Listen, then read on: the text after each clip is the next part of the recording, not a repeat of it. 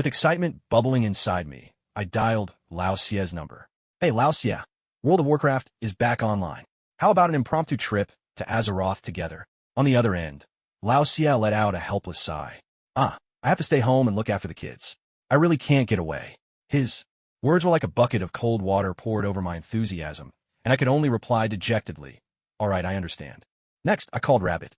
Hey Rabbit, WoW is back. Want to relive our youth together? Rabbit shot back without missing a beat. Come on, I'm swamped over here. Where would I find the time to play games? I could only respond with a resigned, all right. One call after another, I reached out to my old comrades, the friends who once fought side by side with me. But now, each was entangled in the web of family and daily life. Everyone had their own new responsibilities, making it harder and harder to just drop everything and return to Azeroth together like we used to. Sigh, looks like I'm on my own this time. Maybe I'll log in and take a look. Who knows, maybe I'll recapture a bit of that old magic. I let a long sigh. Back in 2005, when World of Warcraft first arrived in China, I was a college student, instantly captivated by the world of Azeroth and swept up in my own adventure. I had stood among the throngs gathered for the opening of the gates of Ahn'Qiraj, my heart pounding with excitement, as if I'd just pulled a rare collectible from pack. I'd looked down on the raid leader who betrayed his teammates for the Brotherhood sword. Even though, deep inside, I longed for that weapon too, and couldn't help but feel a twinge of envy. Together with my alliance friends, I fought our way from Outland all the way to the icy wastes of Northrend, driving the demon hunters to defeat and giving that rebellious, patricidal prince a taste of our fury. I witnessed Deathwing's rampage across the world, and on the mysterious land of Pandaria, forged unexpected friendships with the Pandaren. I had charged into battle behind the leaders of the Alliance. I had shouted encouragement behind the Queen. Those scenes felt as though the legends of the game had come to life before my eyes. From my very first Druid, I became obsessed with leveling new characters, determined to try every class the game had to offer. Once I learned to ride at level 20 and bought my first mount, I became a collector, amassing every kind of mount I could find. For a shot at the Midnight Mount, I ran Karazhan over and over, nearly bankrupting myself like some crazed gambler chasing a lucky streak. For Invincible, I kept defeating that rebellious prince, as if determined to force him to change his ways. And for the Phoenix, I almost drove the prince to surrender just to be rid of me. In truth, World of Warcraft became the hallmark of my youth, a part of my memories no one could ever replace. Later on, as the game continued to update, the content grew richer and richer. Yet, the fun seemed to slip away bit by bit, and one by one, the friends I used to play with drifted away from the game, gradually becoming distant memories. Then, the game company withdrew from the Chinese market, and I had no choice but to bid farewell to the world of Azeroth. It wasn't until this year, when World of Warcraft made its triumphant return, relaunching the much-praised Wrath of the Lich King expansion, that my long-dormant passion was reignited. I wasted no time rounding up my old friends, hoping to once again fight side by side. But reality quickly sobered me up. My former companions were now tied down by the demands of everyday life, with no time left to join me in battle. Left with no other option, I set out alone, embarking on my own adventure in Azeroth. A wave of nostalgia washed over me as I opened the game client I had downloaded long ago. The familiar login screen, the well-known class selection, and that inevitable, exasperating queue all appeared before my eyes once more. 3 hours to get in? Isn't this just a way to make people give up? I couldn't help but grumble. Back in the day, I waited for hours in line, too. To think it's still the same now, talk about bringing back the authentic experience. There was nothing I could do. This wasn't an amusement park where you could buy a VIP pass to skip the line. I could only wait patiently, as powerless as a stone guarding the front of the queue.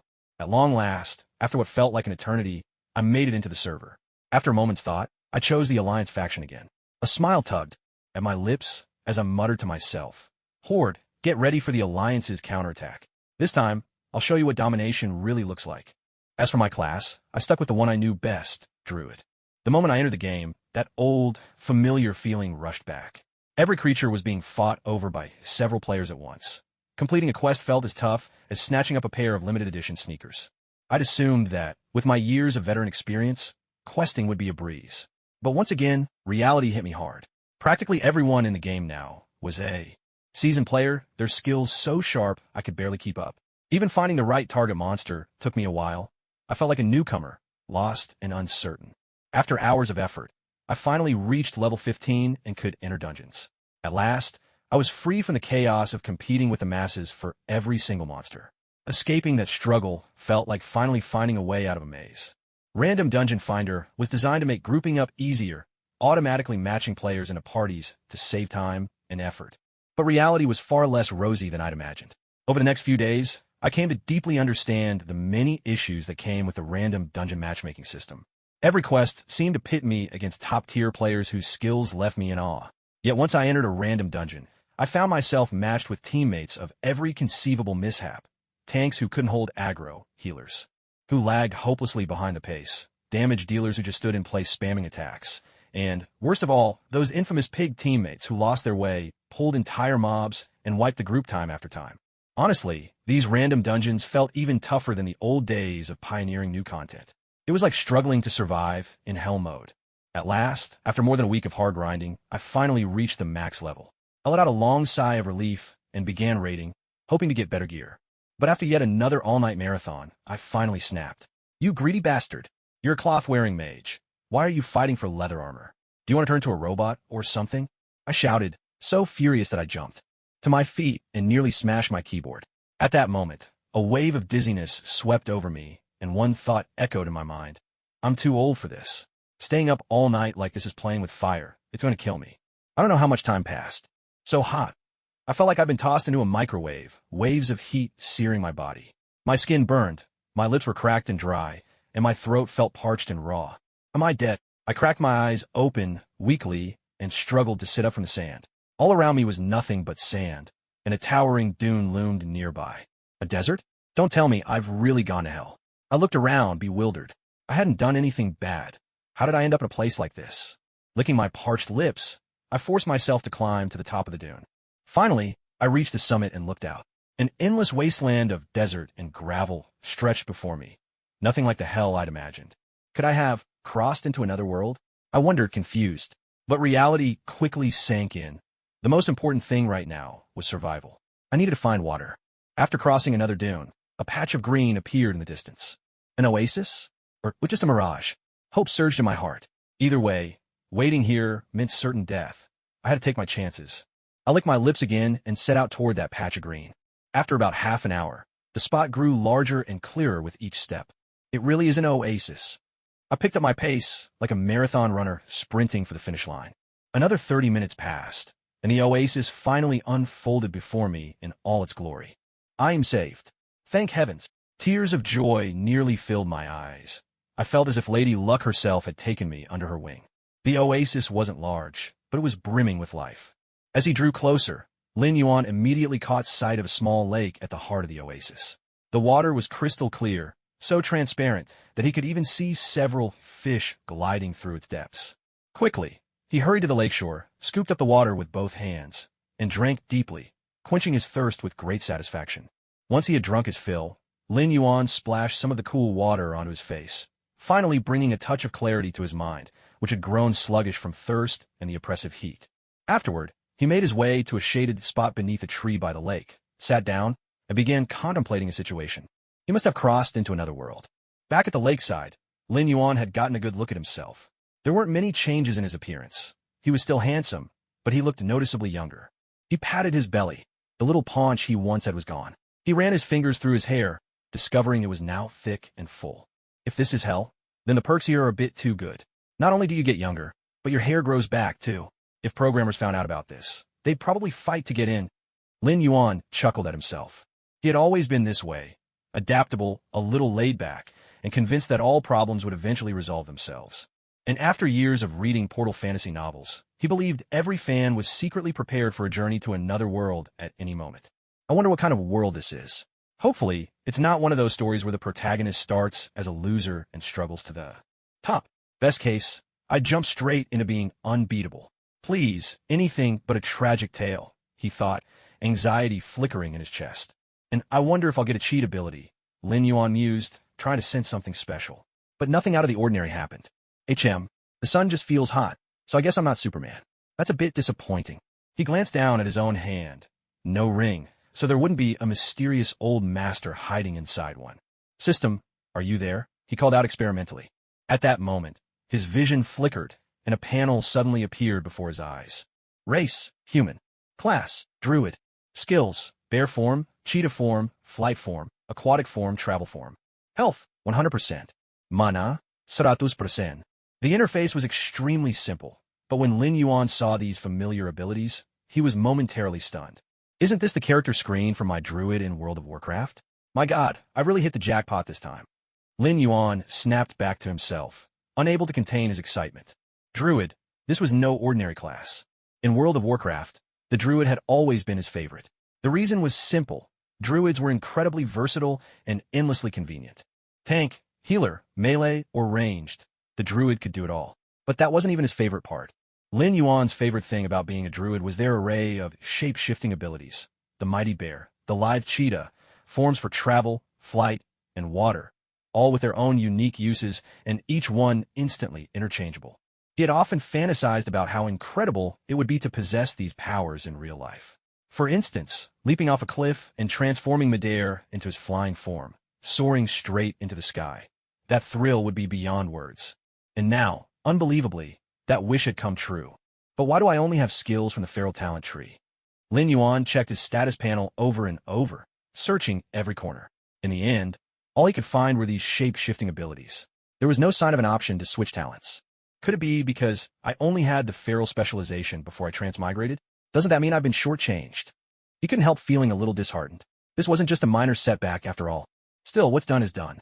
After a brief moment of frustration, Lin Yuan chose to accept things as they were. After all, since he was here, at least he had special abilities. These shape-shifting forms were powerful and practical. With that in mind, Lin Yuan decided to try out his new powers. He focused his thoughts, and a circle of magical light shimmered around him. Accompanied by an earth-shaking roar, a giant bear, nearly 5 meters long, its fur inscribed with mysterious runes, appeared where he'd stood. The great bear stood upright, unleashing a thunderous roar that sent shockwaves rippling through the air. Bear form skill, demoralizing roar, let out a roar that saps the fighting spirit of nearby enemies. Then, in defiance of all logic, the bear charged at blinding speed toward a massive boulder in the distance. Bear form skill, charge, rush at a target with great speed, stunning it upon impact. Next, the bear reared up. Once more, magical energy gathering around its claws. Bear form skill, maul, and struck the boulder with a mighty blow, shattering it to pieces. Lin Yuan felt an exhilarating rush surging through his whole body. No sooner had the bear's form flashed with magical light than it vanished, replaced by a sleek black panther. The moment it appeared, the panther melted into the shadows. Panther form skill, stealth, enter stealth mode, increasing movement speed. When it re-emerged, it was already behind a large tree. With a flick of its sharp claws, a crimson arc flashed. Panther form skill, rake, and the tree was sliced clean in two. Roar! The panther let out a fierce cry before morphing back into human form. Reverting to his human shape, Lin Yuan's face was radiant with satisfaction. This is incredible! After all that excitement, Lin Yuan realized his stomach was rumbling with hunger. Catching sight of the fish swimming in the lake, a smile crept onto his lips. He walked to the water's edge, then leaped forward, his body once again enveloped in a swirl of magical light as he soared through the air. Splash! A plump seal dove into the lake.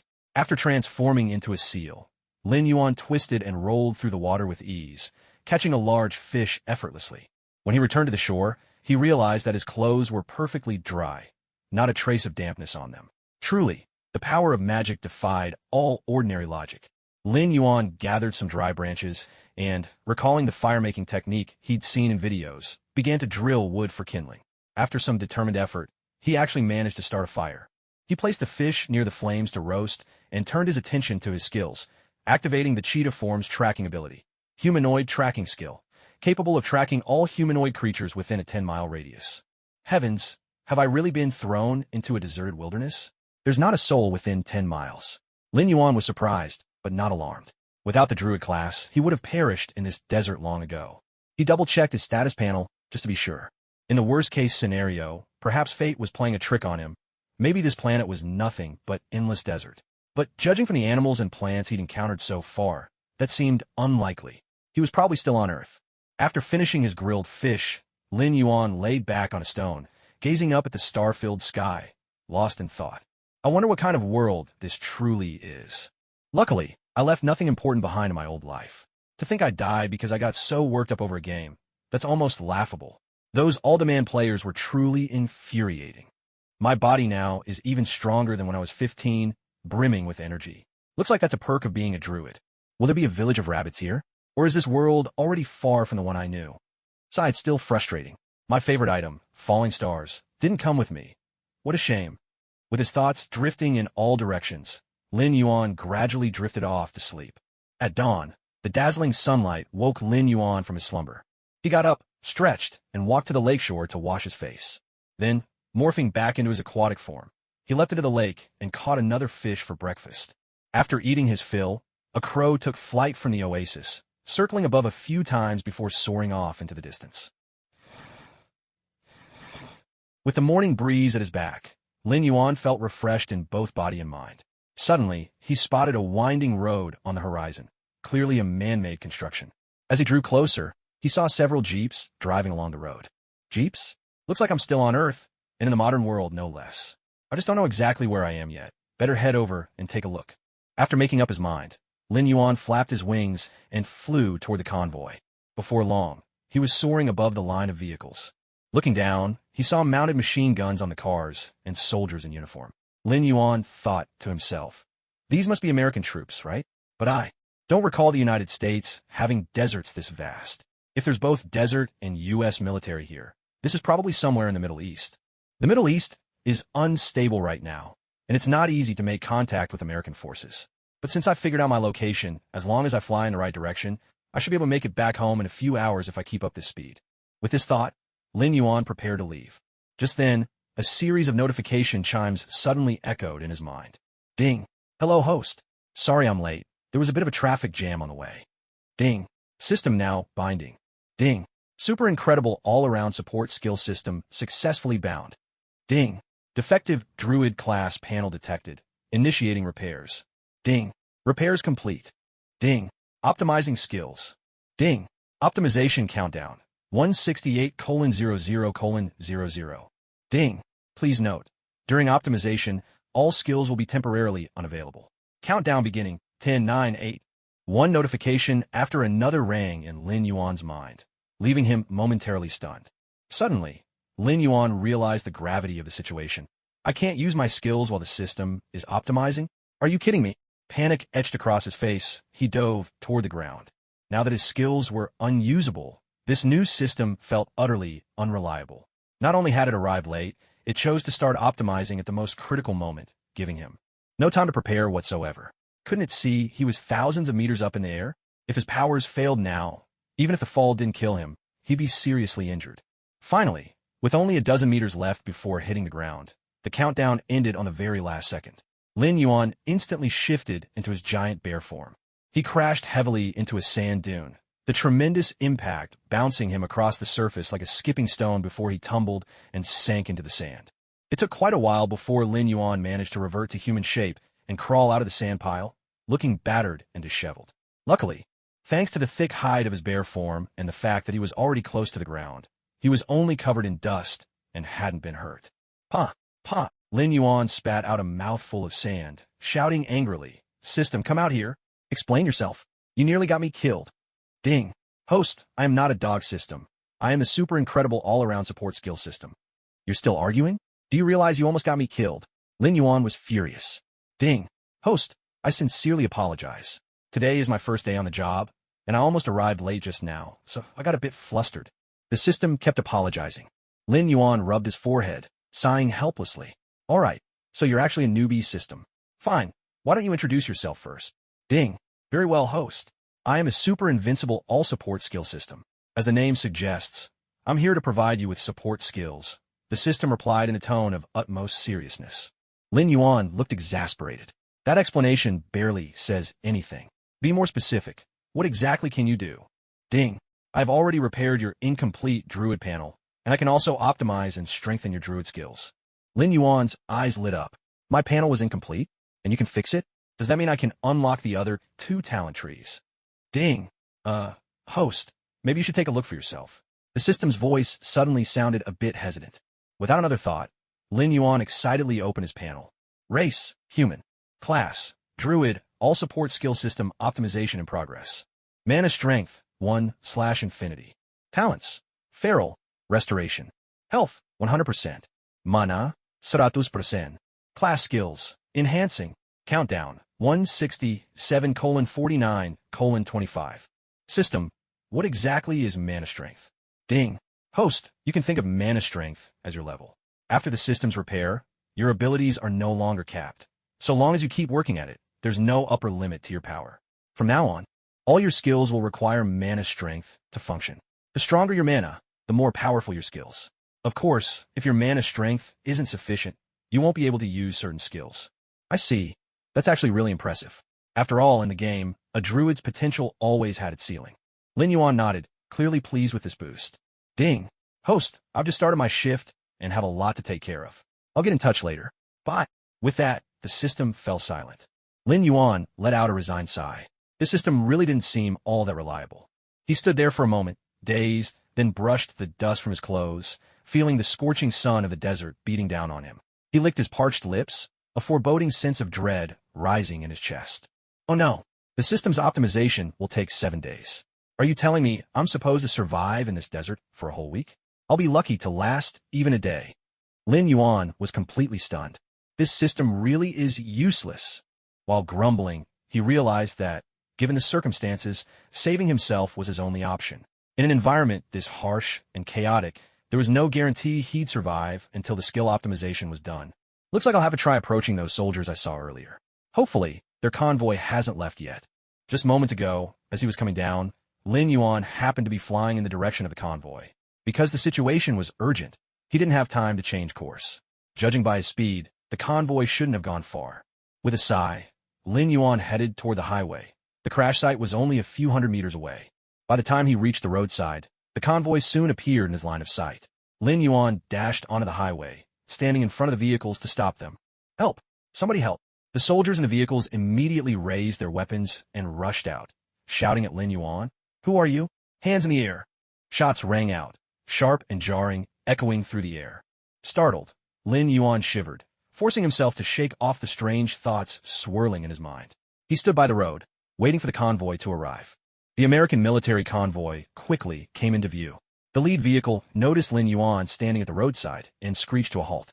A soldier got out, gun at the ready, and approached Lin Yuan with cautious steps. Lin Yuan hurriedly raised both hands and shouted, "Help! I am Chinese." Hearing Lin Yuan state his identity, the soldier visibly relaxed, though he remained vigilant. He quickly searched Lin Yuan for weapons. Once he was sure Lin Yuan was unarmed, he slung his rifle behind his back and asked, "Kid, what are you doing out here alone? Where's your family?" Lin Yuan feigned panic and replied, "I have no family, and I don't know how I ended up here. When I woke up, I was already nearby." The soldier frowned and said, "Wait here. I'll report back." With that, he turned and went to the middle vehicle, exchanged a few words with someone inside, then signaled for Lin Yuan to come over. Lin Yuan hurried over. The soldier told him, "Sir has agreed to let you ride with us. When we get back, we'll take you to the Chinese embassy." Lin Yuan thanked him repeatedly. Climbing into the vehicle, Lin Yuan saw a man in a well-tailored suit, sunglasses perched on his nose, and a neatly trimmed mustache. Surely the sir the soldier had mentioned. This man looks familiar, Lin Yuan mused, though he couldn't recall where he'd seen him before. The man noticed Lin Yuan's gaze, prompting Lin Yuan to smile politely and greet him. "Hello, and thank you for helping me." The man simply nodded with a slight smile, then turned to chat quietly with the soldiers up front. Lin Yuan didn't interrupt. He sat quietly in the back of the vehicle, watching the others chatting and laughing.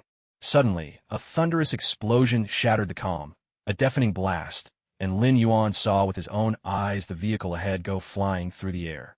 The young soldier beside the mustached man, witnessing his comrade's fate, leapt from the vehicle in anger, only to be cut down by a hail of bullets moments later. With all the bodyguards down, the mustached man immediately grabbed Lin Yuan, dragging him out of the vehicle. They dove for cover behind a large roadside boulder. He pulled out his phone, ready to call for help.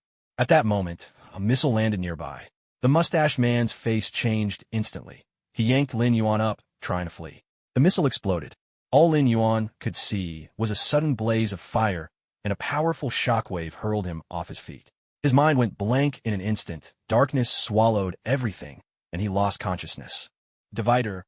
When Lin Yuan came to again, his head was buzzing and pain shot through every inch of his body. What surprised him, though, was that despite having been through an explosion, he didn't have a single wound, not even a scratch.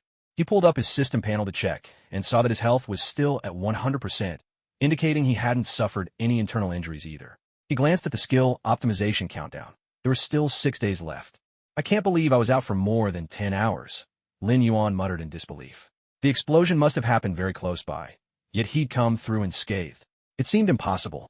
He remembered the person who had yanked him away at the critical moment, and a wave of worry washed over him.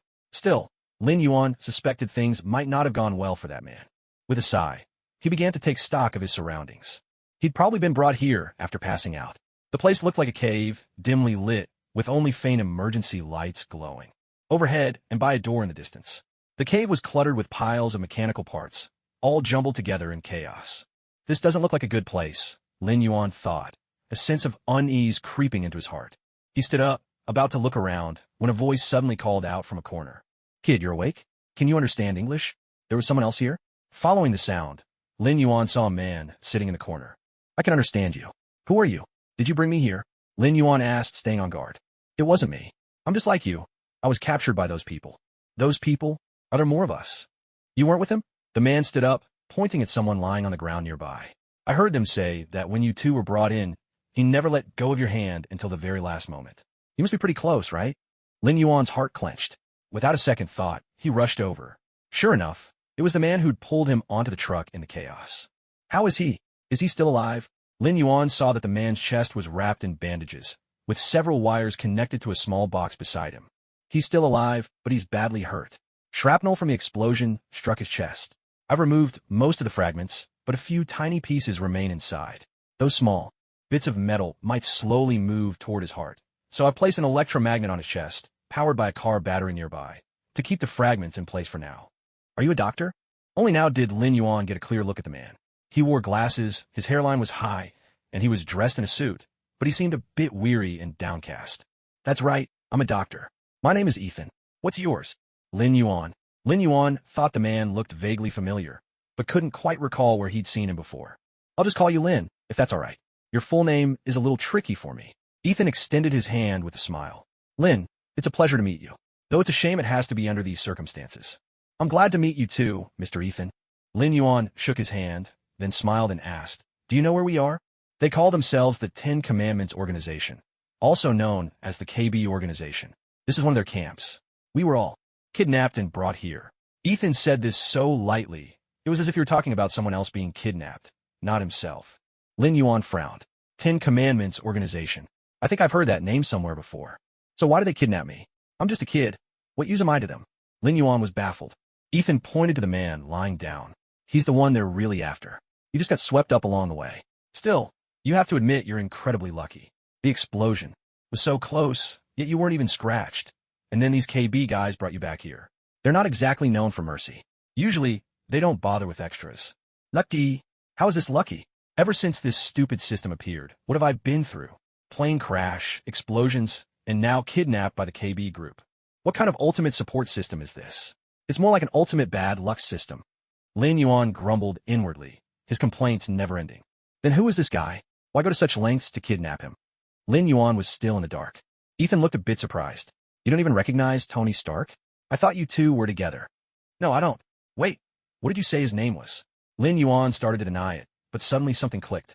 Tony Stark, the world's most famous entrepreneur, a genius scientist, and quite the playboy. Ethan was still giving his introduction, but Lin Yuan couldn't hear a word anymore. Only one thought echoed in his mind. Oh my God. Things had just gotten a lot more serious. The good news, he had landed on Earth after all. The bad news, this Earth was nothing like he'd imagined. This is the Marvel Universe, a place teeming with superpowered beings and dangerous events, where an apocalypse could break out at any moment. In a world like this, even Cenarius, the demigod mentor of Druids, would probably have a tough time. And I'm just a humble Druid. What could I possibly do? Act cute and hope for the best. Lin Yuan felt as though depression was about to swallow him whole.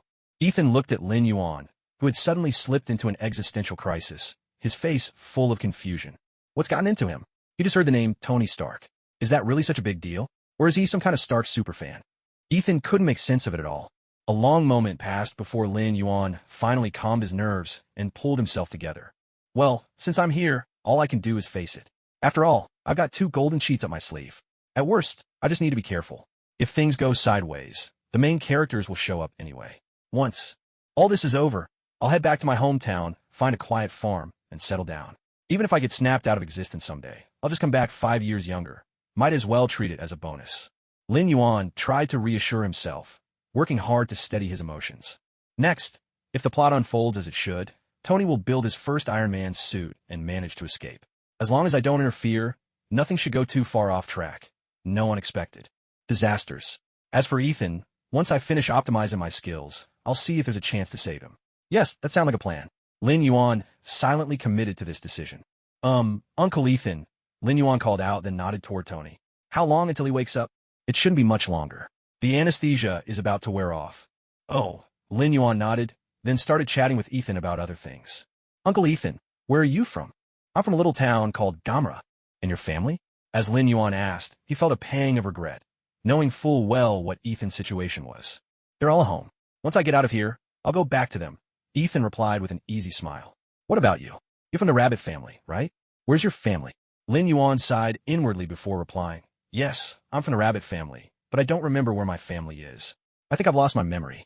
When I woke up, I was already in this desert, and it was Tony who found me and brought me along. Talk about bad luck. If it weren't for Tony, you wouldn't have been kidnapped in the first place. That's not entirely true. If Tony hadn't picked me up, I probably wouldn't have survived the desert at all. At least I'm still alive now. You got a point. A kid as young as you, surviving in the desert would be nearly impossible. By the way, how old are you this year? I'm 15, Lin Yuan replied, stating the age displayed on his panel. In his heart, he mused, I'm not pretending to be younger. Right now, I really am 15.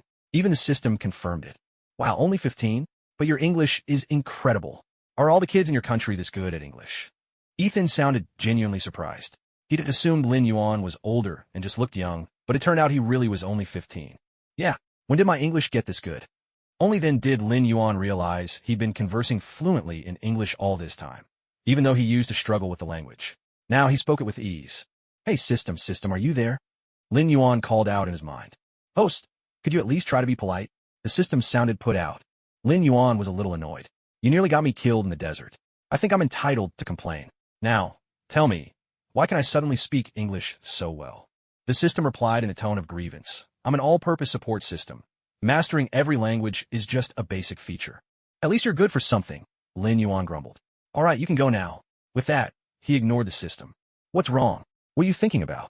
Ethan noticed that Lin Yuan had fallen silent and asked with concern. It's nothing really, Lin Yuan replied quickly. All right then. Ethan didn't press any further. While they were caught up in conversation, Tony, who had been lying motionless on the bed, suddenly jolted awake. Lin Yuan saw him yank the oxygen tube out of his nose. The long tube looked a bit alarming. Tony tried to sit up, but the effort sent a sharp pain shooting through his chest. Looking down, he found his chest tightly bound in bandages, with a few wires snaking out from underneath and connected to a car battery on a nearby table. Tony was stunned for a moment, then frantically began tearing at the bandages. When he caught sight of the round device embedded in his chest, panic flickered across his face. He was about to pull out the wires when Ethan stopped him just in time. I wouldn't do that if I were you. Tony turned to look at the two people standing nearby. His gaze lingered on Lin Yuan for a moment before he turned to Ethan and demanded, What did you do to me? I saved your life, Ethan replied, gesturing at Tony's chest. You took a lot of shrapnel to the chest. I managed to get most of it out, but some fragments are still in there. They're slowly moving closer to your heart. That electromagnetic device is keeping them in place for now. The wires connect to a battery that powers it. Tony looked down carefully at the device on his chest. Sharp as ever, he quickly understood its purpose. After a moment of silence, he zipped up his jacket, hiding the machine from view. Next, Tony lifted his head and glanced around, noticing a surveillance camera tucked away in the corner. Lin Yuan followed his gaze and couldn't help but marvel in his heart. So there is surveillance here. I hadn't even noticed. Tony really is extraordinarily alert to these kinds of details. Ethan gave a small, knowing smile, clearly accustomed to such surroundings. Don't worry too much about it. Just keep smiling. Ever since Tony had woken up, Lin Yuan noticed that Ethan had become visibly more energetic. It seems Tony Stark truly is the world-renowned genius. Countless scientists must look up to him as an idol, Lin Yuan thought to himself. Mr. Stark, hello. My name is Lin Yuan, but you can call me Lin. I didn't get a chance to thank you earlier, in the car. Thank you for bringing me along. Lin Yuan offered his hand with a friendly smile. Tony merely glanced at him without responding, but Lin Yuan didn't mind. After all, he had a rough idea of Tony's temperament. At that moment, Ethan began talking to Tony as if nothing had happened. Actually, we've met once before at a technology conference in Bern. Tony shot him a brief look. I don't remember. Ethan gave a resigned chuckle. That's not surprising. If I drank as much as you did, I doubt I could stand straight, let alone give a speech about integrated circuits. Tony didn't seem to care, merely asking in a cool tone, where are we now? Lin Yuan couldn't help but chuckle softly from the side, finding this very much in line with Tony's character. Ethan looked a little crestfallen, about to continue speaking, when a sudden shout echoed from the doorway. Ethan's expression instantly turned tense. He hurried over to Tony, pulling him up and urging him anxiously, quickly, do as I do. Follow my lead. Lin, you too. Raise your hands above your head. Hurry. Seeing Ethan so flustered, Tony didn't resist.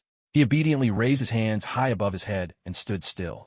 Lin Yuan realized the armed men were about to come in. He quickly copied Ethan, raising his hands over his head and stepping close to Tony's side. Tony glanced at Lin Yuan and subtly shifted his body, as if trying to shield him. Noticing Tony's gesture, a swirl of complicated feelings welled up in Lin Yuan's heart. Was he trying to protect him? With a thunderous crash, the heavy door was kicked open.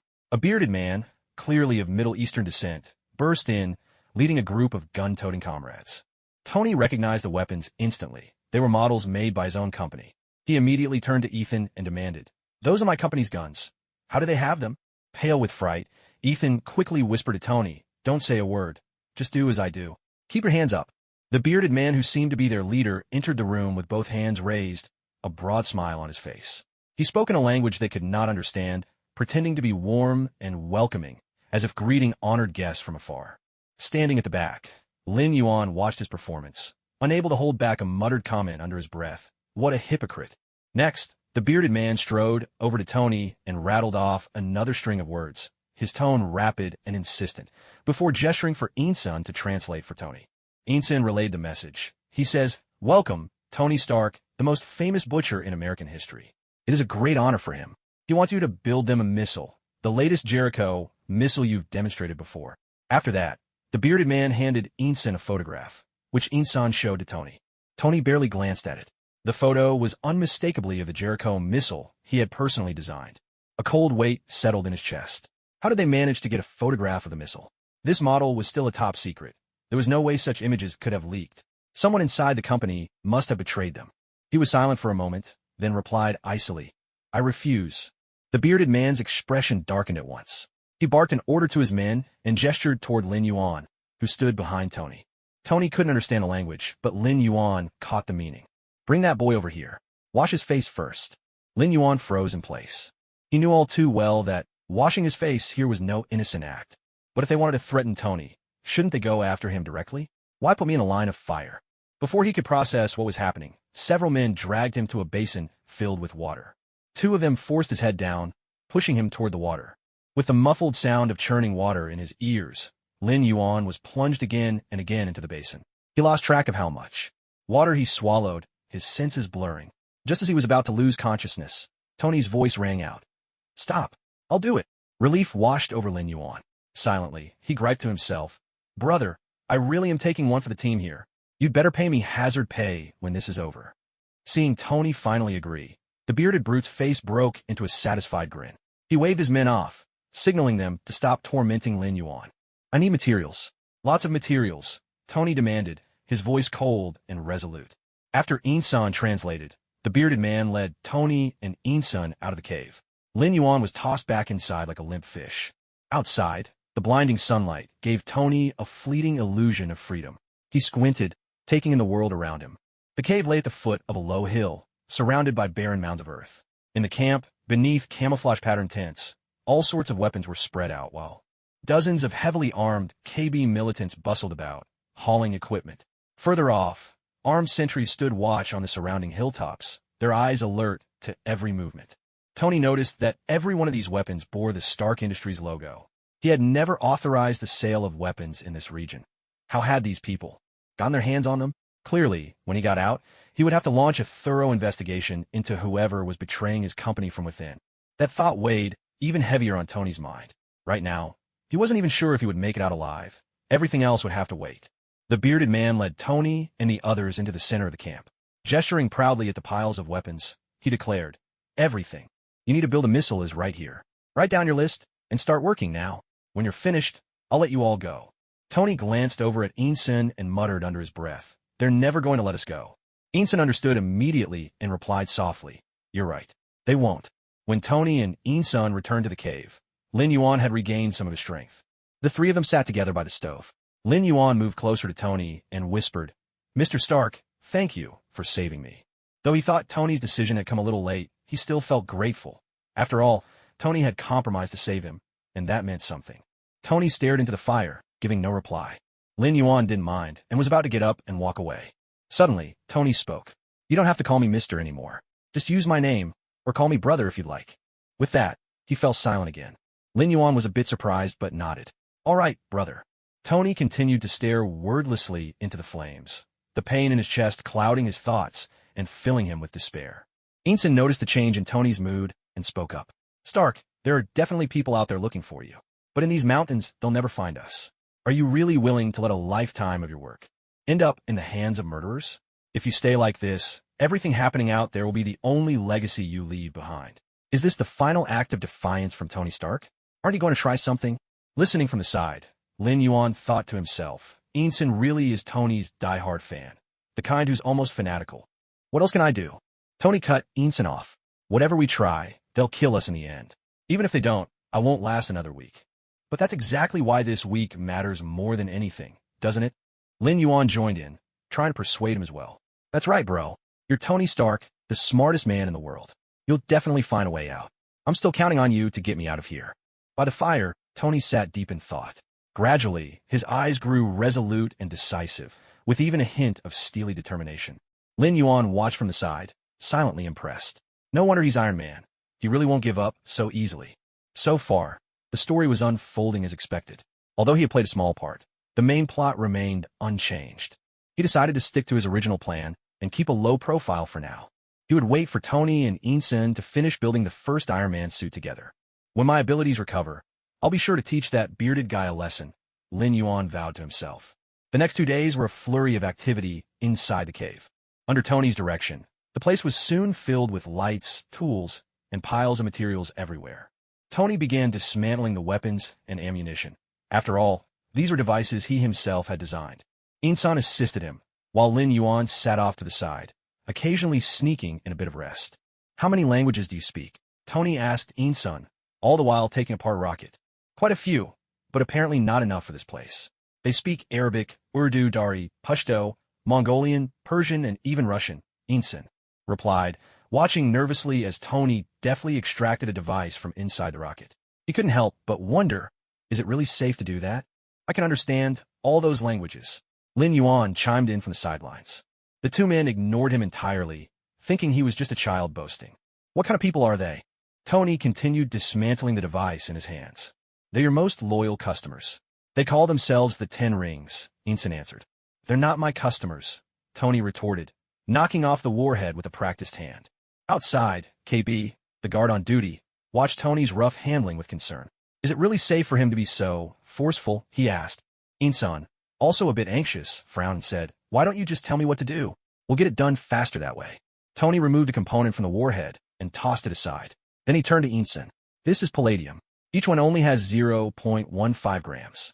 We'll need at least 1.6 grams. Go ahead and take apart the other 11. Einstein didn't know what Tony needed all that metal for, but he followed instructions and began dismantling the rockets. The two worked quickly. Once they had gathered enough palladium, Tony started making a mold. Lin Yuan didn't intervene. He simply watched them work in silence. It wasn't that he didn't want to help, but Tony and the others wouldn't let him, and he himself worried that if he accidentally set off the explosives, things would get messy. He actually didn't mind at all. If he could get away with being lazy, all the better. Soon after, Ethan poured the scorching hot liquid palladium into the mold. Tony reminded him from the side. Careful, we only get one shot at this. Don't worry, my hands are steady, Ethan replied, half joking as he worked with utmost caution. Otherwise, how do you think you've managed to stay alive this long? Watching Ethan pour the liquid metal, Tony suddenly asked, by the way, what's your name? Ethan looked a bit exasperated.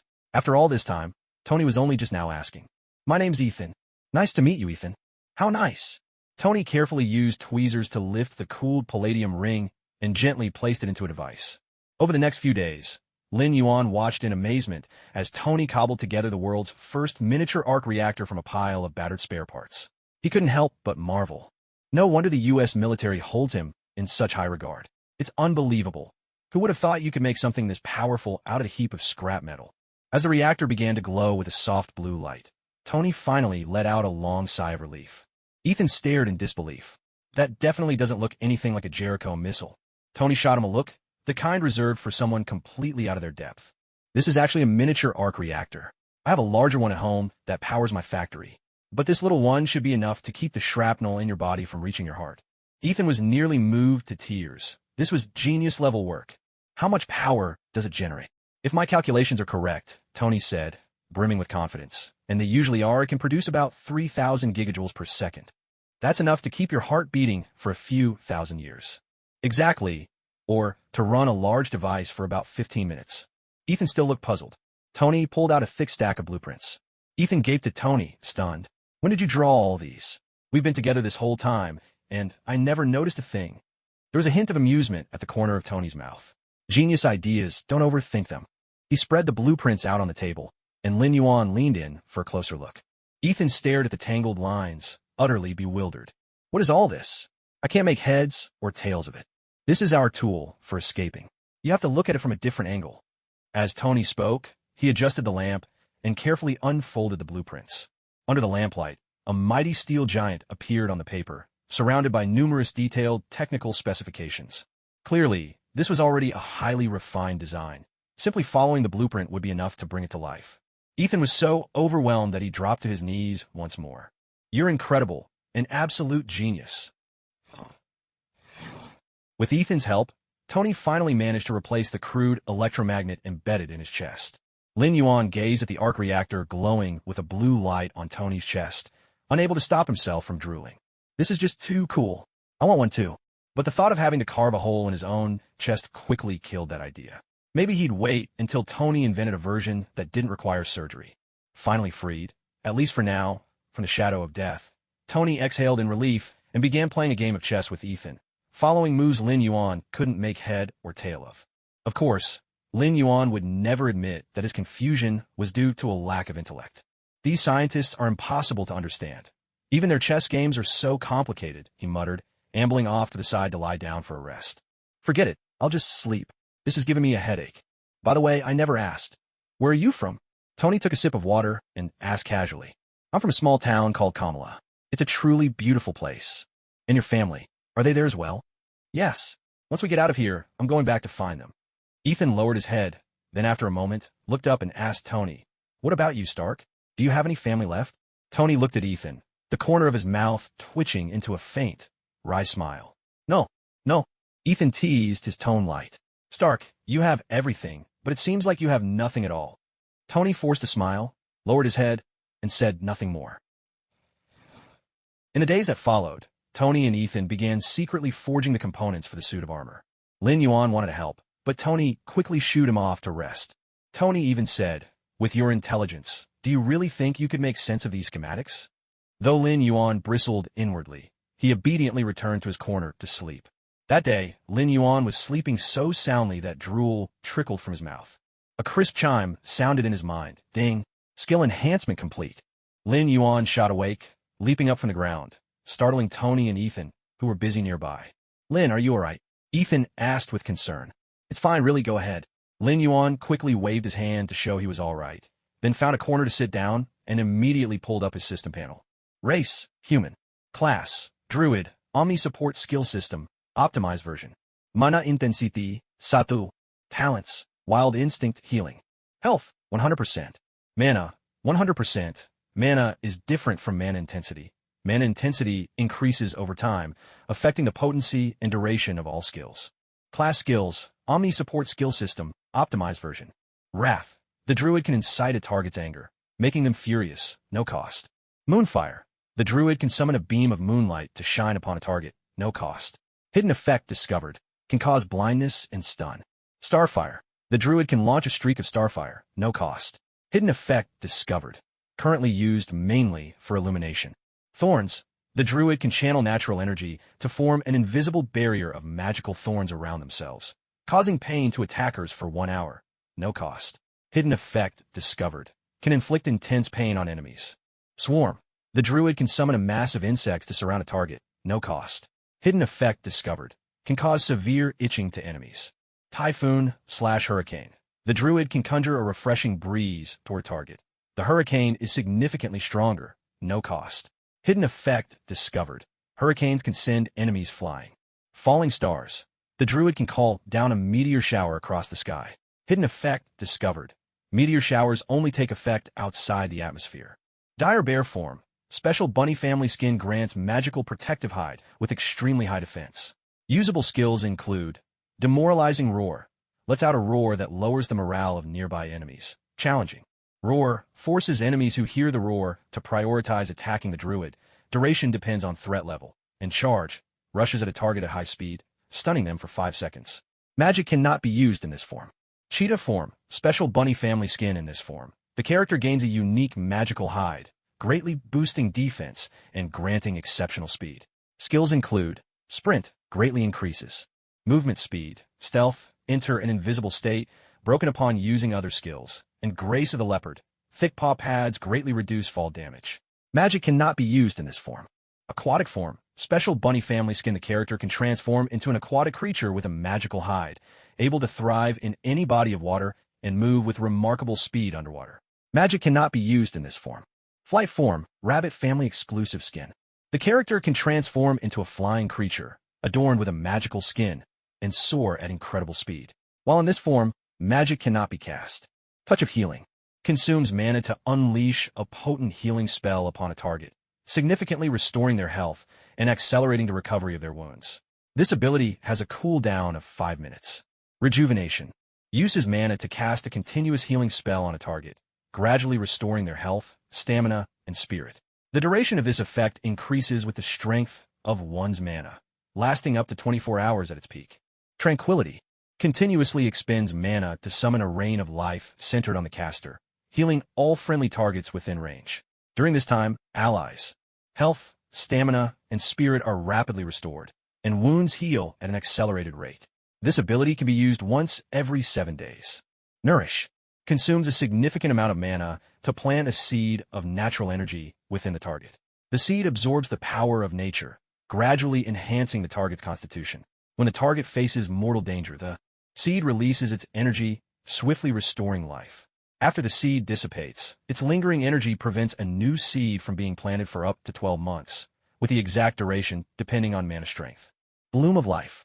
Calls upon a large reserve of mana to burn the target's own vitality, enabling the regeneration of severed limbs. Resurrection. Uses all remaining mana to summon the soul of the target back to its body, bringing them back to life. Warning. The souls of the dead belong to the Lord of the Underworld. Summoning a soul may provoke the Lord's wrath. Use with extreme caution. Empower. Unleashes hidden potential, enabling rapid regeneration of mana for a brief period. This effect lasts for 1 minute. Mark of the Wild. Consumes mana to summon the power of nature, forming an invisible layer of natural armor over the target's skin. This armor absorbs a great deal of damage by depleting its own strength, lasting for 24 hours unless broken. Wild Blessing. Uses mana to grant an increase to all attributes for the caster or all friendly targets nearby. The more allies blessed, the greater the mana cost. The effect lasts for 1 hour. Entangling Roots. Burns mana to call forth vines that ensnare the target, rendering them immobile. The strength of the vines increases with the caster's level. This effect lasts for 10 seconds and can be used on up to 10 targets at once. Nature's Grasp. Expends mana to form a layer of natural energy over the caster's body. Any enemy who attacks will be bound by entangling roots. The effect endures for 10 minutes. Whirlwind. Consumes mana to summon a magical whirlwind, sweeping the target into the air and keeping them spinning for 30 seconds. Remove Curse. Eliminates all curses afflicting the target. Passive effect. Druids are immune to all curses. Detoxification. Removes all poisons from the target. Passive effect. Druids are immune to all forms of poison. Barkskin. Passive. The druid is bathed in the energy of nature, causing their skin to become exceptionally tough. Fairy Fire. Summons invisible fairy fire to mark a target. The druid can sense the location of fairy fire. Its duration increases with level, up to a maximum of 24 hours. Calm Animal. The druid can soothe animals, causing them to become tranquil. Hibernate. Puts the target into a quiet, peaceful sleep. Skill descriptions are only displayed upon active inspection by default. For the reader's convenience, all skills are listed here. Newly acquired skills will not be described in detail from now on. Lin Yuan gazed at his brand-new character panel, his mood brimming with delight. Although he found it odd that there were only feral and restoration talents, with no balance specialization, he noticed that balance skills were still present. He guessed that the novice system must have glitched again. Now he was filled with anticipation, eager to see just what kind of improvement the so-called skill optimization would bring. With high hopes, he tapped open the description for Falling Stars. The skill had always been powerful, summoning meteors to rain down upon enemies. If it had been enhanced, did that mean the meteors would become even larger and more devastating? However, as he read through the bizarre skill details, Lin Yuan couldn't help but rub his eyes hard, doubting what he saw. Am I seeing things? What on earth does this ridiculous description even mean? I've traveled all the way to this world, and now I'm getting trolled by this F4 skill set. And what does sweeping across the sky even refer to? Where's my target? He hurriedly opened the descriptions for his other skills. Oh, come on. These descriptions are infuriating. Summon moonlight to shine upon your enemies. Am I supposed to be putting a spotlight on them? And this starfire, it says a single spark can ignite a prairie fire. Who am I supposed to burn with that? This useless system. Get out here. How are you going to explain phrases like prickly to the touch or cool natural breeze? Ding. Host, please remain calm. Don't get agitated. Calm? How am I supposed to stay calm when your so-called optimizations have turned my skills into a circus act? Ding. Host, I've told you before, I'm only a support skill system. Your personal panel was already incomplete.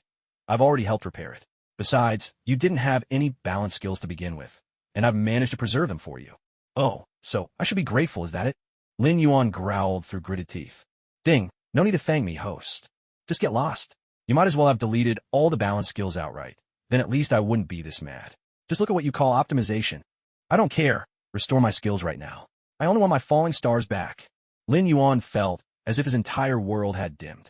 System, I'm begging you. Why don't you just leave me? I'd rather only have the original panel. At least then I wouldn't feel so awful. Utterly dejected, Lin Yuan pleaded. Just go find a better host. See that handsome guy over there? Go to him. He's the real protagonist. If you stick with him, you'll be much better off than with me. Ding. Host, I am steadfast in my loyalty. I would never leave you. I don't need your loyalty. My main system is the Druid panel. You were added later. You're just an outsider. Please, I'm begging you, just go. Ding. Host, I will never leave. Even if I die, I'll stay by your side. Lin Yuan felt utterly disheartened, collapsing to the ground like a lifeless fish. He was exhausted, so much so that he almost wished everything would just end soon. In the distance, Ethan and Tony watched Lin Yuan cycle through bursts of emotion, then mutter to himself at thin air before suddenly falling to the ground and lying motionless. Tony paused his work, looking at Ethan with a puzzled frown. What's going on with him? Ethan was just as confused. I'm not sure. Maybe it's just adolescence. Kids this age are always like this, strange in all sorts of ways. Do you think he's just holding it in too long? Tony considered, brows furrowed. That's very likely. He's just a kid, after all, and everything that's happened must be overwhelming for him. Looks like we'd better pick up the pace. With that thought, Tony's hands moved even faster. Ethan, too, felt a loss. Why is everyone around here so strange? Lying flat on the ground, Lin Yuan stared up at the cave's ceiling, drowning in a pit of despair. The system tried to console him. Ding. Host, I really don't understand why you're like this. At first, you only had a single feral talent. Now you have two. Besides, your balance talent skills haven't disappeared. They're just with you in another form. Lin Yuan replied weakly. You don't get it. That's just how people are. Once you get used to having something, it's hard to accept losing it. If I started with nothing, fine. But you gave me hope, only to snatch it away. That's a feeling you'll never understand. The system pondered for a moment. I still don't really get it. Lin Yuan sighed. Forget it. You've still got a lot to learn. By the way, why are all my skill support types? Not a single attack spell. Host, I told you before, I'm a support skill system. Naturally, I can't give you any offensive abilities.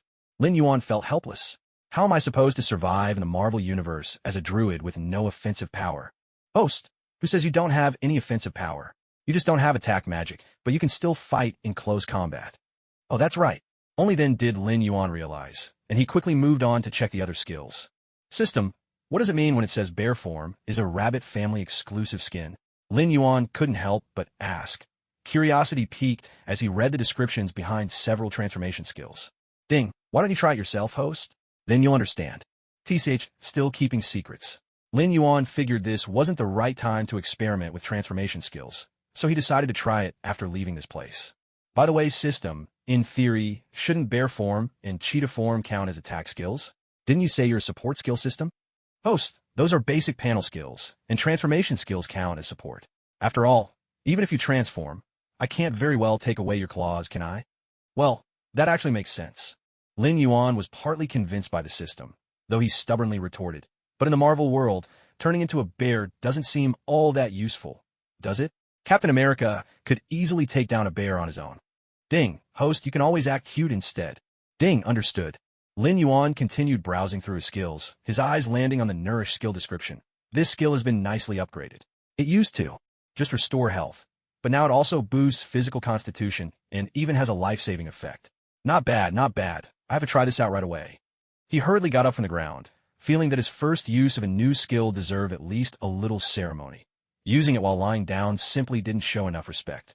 Resolutely, he activated the skill. Why don't I feel anything? Lin Yuan was puzzled. Did I do something wrong? He began imitating various transformation catchphrases. Balala energy, Shalasha, little fairy, transform. Gun era, god of darkness, Uhalahu, black magic transform. Grant me strength. I am He-Man. Moon prism power, makeup. Burr my cosmos. Appear, Red Hawk. Rise again, my warrior, though that one might not be quite right.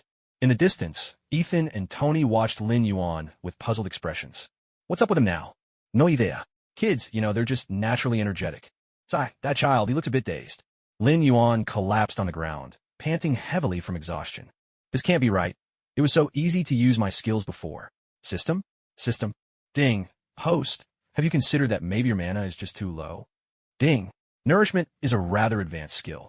With your current mana strength of just 1 point, you're simply not able to use it. Why didn't you say so earlier? Ding. You never asked. What exactly did you see just now? Ding. This system saw nothing at all. Smart move. By the way, how do I increase my mana strength? Host, as long as you participate in battles or practice diligently every day, your mana strength will increase. If you're truly too lazy to do anything, that's okay too. The system will automatically absorb energy from the environment and slowly raise your mana strength. But keep in mind, this method is extremely slow. Lin Yuan nodded. That's not bad, actually. In the Marvel world, there's no shortage of battles. Thanks to the system's explanation, Lin Yuan now had a much clearer understanding of his own abilities. Still, a sense of frustration lingered. System, can't you figure out a way? Or maybe ask your colleagues to give me a few offensive spells? Oh, come on. Host, you can't do this to me. We're already bound together. No trade-ins. You'll just have to accept reality. Lin Yuan. Time is like the balance in a bank account. It disappears before you realize it. By checking the marks he'd carved on the wall, Lin Yuan figured that more than 2 months had slipped by. Over these 2 months, although he'd done practically nothing, his mana strength had still improved a little. At the very least, most of his basic skills were now usable. Meanwhile, Tony and Insun had been working tirelessly day and night. Lin Yuan often drifted off to sleep to the clang and clatter of metalwork, only to wake up to the same symphony of noise. He even suspected that, once he got out, he wouldn't be able to sleep without those sounds. By now, the basic components of the Iron Man suit were more or less finished. Today, with Insun's help, Tony began testing the suit's hydraulic system. Outside, at the cave entrance, the armed guards watching from the surveillance room stared at their screens, puzzling over the photos in their hands. This looks nothing like the picture. Maybe they've modified it. Nonsense. The rear structure doesn't match at all. They just flip it upside down, that's all. I think it's fine. You're not even sure, are you? Stop pretending you know everything. Like you know any better. Don't just criticize me. In front of the monitors, a bald man idly fiddled with the ring on his finger, his gaze fixed on the video feed of Tony testing the suit's leg mechanisms. He frowned, then issued an order. Go find out what they're up to in there. Tony was welding a piece of armor when he heard the door swing open. Instantly, he sprang to his feet and put his hands on his head, every movement practiced and automatic, a routine so ingrained, it tugged at the heartstrings of anyone watching. Lin Yuan heard the commotion as well and immediately shrank into a corner, doing his best to make himself inconspicuous. He thought to himself that it was best not to get involved in situations like this. The door creaked open, and the first to enter was the man with the thick beard. This time, he didn't stride straight up to Tony as before. Instead, like the others, he stood silently to one side of the room. Next, a bald man walked in, exuding confidence as he spun a ring on his finger, his gaze settling squarely on Tony. "Don't be nervous," he said in flawless English, which took Tony by surprise. Tony let his hands fall to his sides, slightly relaxing. The bald man walked up to Tony, lowered his head, and glanced at the reactor embedded in Tony's chest. "There was a time when the bow and arrow was the most powerful weapon. Genghis Khan conquered Eurasia with it," he said. "But now, only those who possess Stark's most advanced weapons can rule the world. And that person is going to be me." From his corner, Lin Yuan couldn't help but roll his eyes when he heard these words. "Ruler of the world?" He muttered inwardly. "This guy is seriously overestimating himself. Taking on the world's powers? With what? Villains like this rarely make it past the first episode." The bald man finished, then glared at Tony menacingly and demanded in Arabic, "Why have you disappointed me?" Insun understood the question was meant for him and answered, "We have been working as hard as we can. I spared your life, and this is how you repay me?" The bald man's voice was cold as ice. Tony looked at Insun in surprise, a faint suspicion dawning on him. Insun forced himself to remain calm. "It's a complicated project. He's doing everything he can. Bring him over here. Make him kneel." The bald man ordered his men. One of the henchmen moved to grab Insun. "Not him. Bring the boy." The bald man interrupted, pointing at Lin Yuan. Lin Yuan froze in shock. "Why is it my turn again?" he thought. "I've already done the main character's work, and now I have to take on the sidekick's troubles too? Are they at least paying extra for this?" As the henchman rushed over, Lin Yuan let out a resigned sigh and quietly cast his wild mark spell on himself. Now that he had a skill activated, he felt a bit steadier. Whatever happened next, he'd be ready. Dragged to the middle of the room, Lin Yuan was forced to kneel on the ground. The bald man picked a glowing red-hot coal from the furnace, a cold, sinister smile twisting his lips. "Do you think I'm a fool? I will get the truth out of you one way or another." Insun kept up the act, insisting, "We really are working." Lin Yuan no longer felt as nervous as before, though he was still cursing inwardly. "Open your mouth." The bald man blew on the glowing coal, his chilling smile sending a shiver down anyone's spine. Tony watched anxiously, unable to understand their words, but the bald man's actions made it painfully clear things were about to go very wrong. "Tell me, what exactly are you all up to?" The bald man pressed a glowing coal close to Lin Yuan's mouth, demanding an answer with a harsh glare. Lin Yuan felt no pain at all. The shield forged by his wild mark blocked the coal's heat entirely. This kind of threat meant nothing to him. But Ethan and Tony were both badly shaken. Ethan kept muttering, "We really are just building a missile, that's all." Tony didn't understand what Ethan was saying, but he could guess what the bald man wanted to know. "Is it the delivery time you're asking about?" he ventured, taking a few steps forward. That startled several of the thugs, who immediately raised their guns to keep him back. Lin Yuan couldn't help but shake his head in silence. Useless, he thought. These people get scared so easily, even in a situation like this. The bald man shot Tony a cold look. Tony drew a steadying breath and said, "He's my brother. I can't do this without him." Hearing this, Lin Yuan felt a surge of warmth in his heart. The bald man's gaze shifted to Ethan. Tony quickly added, "He's a good assistant. I need him." The bald man stared at Tony for a moment, then tossed the coal onto the floor without a word. "By tomorrow at the latest, I want to see a finished missile." With that, he led his men out of the room. As soon as they left, Ethan collapsed onto the floor, his legs giving way. Tony hurried over to help Lin Yuan up. "Are you all right?" Lin Yuan shook his head. "I'm fine. It feels like we're being forced to do something we never should." "It's all right, brother. What do we do now?" Lin Yuan asked. "We have to pick up the pace." Tony replied, diving straight into the work. Before long, with the final piece, a helmet, quenched and finished, every single part of the mech was finally ready. Tony put on his leather jacket, protective gloves, and scarf, and with Ethan's help, began to don a combat suit. Ethan reminded Tony again too. Memorized the escape route. Tony repeated it back, confirming every detail. They made sure to do all of this in the blind spot of the cameras. But as Tony entered the camera's blind spot, unease suddenly crept into the gang leader's mind. He quickly ordered his men to check on them. Two thugs ran to the door, shouting Tony's and Ethan's names. Tony, anxious, asked Ethan, "What are they saying?" Ethan kept helping him suit up and replied, "I don't know. They're speaking Hungarian, and I don't understand it." At that moment, Lin Yuan cut in. "They want us to come out and meet them. If we don't, they'll come in." Tony whispered, "Lin, stall them for a bit."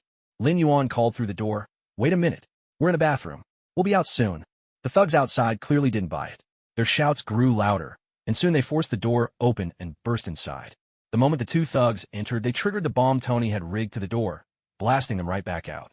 Baldy saw the explosion on the surveillance monitors and immediately sounded the alarm, leading a squad of team members charging over.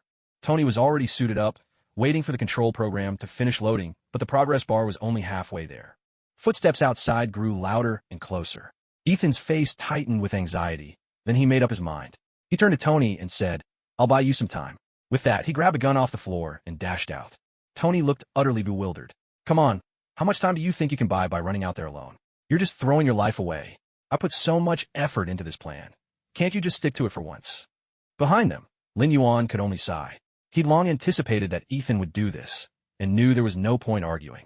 Raising his hand, he cast Mark of the Wild and Rejuvenation on Ethan. "All right, brother, you got all the buffs I can give. Go for it." Ethan immediately felt a surge of power coursing through him, filling every inch of his body with energy. He raised his gun, sweeping it around like a hero in an action movie, then let out a battle cry and charged forward.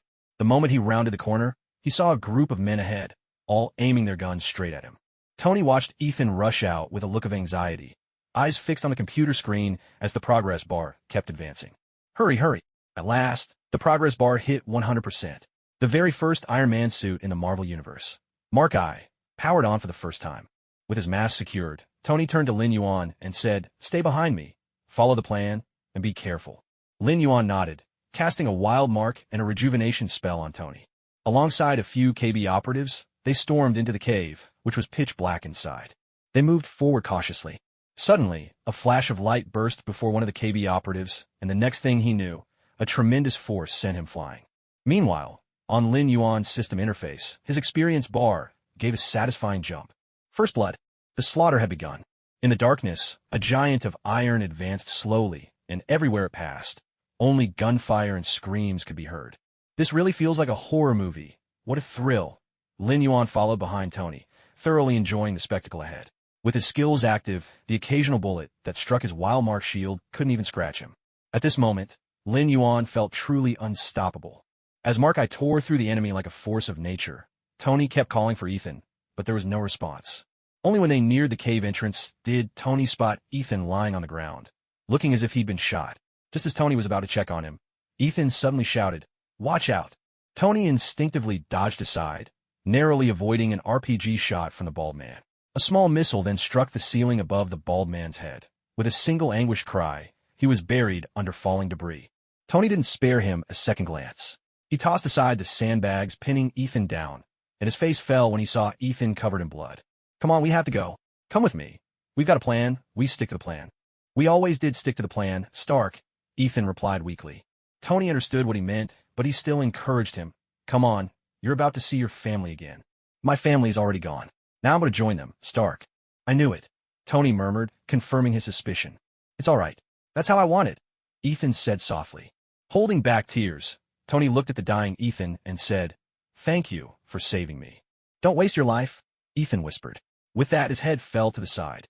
Staring at Ethan's lifeless body, Tony was filled with rage and turned, ready to take out every last KB operative.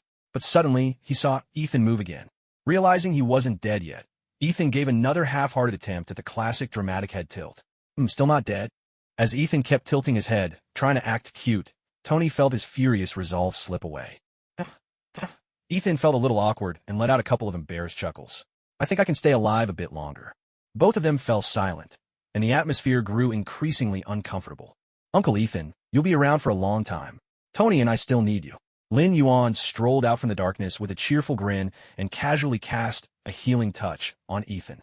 A faint green light shimmered, and warmth spread through Ethan's whole body, washing away all his weakness. The wound in his chest began to twitch and shift as bullets, lodged just under his skin, were squeezed out and clattered to the ground. Ethan stood up, touching his own body in disbelief. "Wow, Lin, how did you do that? I took so many bullets. How am I still okay?" "That's one of my special abilities. Before you rushed out, I put an invisible energy shield on you. The bullets got through the shield, but only had enough force left to break the skin. I think you just got too nervous, and with all that blood loss, it made you feel like you were at death's door." Lin Yuan's smile never faded as he explained. Ethan had already resigned himself to dying, but after brushing so close to death, he realized he shouldn't give up so easily. There were things he still needed to do, for himself and for the family he had lost. Ahem. Tony cleared his throat, lowered his mask, and strode toward the cave's exit. I'll go take care of the ones outside. You two come out when you're ready. Go for it, big bro. I'll put a shield on you too. Lin Yuan cheered him on from behind, and then, as if remembering something, fired off a burst of fairy fire onto Tony. Tony turned back and gave Lin Yuan a long, thoughtful look before heading out of the cave. Outside, the KB militants were braced for battle. A towering steel giant slowly emerged from the cave, massive, imposing, and brimming with power. Bullets rained down on Tony with a constant rattle, but Mark I's armor shrugged them off with ease. Tony raised his arms, and twin jets of fire roared out, sending the KB militants fleeing in panic and terror. On a nearby hillside, a KB fighter dragged a heavy machine gun into position and unleashed a relentless barrage at Mark I. The force was so fierce that Tony staggered under the assault. Suddenly, a bullet struck the hydraulic system in Mark I's leg, leaving one leg immobilized. Without missing a beat, Tony ignited the ammo stockpile at the cave entrance, activated his flight system, and blasted into the sky. The explosion tore through the base, wiping out the terrorists in a fiery inferno. Mark I soared upward through the flames, then arced back down, crashing straight into the sand. Tony lay amidst the scattered remains of the Mark I armor, basking in the scorching desert sunlight, feeling as if he had been reborn. Finally out. Not bad at all. He took a moment to check himself over. No injuries? With an impact like that, even with the suit cushioning me, it's impossible to come out completely unscathed. And yet, I don't feel tired at all. If anything, I feel even better than before I was captured. Could it be because of Lin? A sudden realization struck Tony. Damn it, Lin and Insun are still inside. I have to go back for them. After orienting himself, Tony began to walk back toward the cave. He hadn't gone far when he saw, in the distance, Lin Yuan and Insun approaching, chatting and laughing, their steps light and carefree. Bro, you were amazing just now. Lin Yuan waved in greeting as they drew near. Thank you, Lin. Tony looked at the beaming boy, moved by a surge of gratitude. It's nothing really, bro. You saved me more than once already. Lin Yuan waved off his thanks, then asked, so what now? Where do we go from here? That way. The military must be searching for us. Tony pointed in a direction. Let's head over there. The three of them set off together, their strength steadily returning, thanks to the healing technique. Freed at last from the endless darkness of the cave, they walked with a new lightness in their steps. Insun, where will you go from here? I don't know. I have nowhere to go. I suppose I should return to my hometown, pay my respects to my family. Tell you what, when the time comes, I'll go with you. After that, why don't you come work with me? I could use your help. Sure, I don't have anywhere else to be. I'll help you. After this heartfelt exchange, Lin Yuan couldn't help but feel goosebumps from the deep camaraderie. Lin, you should stick with me too. From now on, you're my little brother, Tony suddenly said, turning to Lin Yuan. Lin Yuan was momentarily stunned, but then broke into a smile. All right, I'll be counting on you from now on. Thup thup thup. As two helicopters thundered overhead, Lin Yuan knew their desert ordeal was drawing to a close. Sure enough, the chopper soon landed, and a squadron of American soldiers rushed toward Tony, led by none other than his close friend, Colonel Rhodes. Colonel Rhodes had expected Tony to be in bad shape after wandering the desert for so long, weak and battered. But what he saw left him speechless. Other than some strange device embedded in his chest and looking a bit rough around the edges, Tony actually seemed more energetic than he did. Tony, what is this? Some kind of vacation in the desert? That's right, a rather remarkable one, actually. And these two, this is Dr. Insun, and this is Lin. They're the ones who saved me. Tony introduced Lin Yuan and Insun with genuine gratitude. Thank you all. Rhodes shook hands with Lin Yuan and Ethan in turn, then gave Tony a warm hug. Come on, they're waiting for you. As the transport plane touched down on the military airfield in the States, Tony's secretary, Pepper Potts, and his driver and bodyguard, Happy, stood anxiously by, their eyes filled with anticipation and excitement as the cargo bay door slowly opened. Throughout Tony's abduction, neither of them had had a decent night's sleep, nor had they ever stopped searching for Tony. Happy, especially, had been racked with guilt for failing to protect him. Today, when the military finally informed them that Tony had been found, they rushed over as fast as they could, desperate to see him. The cargo door creaked open, and Tony appeared before their eyes. Both of them froze in surprise. The weak, haggard figure they'd imagined was nowhere to be seen. On the contrary, Tony stood tall in a crisp suit, his complexion healthy and flushed. Save for a slight tan, he looked even better than before the kidnapping. Pepper and Happy were stunned. What was going on? After 3 months in captivity, Tony looked more energetic than ever. It just didn't make sense. Disembarking from the plane, Tony waved away the medical staff who approached with a stretcher. Come on, use your eyes. Do I look like someone who needs a stretcher when I'm this full of life? Hey, Pepper. Hey, Happy. Tony greeted them with a wide grin. Pepper felt all her tears had been for nothing.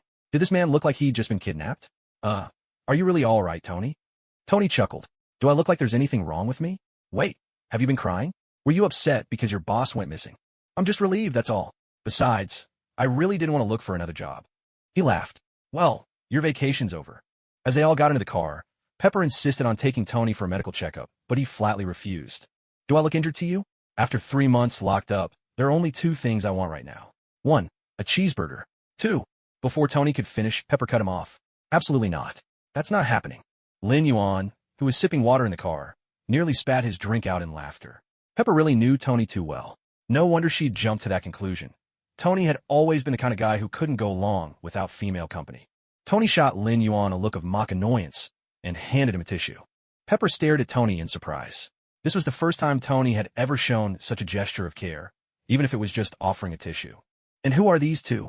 Pepper asked curiously, having only just noticed the newcomers. Her attention had been entirely on Tony. This is Lin. From now on, think of him as my little brother. And this is Ethan, a friend of mine. I wouldn't be here today if it weren't for these 2. Tony patted Lin Yuan on the shoulder as he introduced them to Pepper. Hello, I'm Lin Yuan. You can call me Lin. Lin Yuan greeted Pepper with a warm, cheerful smile. Pepper looked at this young face, her surprise deepening. This was the first time she had ever seen Tony act so affectionate toward another man. Tony had just said that this was his brother, which sounded almost unbelievable. After all, this was Tony Stark himself, openly acknowledging someone as his brother. No small matter that. With that thought, Pepper managed to smile. Hello, Lin. I'm Pepper Potts. It's a pleasure to meet you. And thank you both so much for saving Tony. It was the least I could do. Tony has saved me plenty of times, too. Pepper, the second thing I need to tell you is that I'm holding a press conference. Right now. Immediately. A press conference? For what? Pepper was completely bewildered. He'd only just come back, and now he wanted a press conference? What could this possibly be about? You'll see soon enough. Happy, we'll get some burgers. Yes, sir. Inside the luxury car, Lin Yuan munched on a cheeseburger while watching Tony devour his food with obvious delight. He couldn't help but remark, Bro, is this really the food you've been craving for 3 months? Even Insan seemed to be enjoying himself. I think it's delicious. All right, as long as you're happy, Lin Yuan sighed, stuffing the rest of his burger into his mouth. He mumbled to himself, once things settle down around here, I'm definitely going to Rabbit's place for a real meal. The car soon pulled up to the gates of Stark Industries. A bald man led a group of company employees in applause and cheers, welcoming Tony home. Tony straightened his suit collar and turned to Lin Yuan. Lin, stick with me. Lin Yuan agreed, stepping out of the car behind Tony. The bald man strode over with a broad grin and embraced Tony. Tony, clearly pleased, returned the hug, and the 2 chatted amiably as they walked toward the press conference hall. Lin Yuan quietly followed behind. He recognized the bald man. That was Obadiah Stane, the regent of the Stark Empire and one of Tony's most trusted confidants. Unfortunately, he would betray that trust. In fact, Tony's kidnapping had been orchestrated by none other than him. I need to find a chance to warn Tony. I wonder if he'll believe me, Lin Yuan thought. Inside the press room, a throng of reporters was already waiting. Tony Stark had been missing for 3 months, and now, fresh from his return, he was calling a press conference. Clearly, something major was about to happen. The reporters could barely contain their anticipation. Tony greeted the cheering crowd as he made his way to the stage. Watching Tony surrounded by people, laughing and chatting, Pepper couldn't help but smile softly. This is how Tony Stark is meant to be. Lin Yuan, standing beside her, sighed with admiration. Mr. Lin, may I have a word with you? A gentle voice sounded at his side. Lin Yuan turned his head and looked over. Well, isn't that Coulson, the mayor of Marvel's newbie village? His receding hairline wasn't much better than Ethan's either. Coulson extended a friendly hand to Lin Yuan. I'm Agent Phil Coulson from the Strategic Homeland Intervention, Enforcement and Logistics Division. Where are you from? The Strategic Homeland Intervention, Enforcement and Logistics Division. The Strategic what? The Strategic Homeland Intervention, Enforcement and Logistics Division. What kind of division? The Strategic Homeland Intervention, Enforcement and Logistics Division. The Strategic what division? Mr. Lin, we know who you are. We're here to ask if you could tell us in detail how Mr. Stark escaped. From what we understand, Tony made it out almost unscathed. Could you explain what happened? Coulson wisely shifted the topic, getting straight to the point. Lin Yuan was just about to answer when Tony called out to him from the stage. I'll head up first. We can talk later. Coulson politely gestured for Lin Yuan to do as he pleased. After all, it wasn't something that needed to be settled right away. Tony pulled Lin Yuan up and introduced him to the reporters below. This is Lin Yuan. From now on, he's my brother. The reporters exploded in a flurry of excitement. Tony Stark himself had just publicly acknowledged a new brother, and he was announcing it at a press conference. This was big news. Lin Yuan was dumbfounded. My goodness, big bro. Sure, I'm thrilled to have a Stark Industries giant to lean on. But I'm supposed to be the support guy. Shouldn't support hide at the back and let others take the spotlight? Why are you dragging me right to the front? Perhaps in Tony's eyes at this moment, having admitted Lin Yuan as his brother, the whole world needed to know. This is Tony Stark's brother. But give it a few more years, and after Tony has tasted hardship, he'll hide his family well, never showing them off so publicly again. Feeling both touched and a little helpless, Lin Yuan could only smile and wave to the reporters below. Holy smokes, my eyes can't handle that blinding barrage of camera flashes. Lin Yuan was immediately dazzled by the sea of flashbulbs.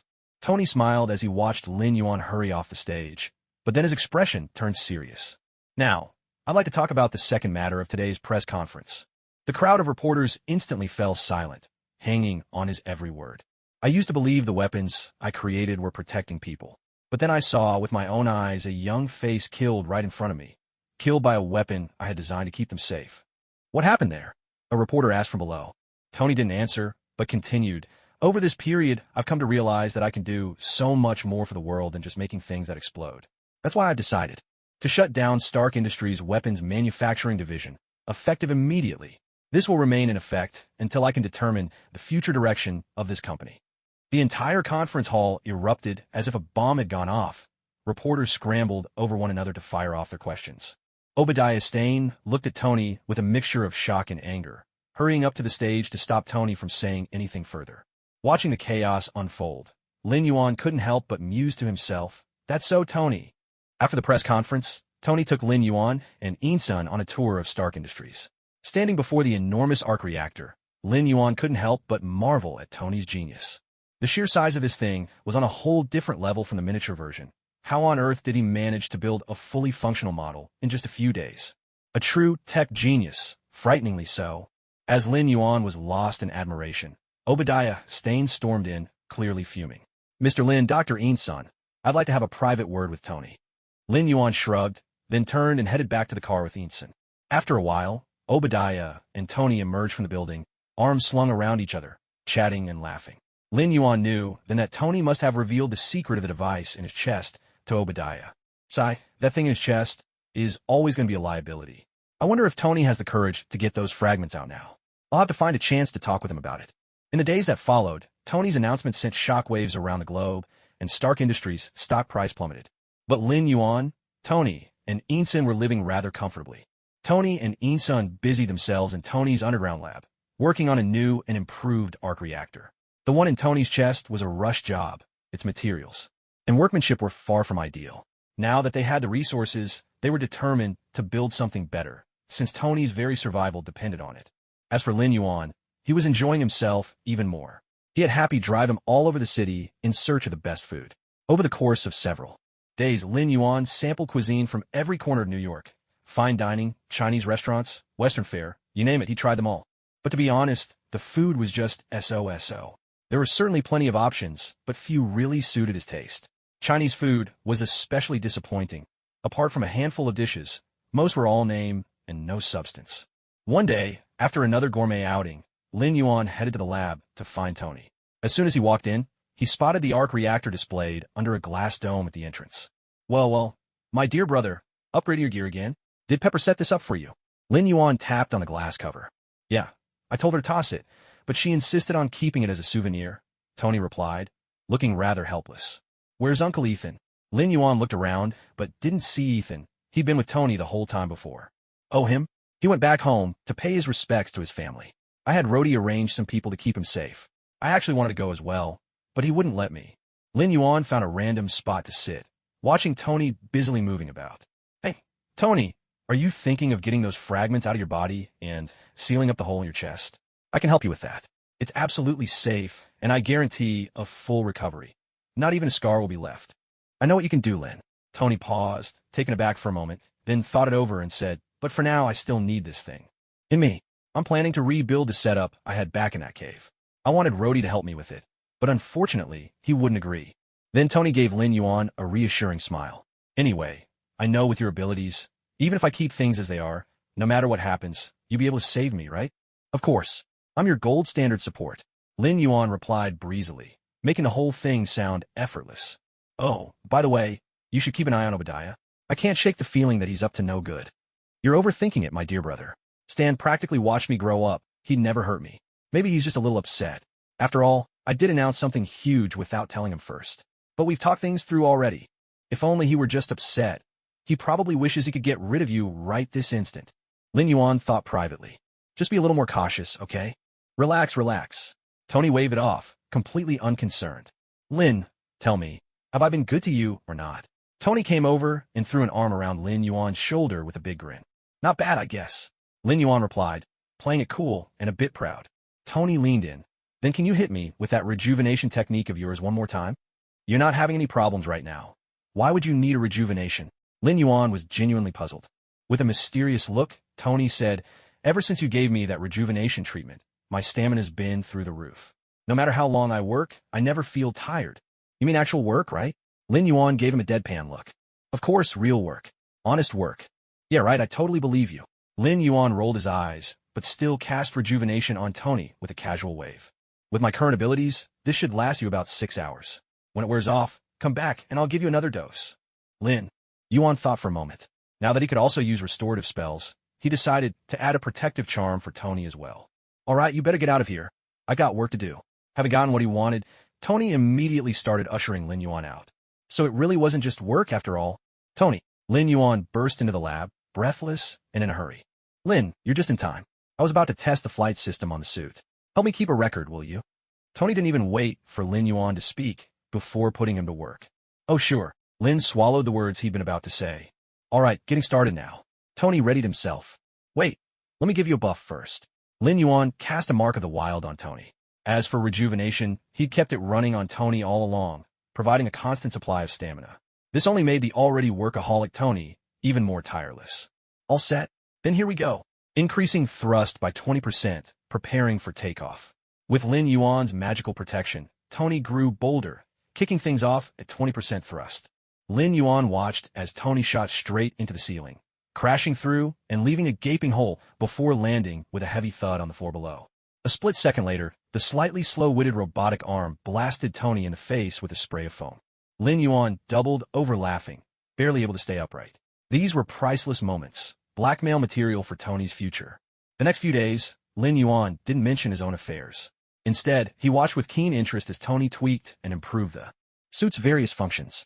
Witnessing the Iron Man armor gradually take shape, truly and tangibly, was a memory worth treasuring. Truth be told, Lin Yuan was most fascinated by Jarvis and the kind of operating system he'd only ever seen in movies. It made him green with envy. When Tony's done, I have to make him set up a system like this for me too. Imagine gaming on this thing. How awesome would that be? Lin Yuan drifted off into daydreams of a perfect life. My little brother's great at everything, except he's a bit of a goof sometimes. Tony shook his head at Lin Yuan's silly grin, finished installing the handpiece on the suit, and called out, Lin, quit daydreaming. I'm about to test the flight stabilizer. All right, got it. Lin Yuan snapped back to reality. Go for it, bro. With me here, you've got nothing to worry about. Just then, Pepper Potts came downstairs with a cup of coffee.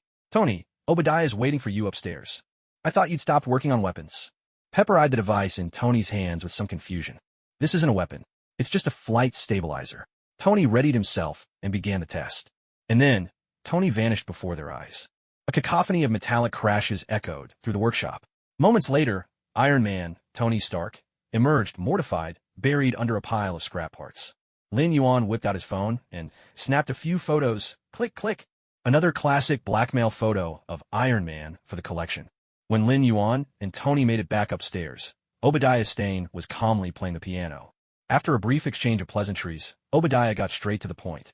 Tony, the board has called for a halt to your work. They believe you're suffering from post-traumatic stress disorder. What board meeting? Wasn't it you bald-headed schemer, who pushed for this in the first place? Lin Yuan grumbled inwardly. All this just because the stock dropped 40 points? Tony sounded incredulous. It was 56.5, Pepper interjected, stressing the correction. So what? I have controlling interest in the company. Tony was clearly agitated now. The board has the authority, Tony. They believe your new project isn't in the company's interest. You need to show them something concrete. Give me that thing. On your chest. I'll use it to convince the board. Obadiah pointed to the arc reactor at Tony's chest, acting as if he had Tony's best interests at heart. No way. That belongs to me and me alone. End of discussion. Tony refused, flat and immediate. Obadiah tried to persuade him a bit more, but Tony ignored him, turning on his heel and heading straight for the lab. Right now, all Tony wanted was to finish the suit as fast as possible. He wanted to slap those stodgy old men right in the face and remind the world that Tony Stark was still the greatest genius alive. Underground Garage Laboratory. Day 11. Test number 37. Version 2.0. Go Tony. Lin Yuan cheered him on. Jarvis, start at 1% and gradually increase. Tony instructed, bracing himself. Beams of pure white light shot from his hands and feet, and he hovered steadily in the air before landing smoothly. Great. Now bump the thrust up by 2.5%. This time, the control was much tougher. Tony zipped around the garage, nearly setting his luxury cars ablaze with the flames from his boosters. But in the end, he landed safely, another close call. Lin Yuan applauded enthusiastically from the side. This was way more thrilling than any movie. Nearby, the clumsy robotic arm tried to spray Tony with a fire extinguisher, but Tony stopped it just in time. Lin Yuan could almost sense a hint of disappointment from the robot's posture. Truth be told, Lin Yuan was a bit disappointed too. He'd hoped to see Tony get hosed down. He chuckled to himself. I can fly. Tony's face lit up with excitement. With the flight system tested, it was finally time to assemble the armor. As the final plates were fixed into place, the first true Iron Man suit, Mark II, stood complete, lacking only its iconic color. That's awesome. Bro, I want one too. Lin Yuan gazed at it, his longing so obvious it almost shone from his eyes. Cool, right? When I get around to it, I'll make you one too. Tony grinned, full of pride. Jarvis, let's get to work. Jarvis came online and began the system check. System diagnostics complete. Preparing to shut down and begin data analysis. Let's do this. Check the weather and flight control and monitor ground control traffic. Jarvis caught on instantly. Sir, we should make all the preparations before actual flight. Jarvis, sometimes you gotta run before you can walk. Ready? 3, 2, 1. With jets of fire blasting from his hands and feet, Mark II soared into its maiden flight. With a roar of flames, the Mark II shot out from the garage exit. Inside the suit, Tony shouted with excitement. Oh yeah. The exhilarating feeling of soaring freely through the air sent Tony's adrenaline surging. This was an experience like nothing he'd ever known. After circling above the city, the Mark II abruptly changed direction and rocketed toward the sky. Suddenly, Jarvis sounded an alert. Sir, something is closing in rapidly, at incredible speed. No sooner had he spoken than a magnificent bird, over 1 meter long with a wingspan exceeding 2 meters, swooped alongside Tony. Its striking form was nothing short of awe-inspiring. Bro, I'm here. Lin Yuan's voice echoed in Tony's ears. Lin. Tony was utterly stunned. Indeed, the bird was Lin Yuan himself. He could use his transformation again, and this was exactly what he had wanted to tell Tony earlier. He could fly now, and planned to visit Bunny's place. But when he'd seen Tony testing the Mark suit, curiosity got the better of him, and he'd lingered in the lab ever since. It wasn't until Tony soared off just now that Lin Yuan remembered his own news. To his delight, his flying form even came with a legendary rock's appearance, a unique skin from Bunny's world. Of course, it was just a skin. The size was comparable to a large raptor rather than a true rock. If he were as gigantic as the mythical beast, he wouldn't dare use it. Still, although he wasn't enormous, his speed was nothing to scoff at. Like now, catching up with the Mark II suit was effortless. Lin Yuan could sense that as his magical strength grew, he would fly even faster. This doggone system really is the ultimate support tool. It optimizes auxiliary skills like a dream. Lin Yuan couldn't help but marvel. For this flight form, Lin Yuan rated it 5 stars, and he looked forward to all the other forms yet to come. Tony glanced at his suit, then at the striking bird soaring beside him. Suddenly, his armor didn't seem quite so dazzling. That bird was just too cool. Jarvis, what's the flight ceiling of in-state Route 71 Blackbird reconnaissance jet? The record for fixed-wing aircraft is 85,000 feet. Records are meant to be broken. Come on, Lin, let's see who can fly higher. So what if you can turn into a bird? No way a bird beats a machine. Don't be so sure. I'm not just any bird. I'm the Rock, the legendary beast from Bunny's lore. All right, let's do this. Silver and gold streaked toward the heavens, side by side. As they climbed higher and higher, Lin Yuan started to feel a chilly nip in the air. He noticed frost forming along the Mark II's armor. Jarvis issued another alert. Sir, ice is forming on the suit's exterior. Freezing could cause critical system failure. Lin, you holding up? Tony shouted over to Lin Yuan. No sweat at all. Lin Yuan felt completely unfazed. Then let's keep going. Tony's competitive spirit flared up again.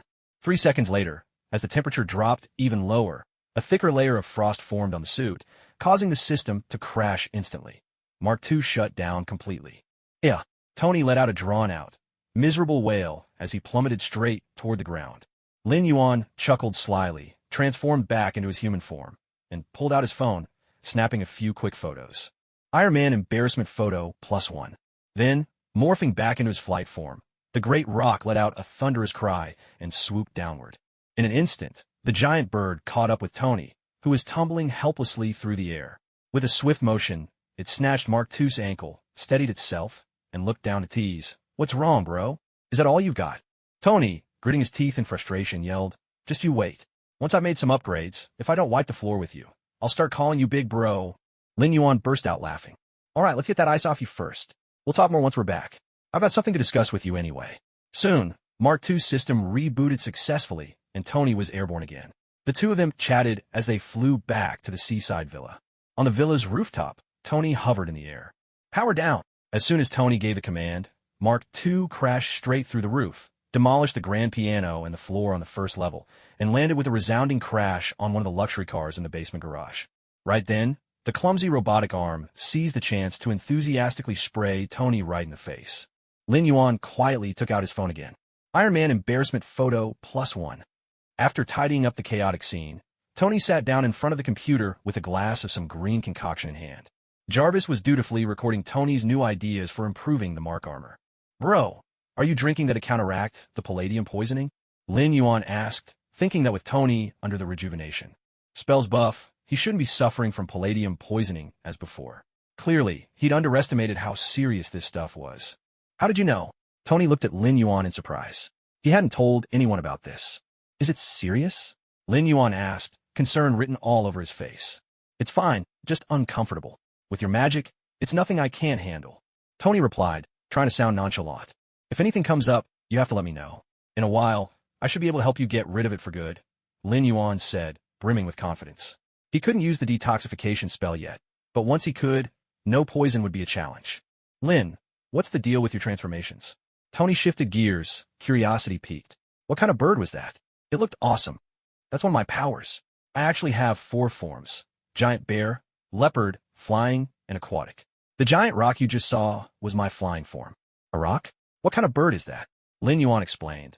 It's a mythical bird from Chinese legends, called the Kuanpeng.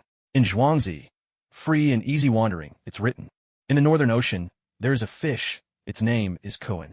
The Kuan is so vast, no one knows how many thousands of miles it stretches. It transforms into a bird, called the Peng. The Peng's back, too, is countless miles across. The Peng mentioned there is what I'm referring to. I guess my aquatic form is probably the Kuan.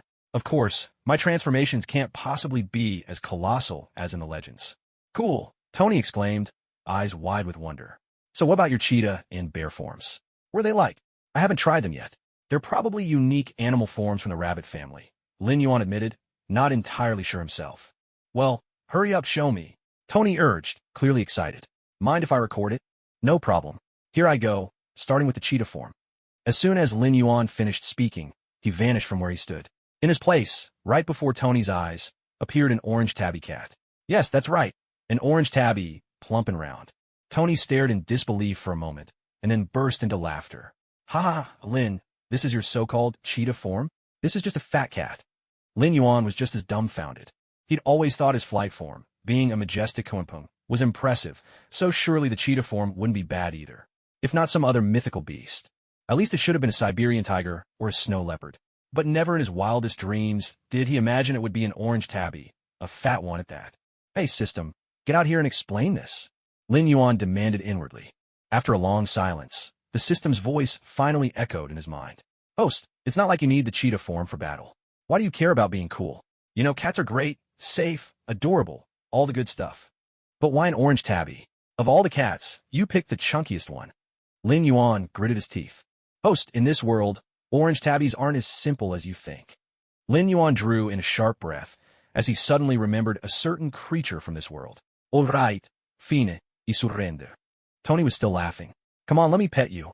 Ha ha ha. Lin Yuan shot him a glare and changed back to human form. Hey, don't be like that. I'm done laughing, okay? Honestly, that cat's actually pretty cute. Just a little chubby. Maybe bring that smirk down a notch first. You still want to see the other forms or not? Tony tried to stifle his laughter, but couldn't help himself. All right, I'll stop. Go on, show me the rest. Lin Yuan was tempted to ignore him, but Tony grabbed his arm, pleading to continue. Okay, but you better not laugh this time. With a flash of magical light, Lin Yuan transformed into his bear form. Whoa, this is awesome. Tony jumped up in delight and gave Lin Yuan a big bear hug. Jarvis faithfully projected Lin Yuan's current form as a hologram right before his eyes. A cuddly, utterly adorable giant panda. Yes, a giant panda. The legendary iron-eating beast, said to be Chiyo's mount. It was with this creature's help that Chiyu fought the Yellow Emperor.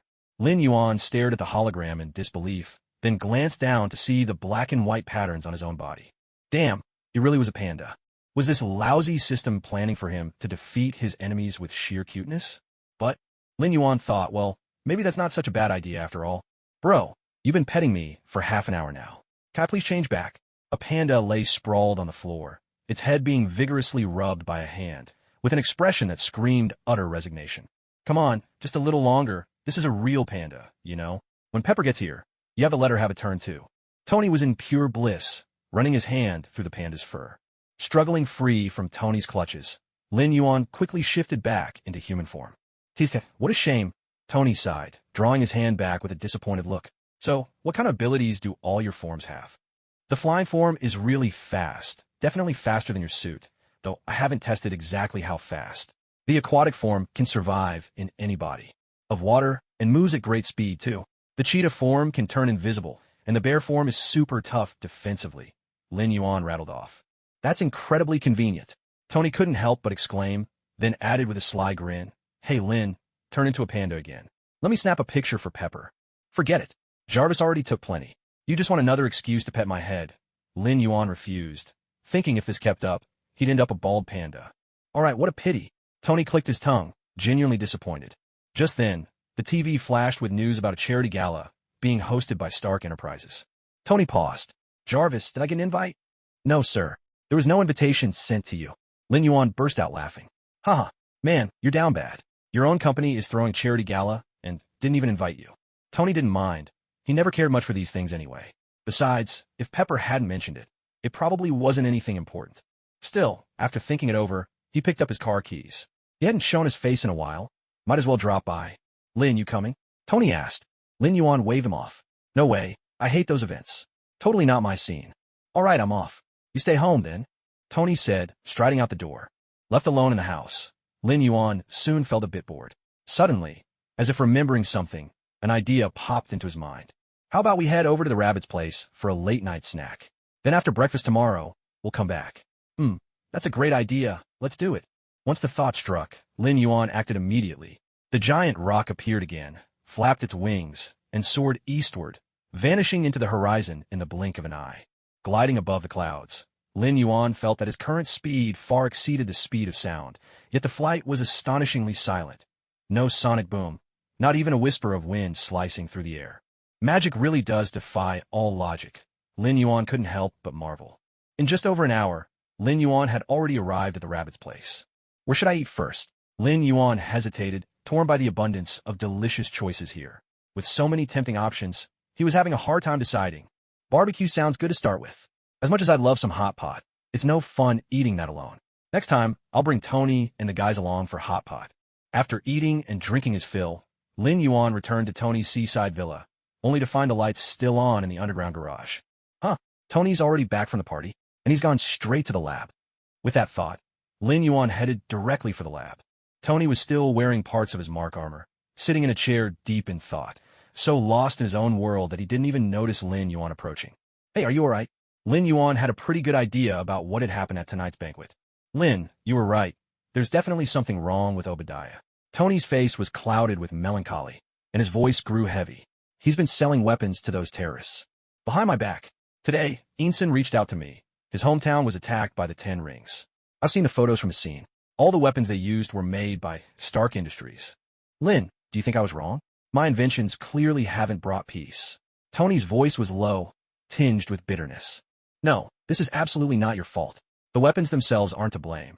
The fault lies with those who misuse them. Tony gazed at Lin Yuan quietly, his eyes reflecting a tangle of emotions. He seemed to be weighing Lin Yuan's words, searching for some comfort or justification. After a long pause, he finally spoke, his voice barely above a whisper. But if it weren't for my inventions, they wouldn't have the tools to hurt people like this. Lin Yuan shook his head, speaking with firm conviction. No, even without your weapons, those with malice in their hearts would find other ways to do harm. Your technology was meant to protect people. It was only twisted by those with evil intent. Brother, you set the bar so high for yourself. You're always pushing to do better, but sometimes things just don't turn out the way we hope. Lin Yuan gently patted Tony's shoulder, offering encouragement. Tony took a deep breath, trying to calm himself down. He glanced gratefully at Lin Yuan, then smiled and said, "Thank you, Lin. Your words really made me feel much better. Maybe I need to take another look at my own thoughts and goals." Lin Yuan nodded, smiling as he replied, "Of course. No matter where or when, I'll always be by your side to support you. You're a brilliant inventor. Your talent and wisdom will change the world. As long as you hold on to your beliefs and trust in your own abilities, everything will turn out fine. Brother, you're destined to become the greatest hero this world has ever seen. I've always believed that." "Thank you, Lin. I really do feel a lot better now." Tony gave Lin Yuan a gentle hug, then looked down at the mark armor on his arm, falling into deep thought. A moment later, he stood up. The flight stabilizer in his hand transformed into an arc pulse cannon, blasting through the glass in front of him. As the glass shattered piece by piece, his expression grew more and more resolute. "Brother, when you go to Kamara, take me with you." Lin Yuan could see Tony had made up his mind. If his inventions couldn't be used for the right cause in someone else's hands, then he would take matters into his own.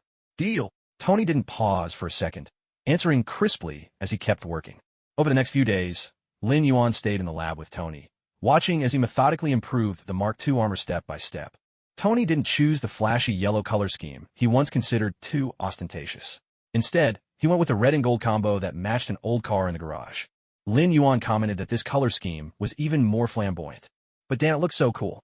Watching Tony standing on the platform, surrounded by robotic arms, smoothly helping him don a newest Iron Man suit. Mark III. Lin Yuan couldn't help but tear up at the corners of his mouth.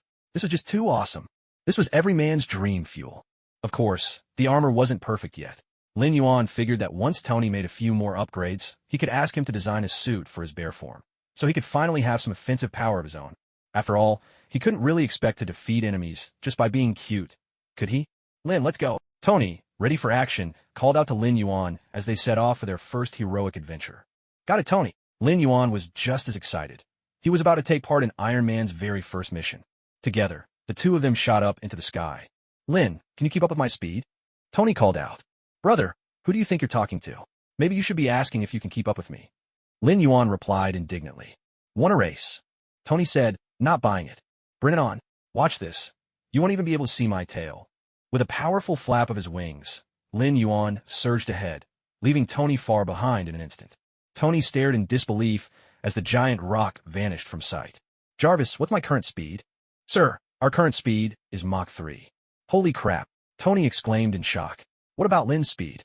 "He's going over Mach 10, sir." "What a beast." 5 minutes later, Lin Yuan, looking dejected and a bit sheepish, appeared beside Tony. It turned out he didn't know the way to Kamala Town, and in this godforsaken place, there was no cell signal, so even navigation apps were useless. "Bro, when we get back, you've got to set up some kind of navigation system for my flight mode. There's no cell service out here at all. Last time I went to Bunny's place, I never got lost," Lin Yuan complained. "No problem. That's easy to arrange." "Wait a sec. When did you go to Bunny's place?" "Oh, that day you went to the banquet. I was bored, so I went over to Bunny's for a barbecue." Tony fell silent for a moment. "Next time, invite me along." At that moment, a KB militant was about to execute a defiant villager on the spot, hoping to make an example of him. The villager's wife and children watched in despair as their husband and father was moments away from being killed. Suddenly, the boy in the woman's arms looked up in astonishment at the sky. A humanoid mech descended from above, cutting a dashing figure as it landed. The KB militant was startled by this unexpected arrival and desperately opened fire. Bullets barely scratched the armor of the Mark III suit. Calm and unhurried, Tony used his palm-mounted arc pulse cannon to sweep away the militants one by one. Then, Using the autolock function, he instantly took out the remaining KB militants who were holding hostages. Show off, but I have to admit, that was seriously cool. Lin Yuan didn't come down with Tony. He simply cast a buff on him from the sky and watched Tony steal the show. Suddenly, his eyes lit up. Oh hey, isn't that my old friend, Mr. Beard? Inside a cave, the bearded KB lieutenant was hiding behind a dirt wall, congratulating himself on surviving the chaos. Just then, a magnificent-looking giant bird appeared before his eyes, and in a blink, it transformed into a boy who seemed oddly familiar. The boy even greeted him, "Hey there." Then, before he could react, the boy turned into a huge black and white bear and gave him a mighty slap. Pain exploded in the man's face, and his body went flying several meters away. Lin Yuan smacked the bearded man clear across the cave, feeling immensely satisfied. That's for messing with my pool. If it weren't for that dog system making my starfall disappear, I'd have hit you with at least 10 meteors. Lin Yuan was about to finish him off when Tony's voice called out, "Lin, let's go. Leave this guy for the villagers to deal with. We got a base to destroy over there." Without waiting for Lin Yuan's reply, Tony spun around with style, soared into the sky, and called back, "He's all yours. Do with him as you wish." That was some flawless showing off. Lin Yuan curled his lips, transformed into a great rock, and took off in pursuit of Tony. Only the bearded man was left behind, surrounded by furious villagers, his screams ringing out in the air. Tony had just flown over the Ten Rings base and was about to make his move when a shell blasted him out of the sky, sending him crashing heavily to the ground. When he got back up, the Mark III armor was covered in dust and grime. He looked utterly disheveled. Lin Yuan laughed, so hard his stomach hurt. "Thought you nailed it, huh? That's what you get for showing off." He quickly pulled out his phone and snapped a few pictures. Another embarrassing shot of Iron Man collected. Tony shot his brother a resentful look, then raised his arm and fired a small rocket, blowing up the tank that had shot him down. Without so much as a glance at the explosion behind him, he braced against the rain of extremist gunfire, soared into the air, and unleashed an enhanced repulsor blast, detonating the base's ammunition. Without bothering to acknowledge Lin Yuan, he flew straight away. Lin Yuan couldn't help but find it funny. He knew Tony wasn't hurt. In fact, the Mark III's defenses were top-notch, and with Lin Yuan's buff, it was nearly impossible for him to get injured. He guessed Tony felt embarrassed for losing face in front of him. Bro, this is just the beginning. Wait till I put together an Iron Man blooper exhibition. Then you'll really feel the love from your little brother. Ha ha. Lin Yuan grinned mischievously, transformed back into a great rock, and headed for home. 5 minutes later, Lin Yuan was dumbfounded. He couldn't find his way back, and to make matters worse, there was no cell signal in this wretched place. Left with no choice, Lin Yuan picked a random direction and kept flying, hoping to get a signal so he could check his location. As he flew on, Lin Yuan started to get a strange feeling. The mountain ahead looked awfully tall. I don't remember seeing a mountain this high on the way here. Wait, is that a temple over there? He flew toward the buildings on the mountain, and as he drew closer, Lin Yuan could see clearly. It was indeed a temple, with a crowd of people moving in unison on the square out front. So many people. What temple is this? Oh crap, wait, is that the bald one? How did I end up here? Lin Yuan nearly panicked, fighting the urge to turn tail and flee. Inside the temple, a bald woman looked up in his direction. Oh no, is she looking at me? I can't run. Just act like an ordinary bird flying by. She won't notice anything. Lin Yuan kept trying to reassure himself, braced himself, and flew straight over the temple, then sped away as fast as he could. Hopefully she didn't notice. Phew, thank goodness. Now's definitely not the time to cross paths with her. Lin Yuan let out a sigh of relief, now certain of his bearings. Back in the temple, the bald woman watched the departing rock, a mysterious smile playing at her lips. Finally back at the villa, Lin Yuan breathed a sigh of relief. Phew, finally back. I am exhausted. Jarvis, is Tony home yet? Yes, sir. Mr. Stark is in the lab. Lin Yuan made his way down to the underground lab, where Tony was busy with something. Hey, I'm back, Lin Yuan called out. Why are you so late? I got lost, obviously. You really need to add navigation to my flying mode, something that connects to satellites. That can wait. I need a favor first. I asked Pepper to help me gather evidence against Obadiah. Could you go and protect her? I remember your cheetah form can turn invisible. Why are you sending her? It's too dangerous. I should go instead. But you have no idea where any of this stuff is. Pepper does. Oh, right. When is she going? She'll be in the next couple of days. Just stick close to her during that time. Got it. Mission accepted.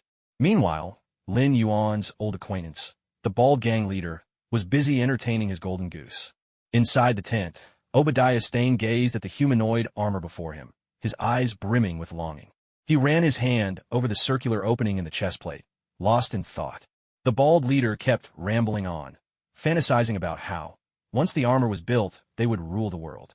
But that was the end of his dreams.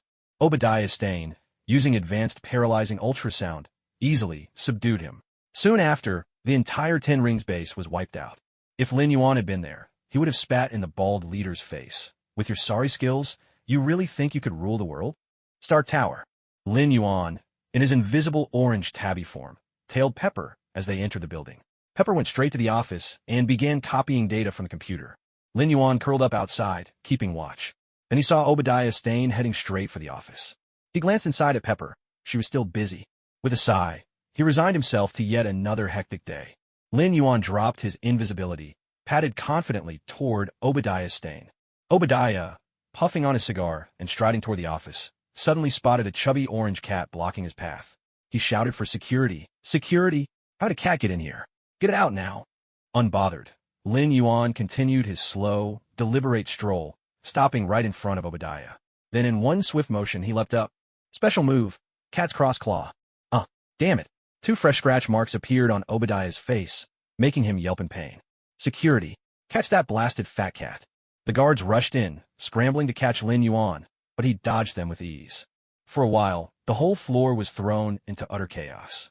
Inside the office, Pepper Potts finally finished copying the evidence of Obadiah Stane's crimes.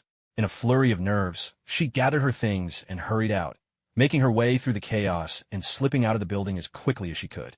Lin Yuan watched as Pepper made her escape, skillfully evading a few security guards who tried to catch her. He darted into an empty corner, vanished into invisibility, and left behind a group of bewildered guards and a furious, cursing Obadiah Stane. Obadiah, grumbling as he returned to his office, quickly noticed that someone had tampered with his computer. Ever the cautious man, he immediately began checking the security footage. On the monitor, Pepper's image appeared before his eyes. He watched as she left the office in haste, descended the stairs, and then departed alongside a man who looked like a government official waiting.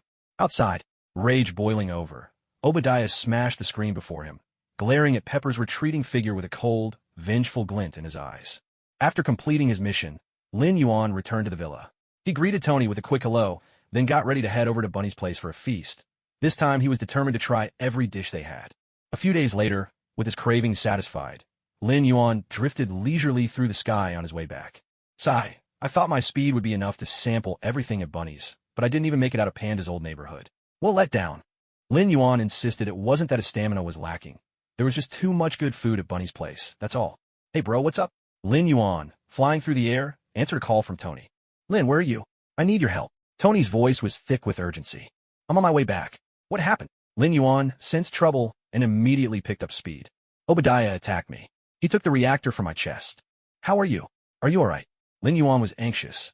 He had thought that with his help, Pepper wouldn't be caught by Obadiah, and that it would buy Tony some time. He never expected that he had underestimated the bald man's cunning. I'm Fina. Just when I thought I was dying, suddenly this surge of energy rushed through me and restored my strength. That's how I managed to grab the original arc reactor Pepper kept safe for me. Was that your doing, Lin? Tony's voice trembled with relief at his brush with death. I'm glad you're all right. That was a spell I cast on you earlier. It's designed to save you when you're on the brink. Only then did Lin Yuan recall the nurturing magic he'd cast on Tony before, and he let out a sigh of relief. Lin, you saved my life again. Tony was full of gratitude. No need for thanks between brothers. What do you need me to do now? Oh right. Pepper has taken a team to confront Obadiah. I need you to help stall him for a moment. I'll be there as soon as I can. Tony's voice was once again edged with urgency. Don't worry, I'll be there in no time. Pepper will be fine, Lin Yuan assured him. After hanging up, Lin Yuan picked up speed, streaking across the night sky like a trail of golden lightning. At the entrance to Star Tower, Pepper was leading several agents into the building, ready to apprehend Obadiah Stane. But they had barely made it inside when a violent explosion erupted from the basement. Pepper came dashing out of the building in a panic, fumbling for her phone to call Tony. Before she could dial, the ground in front of her split open, and a massive suit of iron armor burst up. Obadiah Stane himself at the controls of the Ironmonger. Wearing a twisted grin, Obadiah raised his arm, preparing to finish Pepper off. Suddenly, the sharp cry of an eagle echoed overhead, and a streak of golden lightning flashed before Ironmonger's eyes. In an instant, Pepper vanished from where she stood.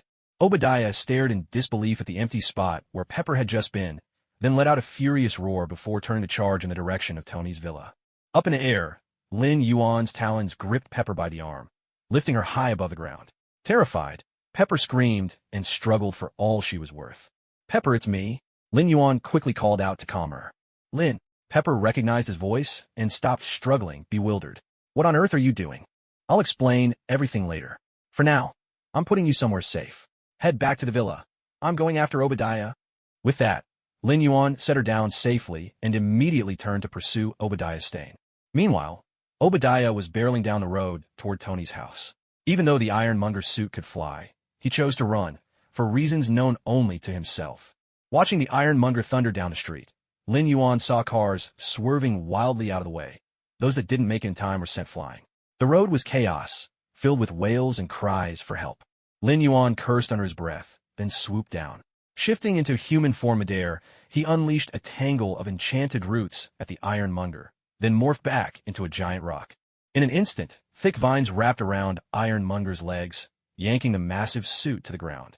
It crashed down face first with a thunderous impact. Struggling to his feet, Obadiah stared in confusion at the vines coiled around Ironmonger's legs. "What is this? Where did those vines come from?" 10 seconds later, the spell faded and the vines vanished. Obadiah looked down at his now free legs, completely baffled. "Who am I? Where am I? And what just happened?" He stood there, dazed for a moment, but then Ironmonger lumbered forward once more. It was just a minor hiccup, nothing that could slow him down. Lin Yuan let out a heavy sigh. After all, his flying form wasn't meant for combat. It couldn't possibly hold back Ironmonger's advance. No choice. I'll have to bring out the national treasure. Hopefully this bald brute has a soft spot for cats. In the blink of an eye, the rock appeared before Ironmonger, then instantly transformed into an endearing panda.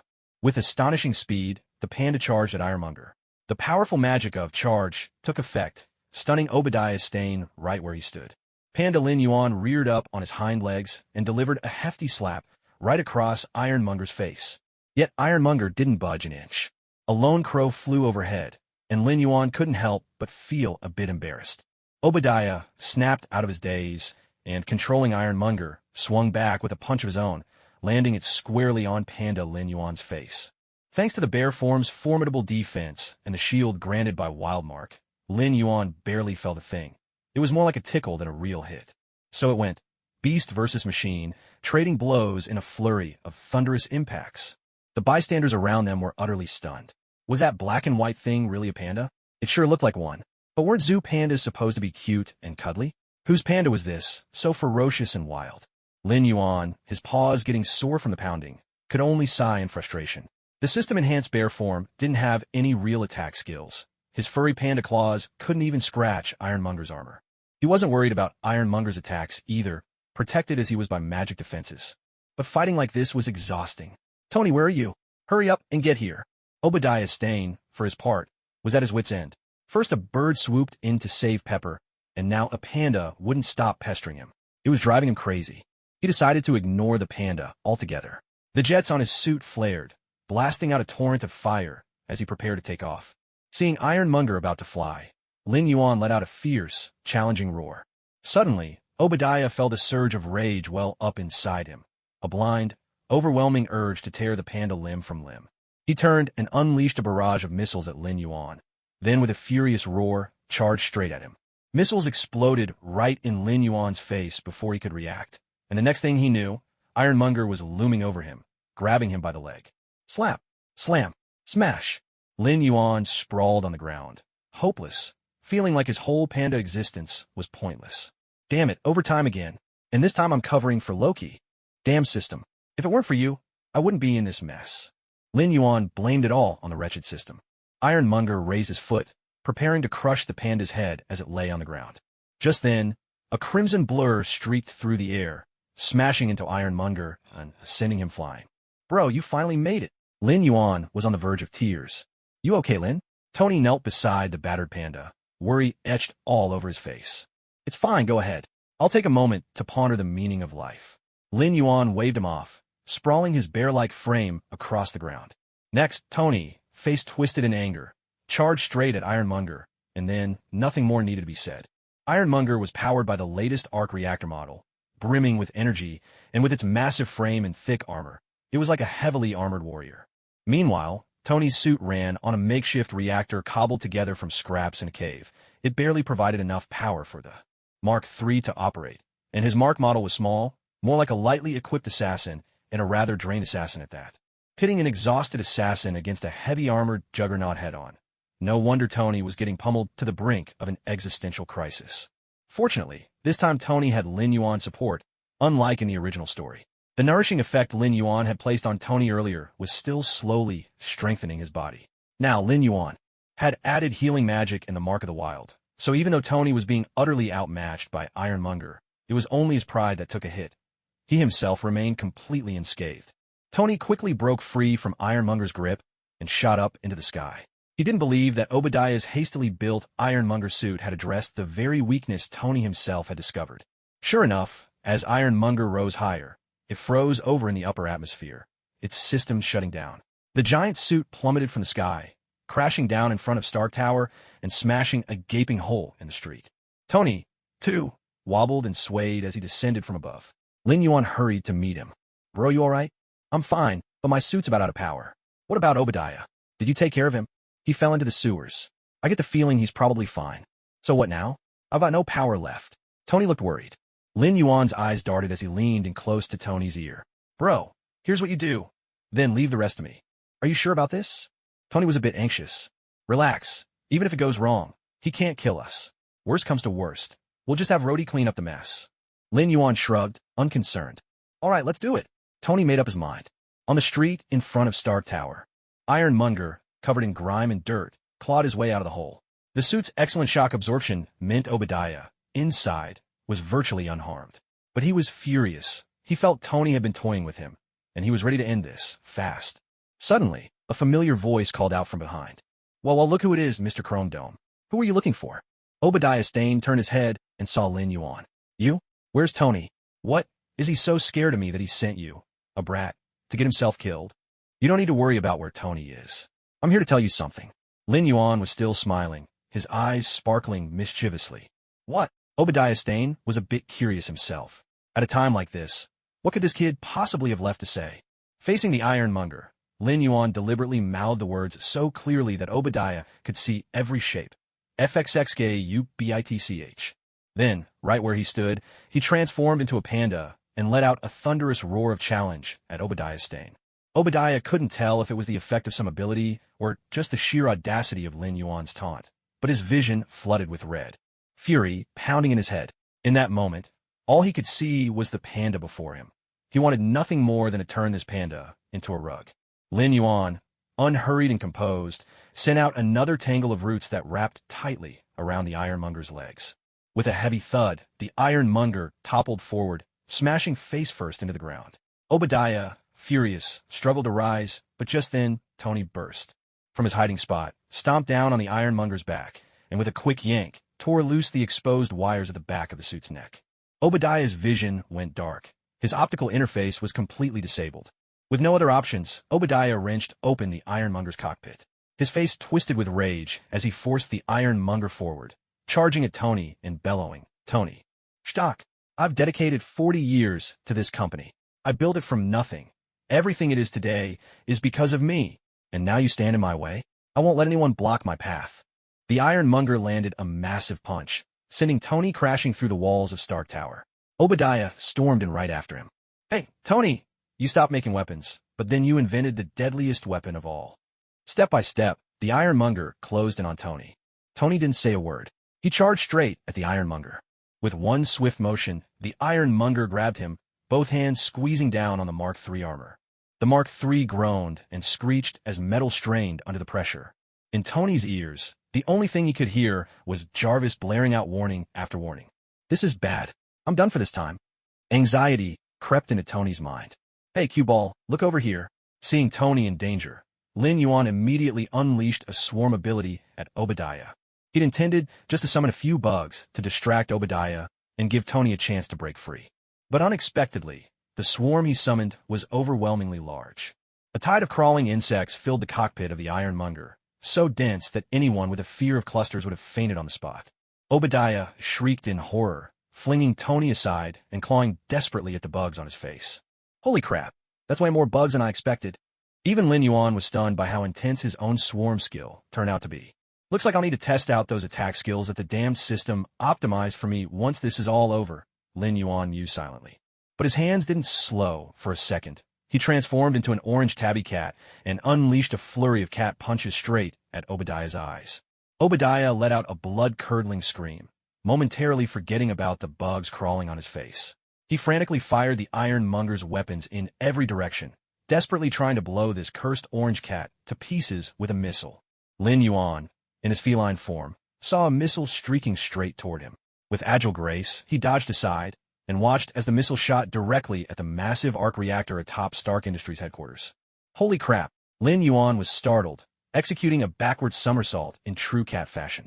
Mid-air, he morphed into a giant rock, bursting out through the doors. Outside, the great bird swooped down and snatched up Tony, who had just reached the entrance and was about to rush inside, carrying him far from the building at breakneck speed. Behind them, a thunderous explosion erupted.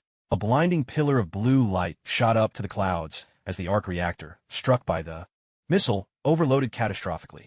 The unleashed energy swallowed the entire building, tearing an enormous hole in the sky itself.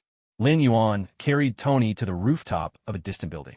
Both stared at the blue column of light, Tony wordless, lost in thought. In the distance, police cars, late as ever, raced us around the ruins of Stark Industries. Let's head home first, bro. Lin Yuan patted Tony's shoulder. Pepper's waiting for you. At those words, a faint smile crept onto Tony's face. Yeah, let's go home first. We'll talk there. At the seaside villa, Pepper paced anxiously across the living room, unable to sit still, repeatedly asking Jarvis for news. Ms. Potts, Mr. Stark has returned. He's in the lab now. Jarvis's voice suddenly chimed in. Relief brightened Pepper's face, and she dashed straight for the lab. When she saw the battered, almost unrecognizable Mark III armor, her eyes filled with tears. With the robotic arm's help, Tony finally managed to peel off the twisted suit. He'd barely stepped off the platform when a waft of familiar perfume washed over him. Completely ignoring Lin Yuan's presence, Pepper threw herself into Tony's arms, running her hands all over him, checking for injuries. Are you okay? Did you get hurt? You scare me to death, Tony. Pepper choked out, her voice trembling. Tony gently hugged her back. I'm fine. Don't worry. Their eyes met. The air between them thickened with unspoken words. Their faces drew closer and closer. Lin Yuan, watching them shamelessly flaunt their affection, cleared his throat loudly. Ahem. Guys, there's still a minor present, you know. Startled, Pepper finally noticed Lin Yuan standing nearby. She quickly let go of Tony, cheeks flushing as she greeted him. Tony shot Lin Yuan a disgruntled look, but then, as if struck by a sudden thought, a sly smile appeared on his face. Lin, how old are you this year? Lin Yuan, puzzled by Tony's sudden change in demeanor, answered, Why do you ask? I am 16. Oh, 16 already? Tony suddenly flashed a sly grin, then turned to Pepper and said, Pepper, tomorrow, help me get in touch with the best high school. 16 years old. How can he not be in school? Pepper was taken aback for a moment, then she smiled too. All right, boss. No way. Bro, how could you do this to me? I treat you like my own brother, and now you're sending me off to school? Lin Yuan was dumbfounded. He never imagined Tony could be this ruthless. Kids have to go to school. It keeps them from running around, poking their noses where they shouldn't. Tony finished, ignoring Lin Yuan's wails behind him, and left the lab with Pepper. Lin Yuan was left alone, his whole outlook shaken by his brother's little act of revenge. In the days that followed, the epic clash between Iron Giant and Panda, and then Iron Man versus Iron Giant, caused an absolute sensation. The explosion at Stark Enterprises Tower was headline news. Any one of these events had the media swarming like sharks. To calm things down, Stark Enterprises announced a press conference, with Tony Stark himself stepping up to set the record straight. At the press conference, Colonel Rhodes was emphasizing that everything was just an accident, a simple prototype robot malfunction that triggered the arc reactor explosion.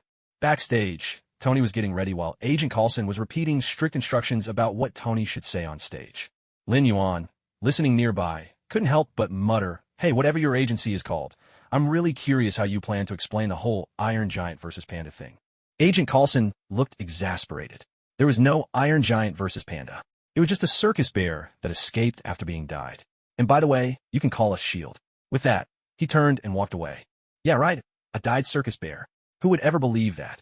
Lin Yuan grumbled to himself. Watching Coulson's retreating back, a wicked smile crept onto his face. Agent Coulson, I hope your hairline can hang on a little longer. Mwaha. Out on stage, Coulson suddenly felt a chill across his scalp. Sure enough, after a heap of empty official talk at the press conference, Tony finally dropped the bombshell that stunned the world. I am Iron Man. Backstage, Lin Yuan watched Tony bask in glory and burst out laughing. Now that's Tony Stark. That's the spirit, I knew it. On stage, Rhodey stared at Tony in disbelief. Seriously? You just made everything I said sound like total nonsense.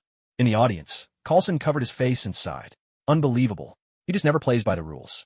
My poor hairline. When Tony returned backstage, Lin Yuan gave him a big thumbs up. Bro, you nailed it. Tony just smiled. You'll be starting school soon. Pepper's already made the arrangements. If you hadn't brought that up, we'd still be good brothers. Lin Yuan protested. That evening, when Lin Yuan and Tony returned to the villa and pushed open the door, the first thing they saw was a person standing by the floor-to-ceiling windows. Without missing a beat, Lin Yuan unleashed his moonfire spell. A blinding shaft of moonlight shot down from above, enveloping the bald figure lurking in the shadows. Caught off guard, the bald head let out a pained yelp. Damn it, my titanium-plated eyeballs are blinded. Lin Yuan was momentarily stunned. Of course, he knew who it was in the dark. Who else could have such a bizarre hobby, except that black-shelled egghead? He'd actually been wanting to test out these magically modified attack skills, and this moonfire spell had genuinely surprised him. It was practically a perfect flashbang substitute. Not bad, not bad. Another skill I can actually use, Lin Yuan mused, thinking maybe this dog system wasn't entirely useless. A few minutes later, when Egghead's vision finally returned, he looked at Lin Yuan with a wounded expression. Do you have any idea how frustrating it is to get interrupted while making a dramatic entrance? Lin Yuan didn't even bother to respond. Tony cut straight to the point. Who are you? Nick Fury collected himself, then turned to Tony and said, I'm Nick Fury, Director of S.H.I.E.L.D. I'm here to invite you to join the Avengers. And you too, Lin Yuan. I want you on the team as well. No way. Tony shot back before Lin Yuan could say a word. Why not? Nick Fury didn't seem surprised, but he still asked. He's underage. He still has to go to school. Tony pointed at Lin Yuan. Egghead sighed. Well, can't argue with that. Lin Yuan groaned. Bro, I really don't want to go to school. The next morning, Pepper Potts came looking for Lin Yuan, bursting with excitement. Bleary-eyed and half awake, Lin Yuan was still rubbing his eyes in confusion as Pepper dragged him out of bed. Pepper, what are you doing here at the crack of dawn? Lin Yuan's tone was full of grievance. Pepper completely ignored his protest, her face alight with excitement. Lin, quick, I want to see the panda. Lin Yuan was speechless. Pepper, where would I get a panda? He was determined not to admit it, otherwise he'd never have a peaceful moment again. Hurry up, Tony already told me. You could turn into a panda, and you can even become a fat cat. Pepper gave him a look that said there was no way he could fool her. Damn you, Tony. Just wait. I'm posting all your embarrassing photos on my moments. Lin Yuan muttered through gritted teeth, plotting revenge for Tony's betrayal. Then, trying to smooth things over, he explained to Pepper with a fawning smile. Pepper, don't listen to my brother's nonsense. How could a person turn into a panda? Tony must have had too much to drink. Pepper gave him a look that said, Do you really take me for a fool? She retorted, If people can't turn into pandas, do you expect me to believe you can turn into a giant bird?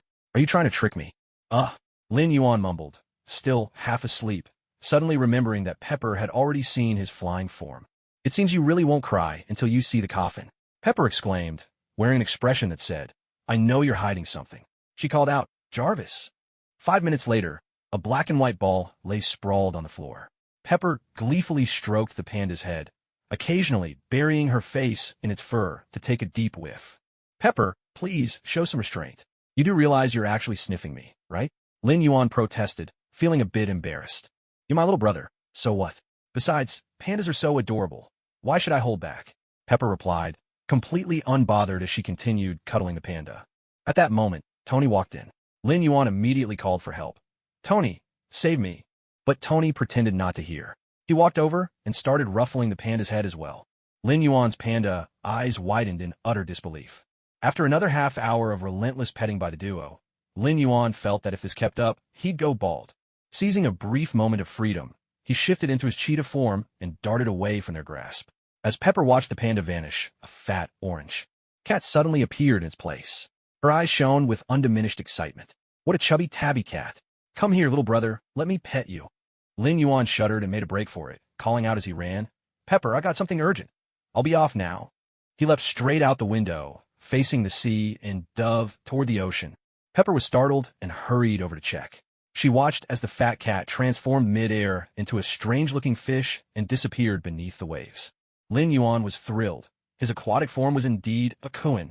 In an instant, Lin Yuan the koan vanished beneath the surface, then burst out of the water as a mighty rock.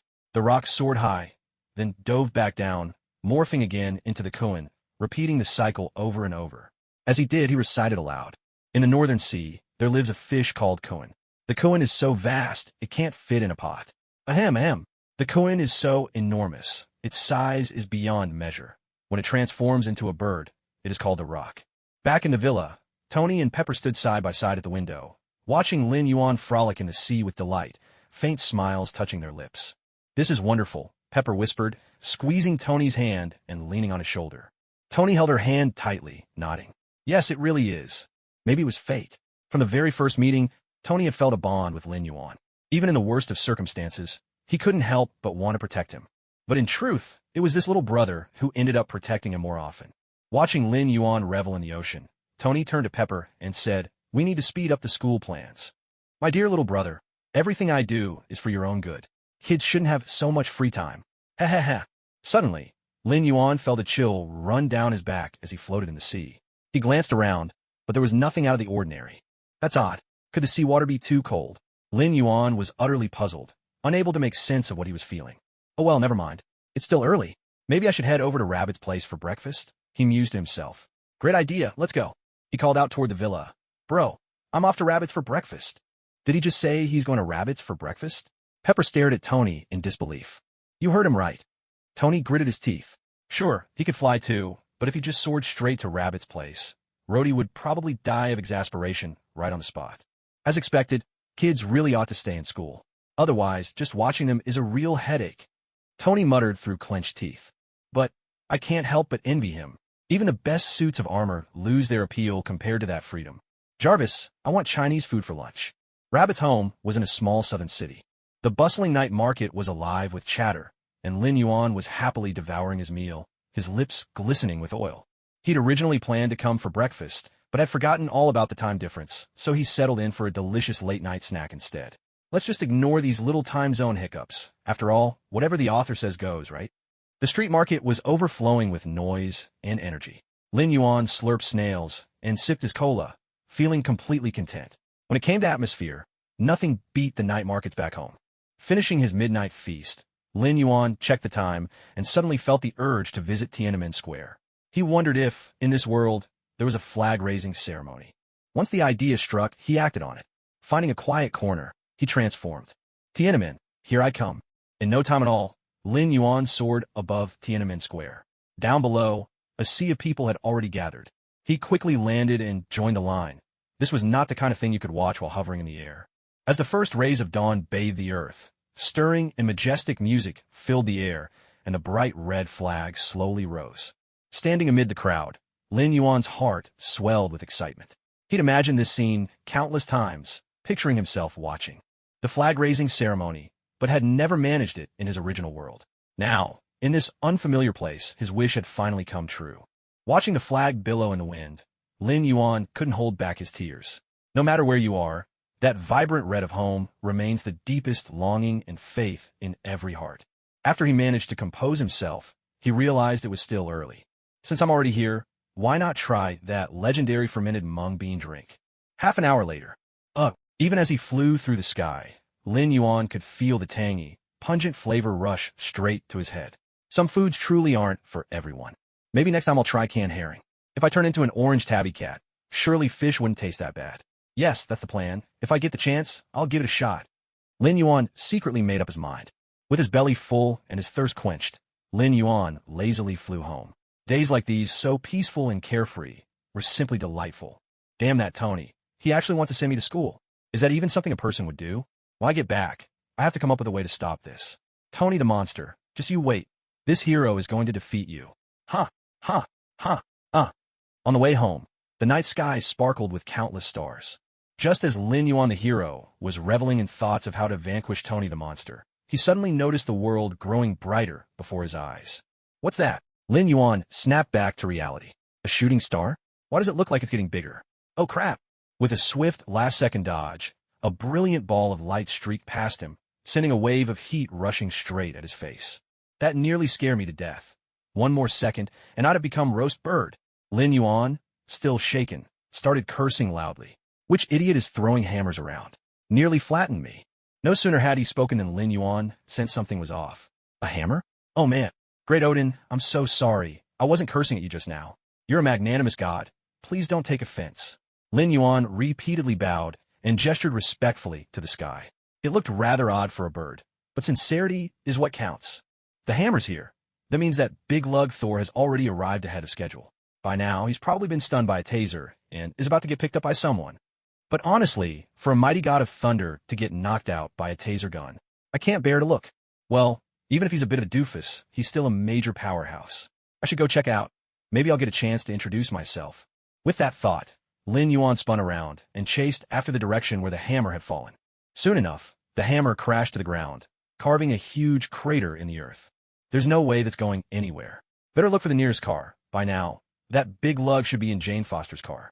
It didn't take Lin Yuan long to spot a car speeding away in the distance. That must be the one. I'll follow and see what happens. Trailing Jane Foster's car, he watched as the three of them took Thor to the hospital. Lin Yuan transformed into an orange tabby cat, turned invisible, and slipped inside with them. He watched Thor wake up, watched him struggle, and watched as a nurse jabbed a tranquilizer right into his backside. With a wicked grin on his orange tabby face, Lin Yuan whipped out his phone. One more embarrassing photo of the god of thunder. The next day, after finally escaping, Thor got knocked over by Jane Foster's car all over again. Lin Yuan saw his chance, dashed over, and squatted beside Thor, meowing pitifully. Jane Foster, startled and pale with shock at having hit someone, hurried out of the car to check. She found that it was the same big guy from yesterday, this time with a chubby cat by his side. The three of them scrambled to get Thor into the car. Jane Foster turned back and scooped up Lin Yuan, the orange tabby. Wow, you're heavy. This cat is really chubby. Is my chubbiness eating up your food? Besides, it's not even my fault I'm fat. It's the dog system that designed this body. What can I do? Lin Yuan grumbled inwardly. Still, being held in the arms of a beautiful woman, he decided to let it slide. Back in the car, after giving Thor a quick check, the three discovered that the big guy was just weak from hunger. Relieved, Jane decided to buy him a meal. After all, she'd hit him twice already and felt pretty guilty about it. Inside a small shop in town, watching Thor wolf down his food, Lin Yuan the orange tabby let out a silent sigh. The mighty son of Odin, future king of Asgard, fainting from hunger? I can't bear to look. Honestly, I just can't. Jane Foster was equally intrigued by this big guy who looked like a vagrant. He might dress like one, but there was something special in his bearing, definitely not the kind of aura you'd find in an ordinary homeless man. And he kept claiming to be a god, which made him seem a bit crazy. Still, she couldn't help but notice. His physique was incredible. Jane's thoughts drifted back to when Thor had changed clothes earlier, and her imagination started to run wild. Absent-mindedly, she began to ruffle Lin Yuan's furry head as she held him. Lin Yuan was speechless and could only let out a soft meow to remind Jane of his presence. Jane snapped back to reality and apologized quickly. Sorry, kitty. Did I hurt you?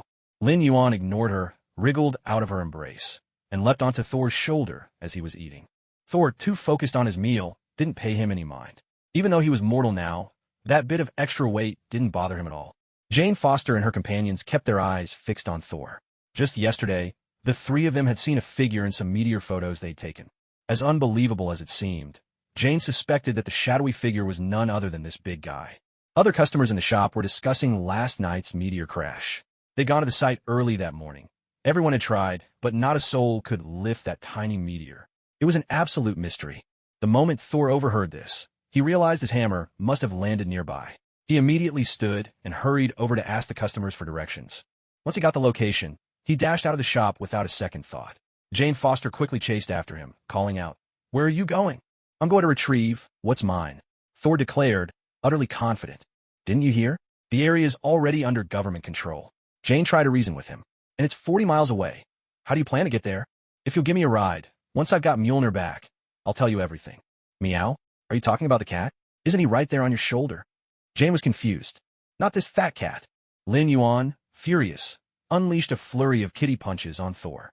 Standing nearby, Professor Eric Selvig watched Thor muttering to himself. He quickly pulled Jane away, certain that this man was out of his mind. After all, what sane person would claim to be the god of thunder and say he hailed from the legendary Asgard? As Jane was persuaded to leave by the professor, Thor kept his gaze fixed on her retreating figure, his expression full of interest. She's long gone, and you're still watching. Aren't you going to fetch your hammer? A strange voice sounded right beside his ear, startling Thor so much that he jolted and flung the ginger cat off his shoulder. Lin Yuan landed lightly on the ground, glaring at Thor with clear annoyance. What's with you? Getting all jumpy. Aren't you supposed to be the mighty god of thunder? Why are you so skittish? Thor retorted stubbornly. Of course I'm not afraid. I'm Thor. How could I possibly be scared? It's just that you suddenly whispered in my ear. Anyone would jump? Okay. You just won't admit it. Anyway, let's get acquainted. I'm Lin Yuan, a druid. With a nimble leap, Lin Yuan hopped back onto Thor's shoulder and stretched out a paw in front of Thor's face. Thor, completely baffled, awkwardly reached out to shake the cat's paw. Hello, I'm Thor. Lin, can I call you Lin? I'm curious. What exactly is a druid? Is it the name of a fat cat? Lin Yuan's face darkened. He raised his paw and smacked a plum blossom mark right onto Thor's cheek. A druid is a profession. This ginger cat is just one of my abilities. And for the record, I'm not fat. I'm just a little fluffy. Didn't you notice how light on my feet I am? Thor burst out laughing, hearty and unrestrained. So what do you really look like then? Of course I'm human. It's just not convenient for me to change back right now. I'll show you when there's nobody around. All right, I look forward to it. So Lin, I'm heading off to get my hammer. Want to come along? Thor gave the cat's head a friendly pat as he asked. Lin Yuan, annoyed, swatted Thor's hand away. If you're not a pretty girl, keep your hands to yourself. Of course I'm coming. I wouldn't miss out on something this exciting. But tell me, how exactly do you plan to get there? Obviously, I'll go buy a horse. Thor replied, as if it were the most natural thing in the world. Knew it. Lin Yuan covered his face with a paw. Come on, big guy. Don't you ever pay attention to what's happening on the planets you're supposed to rule? If you'd bother to look around, you'd know people stopped riding horses ages ago. Still stubborn, Thor insisted. I don't need to worry about those things. I just need to fight. Lin Yuan was speechless. No wonder your brother runs circles around you. There's nothing in that head of yours but muscle. Oh, mighty Odin, I can finally understand how you feel. Having an heir like this must be exhausting. No horses for sale? Thor scratched his head, looking utterly clueless. Then I guess I'll just run there. Sigh, let's just find somewhere quiet so I can change back and help you rent a car. Lin Yuan was at his wit's end. Couldn't this big lug use his brain for once? Before they could take a few steps, a car pulled up with a cheerful beep. Jane rolled down the window. Hey, need a ride? Thor's face lit up with delight. Lin Yuan leaned in and teased quietly. Looks like this girl is pretty interested in you. Of course she is. I'm Thor, the god of thunder. Thor replied, brimming with pride. The car headed toward the spot where the hammer had fallen. Jane seemed a bit tense. She had never driven alone with a strange man before. I've never done anything like this, she admitted. Thor's curiosity was piqued. That's pretty brave of you. It took all my research. I've got nothing left to lose, Jane said, her anger simmering just beneath the surface. But you're smart. Smarter than anyone in this whole kingdom, Thor declared with conviction. Lin Yuan could only roll his eyes. Thor, do you even hear yourself? Are you trying to make small talk, or just being awkward? She just said her work was stolen, and you compliment her intelligence? What's your logic? Do you really think that's how you get a girl's attention? Do I seriously have to teach you? Surprisingly, Jane didn't seem to mind. She was more intrigued by Thor's mention of a kingdom than bothered by his clumsy words. Lin Yuan was speechless. Clearly, he'd underestimated her. Maybe there really was a reason these two oddballs ended up together. The two chatted happily, occasionally sneaking glances at each other. So who are you really? Jane asked, her curiosity getting the better of her. You'll find out soon enough, the big guy replied, a little mysteriously. Jane turned to glare at Thor, a hint of frustration in her voice. You promised you'd tell me. Lin Yuan, watching from the back seat, felt his fur stand on end. Lady, you're driving. Eyes on the road. Talk all you want, but why do you keep staring at him? Oh, please let me out. I'd rather run there myself. Thor didn't seem the least bit bothered, grinning as he said, I know you're looking for a bridge. Jane perked up instantly. You mean an Einstein-Rosen bridge? That's right. We call it the Bifrost. Oh my God, I hope you're not crazy. By the time they reached the hammer's crash site, night had fallen. The entire crater was surrounded, and a tightly guarded, makeshift research base stood there, bright lights illuminating the scene. The two humans and one cat stared at the bustling base. Jane couldn't help but curse under her breath. There's no way this was just a satellite incident. They're not even removing the wreckage. They've built a whole base. None of this makes sense. Thor gallantly took off his jacket and draped it over Jane's shoulders, saying gently, Stay here. I'm going in to get my things. How are you going to manage that? Didn't you see all the guards? Jane shot back, starting to think he was truly out of his mind. I'll fly straight out once I have it in hand. Lynn, stay here with Jane. Lynn, where'd he go? Never mind. Jane, I'm going in. With full confidence, Thor strode toward the base. Jane stood behind, watching him go as if she were looking at a fool heading off to his doom. At that moment, heavy clouds covered the sky, lightning flashed and thunder roared, and in no time, rain poured down in torrents. As Thor drew closer to Mjolnir, the hammer seemed to sense its master's approach, sending out waves of energy that disrupted every device in the base. Thor slipped into the base with practiced stealth. As a veteran of countless wars, infiltration was second nature to him. Unfortunately, he hadn't anticipated just how advanced Earth's technology had become. Soon, alarms blared throughout the base, and every guard began closing in on Thor's position. Thor, undeterred, charged ahead recklessly. Chaos erupted across the base. Coulson, gripping his radio, called for a status update from Hawkeye. Hawkeye stood high above in the lift basket, bow drawn and arrow nocked, aiming squarely at Thor. Do you want me to take the shot, sir? I think you'd better find out who he is before you give that order. Coulson was about to answer Hawkeye when a voice startled him at his ear, followed by a sudden weight on his shoulder. He turned to see a fat cat perched there. Lynn, what are you doing here? And what do you mean by find out who he is? Don't rush. Let's watch for a bit. Just make sure they don't use lethal weapons, Lin Yuan replied, stretching lazily. He wasn't surprised that S.H.I.E.L.D. had uncovered his feline form. Knowing their style, they'd probably already uncovered every secret he had. Not that it mattered. After all, he was here to cozy up to the big players. Through the radio, Hawkeye was still awaiting confirmation for the shot. Coulson hurriedly countermanded, Barton, do not engage. We want him alive. Thor, blissfully unaware that a drawn bow was aimed at him from above, not that he'd have cared even if he knew, was focused solely on the hammer. Mjolnir stood within arm's reach, and Thor could barely contain his excitement. He was moments away from showing off in front of Jane. What a triumph. He reached out, and with a flourish, tried to lift it. Thor was stunned. Nothing happened. He grasped the handle with both hands, summoning every ounce of strength. In that moment, he understood. He was no longer worthy of wielding Mjolnir. In the pouring rain, Thor threw back his head and let out a howl of despair, utterly crushed. Perched on Coulson's shoulder, Lin Yuan watched it all, his tail whipping gleefully against Coulson's head. As Thor fell to his knees in defeat, Lin Yuan could almost hear a tragic soundtrack playing above him. Snowflakes drift and the north wind howls. Thor offered no resistance as he was led to the base's interrogation room. Coulson and Lin Yuan stood outside, watching him through the glass. Coulson asked Lin Yuan, "Who is he? That guy's skills are far from ordinary. Are you familiar with Norse mythology?" Lin Yuan replied, "I am, but why are you bringing that up?" Coulson was puzzled by Lin Yuan's question. That hammer is none other than the legendary Mjolnir, the hammer of Thor, and its owner is the man sitting inside with his head down. Does that make things clearer? Lin Yuan pointed to Thor, who was slumped over inside the room. You mean he's Thor, the god of thunder? That's impossible, Coulson exclaimed in disbelief. Why would it be impossible?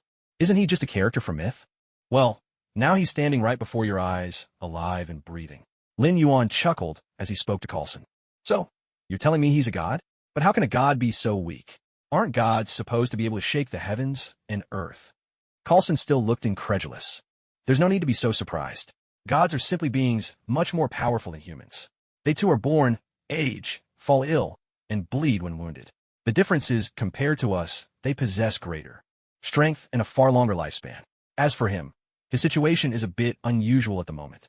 Normally, he's incredibly strong. None of you here would be able to stop him. Lin Yuan explained patiently. Then why is Thor on Earth in the first place? Coulson asked. Well, that's a long story. To put it simply, it's a case of a wealthy father who thought his son was too unruly, so he cut off his credit cards and sent him out into the world to learn some independence. Earlier, if Barton had actually released that arrow in his hand, well, I can't say for sure if it would have killed Thor, but if by some chance it had, I don't know what would become of Earth, but S.H.I.E.L.D. would definitely be finished. Lin Yuan patted Coulson on the shoulder with a mischievous grin. A chill ran up Coulson's spine. So, what should we do with him next? Coulson asked. Just let things take their course. Soon, someone will request to take him out. When that happens, just go with the flow, Lin Yuan replied. No sooner had he finished speaking than he noticed a figure appear in front of Thor inside the interrogation room. Loki? That schemer's here. Ah, of course, he's come to trick that big oaf, Lin Yuan muttered, glancing at Coulson and realizing he hadn't noticed the new arrival at all. Watching Thor's face shift from surprise to shock, and finally to a look of utter despair and defeat, Lin Yuan couldn't help but find it amusing. Was this guy really so gullible? Was his head full of nothing but air? Shaking his head, Lin Yuan decided not to intervene for now. Better to let the big guy learn a hard lesson first. Ugh, what's there for him to gripe about? He just landed on Earth and bumped into Jane, a stunning beauty. She saved him, gave him clothes to wear, food to eat, and even a place to stay. Worst of all, Jane actually became his girlfriend in the end. How's that fair? Every time Lin Yuan thought about this, he felt both frustrated and envious. His teeth practically ached with jealousy. Why was it that when he traveled to another world, he ended up in a desert, nearly dying because of that rotten system, then got bombed by a missile, kidnapped, and barely scraped by? Sure, life was good now, but compared to Thor's luck, Lin Yuan felt like banging his head against the wall. When will I ever have a beautiful woman treat me like that? Lin Yuan looked up with a cat's plaintive sigh. Oh wait, I'm still underage. Guess that settles it. After a while, a subordinate came in to report that someone had arrived to take Thor away. Lin Yuan glanced over, while another familiar bald head. The bald man glanced at the fat cat perched on Coulson's shoulder, clearly puzzled as to why his superior suddenly had such a companion. He'd never seen it before. Coulson gave a brief response and followed the visitor outside. Lin Yuan watched as Professor Eric Selvig appeared, then listened as the professor tried, rather awkwardly, to explain to Thor why he'd broken into the base.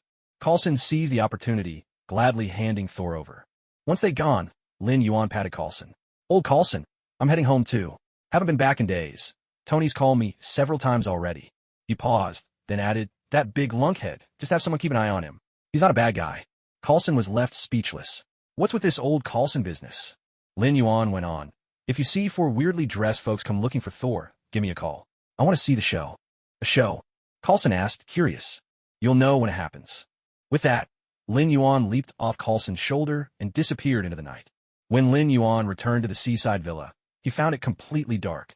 Looks like Tony's already asleep, Lin Yuan whispered, quietly slipping in through the door and tiptoeing as he took off his shoes. Suddenly, a sharp pain shot through his ear, and Pepper's voice rang out beside him. Well, look who finally decided to come home. A kid your age, staying out all night for so many days. Do you have any idea how worried we've been? At that moment, the villa lights snapped on. Pepper was standing there, holding Lin Yuan by the ear and nagging him, while Tony sat on the sofa with a stern look on his face. Ow, ow, ow. I'm sorry, Sister Pepper. I won't do it again. Lin Yuan pleaded for mercy. Won't do it again? Pepper's brows arched sharply as she gave his ear another twist. No more really, I swear, I'm sorry. Okay, Pepper, let him go. Tony finally intervened. Lin, tell us. Where have you been? Lin Yuan told Tony everything that had happened with Thor, leaving out no details. Tony listened, falling into deep thought. The god of thunder? Do gods really exist? There's still so much about the universe I don't understand. I really need to pick up the pace. If only my body weren't, never mind. After Lin Yuan finished speaking, he saw Tony lost in contemplation and didn't say anything more. Pepper, noticing the silence between the two, spoke up. Lin, you must be tired. Go get some rest. We can talk about everything tomorrow. Tony snapped out of his daze at her words. Yeah, get some rest, Lin. Don't worry about any of this. If anything comes up, I'll handle it. Hearing this warmed Lin Yuan's heart, and he replied, all right, bro. With that, he turned and headed towards his room. Halfway there, a mischievous grin flashed across his face as he looked back. Pepper, it's so late. Why are you still here? Could it be him? Pepper's face turned bright red from Lin Yuan's teasing. She was just about to retort when Lin Yuan added, hey bro, do you need a rejuvenation technique? Tony's spirits instantly lifted, and he exclaimed, yes, absolutely. I need it. With a sly smile, Lin Yuan cast another rejuvenation spell on Tony, then made a quick getaway from the scene. Pepper, still flustered, asked Tony what exactly the rejuvenation technique was. Tony leaned in with a wicked grin and whispered something in her ear. Pepper's cheeks flared crimson as she gave Tony a playful punch. Back in his room, Lin Yuan lay down, reflecting on all that had happened lately, and soon slipped into a peaceful sleep. The next morning, when Lin Yuan woke, he found the house empty. Jarvis, where are Tony and Pepper? Sir, Miss Potts has already gone to work. Mr. Stark is in the lab. Lin Yuan headed to the lab, where he found Tony busy tinkering with the mark armor. Morning. Lin Yuan greeted with a smile. Morning, Tony replied, eyes glued to the computer screen. What are you up to? Upgrading the suit again? Lin Yuan asked, curiosity piqued. That's right. Since you brought up the God of Thunder yesterday, I figured, doesn't he use lightning? So I'm making some improvements to the armor. Lin Yuan was speechless. I only mentioned Thor yesterday, and you're already working on countermeasures? Is this what genius looks like? I better not mess with him. Time to make myself scarce. He got up to leave. Bro, I'm heading out to have some fun. Wait, Lin. Tony suddenly remembered something and called after him. In a while, I'm going to Monaco for a race. You should come along. Monaco, huh? Lin Yuan repeated quietly to himself, then turned to Tony and said, Sure, just let me know when. With that, he slipped away. Watching Lin Yuan's retreating figure, Tony couldn't help but smile before turning back to his work. Outside, Lin Yuan found himself at a bit of a loss. What should he do with his day? A few days ago, I had just visited Rabbit's place, so today I decided to skip it. How about I go check on what Thor is up to? Before leaving last time, Lin Yuan had placed a spirit flame on Thor. The effect was still active, allowing Lin Yuan to sense Thor's location. In just a few minutes, Lin Yuan was already soaring above New Mexico. With a bit of focus, he pinpointed exactly where Thor was. Upon arrival, he saw that Thor was living with Jane. The two of them were having dinner together, gazing at each other with unmistakable affection. There were no overly intimate gestures, but anyone could read the chemistry in their eyes. Lin Yuan turned on his heel to leave, cursing under his breath. What way to start the day, stuffed with a mouthful of dog food, asterisk. Asterisk dog food. Chinese slang for witnessing public displays of affection when you're single. If I ever come to see these lovebirds again, I'm not even human. Defeated and dejected, Lin Yuan made his retreat. Having had more than his fill of this couple's sugary romance, Lin Yuan felt thoroughly wounded. Only good food could heal a hurt like this. For a whole week, Lin Yuan went to Rabbit's house every day to feast, leaving early and returning late, determined to sample every delicacy the little southern town had to offer. The dream of tasting every dish at Rabbit's table was proving to be a long, challenging journey. Hello, Carlson, what's up? One day, after finishing his meal, Lin Yuan received a call from Carlson. Oh, you're here already? I'll head over right away. On the phone, Carlson mentioned that 4 individuals clad in ancient armor had come looking for Thor. Remembering what Lin Yuan had told him before, he decided to notify Lin Yuan immediately. Once the call ended, Lin Yuan picked up the pace. Since the 3 Asgardian stooges and Lady Sif had come for Thor, Loki would soon send the destroyer armor down to Earth. Sure enough, as Lin Yuan reached the outskirts of the small town where Thor was staying, he spotted a sizable shield team gathered. They were studying the rainbow-like patterns left on the ground by the Bifrost. Suddenly, the sky darkened as clouds swirled into a massive vortex overhead. Fierce winds howled, making it nearly impossible for the agents to keep their eyes open. When the storm subsided, the agents looked up to see a towering humanoid machine step out from the swirling clouds. Lin Yuan's heart sank. He sped up and dashed toward the scene. Carlson, who usually seemed sharp, had a rare lapse in judgment. He grabbed a megaphone and tried to order the destroyer to surrender. The destroyer seemed to play along, opening its faceplate, but instead of a human face, there was nothing but roaring flames. The moment Carlson saw this, he realized the danger and shouted, "Run!" He took off, and the other agents scattered in all directions. The destroyer began to unleash indiscriminate attacks on everything in sight.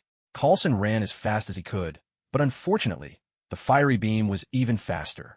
The blast didn't hit him directly. Instead, it struck a car in front of him.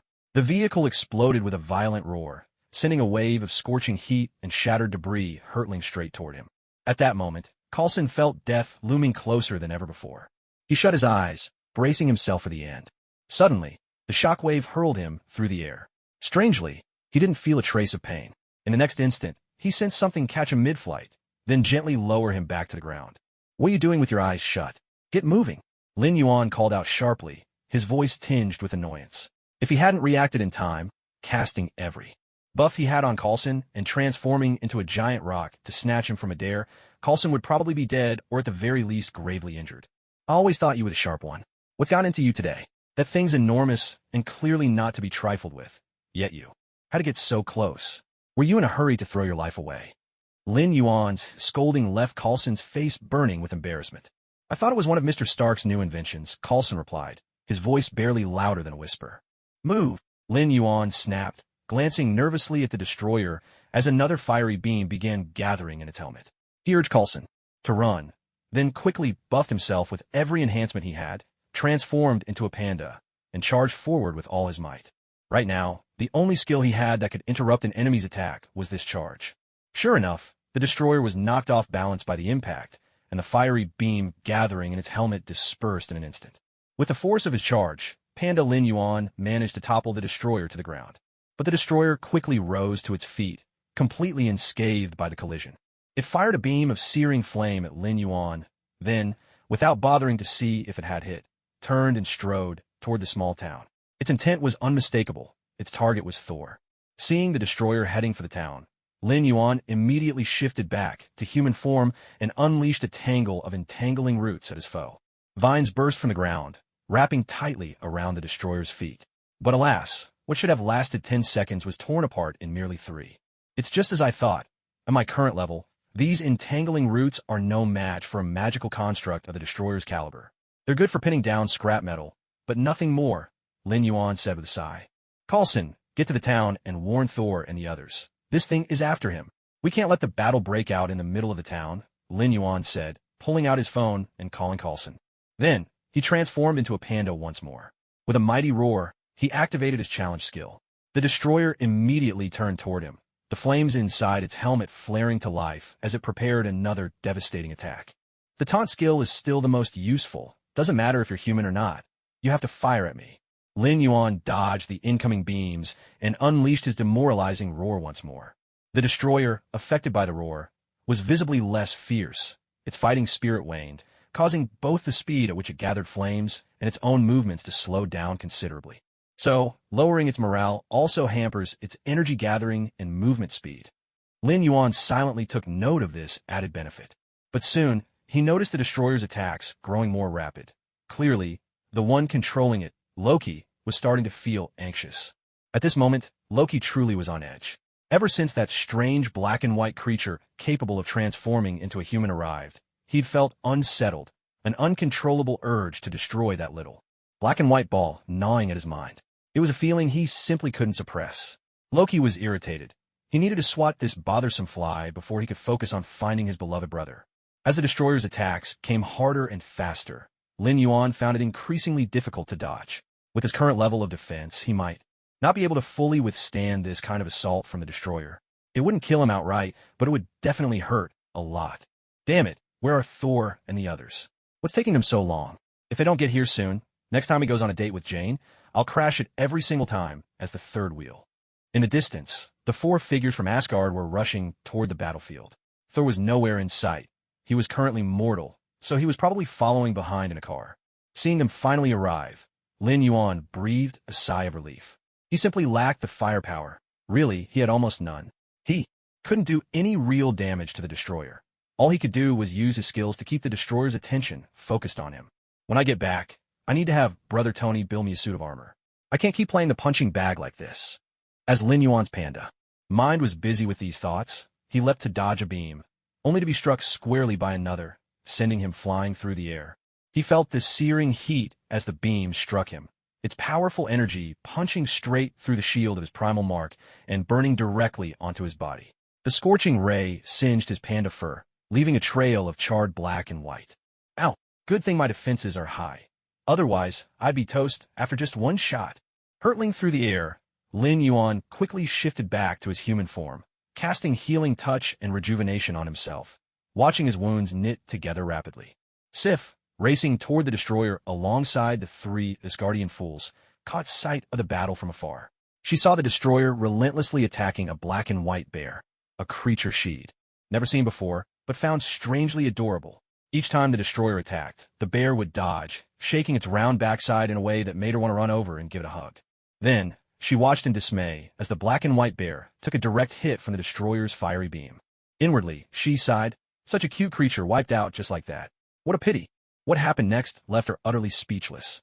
The black and white bear struck by the ray transformed mid-air into a strikingly handsome young man, who flew straight toward her. Instinctively, she reached out and caught the boy in her arms, holding him in a princess embrace. Lin Yuan looked up to find himself cradled by a beautiful woman. He grinned broadly and greeted her. Hi there, miss. My name's Lin Yuan. It's a pleasure to meet you. Eve stared blankly at the boy in her arms, momentarily stunned, and replied in a daze. My name is Sif. Nice to meet you too.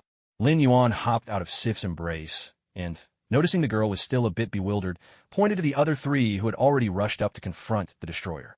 Sis, aren't you going to help them?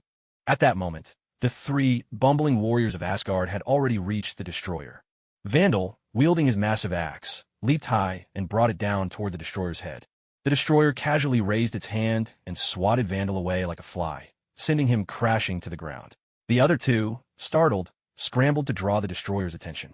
From a distance, Lin Yuan watched it all unfold and rubbed his forehead. The three mighty warriors of Asgard? Is this really all they've got? Seeing her comrades getting pummeled, Sif wasted no more time with Lin Yuan. She grabbed her weapon and charged toward the destroyer. Lin Yuan quickly cast Rejuvenation and Mark of the Wild on her. Even if this big sister was a few hundred years his senior, that didn't stop him from wanting to look after her. As Sif sprinted forward, she suddenly felt her fatigue melt away, replaced by a surge of renewed strength. She couldn't help but feel a flicker of suspicion, but there was no time to ponder the reason. Defeating the enemy before her was far more important. Without hesitation, she dashed ahead. With a nimble leap, Sif landed squarely on the destroyer's back. Her spear flashed, plunging into the back of its neck. The glow in the destroyer's head began to dim, then faded completely. The destroyer slowly bowed its head, as if life itself had ebbed away. The three bumbling warriors at her side witnessed the feat and erupted in jubilant cheers. Beautifully done. They applauded Sif's bravery and marveled at the formidable strength she displayed. Sif herself was overjoyed. She hadn't expected to defeat the destroyer so easily. She thought it would be a grueling fight, never imagining the enemy would fall so swiftly. Just as she was about to bask in victory, Lin Yuan's voice rang out from afar. "Look out!" Suddenly, the destroyer's body flared with light. Its armor rippled, and the entire form twisted, turning from facing away from Sif to facing her head-on. The destroyer's helmet snapped open. Energy surged within, and a torrent of fire shot out in a blazing ray. Sif sensed trouble the moment she saw the destroyer's transformation and immediately tried to dodge. The beam grazed past her, and seeing how things had changed, Fandral was startled and hurried to help.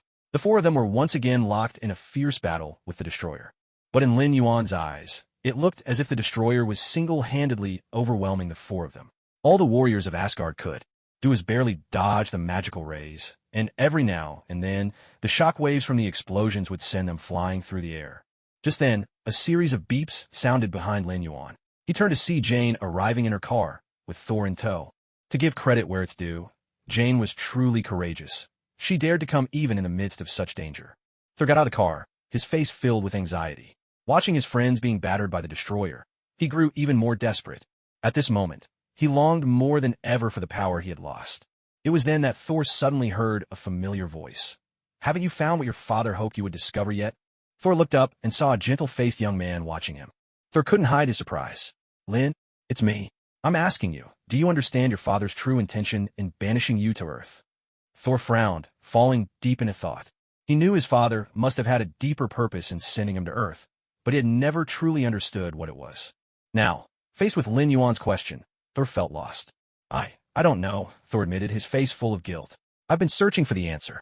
Lin Yuan sighed inwardly. If they waited for this big oaf to figure it out on his own, they'd all be doomed.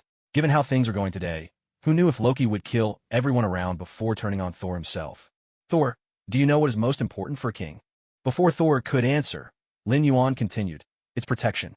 A king doesn't need to have great achievements or expand his territory, but he must protect his kingdom and his people. These days, as you've lived here as a mortal, hasn't there been anything you've wanted to protect?" Seeing Thor lost in thought, Lin Yuan glanced over at the forest guardians still being tossed around by the destroyer, then threw out one last remark. "Once you figure out, come and help me." With that, he transformed into a panda and charged straight at the destroyer. Jane, standing beside the car, was utterly stunned by what she had just witnessed. A young man had held a conversation with Thor and then turned into a panda. Such an adorable, huggable panda, wiggling its round backside as it charged fearlessly toward that terrifying creature in the distance. How can a panda be this cute? So cuddly, I just want to squeeze it, Jane thought. Though she knew this was hardly the right time, she couldn't help but want a hug. As Lin Yuan charged forward, he suddenly felt a chill above his head. Shaking his head to clear his senses, he let out a thunderous roar and crashed straight into the destroyer. The destroyer's magical beam was interrupted by Lin Yuan's charge. Instantly, it swung a massive fist at him, landing a heavy blow on the armor. Marked by wild instincts, the impact sent ripples across Lin Yuan's plump, panda-like body, and he tumbled head over heels from the force. There was no time to think. Lin Yuan scrambled to his feet, dodging a searing ray of fire, just in time. He spun around and unleashed a defiant challenge roar, immediately following it with a demoralizing bellow. As he weaved between attacks, Lin Yuan shouted to Sif and the others, "Sister Sif, the aggro steady now. You all can attack. And those three, come on, step it up. The combined DPS of you three still doesn't match Sister Sif alone." Although the three bumbling warriors from Asgard couldn't understand Lin Yuan's words, it was obvious from his tone that he was looking down on them. Seizing a brief lull in the destroyer's assault, Lin Yuan shifted back into human form and cast buffs on the trio. Hey, you three, stop just standing around. I've buffed you all, now get in there and give it your best. The trio protested. Hey, we have names, you know. But then they could feel their stamina, previously drained by the heat of battle, rapidly returning, and their wounds knitting themselves closed at an astonishing pace. Their spirits soared. Was this the buff that Bear mentioned? This was fantastic. With renewed vigor, the three raised their weapons and, howling with excitement, rushed once more at the destroyer. Lin Yuan thought to himself, if only I could use Wild Blessing right now. These three fools would be so overpowered they'd practically fly. But unfortunately, even with his buffs, the gap between Sif and the trio and the destroyer was simply too vast. The best Lin Yuan could do was keep them from being instantly obliterated. What was most terrifying, though, was that the destroyer was a magical construct. It never tired, never weakened. Lin Yuan wasn't even sure he could wear it down. At this rate, the most likely outcome was that his mana would run dry, and then, aside from himself and Thor, no one would be left standing against the destroyer. Another round passed, and Lin Yuan was sent flying by a fiery beam once more. Large, charred patches now marred his body, his healing unable to keep up with the constant injuries. Sif and the trio fared even worse. They could barely get back on their feet. If it weren't for Lin Yuan's protective buffs, they would have been done for long ago. Thor, are you done yet? Lin Yuan bellowed as he charged at the destroyer again, nimbly dodging another incoming beam. Hardly had the words left his mouth when, from the distant base, Mjolnir, the hammer of thunder, soared into the sky. Radiating unrivaled power, it streaked toward them with blinding speed, tracing a brilliant arc across the heavens. Thor stretched out his arm and caught Mjolnir with steady hands. The moment his fingers closed around the hammer, a massive bolt of lightning streaked down from the sky, striking Mjolnir with a thunderous crash. With the hammer gripped tightly, Thor was instantly enveloped in a cloak of lightning, forming a dazzling shield around him. Piece by piece, his godly armor appeared on his body, and behind him, his crimson cape billowed majestically in the wind. Jane was utterly stunned. Her entire worldview had been turned upside down today, first witnessing a teenager transform into a panda, and now realizing that her beloved was truly the legendary god of thunder. Far in the distance, the destroyer sensed the commotion where Thor stood and abandoned its attack on Lin Yuan, beginning to focus its energy in Thor's direction. But before it could act, Mjolnir flew through the air, smashing into the destroyer and interrupting its spell. The hammer then boomeranged back, slamming the destroyer down to the ground. Then, Thor, gripping Mjolnir, soared into the sky. Lightning gathered around him as he faced the destroyer's energy beams head-on. With a single mighty blow, he reduced the destroyer to a heap of twisted metal. From Thor's transformation to the destruction of the destroyer, barely 2 minutes had passed, and that didn't even include the time he took to show off in style. Lin Yuan couldn't help but suck in a sharp breath. Top-tier ADC, terrifying beyond words. Watching Thor dispatch the destroyer so effortlessly, Lin Yuan looked down at his own chubby panda paws and unleashed a tirade at the system. Damn you, system. I could have looked just as cool. Give me back my attack skills. Ding. Host, please recognize your own limits. Even with attack skills, there's no way you could be that cool. Ding. Copy that. Exhausted, Lin Yuan collapsed onto the ground. Right now, he didn't want to do anything. He just wanted to lie there and rest. Thor walked over and extended a hand to Lin Yuan, smiling as he asked, Lin, is this also your power? I have to say, it's pretty adorable. Lin Yuan, still sprawled out, brushed Thor's hand aside. Please, use the word cool to describe me. Leave me alone for now. I just need to lie here for a while. I'm wiped out. The three fools of Asgard gathered around Thor, faces full of excitement. Lady Sif knelt beside Lin Yuan, eyes sparkling with fascination at the panda. She clearly wanted to reach out and pet him, but hesitated, feeling a bit shy. Lin Yuan couldn't be bothered. He closed his eyes, savoring a moment of peace. From afar, Jane saw the fight was over and raced toward them with all her might. Thor caught sight of Jane running and broke into a wide smile, opening his arms in anticipation of a heartfelt embrace. But Jane dashed right past him and made a beeline for Lin Yuan the panda, leaving Thor standing there, stunned and bewildered. Panda! A panda! I've always wanted to hug a panda. Jane squealed, throwing herself onto Lin Yuan and cuddling him with wild enthusiasm. Seeing Jane's reaction, Lady Sif couldn't hold back any longer. She hugged the panda's head and started rubbing it vigorously. Lin Yuan was dumbfounded. What on earth was happening here? Couldn't these women show a little restraint? After all, I'm still a man, you know. 10 minutes later, after the two beauties had thoroughly enjoyed themselves, they finally stood up to look for Thor, leaving behind Lin Yuan the panda, who lay there with a look of utter resignation. Jian calmed her excitement, gazing at the dashing Thor before her, eyes brimming with affection. Is this how you usually dress? Moments ago, Thor had been wallowing in heartbreak, but now he came alive, rejuvenated. With open arms, he swept Jian into an embrace. More or less. Want to see the Bifrost? He then turned to the forest guardians and said, let's head to the Bifrost Bridge. We're returning to Asgard. I need to have a talk with my brother. At that moment, Coulson arrived with his agents, followed by Professor Eric Selvig and a bespectacled young woman. Coulson greeted Thor with a warm smile. Thor, on behalf of Asgard, proposed an alliance with Earth and reclaimed the research materials that S.H.I.E.L.D. had previously taken from Jian. Afterward, Thor invited Jian and the professor to stand together and watch the Bifrost, promising her that he would definitely return for her. The two poured out their feelings for each other, exchanging heartfelt goodbyes, reluctant to part. Meanwhile, Lin Yuan, still lying on the ground and questioning his very existence, suddenly noticed Thor and his forest guardian companions standing right next to him.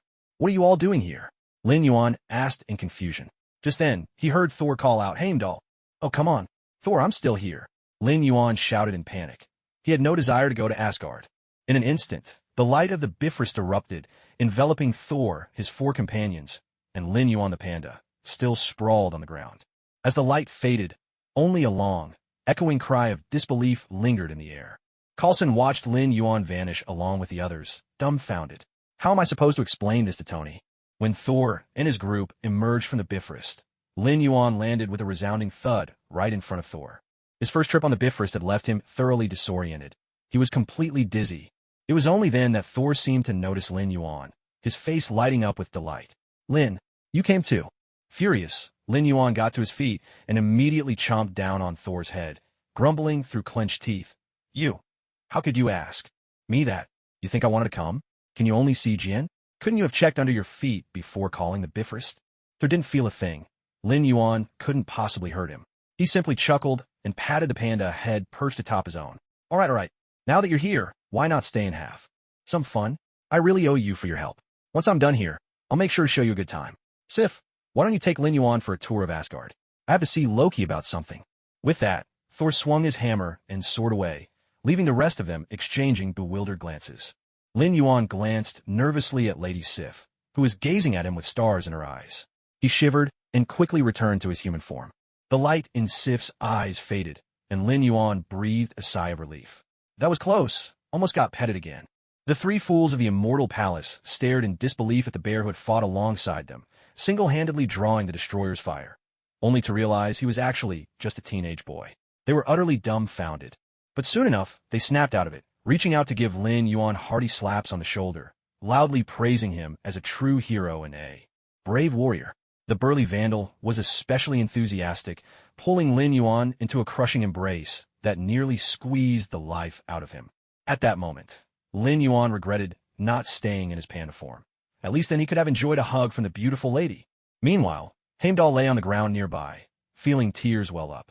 He'd been frozen for so long, forced himself to break the ice despite his injuries, and desperately opened the portal to bring everyone back. Yet now, none of them so much as glanced in his direction. His heart ached with disappointment. Just then, Lin Yuan noticed Heimdall lying there, wounded and utterly exhausted, his face wearing an expression that seemed to say, I'm done. Let the world end. Breaking free from the three fools' arms, Lin Yuan walked over to him. He crouched down and poked Heimdall gently. Are you all right? Heimdall shot Lin Yuan a weary glance. No, my spirit is crushed. As if he hadn't heard, Lin Yuan cast Healing Touch and Rejuvenation on Heimdall, then extended his hand with a friendly smile. Hello, I'm Lin Yuan. Heimdall immediately felt a strange power flowing through him. His wounds started mending rapidly, and the exhaustion melted away from his body. Is this your magic? Impressive ability, Heimdall remarked, getting to his feet. He looked at the young man before him, smiled, and shook Lin Yuan's hand. It's a pleasure to meet you, Lin. I am Heimdall. Welcome to Asgard. After that, the lovely Lady Sif led Lin Yuan on a tour of Asgard, while Heimdall, at the insistent urging of the three fools, was taken to the palace infirmary for treatment. As for Thor, everyone left him alone. This was a matter between him and his brother Loki, and outsiders knew better than to interfere. Strolling down the streets of Asgard, Lin Yuan marveled at the city's bold and hardy spirit. Nearly every beautiful woman they passed seemed to know Sif, greeting her with bright smiles, and some even teasing Lin Yuan, making him feel a little shy and more than a little excited. As they wandered, the skies suddenly darkened with storm clouds. In the distance, the Bifrost Bridge flared to life. An energy beam shot into the void, not just for a brief moment as usual, but sustained in a constant, blazing pillar of light. "This is bad. Something's happened at the Bifrost," Sif said, her face turning grave. A realization struck Lin Yuan, and his expression changed dramatically. "Sister Sif, I'm going to check it out." Without another word, Lin Yuan transformed into a giant rock and soared straight toward the Bifrost. Watching him turn into such a magnificent bird and fly away, Sif was left speechless in amazement. "Now that's one handsome bird." Lin Yuan hurried toward the Rainbow Bridge teleportation hall. From a distance, he could see Thor raising his hammer, bringing it down hard on the bridge. "No, don't!" Lin Yuan cried out in despair, watching helplessly as Thor's hammer struck and shattered the Rainbow Bridge. The entire teleportation hall lost its support and began to collapse. "Thor, you blockhead! You've completely screwed me over." It was over. There was no way back now. Lin Yuan landed on the fractured remains of the Rainbow Bridge. Gazing at Thor, who was drowning in grief over the loss of his brother, Lin Yuan's anger flared uncontrollably. Without hesitation, he transformed into an orange tabby cat and leapt onto Thor's head, scratching and batting at him with all his might. "What are you mourning for? Your brother is tougher than you. Think, he's absolutely fine. I'm the one in trouble here. Now I can't go back, all thanks to you." The more Lin Yuan spoke, the angrier he became, his cat paws striking so fast they left afterimages. The moment Thor heard Lin Yuan say that Loki wasn't dead, his spirits lifted at once. For some reason, he trusted Lin Yuan implicitly. If Lin Yuan said Loki was fine, then Loki must be perfectly safe. Thor reached up, grabbed the dizzy cat from his head, and hugged Lin Yuan tightly, planting a big, grateful kiss on his forehead. "Thank you, Lin. Come, I'll take you to meet my mother. She'll be delighted to welcome you." Before Lin Yuan could react, Thor summoned his hammer with a flick of his wrist and soared toward the palace, taking Lin Yuan with him. All that remained at the scene was a lingering, drawn-out meow that echoed through the air. In no time, Thor arrived before Queen Frigga. "Mother, come quickly. I brought a friend to visit." Frigga looked puzzled. Wasn't this son chasing after Loki just now? Where did this friend come from? "Thor, where's your friend? And how is Loki?" Thor, with his usual boisterousness, handed the dazed, chubby cat to Frigga. "Loki fell into a black hole, but Lin says he's all right, and I trust him. Here, this is Lin. He was a huge help to me back on Earth." "Akut," Frigga murmured in surprise. But as a powerful sorceress, she soon sensed the unique magical aura emanating from the cat. This magic was unlike anything she had ever seen before. With graceful poise, Frigga accepted the plump cat into her arms, stroking its head gently. "Hello, little one. Thank you for helping Thor." By now, Lin Yuan had recovered. Hastily wriggling free from Frigga's embrace, he transformed back into his human form, blushing as he greeted her. "Hello, Auntie. My name is Lin Yuan." Frigga's eyes shone with undisguised affection as she looked at the handsome, delicate young man before her. She immediately took Lin Yuan's hand, showering him with warmth and concern. Held fast by Frigga, Lin Yuan answered her questions while casting desperate, pleading glances at Thor. But Thor, the lovable oaf, stood off to the side, grinning like a fool, pretending not to notice. Left with no choice, Lin Yuan could only continue fielding Frigga's endless questions. At last, a deep, commanding voice rang out. "Thor, bring your friend to see me." Lin Yuan was delighted. It must be Odin who wanted to see him. No matter what, at least he wouldn't have to face Aunt Frigga's barrage of questions any longer. It wasn't that Frigga was unpleasant. She was simply too enthusiastic, and Lin Yuan found it a bit overwhelming. "Mother, I'll take Lin to see father first," Thor said to Frigga. "Go on then. I'll get the banquet ready. Later, we'll give Lin Yuan a proper welcome." Frigga still looked reluctant to let them go. "Auntie, we'll be off for now. See you in a bit." With that, Lin Yuan quickly grabbed Thor and hurried away. Thor looked at him helplessly. "Lin, why are you in such a rush? Do you even know where my father is? You don't get it, just hurry." Lin Yuan wanted nothing more than to kick Thor into action. "You're going the wrong way. It's that way. Come on. Why didn't you say so earlier?" Before long, Lin Yuan found himself in the Great Hall, standing before Odin, king of the gods. Well, how to put it? There wasn't any of that overwhelming aura or mystical pressure he'd imagined. Odin simply looked like an ordinary, kindly old man. When Odin saw Lin Yuan, he broke into an exceptionally warm smile. "Lin Yuan, welcome to Asgard." Lin Yuan gave a respectful bow. It's an honor, great King Odin. Odin studied Lin Yuan for a moment, then suddenly showed an expression Lin Yuan couldn't quite decipher. Didn't you used to call me Ojin Dada? If I recall, Dada in your rabbit country means uncle, doesn't it? From now on, you can just call me uncle. Lin Yuan was stunned for a moment, silently thinking, damn, when I called him a geezer throwing hammers, he really did hear me. Thank goodness I was quick to deny it. Huh, not bad, not bad. Quick thinking as always. All right then, Uncle Odin, may I ask what you wanted to see me about? Lin Yuan didn't stand on ceremony at all. Since Odin had invited him to call him uncle, he'd do just that. After all, this was an even bigger connection than Thor. It's nothing urgent. I mainly wanted to meet you and thank you for helping Thor, Odin said, his tone solemn as he expressed his gratitude. Oh, it was nothing. Since you asked me to call you uncle, we're family now, aren't we? There's no need to talk about favors between family. It's just what we should do. Lin Yuan replied generously. Odin paused for a moment, then burst out laughing, giving Lin Yuan's shoulder a hearty pat. Good lad. You're a good lad. Lin Yuan grimaced inwardly. Why did everyone in the palace love to pat people on the shoulder? And why were they all so strong? That evening, at the Grand Asgardian banquet, Thor introduced Lin Yuan to the guests, loudly declaring that from that day forward, Lin Yuan was his sworn brother.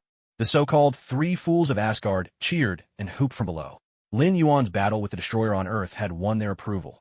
They had truly accepted him.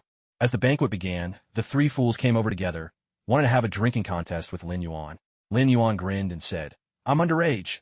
I can't drink alcohol. The three fools were left speechless.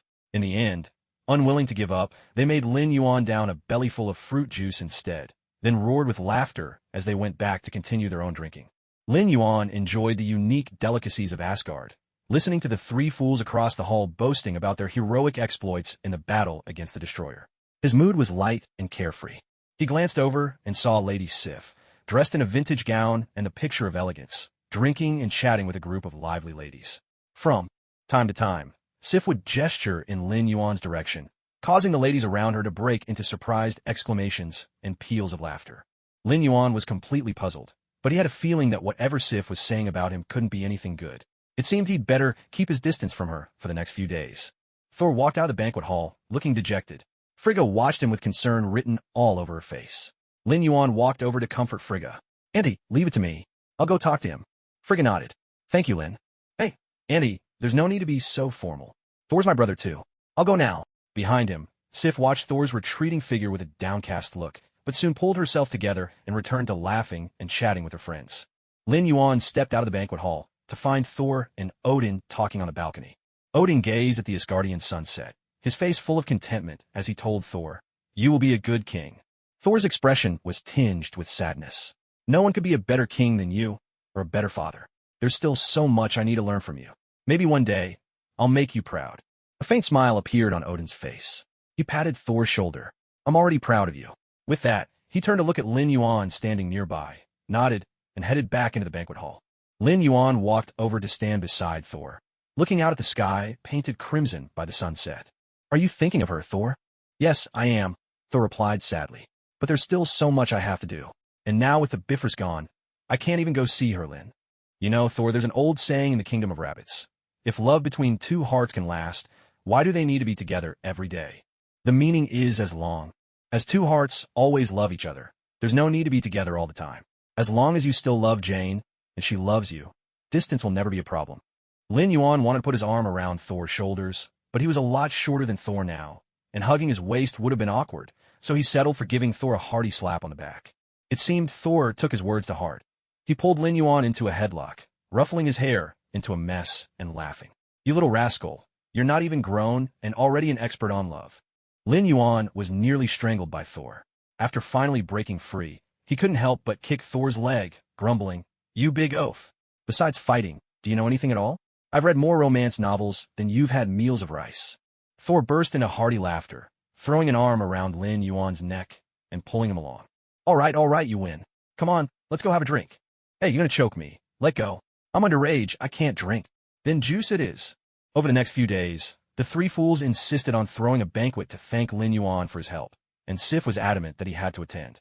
So every day, Lin Yuan found himself stuffed full of juice, stumbling home to his quarters in the palace with a head spinning. The real torment, however, was the food. Asgard's cuisine was terribly lacking. After several days of banquets, the dishes were all more or less the same. The first time they tasted exotic and interesting, but after a few meals, it was just unpleasant. Lin Yuan found himself desperately missing the delicious food from the Rabbit family restaurant back on Earth.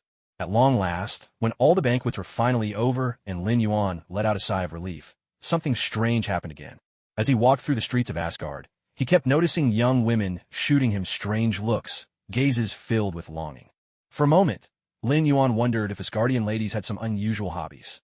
It wasn't until he was out shopping one day that a particularly bold woman ran up to him and asked, "Lin, can I touch you?" Lin Yuan was utterly stunned. Were Asgardian women always this forward? Wanted to touch him right in public? He was just about to agree when she added, "Miss Sif said you can turn into a really cute animal. I just want to pet you." Lin Yuan was speechless. Sif had really set him up this time. He turned down the bold girl's request and hurried back toward the palace.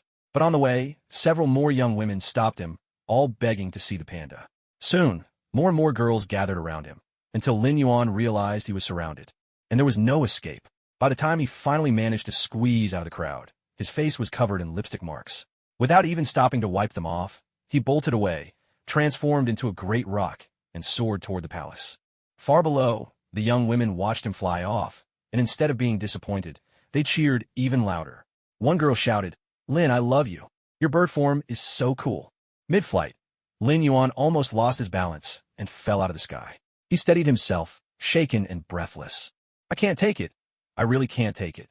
The ladies of the palace are just too enthusiastic." Back at the palace, Lin Yuan came face to face with Frigga. Frigg looked at Lin Yuan, whose face was smeared with lipstick, and beamed at him. Well, it seems our little Lin Yuan is quite popular with the girls." Lin Yuan gave an awkward laugh. "Oh, come on, Annie Frigg, don't tease me. So, what brings you here today?" Still smiling, Frigg took his hand and asked, "Little Lin Yuan, Annie has a favor to ask of you, would you mind?" Lin Yuan thumped his chest in assurance. "Just say the word, Annie Frigg. There are no favors too troublesome for me. Whatever you need, just let me know." Frigg tightened her hold on his hand. "All right, then I won't be shy about it. I heard from Sif that you can transform into a very beautiful animal, something called a panda. I'd love to see it." Lin Yuan was dumbfounded. "Sif, it's you getting me into trouble again."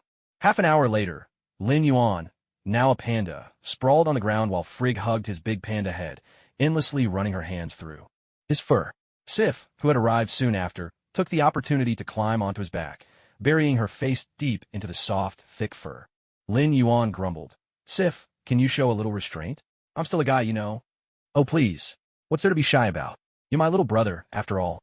Besides, I'm a few hundred years older than you. What are you so afraid of?" Sif replied, completely unbothered. "I'm afraid you'll rub me bald." Lin Yuan thought to himself. "Little Lin Yuan, is this magic? I've never seen anything like it. Is the panda a creature from Earth?" Frigg asked, gently stroking Lin Yuan's head, utterly fascinated by the panda. "Yes, Annie Frigg, I'm a druid. This is one of the druid's transformation forms, although my panda form is a bit special. As for the panda, it's indeed a creature from Earth. It's the national treasure of my homeland." Lin Yuan answered, always respectful toward Frigg. Who wouldn't respect such a gentle, wise, and caring elder? "I see. Then I must visit Earth someday and see pandas for myself. They're just too adorable," Frigg said, her eyes full of affection for the panda. Lin Yuan felt quite pleased with himself. "Haha, it's true. Everyone loves pandas, whether they're from Earth or another world." Out loud, he said, "Of course. Annie Frigg, when you come to Earth, I'll be your guide.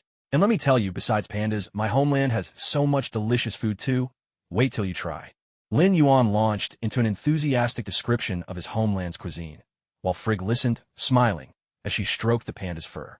Sif would chime in with questions now and then, and when something amused her, she burst out in cheerful laughter. The three of them chatted and laughed together, the atmosphere warm and full of joy. After she had her fill of panda time with Sif, Frigga left feeling completely satisfied, while Lin Yuan hurried back to his room, because he noticed the maids in the palace were staring at him with sparkling eyes. "This won't do. This absolutely won't do. I have to find Heimdall tomorrow and ask if there's any way to get back to Earth. He's the gatekeeper. Maybe he knows something." Lying on his bed, Lin Yuan made up his mind to seek out Heimdall the next day. If things kept up like this, he was sure he'd go bald from all the stress. Early the next morning, Lin Yuan headed straight to the Rainbow Bridge to find Heimdall. Heimdall stood motionless at the broken end of the Rainbow Bridge, with Thor beside him, asking questions. Ever since the bridge was destroyed, Thor would come by every few days to ask Heimdall for news about Jane. After all, Heimdall's eyes could see anything in all 9 realms. Lin Yuan couldn't help but wish he had eyes like that. Hey, system, you're supposed to be my support, right? This all-seeing eyes thing counts as a support skill too, doesn't it? Can't you help me awaken a power like Heimdall's? I could really contribute to the peace and development of the realms that way. Ding! Host, you're throwing your abacus beads in my face. My advice? Go back to sleep. Everything's possible in your dreams. Useless. What good are you then? After finishing his banter with the system, Lin Yuan stepped forward to greet them. Morning, Thor, Heimdall. Thor, you're here for news about Jane again? Any good news? You're grinning like a fool. Lin Yuan couldn't resist teasing Thor, who was smiling so wide even his molars showed. Thor didn't mind at all, just chuckling. Heimdall says Jane's been looking for me. Ha ha ha. That's great. When I get back, I'll pass along a message for you. By the way, Heimdall, is there any way for me to return to Earth besides the Rainbow Bridge? Heimdall's face remained as stoic as ever as he answered coldly. There is. Lin Yuan was delighted. Really? Tell me. Quick. Heimdall pointed at the grinning Thor beside him. Ask his father. Lin Yuan paused for a moment. Of course.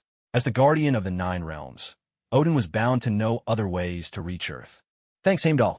Without another word, Lin Yuan transformed right there into a giant rock and said to Thor, I'm off to see Uncle Odin. Want to come? Thor perked up at the mention of his father knowing a way to Earth. He gave his hammer a whirl and followed Lin Yuan back to find Odin. Heimdall watched the two disappearing into the distance, a faint smile tugging at his lips, before turning back to his eternal watch over the 9 realms. Uncle Odin! 2 voices rang out in Odin's grand hall, nearly overlapping. Odin frowned as he watched the man and the giant bird fly in through the entrance. What is it now? Why all the fuss? As soon as Lin Yuan landed, he transformed back into his human form and couldn't wait to ask Odin. Uncle Odin, do you know any other way to get to Earth? Thor, having just landed as well, looked at Odin with hopeful eyes. Odin glanced at Lin Yuan and smiled gently. Why, little Lin Yuan, is Asgard not treating you well? You're in such a hurry to go home. Lin Yuan scratched his head, a bit embarrassed. No, I'm having a great time here. But this time, Thor brought me over by accident. I didn't even get a chance to tell my family. I'm worried they might be concerned about me. Hearing this, Odin shot a glare at Thor, who awkwardly scratched his face and chuckled sheepishly. Turning back to Lin Yuan, Odin said, Actually, I do know ways to get you back to Earth. Lin Yuan shouted in excitement. Really? Why didn't you tell me before? Odin replied. Well, you never asked. Lin Yuan conceded. All right, that's on me. Seeing how worked up Lin Yuan was, Odin said with a sidelong glance, Don't get too excited just yet. There is a way, but it depends on which one you choose. Wow, there's more than one. Lin Yuan grew even more thrilled. Uncle Odin, hurry and tell me. Odin composed himself, then held up 2 fingers and began. First, I could ask a friend of mine from Earth to come and take you back. Lin Yuan was stunned and asked cautiously, Uncle Odin, this friend you're talking about, wouldn't happen to be from Kamar Taj, right? Yes, it's her. You know of her. Odin was surprised that Lin Yuan recognized the name. Of course it's her. Anyone who could be Odin's friend had to be a big shot. And on Earth, the most powerful one right now was surely that bald sorcerer. But asking her to come fetch him, Lin Yuan couldn't help but feel unworthy. At this thought, Lin Yuan frantically waved his hands. No, please, Odin, don't trouble such a grandmaster for me. I'm just a nobody, I don't deserve it. Odin looked at Lin Yuan with a curious expression, but didn't press the matter. He continued, The second option is for me to use dark magic to send you back. Dark magic? Lin Yuan repeated inwardly. He didn't know the exact workings of magic here, but he did know that in the Marvel world, dark magic always came at a price. So Lin Yuan quickly asked, Uncle Odin, would using dark magic harm you badly? Seeing the concern on Lin Yuan's face, Odin let out a hearty laugh. Don't worry, child. The price isn't too great for me. It's just that I was gravely injured before and still haven't fully recovered. So if I were to send you back with dark magic, I need at least another year or 2 to heal before I could do it. Staring at Odin, who appeared perfectly fine before him, Lin Yuan thought silently to himself. Uncle Odin doesn't look injured at all. It seems that the kind of injury he's talking about must be on a completely different level than what I imagined. I wonder if my skills could actually help him heal. Well, it's worth a try. If it works, that would be wonderful. I could go home sooner, too. With that thought, Lin Yuan spoke to Odin. Uncle Odin, you know I'm a druid. Druids aren't just good at shape-shifting spells. Healing magic is also one of our specialties. How about I try some spells and see if I can help with your injury? As he said this, a pang of regret cut through Lin Yuan's heart. Druids are actually masters of nature magic. Oh, you wretched system. Give me back my offensive spells. Oh, you know healing spells too? Odin's interest was piqued. He stood up and said to Lin Yuan, "Go ahead, cast a few spells, and let me have a look." Lin Yuan didn't hesitate. He first cast Healing Touch, followed by Rejuvenation. After thinking for a moment, he added Detoxify, a spell he'd only recently mastered. Natural energy, is it? These are fine spells. I can actually feel a little effect. Remarkable magic indeed. It's a pity, though, that this youngster is still too weak. My kind of primordial injury can't be healed by magic at his level. Still, it's impressive. With repeated use, it might help me recover a little. The second spell is a lasting effect, right? Wonderful. And the third one, a detoxification spell? Astonishing. It actually removed every trace of toxin accumulated in my body over the years. Unbelievable. Worthy of the title king of the gods. Odin could tell with just one experience that Lin Yuan's spells were drawn from the forces of nature, and his assessment of their effects was almost spot on. What surprised him most was the detoxification spell. It completely cleansed his body of toxins, ignoring their level. Though to be honest, those toxins had never really affected him. Still, it was quite a surprise. This young one, once he grows up, could truly be of help. Unfortunately, time was not on Odin's side. He simply had no time left to wait for Lin Yuan to reach his full potential. Little Lin Yuan, your spells are quite something. It's just a shame you're still too weak. Your magic does help, but the effect isn't significant. Still, it does speed up my recovery. How about this? Come by and help me heal every day. Use the first spell 3 times each session. Any more won't help.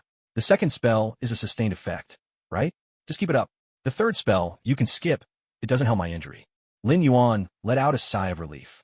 As long as it works, that's good enough. However, he couldn't help but feel surprised. Just how grave must Odin's wounds be, if even his healing spells barely made a difference?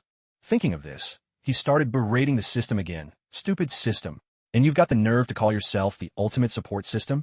You can't even heal a proper wound. What use are you really? The system was downright exasperated now, its voice almost distorted with frustration. Beep. Host, have you no shame? Didn't you hear them say it's because you're too weak? I've told you time and time again, the effects of your skills depend on your magical strength. But have you even looked at what you're capable of? Lately? Ever since you arrived in this world, what have you done? All you do is eat and play and sleep, then wake up just to eat some more. You can count your battles on one hand, and all your magical power comes from me absorbing the energy around us. Yet you have the nerve to blame me for not being good enough.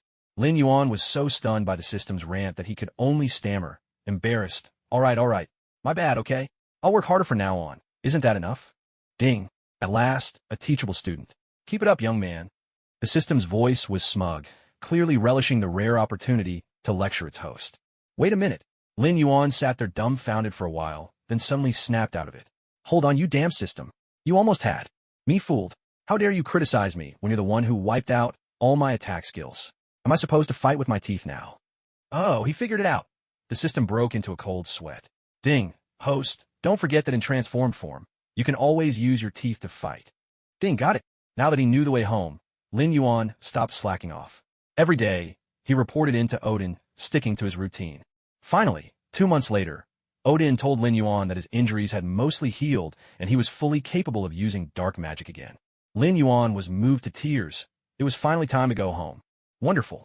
In the Grand Hall of Asgard, Thor, Heimdall, Lady Sif, and the 3 warriors of Asgard came to bid Lin Yuan farewell. The 3 warriors came over to give him a hug. This time, Lin Yuan didn't dodge. He hugged the 3 big oafs with all his strength. During his time in Asgard, Thor and the 3 warriors had truly become a band of 4 fools, often dragging Lin Yuan along for drinks. Even though Lin Yuan always stuck to fruit juice, the 4 of them didn't mind at all, and each time they drank themselves silly. Sometimes Lin Yuan suspected they were just using him as an excuse and really just wanted to drink themselves. After all this time together, Lin Yuan had grown genuinely fond of the 3 of them. Admittedly, he thought the trio weren't the sharpest tools in the shed, especially with Thor, who was even dimmer than the rest. But as the saying goes, birds of a feather flock together. The fact that the 3 warriors could get along so well with Thor just showed that they were all cut from the same cloth, straightforward, big-hearted, and refreshingly free of cunning or guile. In Lin Yuan's words, these 4 were just a bunch of lovable muscleheads whose brains were all brawn. But that kind of personality just made it easy for people to bond with them, and Lin Yuan was glad to be counted among their circle. By now, all of Asgard knew that the young man Thor and the 3 warriors had taken under their wing was under their protection. recognized as a brother by the Prince of Asgard and the three brave warriors. Whenever Lin Yuan took a stroll down Asgard Avenue now, he not only experienced the enthusiasm of the young ladies, but also faced all kinds of muscle-bound giants flexing their chests and inviting him out for drinks. It got to the point where Lin Yuan didn't even dare wander the streets anymore. He was honestly afraid he might end up suffocated by his guardian pecs. Fandral, one of the three warriors, slapped Lin Yuan heartily on the shoulder and said with a booming laugh, "Lin, someday we'll come to Earth and have drinks with you. But when the time comes, you'd better not be drinking juice.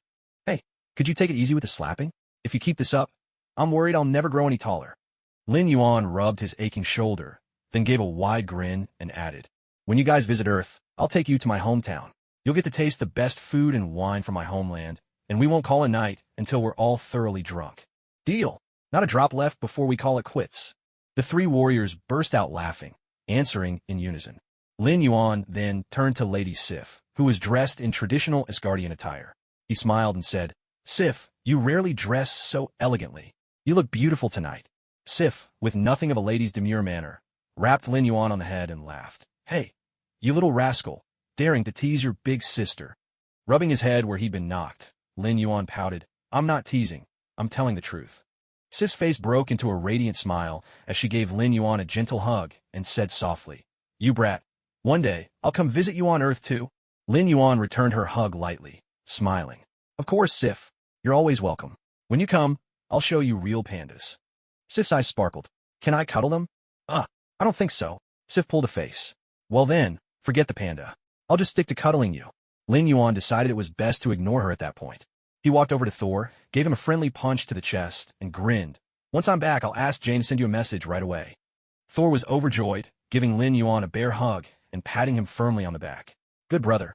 Lin Yuan nearly got smothered by Thor's massive chest and had to push him away, giving him a kick as he complained, "Hey, are you trying to suffocate me? Man, I'd better start eating some supplements when I get home." Lin Yuan grumbled inwardly.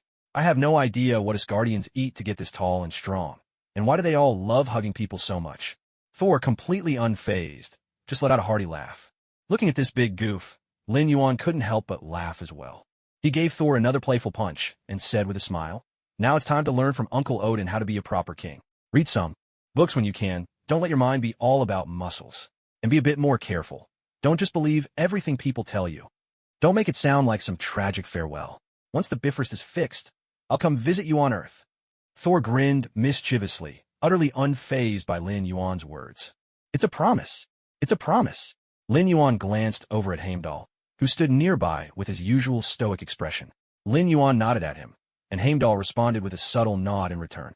Still as cool as ever. Odin and Frigga watched Lin Yuan say his goodbyes to everyone, their faces lit with warm, indulgent smiles. They didn't rush him in the slightest. Lin Yuan felt a little embarrassed and chuckled sheepishly. "Uncle Odin, Aunt Frigga, sorry to keep you waiting." Frigga smiled gently. She reached out and took Lin Yuan's hand in hers, her eyes full of motherly affection and care. With delicate fingers, she tidied up Lin Yuan's slightly messy hair, her movements tender and meticulous, as if she were handling her most precious treasure. Then, she spoke softly, "Good child, remember to visit Asgard whenever you have the time. You'll always be welcome here." Lin Yuan was genuinely touched. During his days in Asgard, he had felt a deep maternal love from Frigga, something he had never experienced in either of his lives. His eyes stung with unshed tears as he hugged Frigga lightly, his voice slightly choked. "Thank you, Aunt Frigga." Frigga gently patted Lin Yuan's back without saying another word. Odin watched quietly from the side, then finally spoke up. "All right, Lin, it's not like we'll never see each other again. There's plenty of time ahead." Feeling a bit bashful, Lin Yuan let go of Frigga and grinned. "You're right, there's plenty of time. Uncle Odin, I'm ready. Please send me back." Odin nodded, just about to cast his spell when Lin Yuan suddenly remembered something and hurriedly stopped him. "Wait, Uncle Odin, I have a gift for all of you." Odin paused, turning his gaze to Lin Yuan. Everyone else looked at Lin Yuan with curiosity. Lin Yuan gathered his magic and cast a nourishing spell on each person present. "This is one of my spells. It plants a magical seed in your body that absorbs ambient energy to keep you healthy. Most importantly, if you ever find yourselves in mortal danger, this seed can save your life." Upon hearing this, everyone was delighted and quickly thanked him for such a wonderful gift. Lin Yuan signaled to Odin that he could proceed. Odin gave Lin Yuan a long, thoughtful look but said nothing. He began to cast the spell for dark teleportation. A surge of magical energy rippled through the air, and in a blink, Lin Yuan vanished from the midst of the Asgardians. Earth Kamartaj, a bald-headed sorcerer, deep in meditation, opened his eyes and glanced into the distance. After a brief moment, he closed his eyes again, sinking back into his trance. The moment Lin Yuan emerged from teleportation, he was overcome with dizziness and nausea, retching uncontrollably as the world spun around him. The comfort of this dark magic teleportation was leagues worse than the Rainbow Bridge. He felt dizzy to the point of collapse. He simply couldn't take it anymore. It took a while, but Lin Yuan finally gathered himself and started to observe his surroundings. He found himself atop a seaside cliff. Before him stretched a vast, sparkling blue sea that seemed to go on forever. Behind him lay an endless, rolling green prairie. The view's not bad at all. Looking out at the boundless ocean, Lin Yuan felt his spirits lift. At last, he was back. He hoped Coulson would have a good explanation for all of this. Otherwise, after being gone for so long without a word, Tony and Pepper were probably going to kill him. He pulled out his phone and checked it. He had to admit, Tony Stark's modifications were something else. Even after more than 2 months, the battery was still full. Just then, the phone erupted with a chorus of notification chimes. All the messages that had piled up over the months came flooding in at once. Lin Yuan glanced at the hundreds of missed calls and texts from Tony and Pepper, feeling like he was truly doomed this time. No skill in the world could save him from this. He figured he'd better call back right away. After all, sooner or later he'd have to face the music. Might as well get it over with quickly. With trembling hands, he dialed Tony's number. The line rang and rang, but no one answered. That struck Lin Yuan as odd. Not only did Tony not pick up, even Jarvis wasn't responding. That was impossible, right? Could something have happened? With a growing sense of unease, he found Pepper's number and dialed. The call connected quickly, and Pepper's voice came through. Hello, who is this? She must have been busy with work, not even glancing at the caller ID. Pepper, it's me, Lin Yuan. His voice was a little shaky. Lin, you actually remember to call? Where have you been all this time? You. Pepper's voice shot up several octaves, and Lin Yuan hurriedly pulled the phone away from his ear. After 5 minutes of venting, Pepper finally ran out of steam. Lin Yuan seized the chance to apologize. I'm sorry, Pepper. This really was an accident. I promise it won't happen again. I know, but Tony and I have been so worried about you. Pepper's tone suddenly softened.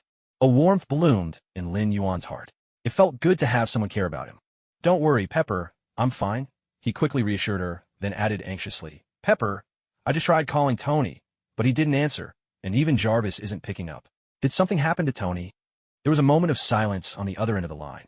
After a long silence, Pepper's voice finally came through, weary and laced with worry. After you went missing, Congress held a hearing to try to seize Tony's suit. Tony was firmly against it. He said he alone could protect world peace. Rhodey backed him up, promising they'd never misuse the suits. But then, for some reason, Tony started wearing the suit everywhere, showing off. Last night, at his own birthday party, he actually wore the suit and used its weapons to shoot at liquor bottles. Rhodey was furious.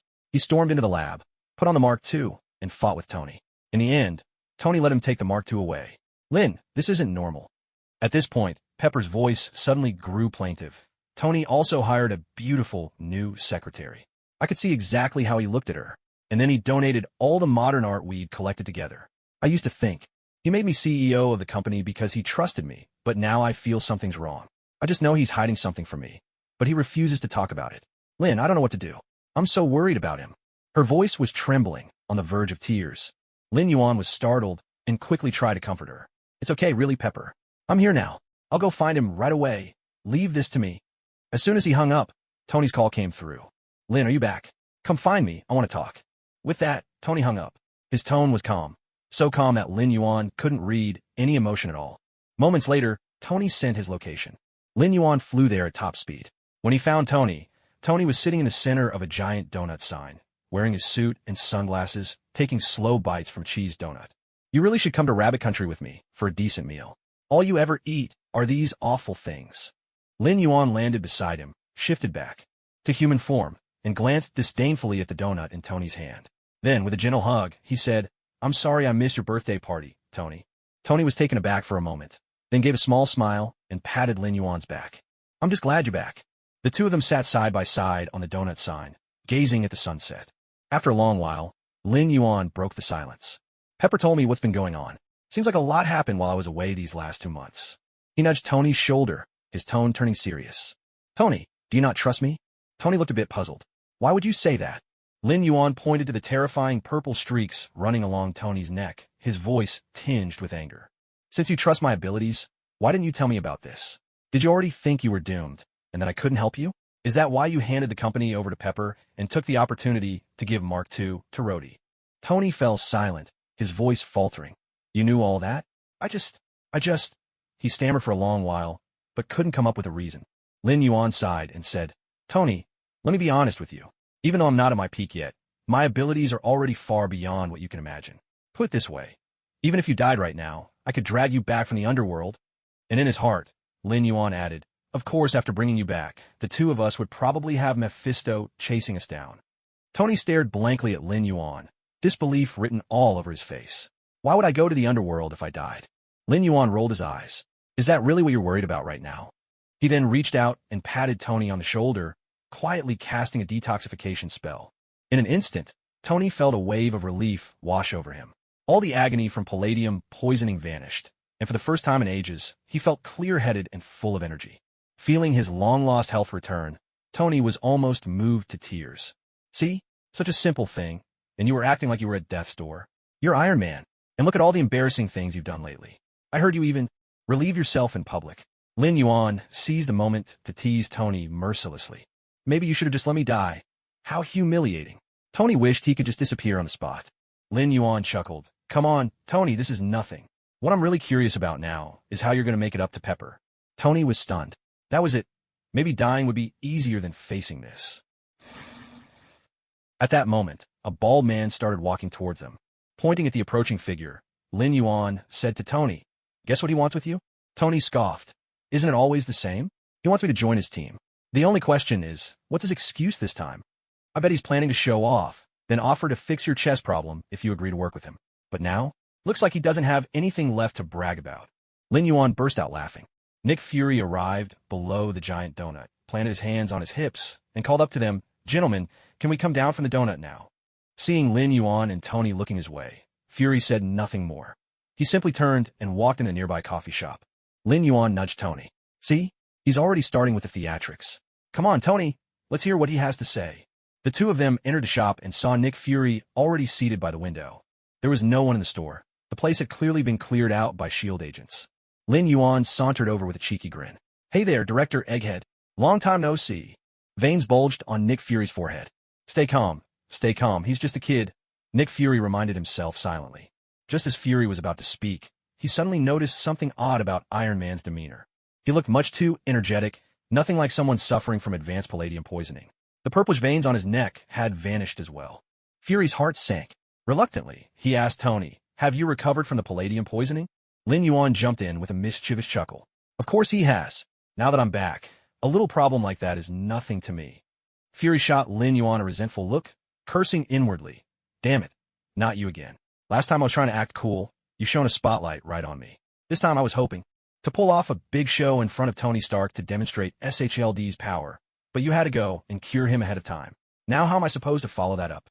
Lin Yuan felt unnerved by Fury's glare and leaned back, trying to put some distance between himself and the bald-headed director. Hey, what's with the look? Don't stare at me like that. I don't swing that way. Just then, a pleasant female voice chimed in. Well, how about you let me try? The speaker was a stunning woman with knockout looks and a killer figure. None other than S.H.I.E.L.D. agent Natasha Romanoff, the Black Widow. Tony's eyes widened in shock the moment he saw her. No way. Isn't that my new assistant? Damn, she was with S.H.I.E.L.D. all along? Fury, you bald bastard, resorting to the old honey trap trick. Good thing I, Tony Stark, have ironclad willpower and didn't fall for it. Lin Yuan turned to look as well, his eyes lighting up. Wow, it's Black Widow herself. She's gorgeous, and what a figure. Ma'am, I'm still underage, you know. Natasha walked over to Lin Yuan, ruffled his hair, and smiled sweetly. That's all right. I can wait until you grow up. At that, Tony quickly pulled Lin Yuan behind him, glaring warily at Natasha. What? Are you after my little brother now? I haven't even settled accounts with you yet. Natasha ignored his protests and went straight to sit beside Nick Fury, giving Lin Yuan a playful wink. Lin Yuan just grinned and said nothing. Fury introduced. This is Agent Romanoff. As soon as you started showing symptoms, I assigned her to stay close to you. She kept me updated, which is how we knew something was wrong. So what? I'm supposed to thank you now. Tony shot Natasha a look, his tone dripping with sarcasm. Natasha just smiled lightly. You're welcome. Nick Fury began to get to the point, his tone turning serious. Tony, I know something's been off with you lately. Tony's face darkened. Was Fury here just to rub salt in his wounds? He hurried to defend himself. No, nothing's wrong. I'm perfectly fine. But Nick Fury was clearly losing his patience. His voice rose in frustration. Nothing's wrong? Then why did you hand your company over to your girlfriend? Why did you give your suit to your friend? Let him fly around in your armor. Tony made one last desperate attempt to explain. I didn't give it to him. He took it. Natasha chimed in, twisting the knife. As far as I know, Mr. Stark, with your database security protocols, it's impossible for anyone to use an unauthorized suit. All right. I'm already dead. Could you not keep poking at it? Tony was too embarrassed to argue any further, so he changed the subject. So, what do you all want from me? Nick Fury was practically fuming as he shouted. What do we want from you? You're asking what we want? You become a problem. Tony, a problem I can't ignore anymore. Taking a breath to calm himself, Fury continued. Originally, I brought medicine to help with your palladium poisoning, but since you're apparently fine now, there's no need for it. He then turned to Lin Yuan and asked, Can your magic cure palladium poisoning for good? Lin Yuan shook his head and pointed at the reactor in Tony's chest. My spell can clear out all toxins, but as long as Tony's got that thing in his chest, the poison will just keep building up again. Tony jumped in. I've been searching for a replacement for palladium. I've tried every known combination of elements. Lin Yuan cut him off. No, you haven't tried every element. Tony looked at Lin Yuan, puzzled. With a sly grin, Lin Yuan pointed at Nick Fury. Ask him. Nick Fury looked annoyed. His chance to impress had just been stolen. But with Tony staring at him expectantly, he had no choice but to answer truthfully. You're right, not all of them. Tony, your father left you a gift. It's not something I can give you out here, so let's talk at your place. He then turned to Lin Yuan and said, and while we're at it, you can tell me where you've been lately. Lin Yuan just shrugged, unconcerned. He had nothing to hide. The four of them left the coffee shop, and Lin Yuan smiled at Natasha. Sis, how are you getting there? Need a lift? Nick Fury interjected from his side. No need. We'll drive. You and Tony just wait for us at his place. Lin Yuan pouted. This bald guy was ruining his chance to cozy up with the beautiful Natasha. Let's go, bro. We'll head back first. With that, Lin Yuan transformed into a giant rock and soared home. This was Natasha's first time seeing Lin Yuan's transformed state. Curiosity sparked in her eyes, but she said nothing. She simply got into Nick Fury's car, and together they headed to Tony's villa. Inside the seaside villa, Lin Yuan glanced around at the mess strewn all over the floor and couldn't help but ask Tony, Bro, are you planning to remodel the house or something? Tony looked a bit embarrassed, forcing a sheepish smile as he avoided Lin Yuan's question. Soon enough, Nick Fury arrived carrying a large box. Written on the box was a line of text, property of H. Stark. The three of them each found a chair and sat down, gazing out through the glassless windows as they began to talk. Nick Fury wasted no time and got straight to the point, pointing at the reactor on Tony's chest. That thing is built on an incomplete technology, he said. Tony cut him off, sounding a little indignant. It's perfectly complete. Sure, it wasn't before, but after I miniaturized it, it's flawless now. Nick Fury ignored his protest and continued. No, your father always said that the arc reactor was only the foundation stone for an even greater initiative. His real goal was to shrink a nuclear reactor down to the size of a size 7 battery. Did he work alone? Or was Anton Vanko involved? Tony pressed further. Anton Vanko was different. He just wanted to get rich off the technology, so your father fired him. Later, Vanko was exiled to Siberia, where he drank himself into madness. In that kind of environment, how normal could a child turn out? The man you met at the Monaco Grand Prix, that was his son. Nick Fury paused, then went on. Your father said there's only one person in this world capable of carrying on his legacy and completing his vision, and that's you. Tony scoffed, his face full of disbelief. No way. He never liked me. He was always cold and distant. He never showed me any love. You say he wanted me to inherit his work? I don't buy it. Lin Yuan, who had been quietly listening, couldn't help but interject. Isn't it possible that your father was just like you, bad at expressing his feelings? Tony turned to Lin Yuan, pointing at himself incredulously. Me? Bad at expressing my feelings? Are you kidding me? Lin Yuan nodded vigorously, making his stance clear. Tony scowled and ignored Lin Yuan, turning back to Nick Fury. You seem to know an awful lot about him. Of course. He was one of the founders of S.H.I.E.L.D. Nick Fury replied, glancing at his watch as he stood up. Tony was stunned, about to say more, but Nick Fury stopped him. I've got urgent business. Need to run. There are some things your father left for you in that box. And by the way, Natasha will be staying on at Stark Industries. Lin, you met Coulson, right? Tell him about your situation later. Nick Fury stood up and began to walk away. Halfway to the door, he turned around, widened his lone eye, raised 2 fingers, pointed at his own eye, then at Tony, and said, "Tony, I'll always be watching you." With that, he made his eye look even bigger for emphasis. Suddenly, a dazzling beam of light shot down from above, enveloping him completely. Nick Fury let out a piercing scream.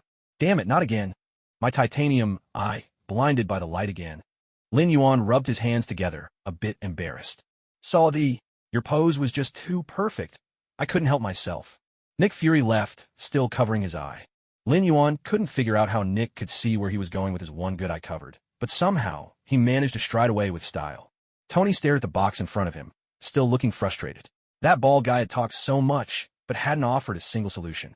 Tony hated dealing with people who only spoke in riddles. Coulson stood to the side, with his usual hairstyle and that ever-present smile. "Hey Coulson, long time no see." Lin Yuan greeted him. "What kind of nickname is that?" Coulson grumbled silently to himself, though his smile didn't falter. Out loud, he said, "Mr. Lin, could you tell me what happened after you disappeared?" Lin Yuan had no intention of hiding anything. He told them everything. How Thor had accidentally taken him to the legendary Asgard, why Thor had come to Earth, and who was truly behind the destroyer. He laid it all out, detail by detail. Tony listened in disbelief, his mouth agape. A barrage of questions tumbled out. "You're telling me you actually went to Asgard? The Einstein-Rosen bridge is real? And you became brothers with Thor? Then Odin himself used magic to send you back? Are they really gods? Are there other gods out there in the universe?" "They're not gods, just people with special abilities. There are all kinds of races in the universe. The Asgardians are just one of many," Lin Yuan explained. "Do you think they have any designs on Earth? And how advanced is their technology?" That was Tony's first concern. "Don't worry, Earth is perfectly safe right now. As for technology, well, Earth has a long way to go." Lin Yuan didn't sugarcoat it, laying out the reality plainly. Tony felt a chill run down his spine, a wave of anxiety washing over him. Lin Yuan patted him on the shoulder, reassuring him. "It's all right, brother. Don't put too much pressure on yourself. Just focus on the task at hand. There are people out there protecting Earth. Take that bald guy, for example. He knows someone who's basically one of the most powerful beings around." Natasha and Coulson were left stunned as well. They knew much more than Tony did from their time at S.H.I.E.L.D., but even for them, much of what Lin Yuan revealed was far beyond their understanding. "All right, that's enough talking. I've said everything I needed to say. Tony, don't worry too much. There's a saying in our rabbit country. The boat will naturally straighten out when it reaches the bridge. Just go with the flow. Everything will work out." Lin Yuan wrapped up the conversation, not wanting to put any more pressure on Tony. Tony fell silent. After a long pause, he picked up the case and walked into the lab. Right now, all he wanted was to see what his father had left him. He needed to become stronger. Seeing that Tony wasn't in the best mood, Lin Yuan said a quick hello to Natasha and Coulson, then hurried after him. Inside the lab, Tony opened the case. The contents were simple: a blueprint, 2 reels of film, and a notebook. Tony loaded the film into the projector while flipping through the notebook in his hands. Lin Yuan plopped down next to him, ready to watch whatever was about to play. On the screen, Howard Stark stood before a layout of a futuristic city, sharing his vision of the days to come. Tony barely paid attention. These were old ideas, things that had already been achieved. After a moment, he felt there was nothing useful here and started to get up to leave, but Lin Yuan stopped him and pointed at the screen. Tony turned back just as Howard called his name. "Tony, this city of the future, I designed it for you. Maybe you don't understand now, but one day you'll see its value. With the technology and understanding of my time, I can't achieve this vision. But I believe, in the future, the only one who can make it real is you. Tony, for all humanity, my greatest invention will always be you." The word struck a deep chord in Tony. Lin Yuan, sitting beside him, grabbed Tony excitedly, exclaiming, "See? What did I tell you? Your dad just wasn't good at expressing himself. Now, left alone with the camera, he can finally speak from the heart. He's just like you." Tony shot Lin Yuan a look. "He's our dad, remember?" Lin Yuan replied, "Oh, right." As the film ended, Tony sank into contemplation. After a while, as if coming to a decision, he stood up. Lin Yuan asked, "So what's next?" "Tomorrow, I'll go find Pepper and apologize. And I'll bring this thing along. Want to come?" Tony pointed to the model of the city on the screen as he spoke to Lin Yuan. "Of course I'm coming." Lin Yuan's face lit up with excitement. This was going to be quite the show. How could he possibly miss it? The next day, Tony drove Lin Yuan towards Stark Industries. On the way, Tony spotted a strawberry stand and thought about stopping to buy some. Lin Yuan stopped him. "Tony, I'd advise against buying strawberries." Tony looked puzzled. "Why not? You forgot? Pepper's allergic to strawberries." Lin Yuan still hoped Tony would live to see another day. Damn, Tony broke out in a cold sweat just thinking about it. Good man. Tony patted Lin Yuan on the shoulder, his gratitude clear in his eyes. The car soon arrived at Stark Industries. The two of them made their way to the CEO's office, where Tony nudged Lin Yuan forward, signaling him to go in first and test the waters. Lin Yuan pushed the door open and stepped inside. Pepper was on the phone, apparently discussing the ownership of the Mark II suit. When she saw Lin Yuan enter, her face lit up with surprise and delight, and she gestured for him to wait a moment. Lin Yuan didn't mind. He took a seat at the desk and made himself comfortable. After Pepper finished her call, she stood up and hugged Lin Yuan, her happiness overflowing and impossible to hide. Lin Yuan was equally delighted. He returned her hug and said warmly, "Sister Pepper, how does it feel to be the CEO now?" Pepper's smile faded instantly, and she began to vent. "Lin, as much as I love this job, Tony has dumped almost everything on me lately. The pressure is enormous. And to make matters worse, he just publicly announced to the world that he's Iron Man and promised to keep the peace. But look at what he's been doing lately. He's out of control. And me? I've been left to pick up all the pieces again and again." Lin Yuan quickly tried to defend Tony. "Sister Pepper, Tony has his own reasons, I promise you. From now on, he'll change for the better. If he doesn't, I'll help you set him straight." Just as he finished speaking, a voice came from outside. "Mr. Stark, what are you doing out there?" Natasha walked in, holding a stack of documents. With no other choice, Tony had to follow her inside, flashing an awkward grin in Pepper's direction. As Pepper looked at Tony, her face fell again. She turned away, refusing to acknowledge him. Lin Yuan greeted Natasha with a cheerful smile. "Hey there, Sister Natasha."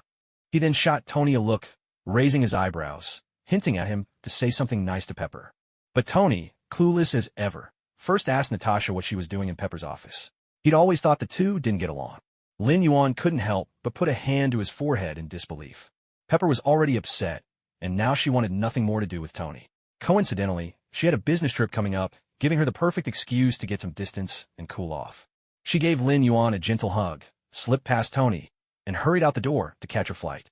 Watching as his driver and bodyguard, happy, rolled Pepper's suitcase and followed her out, Tony felt even more dejected. He'd lost this battle in every possible way. Natasha busied herself with the papers on the desk, completely unfazed by Tony's glare. Before leaving, she tossed a playful wink over her shoulder at Lin Yuan. Tony slumped into the office chair, crestfallen.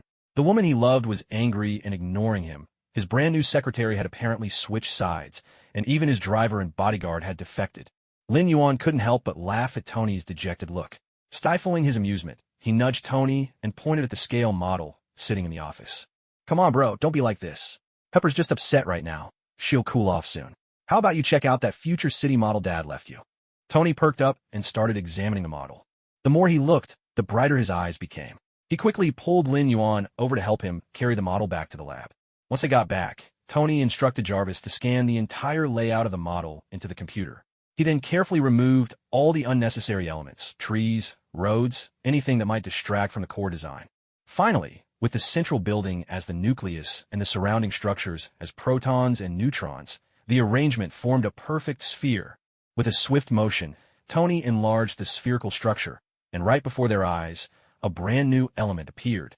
Lin Yuan stared, wide-eyed, and tugged at Tony's sleeve. "Bro, I think Dad might have outdone you this time." Tony replied with a warm smile. "Yeah, he really was the best father." Then he gave Lin Yuan a playful pat on the head. "All right, let's get moving. Time for a massive overhaul of the model and some brand new hardware development. First things first, demolition time." Lin Yuan felt a rush of excitement. He'd been itching to do some demolition for ages. He immediately transformed into panda mode, tearing things apart with wild abandon. What a thrill!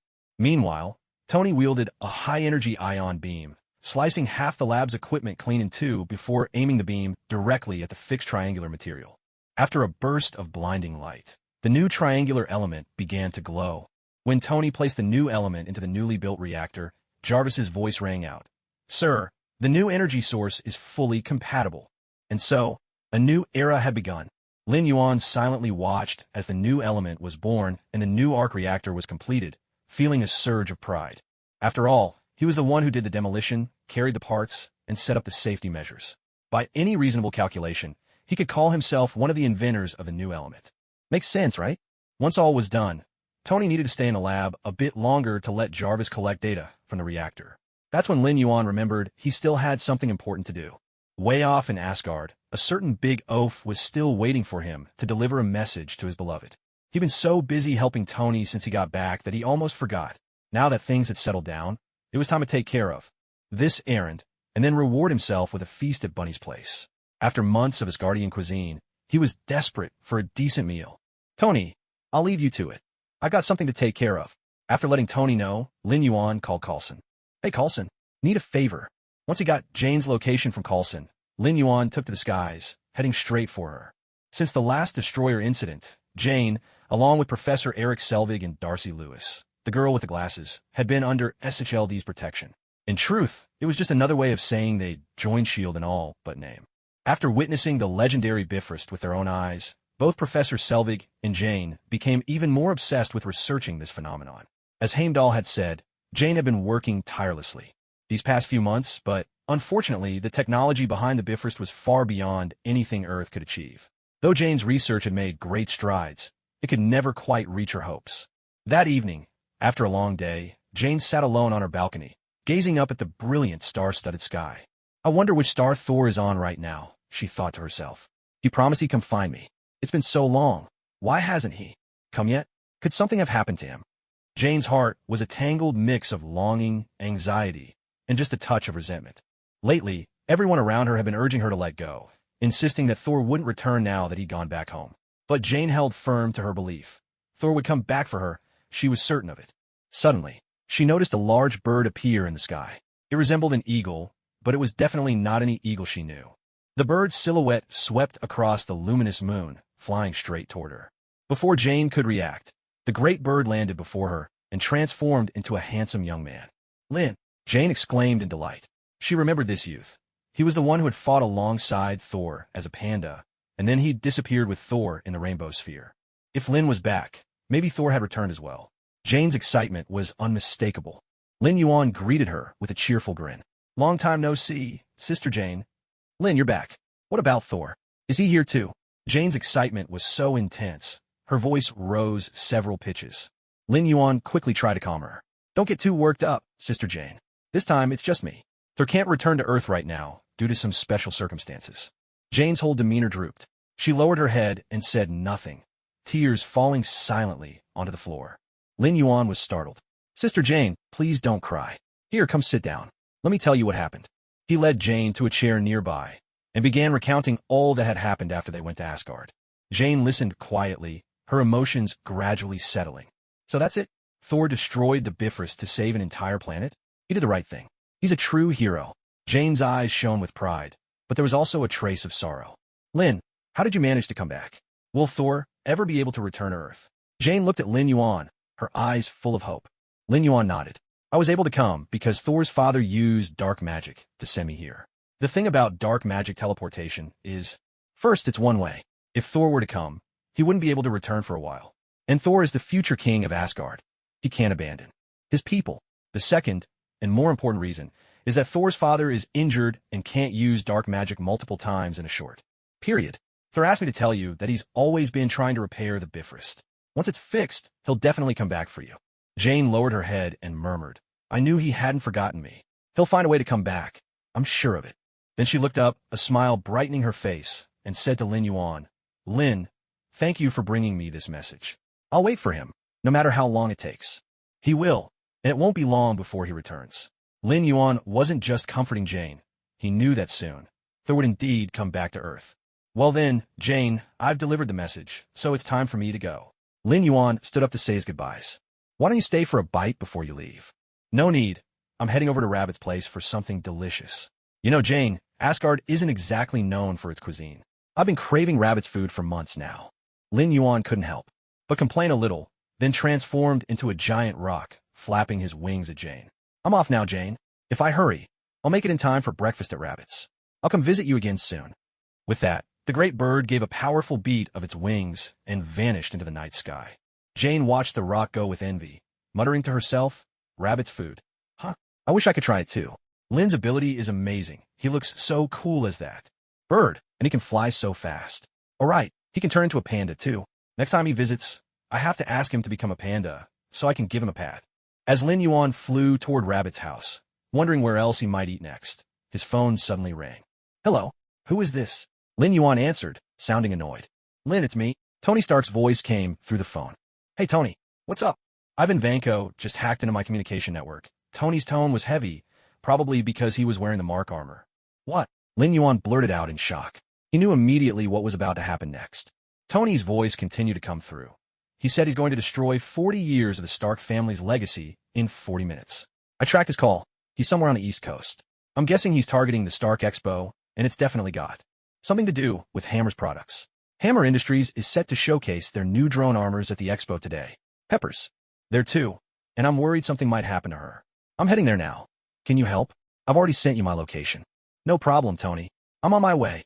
In the night sky, the great rock gave a gentle beat of its wings, leaving a golden afterimage as it soared toward the East Coast. At the Stark Expo, on the East Coast, the press conference was in full swing.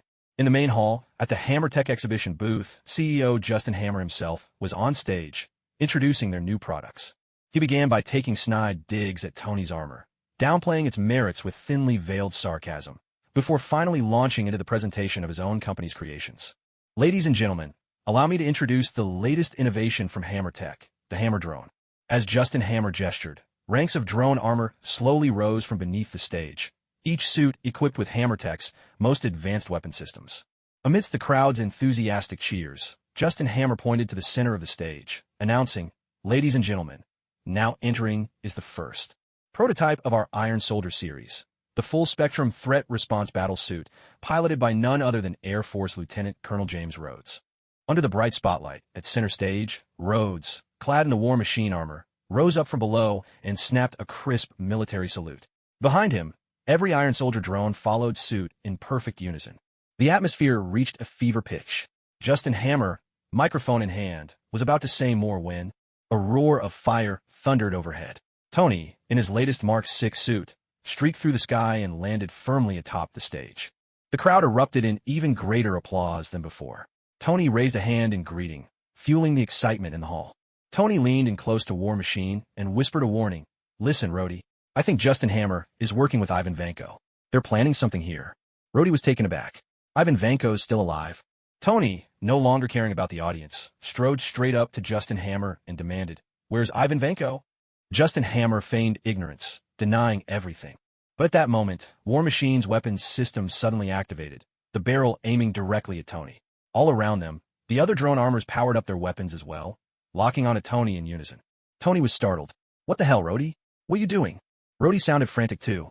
"Tony, the system's been hacked. I can't control the armor." Tony reacted instantly, launching himself skyward and rocketing out of the convention hall. War Machine's shoulder-mounted weapon locked onto Tony and fired.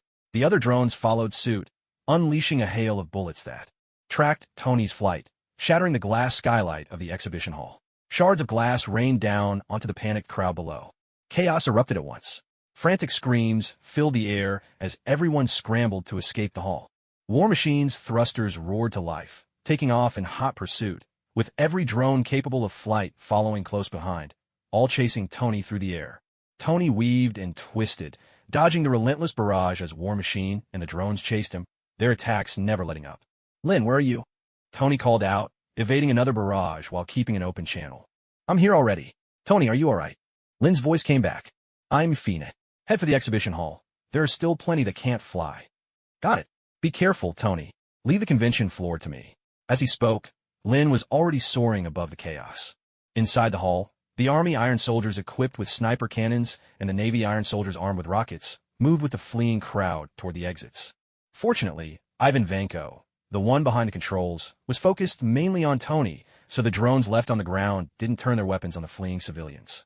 But as soon as the armored units reached the outdoors, the Army Iron Soldiers began locking onto Tony with their sniper cannons. Tony dodged nimbly, and the bullets whizzed past, striking one of the aerial drones that had been tailing him. The drone exploded, its wreckage tumbling toward the crowds scattering below. With a sweep of his wings, Lin snatched a piece of debris with his claws and flung it harmlessly aside.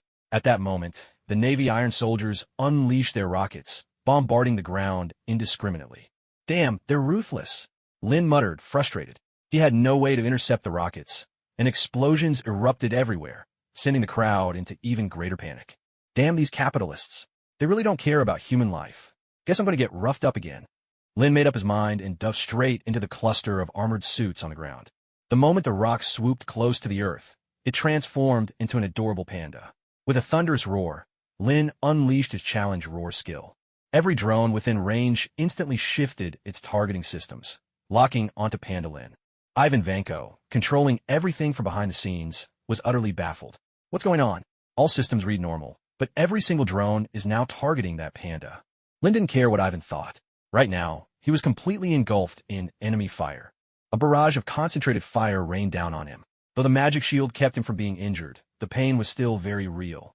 With a sudden charge, he plunged into the densest cluster of the unmanned mechas, using their own firepower against them to bring about their destruction. In no time at all, most of the unmanned mechas had been obliterated by friendly fire. The few that remained were no longer a threat. Lin Yuan, in his panda form, simply swatted their heads off with a single powerful strike. Phew, finally done. Lin Yuan let out a sigh of relief and hurried into the venue to look for Pepper. He made his way backstage, where Pepper was urging the Hammer Tech staff to get the system back online as quickly as possible. Just as Lin Yuan was about to call out to her, Natasha and Tony's faces appeared on the screen in a video call. Meanwhile, backstage at the expo, Natasha was with Pepper, pressing Justin Hammer for answers. Hammer tried to protest, but Natasha lost patience. She slammed him face down on the table. After forcing him to reveal that Ivan Vanko was in his lab, she left Pepper to call the police and strode off to deal with the root of the problem herself. Happy drove Natasha toward Hammer Tech. While in the car, Natasha changed swiftly into a sleek tactical suit, nearly making Happy's eyes pop out of his head. They stormed into the lab. Happy, after a struggle, managed to take down one guard and was about to boast to Natasha, only to see she had already cleared the entire room. Staring at the heap of unconscious guards, Happy was left speechless. When Natasha reached the room where Ivan Vanko had been, he was already gone, but the control console was still there. As a top-tier agent, Natasha had no trouble rebooting Rhodey's armor. Meanwhile, Tony was dodging attacks and using the environment to his advantage, destroying several unmanned mechas. But in a moment of carelessness, he was blindsided by the War Machine suit. The two grappled and crashed into a botanical garden. War Machine pinned Tony down, its shoulder-mounted machine gun unleashing a relentless barrage. Worried about hurting Rhodey, Tony dared not use his most powerful weapons. Instead, he struggled to keep the barrel from turning on himself. Suddenly, War Machine powered down completely. With the suit inert, Tony quickly pushed it off. Then Natasha's face popped up in Tony's communication window. Your partner's back online. Thank you, Agent Romanoff. Tony hurried to express his gratitude. No need to thank me. Your new gear's power source is stable and much stronger now. And your vital signs look good too. Yeah, I'm not dying anytime soon. Thanks again. What? Tony, were you dying before? That's huge. How could you keep something like this from me? Pepper's voice broke in, trembling with anger as her words reached both of them. Tony was startled and hurried to explain. I'm sorry, really. I wanted to tell you earlier, but so much has happened, and there just wasn't time. I'll explain everything to you later. At that moment, Natasha also noticed on the surveillance radar that several unmanned mechs were converging on Tony, and she quickly sounded the alarm.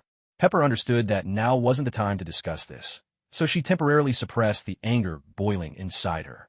Then she turned with a cold, piercing gaze toward Lin Yuan, who was approaching, and asked through gritted teeth, My dear brother, did you know about this too? Lin Yuan felt a chill run down his spine and hurriedly denied, No, I didn't. I have no idea. Sis, I'd better go help Tony. With that, Lin Yuan instantly transformed into a giant rock and soared off toward Tony's direction. He had just taken flight when a thought struck him, and he doubled back to Pepper's side. Pepper looked at him in confusion as Lin Yuan resumed human form, cast a wild mark and a rejuvenation spell on her, and said, Sis, when you head out, stay away from those mechs at the entrance. They might explode. Pepper nodded in understanding, and only then did Lin Yuan fly off toward Tony, reassured. Soaring above the botanical garden, Lin Yuan saw that Tony and Rhodey were already surrounded by swarms of unmanned mechs. He quickly cast buffs on both, then hovered in the air to watch the action unfold. It wasn't that he didn't want to help. It was just that he really couldn't do more. After all, he was only support. As for dealing damage, that was a job best left to the two ADCs below. Tony immediately recognized the familiar sensation of the buffs. Looking up, he spotted Lin Yuan, majestic and powerful, circling in the sky. Tony's confidence surged. With support on his side, these mechs were nothing but scrap metal. He could crush them effortlessly. Excitedly, he turned to Rhodey and said, Rhodey, can you feel it? Our backup's here. Let's take them down. With that, Tony charged straight into the fray without hesitation. Rhodey felt Lin Yuan's buffs for the first time, and was amazed as his wounds healed and his strength returned in an instant. He wasn't sure who Tony's backup was, but seeing Tony already in action, he just followed right behind without a word. The battle erupted in an instant, as all the unmanned mechs swarmed toward the two of them. Fighting back to back, Tony and Rhodey coordinated flawlessly, unleashing all manner of weaponry as they easily destroyed one mech after another. But there were simply too many mechs. Even with Lin Yuan's buffs protecting them, the battle was exhausting. At last, Tony had had enough. Taking them out one by one was just too slow and far too troublesome. He shouted, "Rhodey, get down." This was where the bond between these two friends really showed. Tony only had to call out, and Rhodey immediately crouched, their teamwork seamless as ever. Mark VI's hand units surged with energy. With a swift spin, a crimson laser shot forth, slicing every mech nearby clean in half in an instant. Watching from above, Lin Yuan couldn't help but click his tongue in awe. That move was incredible, so damn cool. How could he not want that for himself? Rhodey shot Tony a resentful look and complained, "That was amazing. Next time lead with that." Tony detached the laser emitter from his hand and explained, "I wish I could, but it's a one-off. Gotta save it for when it counts." Rhodey was about to say more when Natasha's voice came crackling through. "Heads up. Another mech incoming. This one's different. Its energy readings are off the charts." Both men tensed at once, eyes locked on the mech swooping down from the sky. It landed with a heavy thud, visor snapping open to reveal Ivan Vanko himself. Ivan landed with a swagger, his face twisted in arrogance. He flicked out two electric whips, arcs of high-voltage current dancing along their length with a sizzling, menacing hiss. Rhodey's eyes lit up. The final boss had arrived at last. His turn to shine had come. He shouted, "Let me handle this. Time to show him what the ex-wife can do." High above, Lin Yuan leaned forward, excitement written all over his face. Here it comes. The classic moment everyone's been waiting for. Rhodey's shoulder-mounted missile launcher popped open. A small missile ignited and shot straight at Ivan Vanko. But Ivan didn't even bother to dodge. He'd already studied the ex-wife in the database. He knew exactly what to expect. Sure enough, the missile struck Ivan's armor, then clattered to the ground with a sad little spark and fizzled out, completely useless. Lin Yuan burst out laughing in the sky, while Tony looked at Rhodey as if he were an idiot. "Hammer tech." Rhodey cringed. "Yeah, I'll handle this." Tony wasted no time. The suit's auto-targeting system locked onto Ivan's exposed head and chest, and bullets flew in a precise volley. But Ivan was ready. His helmet snapped down in a flash, blocking every shot. The battle erupted. Ivan's electric whips lashed out at both Tony and Rhodey. They scrambled to dodge, immediately counterattacking. But Ivan's current armor was bulletproof, unfazed by their attacks. With a swing of his whip, he sliced the weapon right off War Machine's shoulder. Tony tried to take off and attack from above, but Ivan snagged him midair with a whip, yanking him back to the ground. Several more strikes followed, carving deep gouges into the Mark VI's armor. Rhodey rushed in to help, but Ivan's whip coiled around him, slamming him to the ground. War Machine had no defense against the electric current. Its control systems flickered and sputtered under the surge, leaving Rhodey unable to fight back effectively. Ivan Vanko planted his foot on War Machine, ready to crush him. Tony tried to ambush Ivan, but was sent flying by a whip, which then wrapped tightly around the neck of the Mark VI suit. Tony grabbed hold of the whip and yanked hard, pulling Ivan off balance. Rhodey seized the moment to break free, but Ivan immediately lashed out with his other whip, ensnaring War Machine once more. In an instant, both Tony and Rhodey were trapped, each immobilized by an electric whip from opposite sides. The two of them gripped the whips tightly, and the three men found themselves in a tense, precarious standoff. Feeling certain of victory, Ivan lowered his mask and looked at them with mocking disdain. Tony shouted, "Rhodey, do you remember what happened at the party?" The two of them raised their hands, and the energy repulsors in their palms began to charge. They were planning to unleash a double laser blast, hoping the resulting explosion would take Ivan down. But Ivan, seeing their move, quickly put his helmet back on and gave the whips a violent tug. Both Tony and Rhodey stumbled, their repulsor blasts firing wildly off target. Lin Yuan watched in stunned disbelief. Since when did the villain use his head like this? This wasn't how the story was supposed to go. So now what? With a surge of strength, Ivan hurled both of them aside. He ignored War Machine entirely and strode straight toward Tony, lashing out. With his whip again and again at the Mark VI suit, Tony staggered backward under the relentless assault, completely unable to fight back. Lin Yuan sighed. His own ADC was hopelessly outmatched, while the enemy's ADC was unstoppable. If anyone was going to turn this fight around, it had to be him, the ever-reliable support. With a mighty screech, the rock dived from above, talons reaching for Ivan Vanko's head. Caught off guard, Ivan stumbled as the claws grazed him. Recovering quickly, Ivan cracked his whip at Lin Yuan, but Lin Yuan dodged easily, landing gracefully and transforming instantly into a panda. Charge, he roared. In a blink, Ivan saw a panda barreling toward him, closing the distance in an instant. As the panda's paw struck him, a strange force surged into Ivan's mind. His vision went black, and he collapsed into unconsciousness. Not wasting the opportunity, Panda Lin Yuan unleashed a flurry of blows, his enormous paws moving so fast they left afterimages in the air. 5 seconds later, Ivan Vanko regained consciousness, completely unharmed. Lin Yuan, exasperated, shouted at Tony, "Tony, when this is over, you'd better make me a suit of armor. This is way too frustrating." Struggling to his feet, Tony replied, "No problem. As soon as this is over, I'll build you one."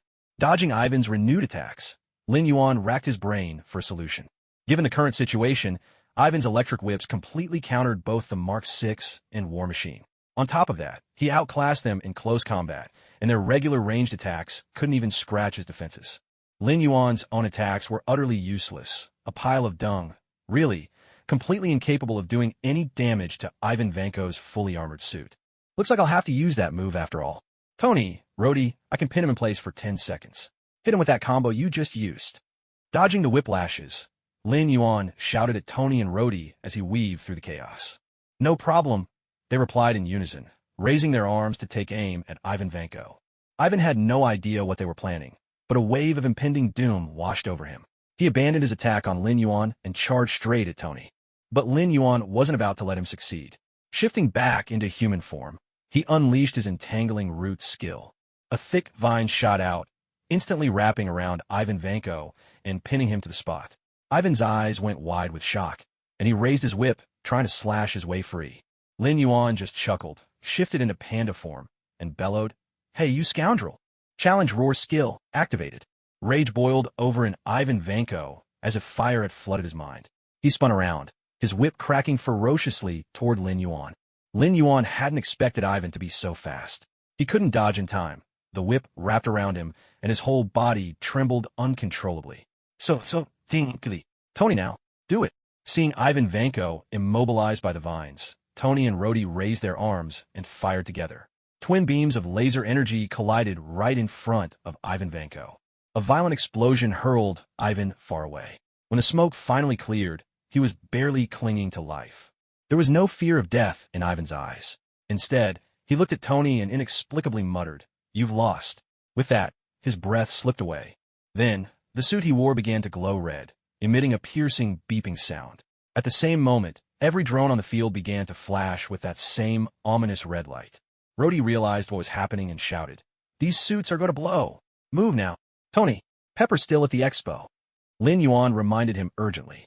Tony understood instantly. Igniting his thrusters, the Mark VI armor roared at maximum speed toward the venue. Lin Yuan followed close behind, grinning as he watched Tony's desperate dash. He couldn't help but chuckle to himself. "Tony, don't blame me. This is all for your own good. Think of it as my little contribution to you two getting closer." Meanwhile, backstage at the expo, Pepper handed Hammer over to the arriving captain and started making her way outside. Stepping out of the venue, she saw the wreckage scattered everywhere, all glowing with that same red light. Suddenly, Lin Yuan's warning flashed through her mind, and she instinctively backed away from the debris, but it was already too late. With a thunderous blast, all the remains exploded at once. In a blink, Pepper was swallowed by a raging sea of fire. At that moment, a figure was racing towards them. It was Tony, arriving just in time to witness the woman he loved being engulfed by flames. "No!" His cry tore through the air, raw and anguished, filled with bottomless grief and sorrow. Tony rushed to Pepper's side with all the speed he could muster, his eyes wild with desperation and fear. When he saw Pepper lying there motionless, it felt as if his heart was being ripped apart. "No, this can't be happening." Tony couldn't accept what lay before him. He dropped to his knees beside Pepper, his hands trembling as he gently touched her cheek, tears streaming uncontrollably down his face. "Pepper, you're going to be all right. You have to be all right. I can't lose you. I can't imagine a world without you. I need you. Please, don't leave me." On his knees, Tony held Pepper tightly, sobbing so hard he could barely speak. Then, a hand softly touched his face, and a familiar voice sounded, light and teasing. "Are you crying?" Tony froze, utterly stunned. He stared blankly at the woman before him. Pepper, smiling gently, eyes brimming with affection. Snapping back to himself, Tony wiped away his tears and stubbornly insisted, "I wasn't crying. You must have seen it wrong." Then, unable to hold back, he hugged Pepper tightly, relief flooding his voice. "You're all right. Thank God, you're all right." Watching nearby, Lin Yuan and Rhodey were thoroughly entertained by the scene. Rhodey shouted excitedly. He cried. He totally cried. "Did you get that on camera?" Lin Yuan raised his phone triumphantly. "Of course, full HD. I'll send you a copy later." Tony helped Pepper to her feet, then caught sight of his two friends gleefully recording his embarrassing moment. Irritated, he lunged for the phone. But there was no way Lin Yuan was going to let him get it so easily, and Rhodey quickly joined in to help Lin Yuan fend Tony off. Pepper watched the three men fooling around, a broad smile lighting up her face. Truth be told, she never liked Tony risking himself to keep the peace. She was always afraid that one day he wouldn't come back. But today, having experienced Lin Yuan's magic firsthand, surviving such a violent explosion without so much as a scratch, she was amazed beyond belief. Now, her feelings had changed. She believed as long as Lin Yuan stayed by Tony's side, nothing bad would ever happen to him. Since Tony loved soaring through the sky in a suit, she'd do her part to ease his worries and keep things steady at home. After a while, the three finally stopped roughhousing. Tony pulled Lin Yuan into a firm embrace, his gratitude overflowing. "Thank you, Lin. You saved me again, and you saved my future." Lin Yuan understood he was really thanking him for saving Pepper, and grinned. "Hey, what are brothers for? Come on, no need to thank me. Besides, Pepper's not just like a sister. To me, she's going to be my future sister-in-law. There's no way I'd stand by and watch anything happen to her. And you too. Tony, I'll never let anything happen to you either." Rode watched the two brothers hugging and couldn't help but feel a little jealous. "Looks like I'm the odd one out here." With a mischievous grin, Lin Yuan walked over and playfully punched him on the chest. "Rode, I didn't forget about you. Back in the fight, I gave you a buff too." Suddenly, Rode realized, "Oh, so you're the support Tony mentioned. Your abilities are incredible, and you can actually turn into a bird and a panda? Can I learn that magic too?" Lin Yuan laughed. "No way. That's my signature move. And I got something even more powerful. Want to give it a try?" Rode thumped his chest with confidence. "Bring it on. Show me how strong you really are." "All right, here I go. Come on, I'm ready." Lin Yuan raised his hand and cast Nurture right away. Rode stood there waiting. After a moment, he looked puzzled. "That's it? Is this the amazing power you were talking about? Why don't I feel anything?" Lin Yuan explained, "This skill gradually boosts your constitution, and if your life's ever in danger, it'll save you." "How about that? Pretty impressive, huh?" Rode nodded enthusiastically, his face lighting up with excitement. "Impressive. Seriously, thank you, brother." Tony leaned in, curious. "Lin, is this the same skill that saved my life before?" He remembered the surge of strength he'd felt when Obadiah stole the reactor from his chest. "Yes, Tony. The skill is called Nurture. Pep got it too." "What? I have it too," Pepper exclaimed. "No wonder I've been feeling healthier lately, even though I haven't had any time to work out. Thank you so much, Lin." Pepper's face broke into a delighted smile as she thanked Lin Yuan. "Hey, don't mention it. There's no way I'd let anything happen to you, Pep."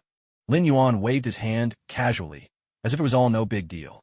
From the side, Tony's voice drifted over, thick with mock accusation. "So you knew all along Pepper would be fine. You just wanted to watch me panic, didn't you?" "How can you call it panic?" Lin Yuan replied, looking smug. "If I hadn't done it, how would Pep know her place in your heart? I was helping you, you know." Tony gritted his teeth. "Oh, helping me, huh? Well, let me return the favor."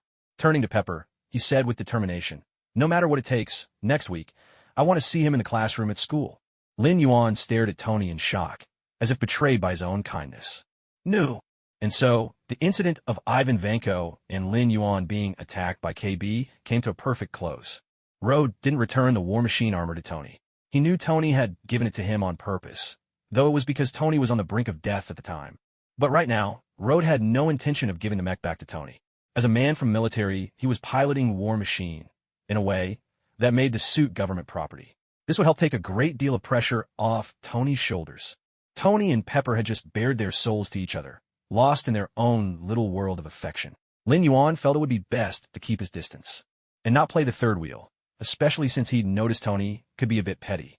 So, he decided to spend a few days at Bunny's place instead. After saying goodbye to Tony, Lin Yuan took to the skies, heading toward Bunny's home. He'd spent months in Asgard, and just as he was about to finally enjoy a proper meal, Tony had called him back for an emergency. After all the chaos, he could finally look forward to some good food. Ah, food, here I come. When Lin Yuan arrived in a small southern city near Bunny's home, dawn was only just breaking. The city, already bustling with the aromas of breakfast, put him at ease. This is what life is all about, Lin Yuan thought happily. This was the kind of life he loved, a peaceful, quiet existence, just like back in his old world. Although he longed to stay in Bunny's country forever, the system had warned him. Because of the world's will, all sorts of events would inevitably find their way to him. So, he figured it was better to stay in Eagle's country after all. After all, that's where all the superheroes were. Wink. He found a busy breakfast spot and ate to his heart's content. A middle-aged man in a sharp suit sat down beside Lin Yuan. Assuming he was just another customer, Lin Yuan scooted over to make room. Mr. Lin Yuan, hello. May I speak with you privately for a moment? To his surprise, the man actually called him by name. Lin Yuan was puzzled. He had no relatives from China in this world, not even an ID card. How could this man possibly know who he was? Still, he wasn't worried. The man seemed friendly enough, and there was nothing threatening about him. Sure, just a moment. Let me finish eating, Lin Yuan replied as he continued with his meal. Of course, take your time. There's no rush, the man replied warmly. Lin Yuan picked up the pace but didn't rush. Only after savoring the last bite did he put down his utensils, wipe his mouth, and rise from his seat. All right, now we can talk business. Where shall we go? Lin Yuan asked, looking at the man. Right this way, Mr. Lin. The man led Lin Yuan out of the breakfast shop to a black sedan, opened the door, and gestured for him to get in. Without a hint of hesitation, Lin Yuan climbed into the car, and the man joined him, settling into the seat beside him. As the car pulled away, the man extended his hand and began introducing himself. Mr. Lin Yuan, it's a pleasure. I'm Zhang Xian, director of the Spear Bureau here in Bunny's country. Lin Yuan was momentarily stunned. It was actually the Spear Bureau. He quickly composed himself, shook Zhang Xian's hand, and replied, It's a pleasure to meet you, Director Zhang. Zhang Xian looked at Lin Yuan and continued, I'm curious, Mr. Lin Yuan. How much do you know about our Divine Spear Bureau?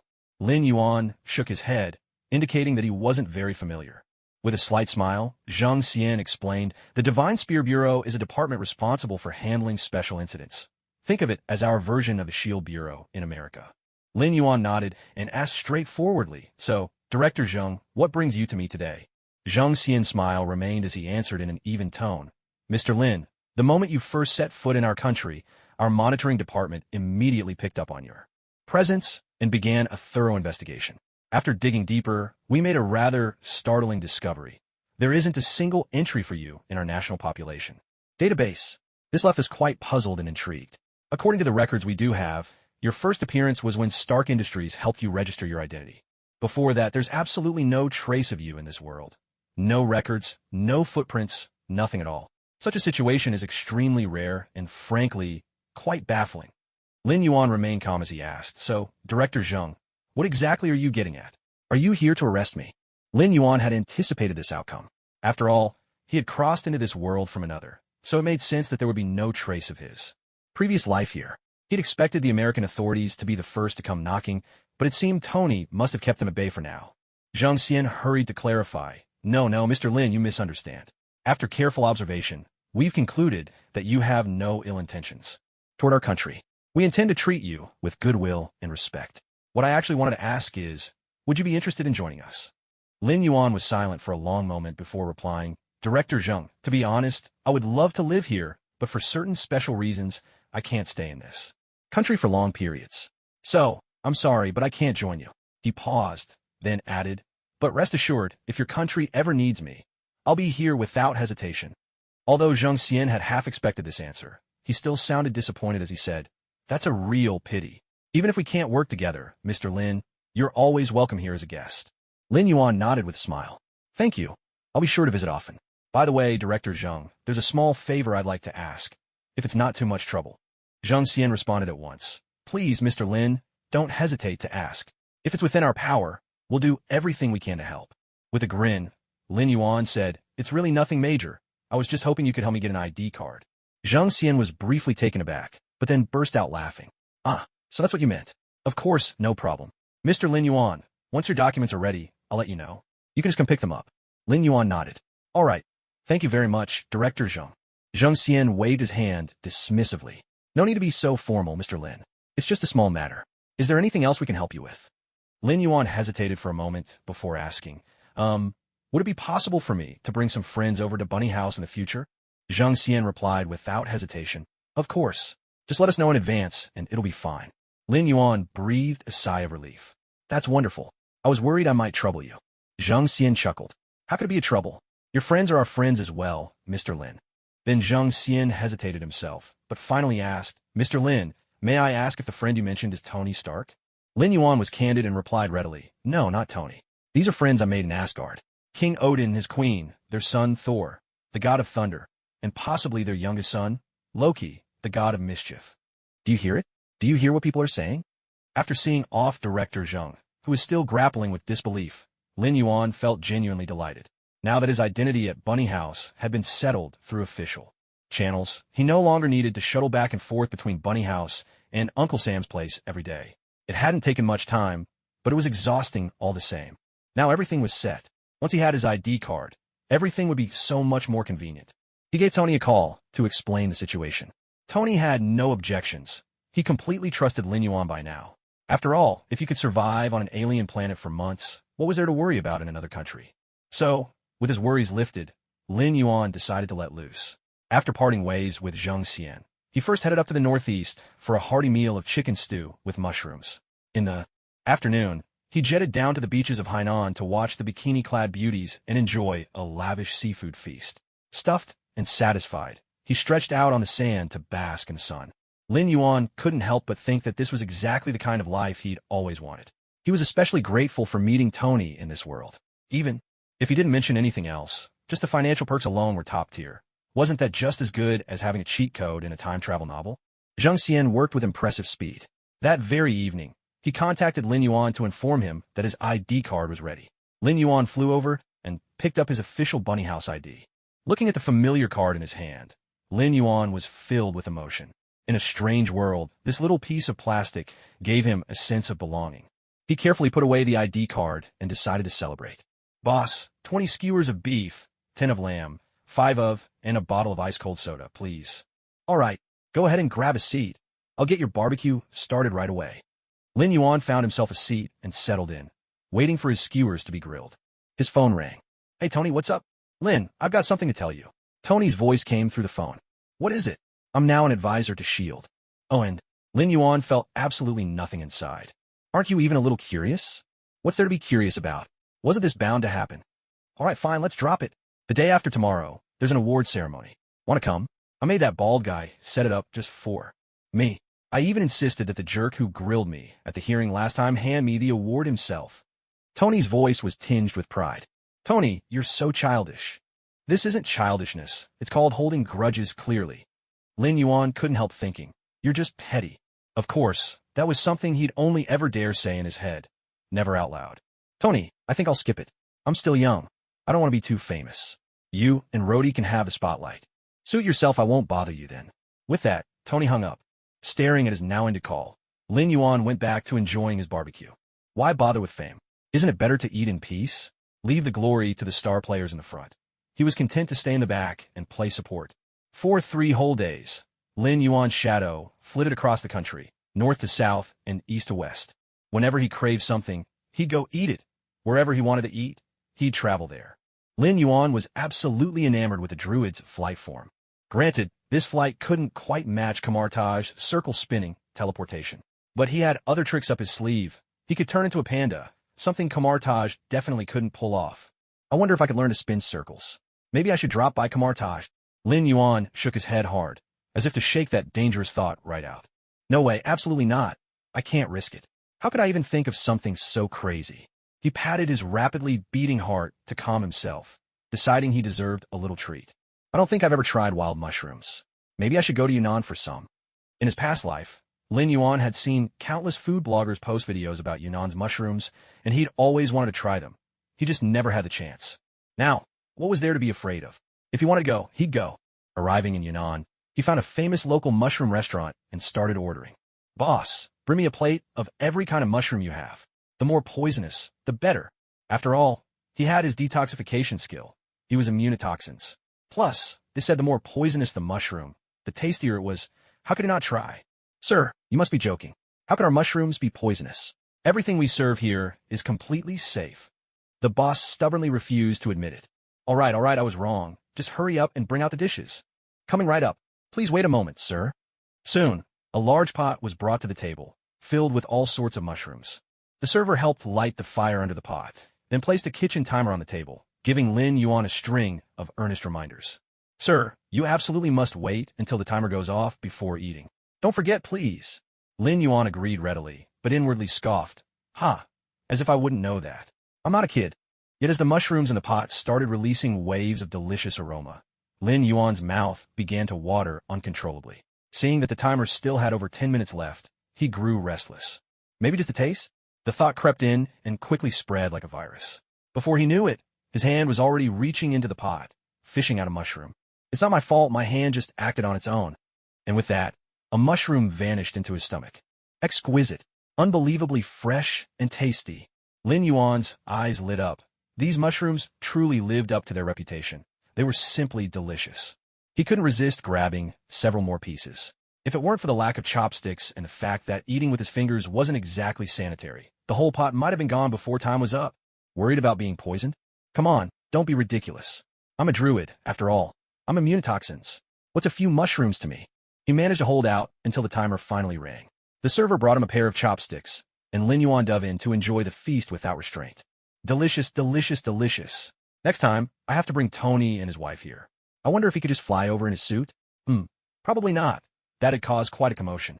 Lost in thought and eating at the same time, Lin Yuan's chopsticks never paused. Soon, the pot was empty. After polishing off the entire pot of mushrooms, Lin Yuan let out a satisfied burp, rubbed his belly, and beamed with contentment. I'll ask the server if they sell these mushrooms. I'll buy some to take back for Tony to try. He paid the bill, asked the server where he could buy the mushrooms, then picked up a few of the tastiest varieties to bring home. Leisurely flapping his wings, Lin Yuan set off toward the direction of Tony's house, enjoying the scenery as he flew. Life is good. Suddenly, a figure appeared before his eyes, someone he never expected to see. A figure with the upper body of a man and the lower body of a deer appeared in the air ahead of him. Lin Yuan screeched to an emergency halt in midair, momentarily forgetting to flap his wings. No way, Cenarius? He rubbed his eyes in disbelief. And then, another figure appeared beside Cenarius. With demonic horns sprouting from his head, a pair of enormous demon wings on his back, and twin warglaves of Azeroth in hand. There was no mistaking that iconic look. Oh my god, the demon hunter, Illidan Stormrage. Then appeared the moon priestess, Tyrant, riding a white tiger and wielding her moonblade. The Lich King Arthas, holding Frostmourne. Deathwing, Neltharion, armored in molten lava, and more. One after another, these legendary figures from Lin Yuan's past life in World of Warcraft materialized before his very eyes. Lin Yuan was dumbfounded. He urgently called out to the system. System. Hey, stupid system, come out now. Something big is happening. Hurry, come and see. Azeroth is invading the Marvel Universe. This is the end. We're doomed. Staring at these formidable bosses before him, Lin Yuan was trembling in fear. He knew there was no way he could handle them at his current level. So many big shots have come to Earth, and even the Ancient One hasn't noticed. Just as Lin Yuan was grumbling about the lack of help from the big bosses, the system's voice chimed in. Ding! Host, have you lost your mind? What nonsense are you talking about? Lin Yuan panicked, flapping his wings and shouting at the various bosses ahead. Hey, stupid system, are you blind? Don't you see all these bosses? Look, Deathwing's even roaring at me. Ding!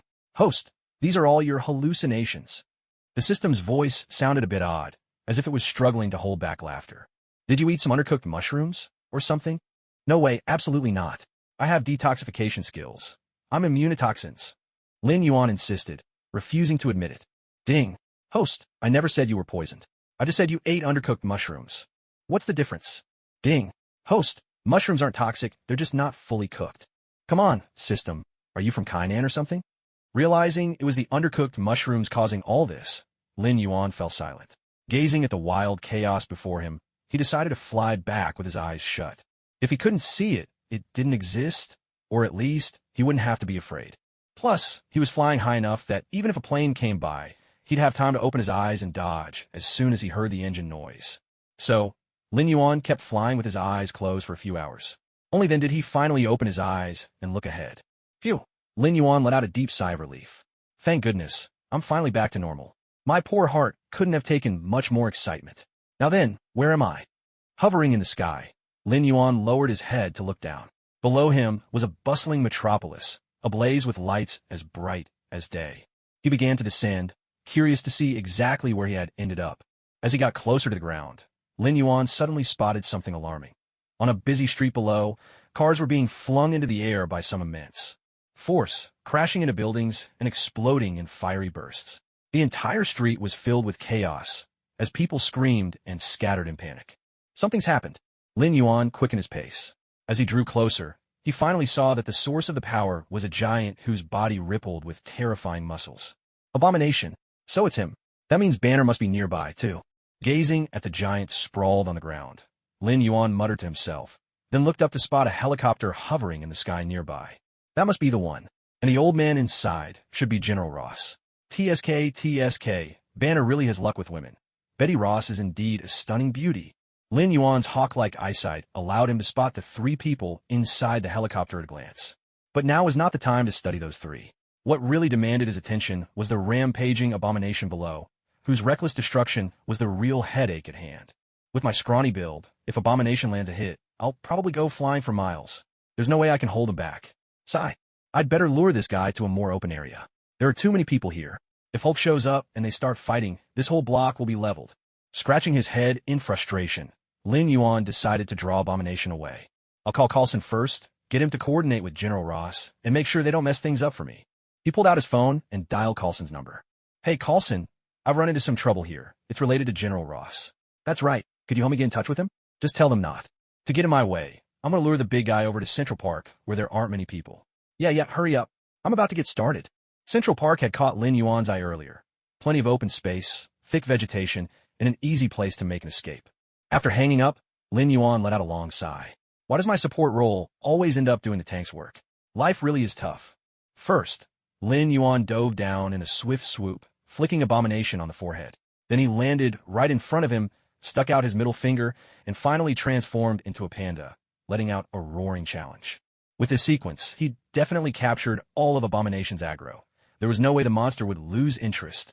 Abomination was rampaging down the street, smashing cars and tearing up everything in sight, determined to draw the Hulk out for a brawl. Suddenly, a strange giant bird swooped down and flicked him on the forehead. To his bewilderment, the bird even gave him the finger, though he couldn't quite figure out how a bird could manage that with its wings. Then, right before his eyes, the bird transformed into a panda. Yes, a real panda. He rubbed his eyes to be sure, but there was no mistake. And then, the panda let out a thunderous roar that seemed to turn his whole world upside down. Now, all he could see was that panda. All he wanted was to tear it limb from limb. With a furious bellow, Abomination grabbed a nearby car and hurled it straight at the panda. Lin Yuan, still in his panda form, was startled and quickly transformed into a great rock to dodge the oncoming car. The vehicle scraped past him and crashed into another car behind. In an instant, a blast of fire erupted, sending sparks flying everywhere. Damn, that's fierce. If I get caught, this rock of mine would probably end up as shredded chicken. Too scary, too scary. I'd better get out of here. Lin Yuan began teasing Abomination, luring him towards Central Park. He didn't dare to fly too high, afraid he'd lose Abomination's aggro, so he kept to low altitude, gliding just above the ground. Abomination leaped between the towering skyscrapers, his eyes locked on the giant bird ahead. He couldn't figure out why that damned panda had turned back into a bird, but whether it was panda or bird, the urge to tear it apart was the same. What made it worse was how cheeky that bird was. As Lin Yuan flew, he kept taunting, "Oh, so close. Come on, you can do it.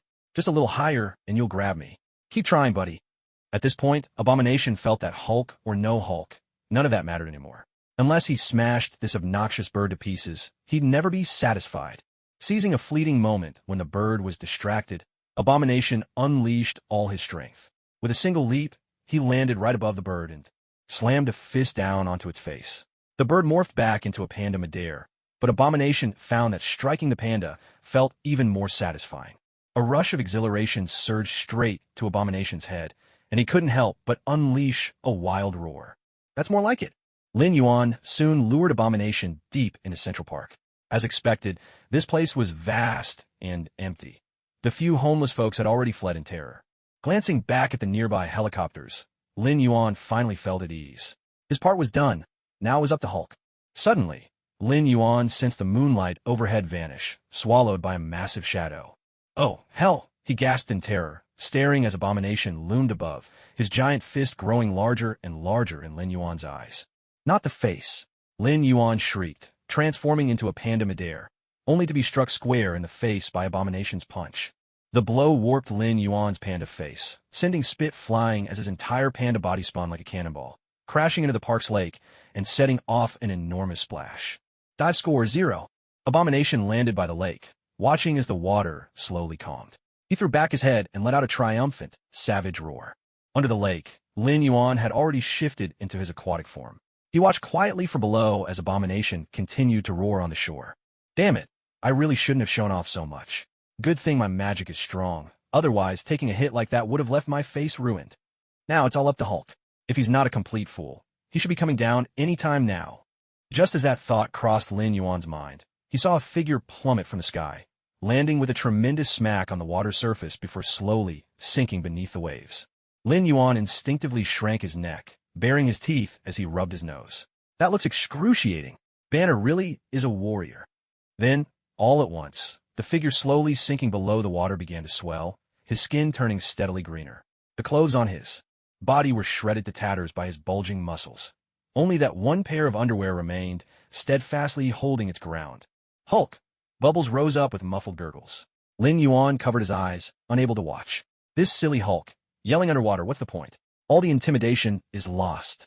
By now, Hulk had sunk to the bottom of the lake. With a powerful kick, the lake bed erupted as if struck by a nuclear blast, and Hulk shot out of the water like a missile. On the lakeshore, Abomination was exulting, proud of having punched that annoying bird to death. But then, he saw the water's surface explode violently, and a hulking green figure leapt out from the depths. "Hulk!" Abomination cried out in excitement. Today was truly his lucky day. First, he'd finished off that damn bird, and now Hulk had delivered himself right to his doorstep. Hulk landed by the lake, locking eyes with the Abomination. Two monstrous giants faced each other, their gazes meeting like lovers reunited after a long separation. Suddenly, both moved at once, charging straight at each other, as if eager to unleash years of pent-up longing.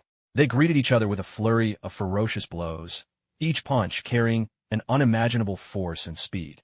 Their massive forms exchanged punches, fists blurring in the air. With every heavy impact, the trees and park structured around them were smashed to pieces. The thunderous booms echoed without end, and all of Central Park seemed to be under artillery fire. High above, Lin Yuan hovered in midair, clicking his tongue at the devastation below. Wow, the destructive power of these two is terrifying. If they fought in the city, who knows how many people would die? The battle raged on below, but Hulk was clearly being pushed back. After all, Abomination's original self had been a professional soldier. His combat instincts and skills were far superior to Hulk, who relied solely on brute instinct. Soon, Hulk was pinned against a boulder, with the spiked elbow of Abomination pressing into his chest. The spikes slowly pierced deeper, making Hulk roar in pain as blood began to flow. In a helicopter above, the beautiful Betty's eyes filled with tears as she saw Hulk about to be finished off. Crying, she tried to leap from the helicopter, only to be pulled back by others inside. General Ross, it seemed, had actually listened to SHLD's advice this time and stayed out of the fray. As a result, Abomination hadn't gotten the chance to destroy the helicopter, and Hulk wasn't driven to unleash even greater strength in a desperate attempt to save Betty. Watching Hulk in danger, Lin Yuan sighed. "Looks like it's up to me to step in. But how should I do it?" With the power of Abomination below, his own bear form was as useless as a green onion. To defeat Abomination as a bear was simply impossible. The only way to overcome Abomination now was to rely on Hulk's strength. He could, of course, buff the Hulk, but his own enhancements were mostly defensive or healing in nature, areas where Hulk had no shortage. The effect would be minimal. What a pity. If only I could use Wild Blessing right now. If I could cast down the Hulk, he'd soar straight to the top. Lin Yuan scrolled through his list of abilities, secretly bemoaning his own limitations.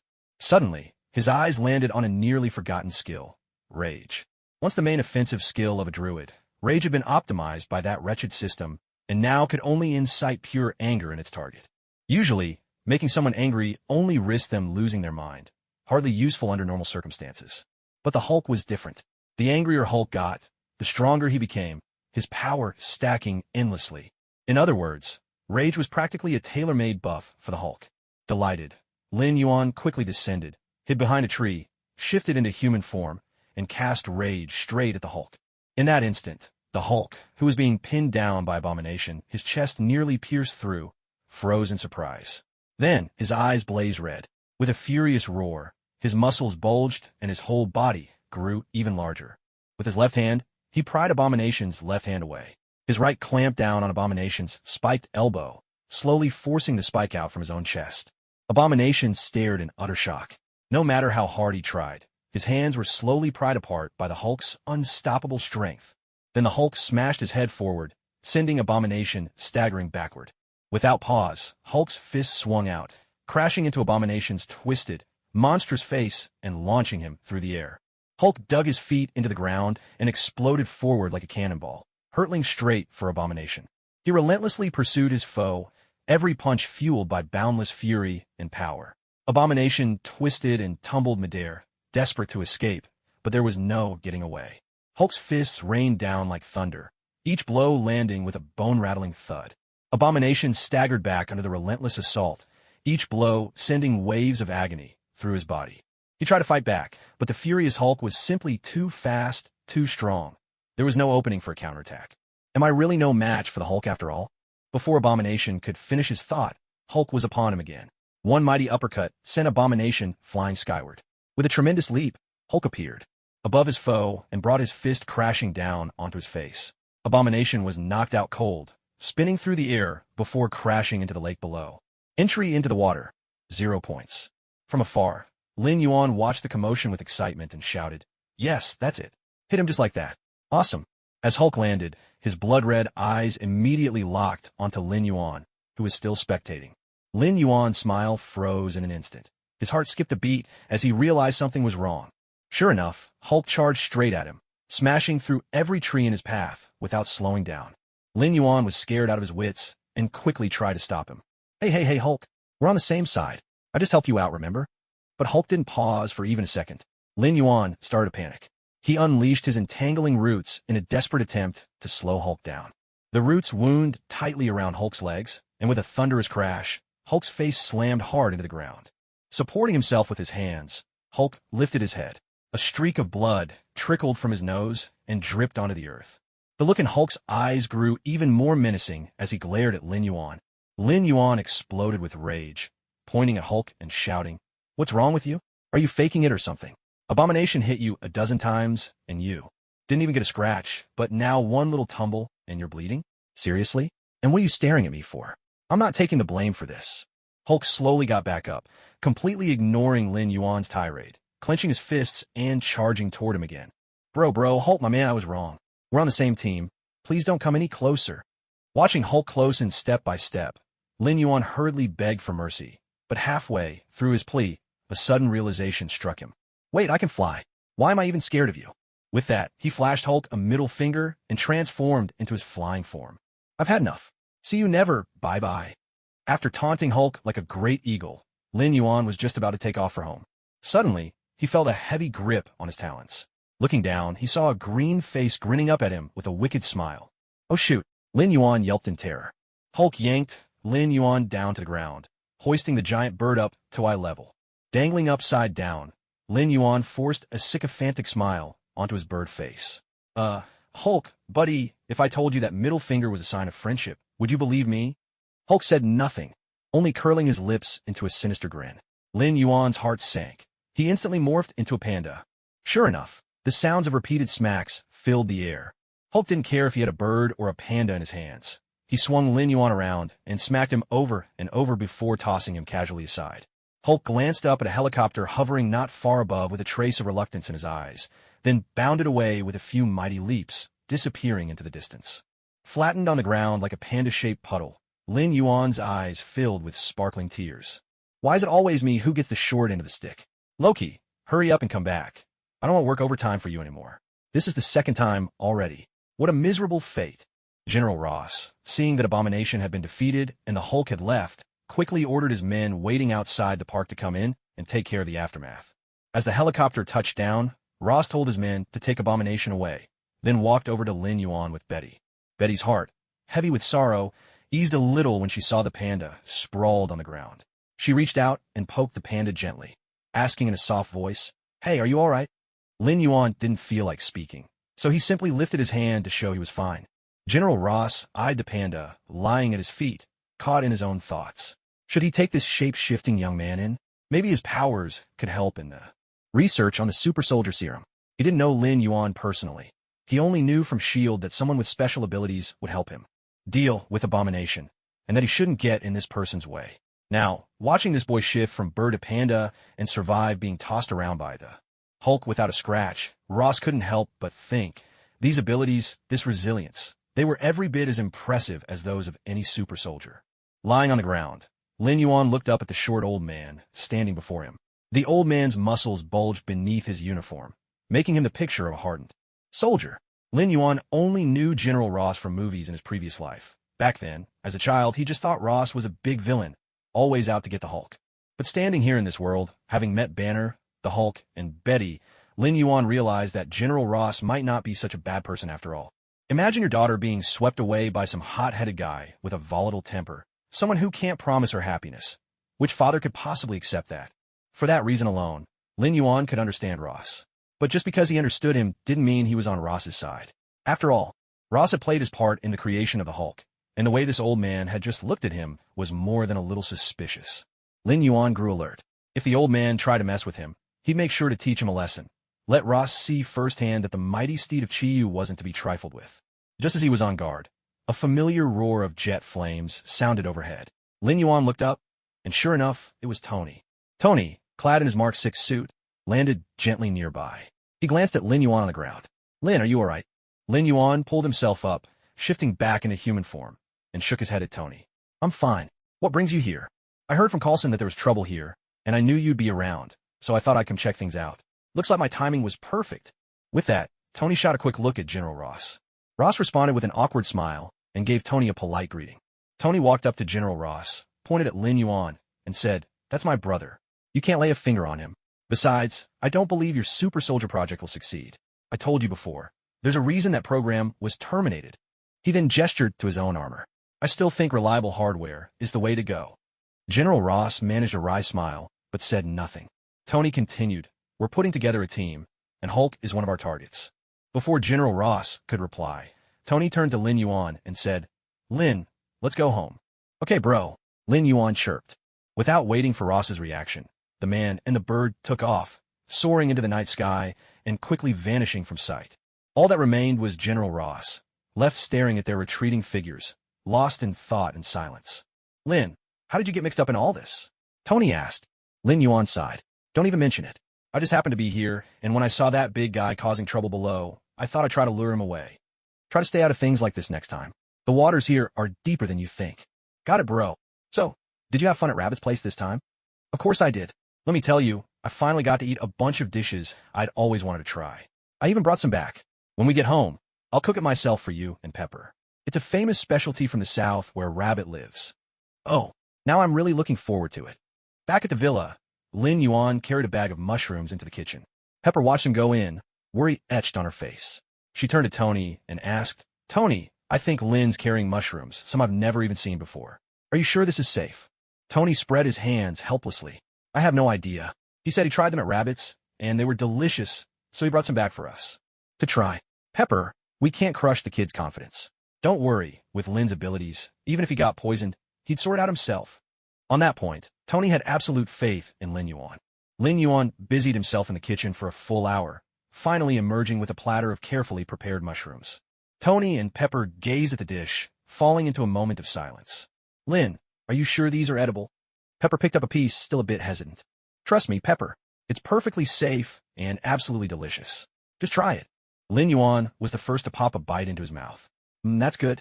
Maybe not quite as tasty as at the restaurant, but still really nice." Seeing Lin Yuan eat, Pepper took a piece and tasted it. Her eyes lit up in delight. "Wow, it's so fresh and flavorful. This is amazing. I've never had mushrooms like this before." Tony tried one as well, and his face brightened. "You're right. This is really good." The three of them, chopsticks flashing, quickly polished off the entire heaping plate of mushrooms together. The three of them, having finished their meal, lounged on the sofa, chatting away. Most of the conversation centered around Lin Yuan recounting his experiences at the Rabbit's home. Suddenly, Tony jumped to his feet, pointing at the empty air in front of him. Pepper, Lin, look. There's a flying fairy right here, he exclaimed. Pepper stared intently at the spot for a moment, then declared with utmost seriousness. That's not a fairy at all. Clearly, it's a tiny unicorn. Just look at how adorable it is. Lin Yuan countered. What's up with your eyesight? Can't you see the huge slime creature right there? Look how squishy it is. Tony, with a completely earnest expression, pointed again at the invisible spot. Right here. The fairy's right here. I've never seen a fairy before. Jarvis, scan this area. Jarvis responded, Sir, I detect no life forms here apart from the three of you. Silence. A silence as heavy as the grave. After a long pause, Tony spoke with difficulty. Lin, are you sure those mushrooms we ate weren't poisonous? Lin Yuan replied with conviction. They couldn't possibly be poisonous. Maybe I just didn't cook them thoroughly. After a night of chaos, the three finally returned to normal. Thanks to the detoxification spell, their bodies were fine, but the psychological trauma lingered. Now, Tony and Pepper were giving Lin Yuan a heartfelt lesson in the education of love. Lin Yuan bowed his head in apology, promising never to cook mushrooms himself again. He strongly recommended that Tony and Pepper try eating mushrooms at the rabbit's house instead. Though Tony and Pepper insisted they'd never touch mushrooms again, the eager anticipation on their faces was so obvious that even a blind man could see it. In the days that followed, Lin Yuan enjoyed a peaceful and leisurely life. Whenever he craved something delicious, he'd simply fly over to the rabbit's house for a feast, then return home, full and satisfied, to lounge around and play games. As for going to school, what a joke. He never set foot in a classroom. After much pestering and coaxing, Lin Yuan finally convinced his big brother Tony to abandon that ruthless plan. Of course, Tony hadn't given up entirely. He declared that next year, in the second half, Lin Yuan would have to go to college, and, as for which college, Tony would take care of it. Lin Yuan thought it over. So long as he didn't have to go this year, he'd worry about next year when the time came. Time flew by as swiftly as a giant rock soaring through the sky. Today, Lin Yuan once again flew to the rabbit's house for another culinary adventure. But this time, he felt something was different. The entire rabbit kingdom was suddenly awash in red. Red lanterns, red banners, red fortune characters everywhere. Is it almost New Year's? Lin Yuan muttered to himself. It's nearly 2 years since I came to this world. Time really does fly. Last New Year, Lin Yuan had been trapped in Asgard, with not even a hint of holiday spirit. This year was his first time truly experiencing the festive atmosphere of the new year at the rabbit's house. This was his first time celebrating the new year in this world, so Lin Yuan decided it deserved a bit of ceremony. A grand shopping spree was in order. By the time he returned to the villa, his arms were laden with bags, big and small. Tony gazed at the heap of things with curiosity. Lin, what did you buy? That's a lot of stuff you've got there. One by one, Lin Yuan unpacked the bags, introducing each item to Tony.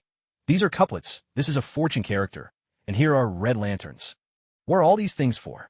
Tony, the New Year's coming. These are all for the celebration. The New Year? You mean New Year's Day? No, not New Year's Day. I mean Spring Festival. The most important holiday for people from my homeland. Do you need any help then? I sure do. Come on, Tony, let's start by putting up the couplets. They went out to the front entrance. Lin Yuan carefully pasted the couplets on either side of the door, then hung 2 bright red lanterns. The fortune character was placed right in the center of the door for good luck. Inside the villa, every window was decorated with paper cutouts and fortune characters, and the red lanterns soon adorned the balcony on the second floor as well. It took them a full 2 hours to finish transforming the villa. Now, Tony's home was completely changed. A single word could describe the atmosphere: festive. When Pepper came home from work and saw the villa glowing with red decorations, her jaw dropped in amazement. Lin, Tony, what on earth are you two up to? Why so many red lanterns and so much red paper everywhere? Lin Yuan quickly explained. Pepper, the New Year's almost here. It's tradition where I'm from to hang red lanterns and put up couplets and fortune signs. Is that so? Well, it does look wonderful. All this red really brightens up the place. Wait until New Year's Eve. I'll cook our traditional dinner myself, so you can experience a real rabbit year celebration. Tony and Pepper exchanged wary looks, asking carefully, the dinner won't include mushrooms, right? Lin Yuan couldn't help but sigh in exasperation. Would they ever let that go? No mushrooms, iprumija. There's plenty of other delicious food from home. Just wait and see. Tony and Pepper both breathed a sigh of relief. As long as there were no mushrooms, they were happy. Time flew by, and in the blink of an eye, New Year's Eve arrived. Lin Yuan was up early, busy with preparations. After all, there would be quite a few guests today. When Tony and Pepper's friends heard Lin Yuan was holding a rabbit year celebration at home, They all got excited and wanted to join in. So Tony and Pepper decided to throw a small, intimate party just for their closest friends. As for Lin Yuan's own friends, well, he figured they were probably still off-planet, begging Heimdall to let them check in on their girl. So today, Lin Yuan knew he had to put on a good show. He couldn't let himself disgrace the rabbit family from either world, and he wanted these top figures from another realm to experience the warmth and joy of a rabbit family New Year. When it came to cooking, Lin Yuan was confident. Even though that damn system could be a real pain, its so-called assistant mode actually lived up to its name. Culinary skills counted as an auxiliary ability, and while he hadn't been granted a godlike talent, he was definitely at a master chef level. Crafting a sumptuous New Year's Eve feast would be a breeze. He spent the entire morning preparing the ingredients for tonight's dishes, getting all the early prep work done. For the recipes that needed extra time, he'd already started cooking. Just after noon, the doorbell rang. Lin Yuan went to open the door, and to his surprise, the first to arrive was Ethan. Lin Yuan was delighted. He hadn't seen Ethan in ages. Ever since Ethan started working at Stark Industries, he'd become a complete workaholic, practically living in the lab. These days, seeing him was harder than getting an audience with the president. Lin Yuan gave Ethan a hug and joked, "Hey there, Uncle Ethan." The busiest man alive finally managed to escape the lab. Huh? Ethan chuckled. "What can I say? When you're all alone in the world, the only way to kill time is with work." "What are you talking about, being all alone? Are we not your family anymore?" Lin Yuan pretended to be offended. Ethan burst out laughing and quickly apologized. My bad. According to the rabbit family tradition, if you admit a mistake, you have to drink as a penalty. So tonight, you owe us a few extra glasses." Lin Yuan grinned. "No problem at all." After welcoming Ethan inside, he immediately went off to find Tony for a chat. Whatever they were talking about, Lin Yuan couldn't understand a word, such as the sorrow of being a science dummy. Soon after, Happy and Natasha arrived. Natasha was still working at Stark Industries, and ever since the last incident, her friendship with Pepper had grown especially close. So Lin Yuan wasn't at all surprised to see her here. "Hey, Happy. Natasha." Natasha sent him a playful wink and teased. "I heard you're the chef tonight, little brother. Your big sister is looking forward to a taste." Lin Yuan patted his chest with confidence. "Just wait, sis. You're going to love my cooking. Then I'll be waiting to be impressed." Natasha giggled, swaying as she went off to chat with Pepper. Lin Yuan couldn't help but admire her as she walked away. Sure, Natasha was a little older, but her figure was incredible, and she exuded a unique charm. Happy, watching Lin Yuan and Natasha's little exchange, looked a bit put out. "We came in together, and all you did was say hi to me before leaving me here. Don't I deserve a little attention too?" Rhodey was the last to arrive. Lin Yuan had half expected him to just fly over, but in the end, Rhodey showed up in a regular car, as proper as ever. Suddenly, the doorbell rang again, and Jarvis's voice sounded. "Sir, you have new guests." Tony was puzzled. All the friends he and Pepper had invited were already here. Could these be Lin Yuan's friends? Lin Yuan shook his head, indicating that he hadn't invited anyone else. "Jarvis, project the security feed from the front door." "Yes, sir." The projection appeared, revealing two unexpected figures at the threshold. Standing at the door were none other than Nick Fury, director of S.H.I.E.L.D., and his trusted assistant, Phil Coulson. "What are they doing here?" Tony muttered under his breath. Still, he told Jarvis to open the door and let them in. Nick Fury and Phil Coulson stepped into the villa, each carrying a bottle of red wine as a gift. "Hey, Tony, long time no see." Nick Fury greeted him, wearing a rare smile. "Well, if it isn't Director Fury himself, how did you find time in your schedule to visit me?" Tony teased. "We heard Lin was spending the Lunar New Year at your place, and Coulson and I wanted to experience the holiday spirit. So we decided to drop by, uninvited and all." Nick Fury replied, perfectly at ease, as if he belonged there. "Well, guests are guests. Make yourselves at home and join the conversation," Tony said, resigned. After all, now that they'd shown up, he couldn't very well send them away. Meanwhile, Lin Yuan started chatting with Coulson. "Coulson, I still haven't had the chance to thank you for what you did last time." "Oh, Lin, it was nothing. You were just trying to save someone, after all." Coulson replied with his trademark smile. "Still, I appreciate it. You go ahead and chat with everyone. I need to get started on dinner. I'll let you try my cooking later." With that, Lin Yuan headed into the kitchen to prepare the New Year's Eve feast. He had already decided on the menu, a selection of signature dishes from both northern and southern China, with dumplings as the main course. When it was time, everyone would gather to make dumplings together. That, after all, was the real spirit of the new year. As time passed, a delicious aroma began to waft through the living room. "Wow, that smells amazing. I can't wait for dinner," Pepper exclaimed, her face lighting up in delight. "I know, right? Who knew our little brother was such a great cook?" I'm looking forward to it too. Natasha chimed in from nearby. Everyone else nodded in agreement, their anticipation growing as the scent filled the air. Lin Yuan came out of the kitchen, carrying the prepared dough and the dumpling filling he had seasoned that morning. All right, it's time to make dumplings. Who's interested in joining me? Everyone responded enthusiastically, eager to take part. Even Nick Fury said he wanted to give it a try. Lin Yuan rolled out the dough for dumpling wrappers, teaching everyone how to make dumplings as they gathered around. That's it, Pepper, just fold it over like that. Oh, there's too much filling, use a little less. If you put in too much, it'll leak. Not bad, Natasha. Those dumplings look great. Wow, Director Fury, I didn't expect you to be so handy with your hands. Lin Yuan offered everyone some tips, but what surprised him most was that the best dumplings turned out to be made by Nick Fury, the so-called Black Egg. You really can't judge a book by its cover. Who would have thought that someone like Nick Fury would be so deft? Of course, I'm an excellent agent, after all. Being good with my hands is only natural, Nick Fury replied, a little smugly. Are you sure about that? Lin Yuan grinned, pointing at Coulson, who was fumbling awkwardly with his dumplings. All the dumplings in front of Coulson were a sorry sight. Misshapen, bursting open, or with the filling poking out. Well, Coulson is an exception. Look at Natasha, though. Her dumplings are great too. Fury was still trying to save face for the agents. Everyone burst out laughing. Lin Yuan handed over the task of rolling dumpling wrappers to Natasha and headed into the kitchen to start on the other dishes. Before long, the table was filled with steaming, aromatic plates of food. There was braised pork belly, glistening red and richly flavored, sweet and sour spare ribs, crispy outside and tender inside, with a perfect balance of tang and sweetness. Slow-cooked pork knuckle, meltingly soft and unctuous but never greasy. Crispy sweet and sour pork, golden and crunchy. Poached chicken, pure and flavorful with yellow skin and white meat. Braised fish, tender and savory with a rich umami sauce. 8 treasure rice, sweet, sticky, and bursting with color. A dazzling array of signature dishes from both northern and southern China, each more mouth-watering than the last. The people making dumplings at the side couldn't help but swallow hard, and their hands moved even faster. Soon, all the dumplings were wrapped. Natasha carried them into the kitchen for Lin Yuan, then brought out a pot of Buddha jumps over-the-wall stew that Lin Yuan handed her.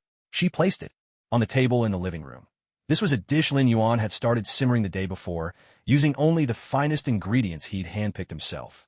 Genuine quality, no doubt about it. Lin Yuan carried out the cooked dumplings from the kitchen, placed them on the dining table, and called everyone to the meal.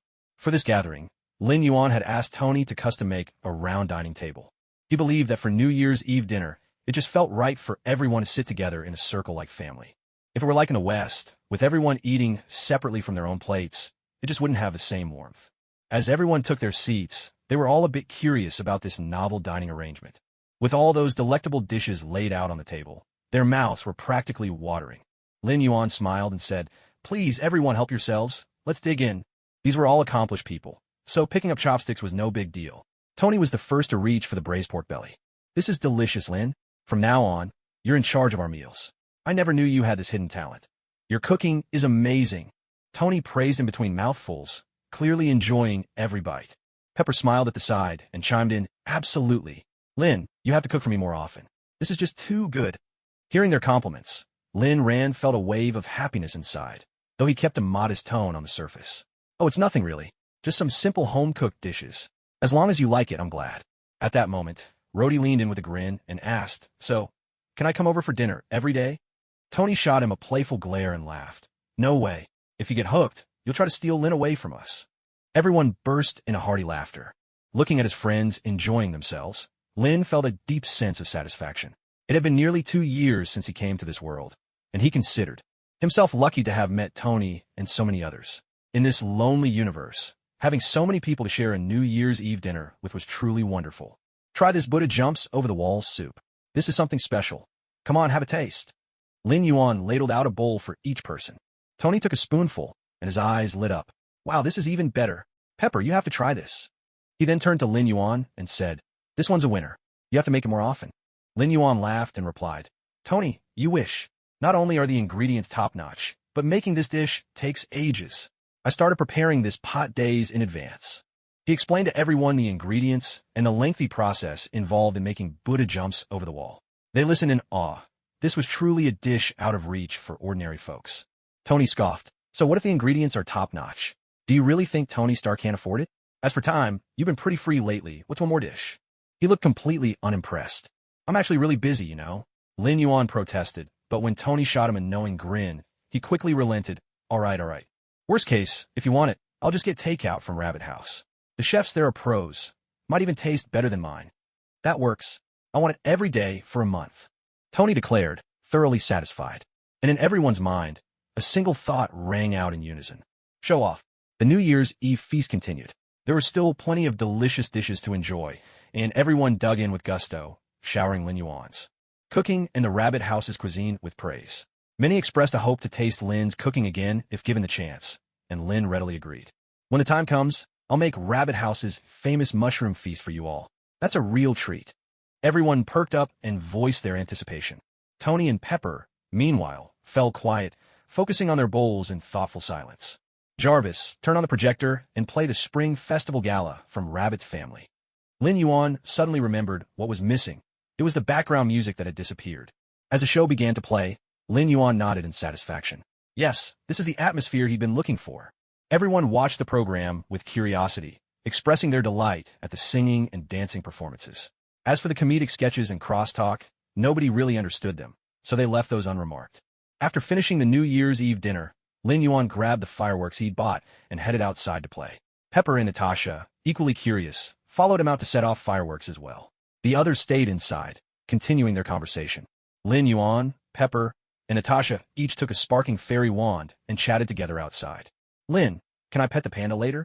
Pepper twirled the fairy wand in her hand, looking at Lin Yuan with hopeful eyes. Natasha chimed in. Yeah, little brother, I want to try too. I've never touched a panda before.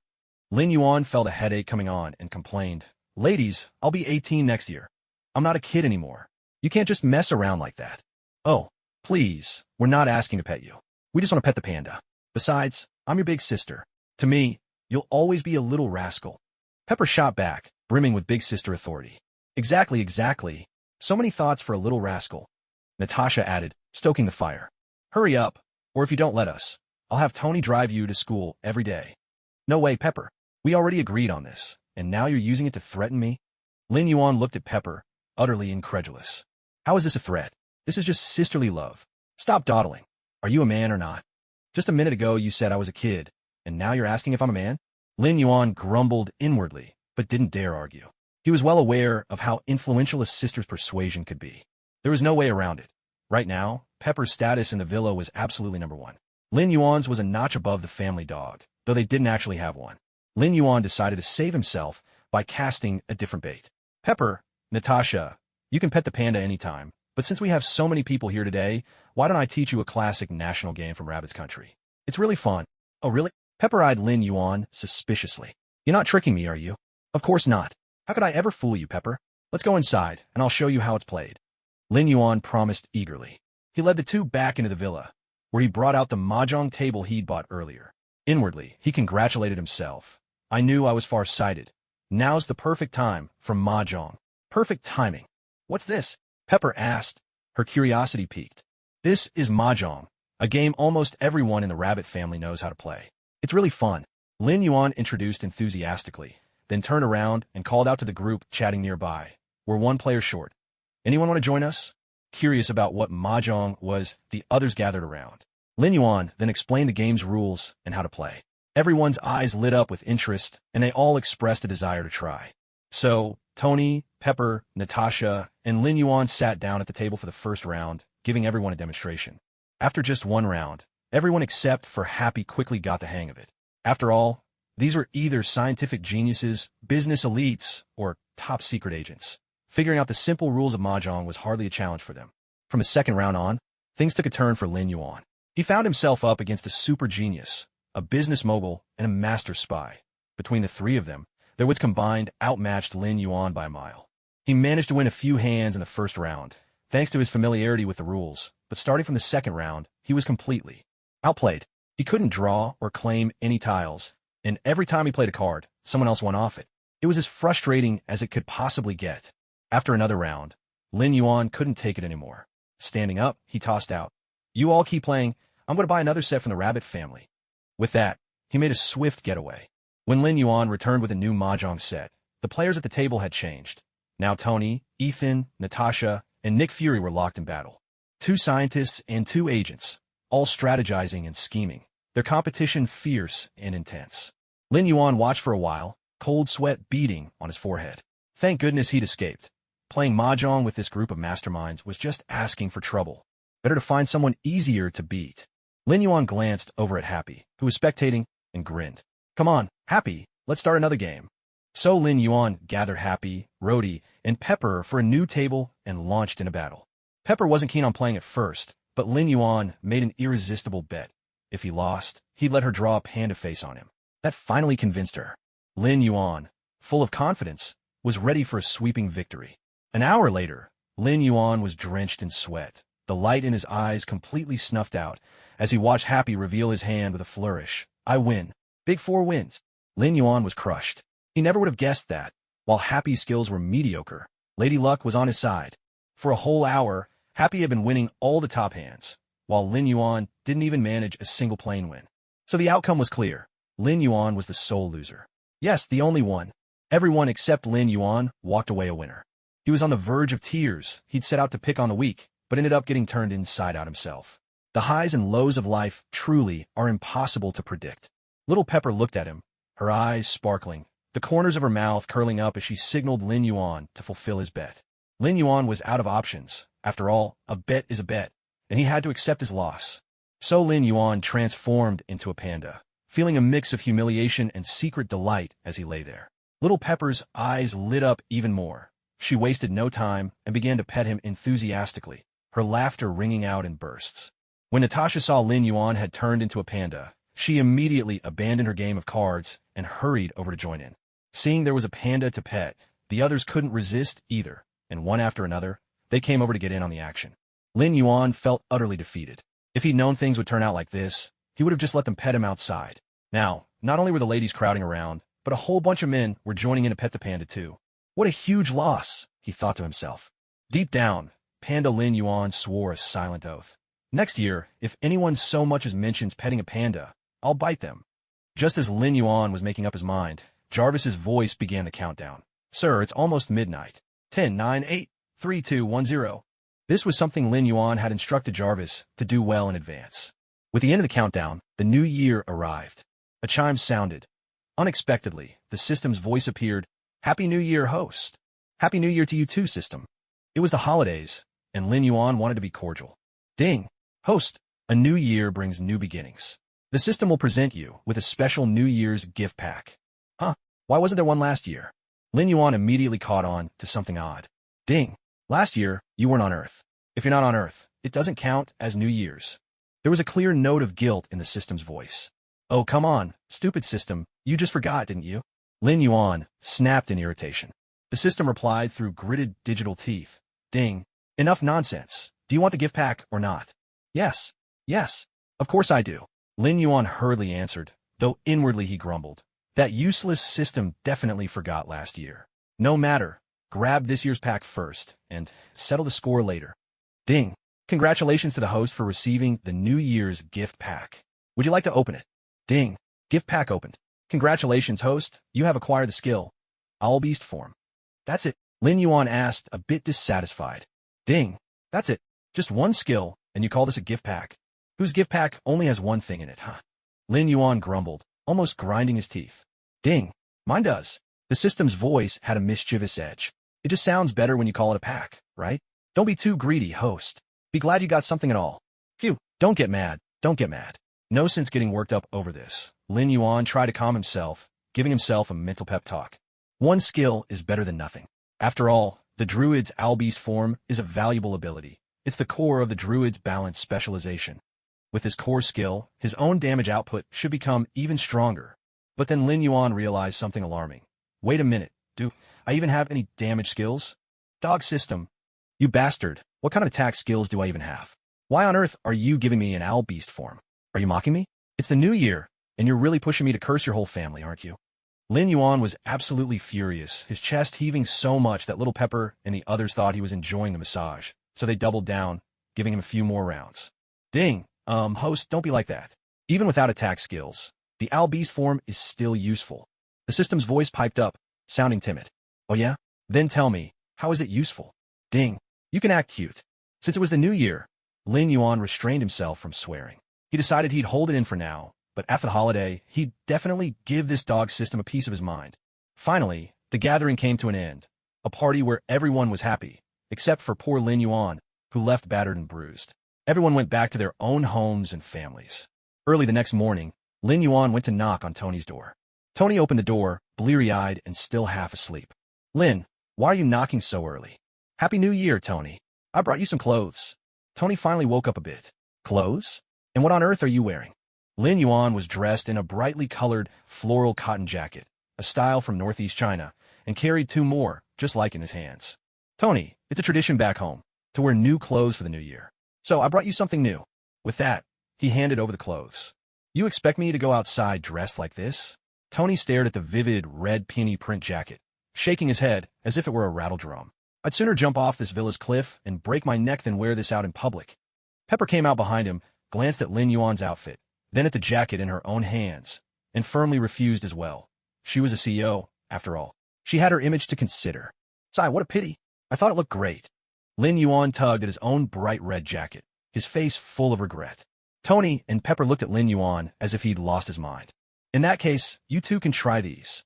Lin Yuan reluctantly handed them another set of clothes. "I promise you'll love this set." Tony and Pepper took the new outfits, looking skeptical, and headed back to their rooms to change. Tony came out first. Lin Yuan had given him a bright red tang suit. Already a strikingly handsome man, Tony looked even more dashing in the traditional outfit. Admiring himself in the mirror, Tony nodded in satisfaction. "Not bad at all. What's this called?" "Tang sui." Lin Yuan couldn't help but praise. "Tony, you look amazing in that tang suit." "Of course. I look good in anything," Tony replied, full of swagger. "Does this look all right on me?" Pepper's voice drifted out from the room. Both of them turned their heads, and their eyes immediately lit up. Pepper stepped out of the room wearing a striking red cheapao. The form-fitting design of the dress accentuated her figure flawlessly, and the vibrant red made her complexion blossom like a peach, radiant and alluring. Tony was practically drooling as he looked at her, and Lin Yuan couldn't help but exclaim, "Wow, Pepper, you look absolutely stunning in a cheapao. It suits you perfectly." Pepper looked a little shy, but it was clear she loved the dress. She kept glancing at herself in the mirror, admiring her reflection from every angle. Tony nudged Lin Yuan quietly and whispered, "Order a few more of these kipeos for your sister. I really like them." Lin Yuan gave him an okay gesture to show he understood. With a beaming smile, Pepper headed off to work in her cheapao. After all, in the Rabbits and Eagles households, there was no such thing as a New Year's holiday. They still had to go to work. Lin Yuan was about to sneak out for a bit of fun when Tony called out to him. "Lin, wait up." "What's up, Tony?" "Come over here. I need to talk to you." They walked together to the lab, where Tony said to Lin Yuan, "Nick Fury actually came by yesterday because he needed your help with something. You seemed so busy at the time that I didn't get a chance to tell you. He mentioned it to me and asked me to pass it on. I knew that bald guy never shows up unless he needs something." Lin Yuan muttered, then asked Tony, "So what does he want from me?" "He said that in a while, he'll need you to help treat someone." "That's it? No problem. Did he say who it is?" "Nope. Just said you'd find out when the time comes." "All right, that's fine. Just tell him to let me know when he's ready." Lin Yuan didn't mind. That bald guy was always so mysterious, acting all spooky and secretive. "I'm heading out now, Tony." Go on, just be back early." Today, he planned to pay Jane a New Year's visit. By his calculations, Jane was more or less his sister-in-law now, so it made perfect sense to stop by for the holiday. Before leaving, Lin Yuan looked up at the sky and shouted, "Heimdall, can you hear me? Today is New Year's in my homeland, so I'm sending you all my best wishes. Also, can you tell Thor that I'm bringing Jane a New Year's gift on his behalf, and then I'll say it was his idea?" See, that's what friends do for each other. Feeling pretty sure Heimdall had heard him, he waved up at the sky and took off, flying straight to Jane's house. When he arrived, he found Glasses Girl, Darcy Lewis, and Professor Eric Selvig there as well. On behalf of Thor, Lin Yuan handed out the gifts he'd prepared. Besides all sorts of delicacies from his own country, he gave Jane a beautiful cheapao, Darcy a set of hanfu, and Professor Selvig a traditional Zhongshan suit. All three were fascinated by the food and clothes from the rabbit's homeland, and without hesitation, they put on their new outfits right away. When they emerged after changing clothes, Lin Yuan's eyes lit up. Jian looked elegant and graceful in her cheongsam. The girl with glasses was adorable and full-figured in her hanfu, and Professor Shavig looked mature and dignified in his Zhongshan suit. Lin Yuan quickly took out his phone and snapped a few pictures. These were for Saul to see later. They chatted about family matters for a while. Glancing at the time, Lin Yuan decided it was about time to take his leave. He had originally planned to have a meal at Rabbit's place, but when he arrived, he was nearly knocked out of the sky by a barrage of fireworks. After finally making his way down, he discovered that almost all the shops were closed, so he could only return home in disappointment. After the new year, time seemed to fly by in the blink of an eye. One day, Lin Yuan was at home, idly lounging around. Suddenly, the phone rang. "Hello, Carlson? What? It's starting now? All right. Send me the address, and I'll be right over." "Huh? You're coming to pick me up? Okay, come on in. I'm at home." A short while later, Carlson called again. "Lin, we're right above your house. Can you come up?" Carlson's voice came through the phone. Leisurely, Lin Yuan walked out of the villa and looked up. The sky was bright blue, dotted with fluffy white clouds, but there was no sign of any aircraft. He grumbled, "Carlson, did you just leave your house? I can't believe you're one of those people who says, 'I'm almost there,' when you've only just set off." Carlson hurriedly protested, "No, I'm really here. Hold on a second." Then, Lin Yuan heard Carlson shouting on the other end, "Are you guys kidding me? How are we supposed to pick someone up with the cloaking still on?" Just then, Lin Yuan saw the air above him ripple, and a strangely shaped aircraft slowly materialized out of thin air. It was SFLD's Quinjet. Wow, this thing can turn invisible? That's seriously advanced technology. Lin Yuan had thought S.H.I.E.L.D. didn't have cloaked aircraft yet, but clearly, their technological reserves ran deep. After hanging up, Lin Yuan didn't waste any time. He transformed into his flying form and soared up toward the Quinjet. The hatch was already open, so Lin Yuan flew right in. Inside, Carlson and several agents Lin Yuan didn't recognize were waiting for him. Nick Fury was nowhere to be seen, probably busy with other matters. Seeing Lin Yuan come in, Carlson smiled and said, "Lin, thanks for coming to help. We'll be counting on you this time." Lin Yuan waved it off casually. "Hey, Carlson, don't mention it. It's no big deal." Carlson turned and told the pilot to take off, then handed Lin Yuan a laptop. "Lin, take a look at this first." Lin Yuan accepted the computer. On the screen was a familiar S.H.I.E.L.D. emblem. Carlson began his explanation. "It happened like this. Earlier, when our scientific expedition team was exploring the Arctic, we discovered a crashed aircraft. When our people went inside, they found the S.H.I.E.L.D. Shortly after, we also found Captain America, Steve Rogers, frozen in the nearby ice." Carlson pointed to the block of ice on the screen, where the figure inside was clearly visible. "That's Captain America." As Carlson spoke about Captain America, his eyes lit up. It was obvious he was quite a fan. "So it really is Cap, huh?" Lin Yuan felt his suspicions confirmed. But as he looked at Captain America frozen in the ice, curiosity got the better of him, and he asked, "By the way, how can you be sure that he's still alive in there?" "Our life detection instruments picked up faint signs of life inside." Carlson seemed a bit excited, pausing before continuing. "We didn't dare to just dig him out. We were worried something might go wrong. That's why we asked you to help. If anything unexpected happens, you'll be there to assist right away." "No problem at all. Leave it to me." Lin Yuan patted his chest confidently. He remembered that even without his help, Cap would eventually wake up just fine. But after his awakening, it took quite a while for Cap to fully recover. Now, with his help, Cap could recover much faster, a great way to build some goodwill. After all, Captain America was a true powerhouse, one of the big three of the Avengers, and not someone to be underestimated. Even though people often joked that no matter who the enemy was, Cap always ended up in a 50-50 fight. But thinking about it, if things usually go 50-50, and he added his own buffs, couldn't they tip the balance to 70-30?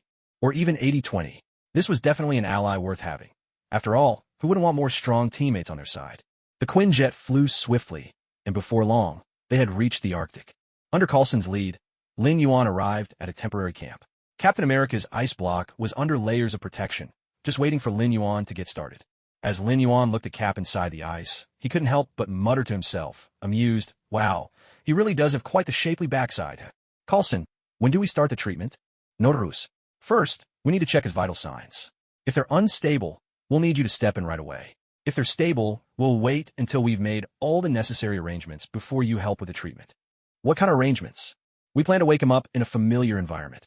After all, he's been asleep for 70 years. We're worried he might not be able to handle it all at once, that it could be too much of a shock." Lin Yuan looked at the Captain America encased in ice and chuckled. "Oh, is this like the Truman Show? Heh, you're all underestimating him. He's not someone with a fragile mind, and you're overlooking his intelligence. His talents go far beyond those muscles you see.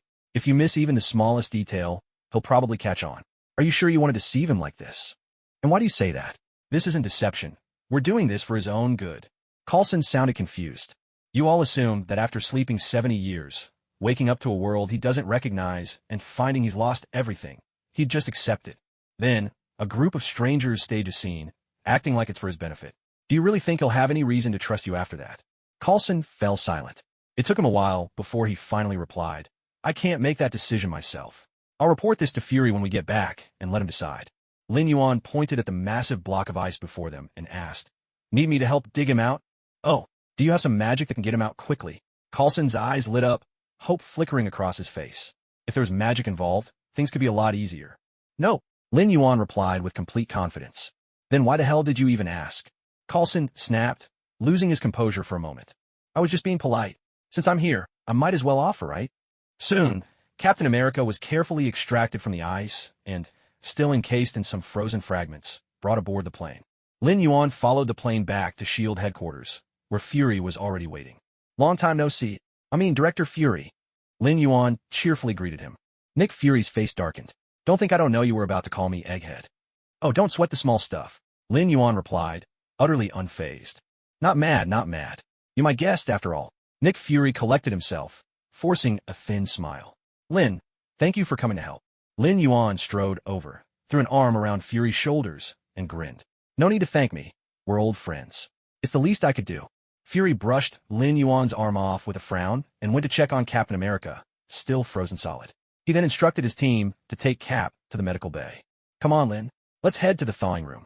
We'll need your help treating him once he's out, Fury called, leading the way toward the medical bay. Along the way, Coulson passed on Lin Yuan's earlier words to Fury. Fury walked in silence for a long time, then turned to Lin Yuan. Lin, what do you think we should do? Me? I wouldn't dare tell S.H.I.E.L.D. how to do its job. I'm just sharing my thoughts, that's all. Fury said nothing more. When everyone arrived at the medical bay, they watched as the medical staff began to thaw out Captain America. Gradually, color returned to his skin, and his body became soft and supple once more. Before long, Captain America was transferred to a hospital room, where he would rest until he woke up. Nick Fury stared at Captain America lying on the bed, then suddenly turned to Lin Yuan and said, Lin, if I asked you to help him get accustomed to this world once he wakes up, would you agree? Lin Yuan thought he had misheard. What did you say?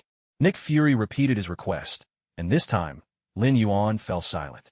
After a long pause, Lin Yuan finally asked, Why do you want me to do it? Do you really trust me that much? Nick Fury shrugged. It's not about trust or distrust. I just think you're the right person for the job. What you said to Coulson before made a lot of sense, so I decided to be upfront with you. Besides, Captain America may have been frozen for 70 years, but he's still a young man at heart. Having someone young like you show him around should help him adapt more quickly. And honestly, all my people are too busy to take Captain America sightseeing. A vein pulsed on Lin Yuan's forehead. So basically, you picked me because you think I've got nothing better to do? I never said that. You're the one who just did. Lin Yuan gritted his teeth. Fine, I'll do it. But I have a few conditions you have to agree to first. Truth be told, Lin Yuan had wanted to get close to Captain America anyway, so Nick Fury's proposal played right into his hand. All right, let's hear them. First, I'll only do this for 1 month. You should be used to things by then, and after that, it's up to you how to handle it. Second, however I choose to help him and wherever I decide to take him, you can't interfere. You'll also cover all expenses, and if there's any trouble, you'll deal with it. Nick Fury looked puzzled. Where exactly do you plan on taking him? That's for me to know. It's not anywhere dangerous, anyway. And even if it was, do you really think the two of us together couldn't handle it? No, absolutely no dangerous places. It's not that I doubt your abilities, but we don't need any unnecessary complications. Relax, relax, I promise. Nothing dangerous. Lin Yuan spoke reassuringly, though in his mind he was scheming. Of course it won't be dangerous. My plan is just to turn Captain America into Captain Rabbit. Lin Yuan knew the chances of that happening were slim, unless Captain America woke up with amnesia, and even then, just maybe.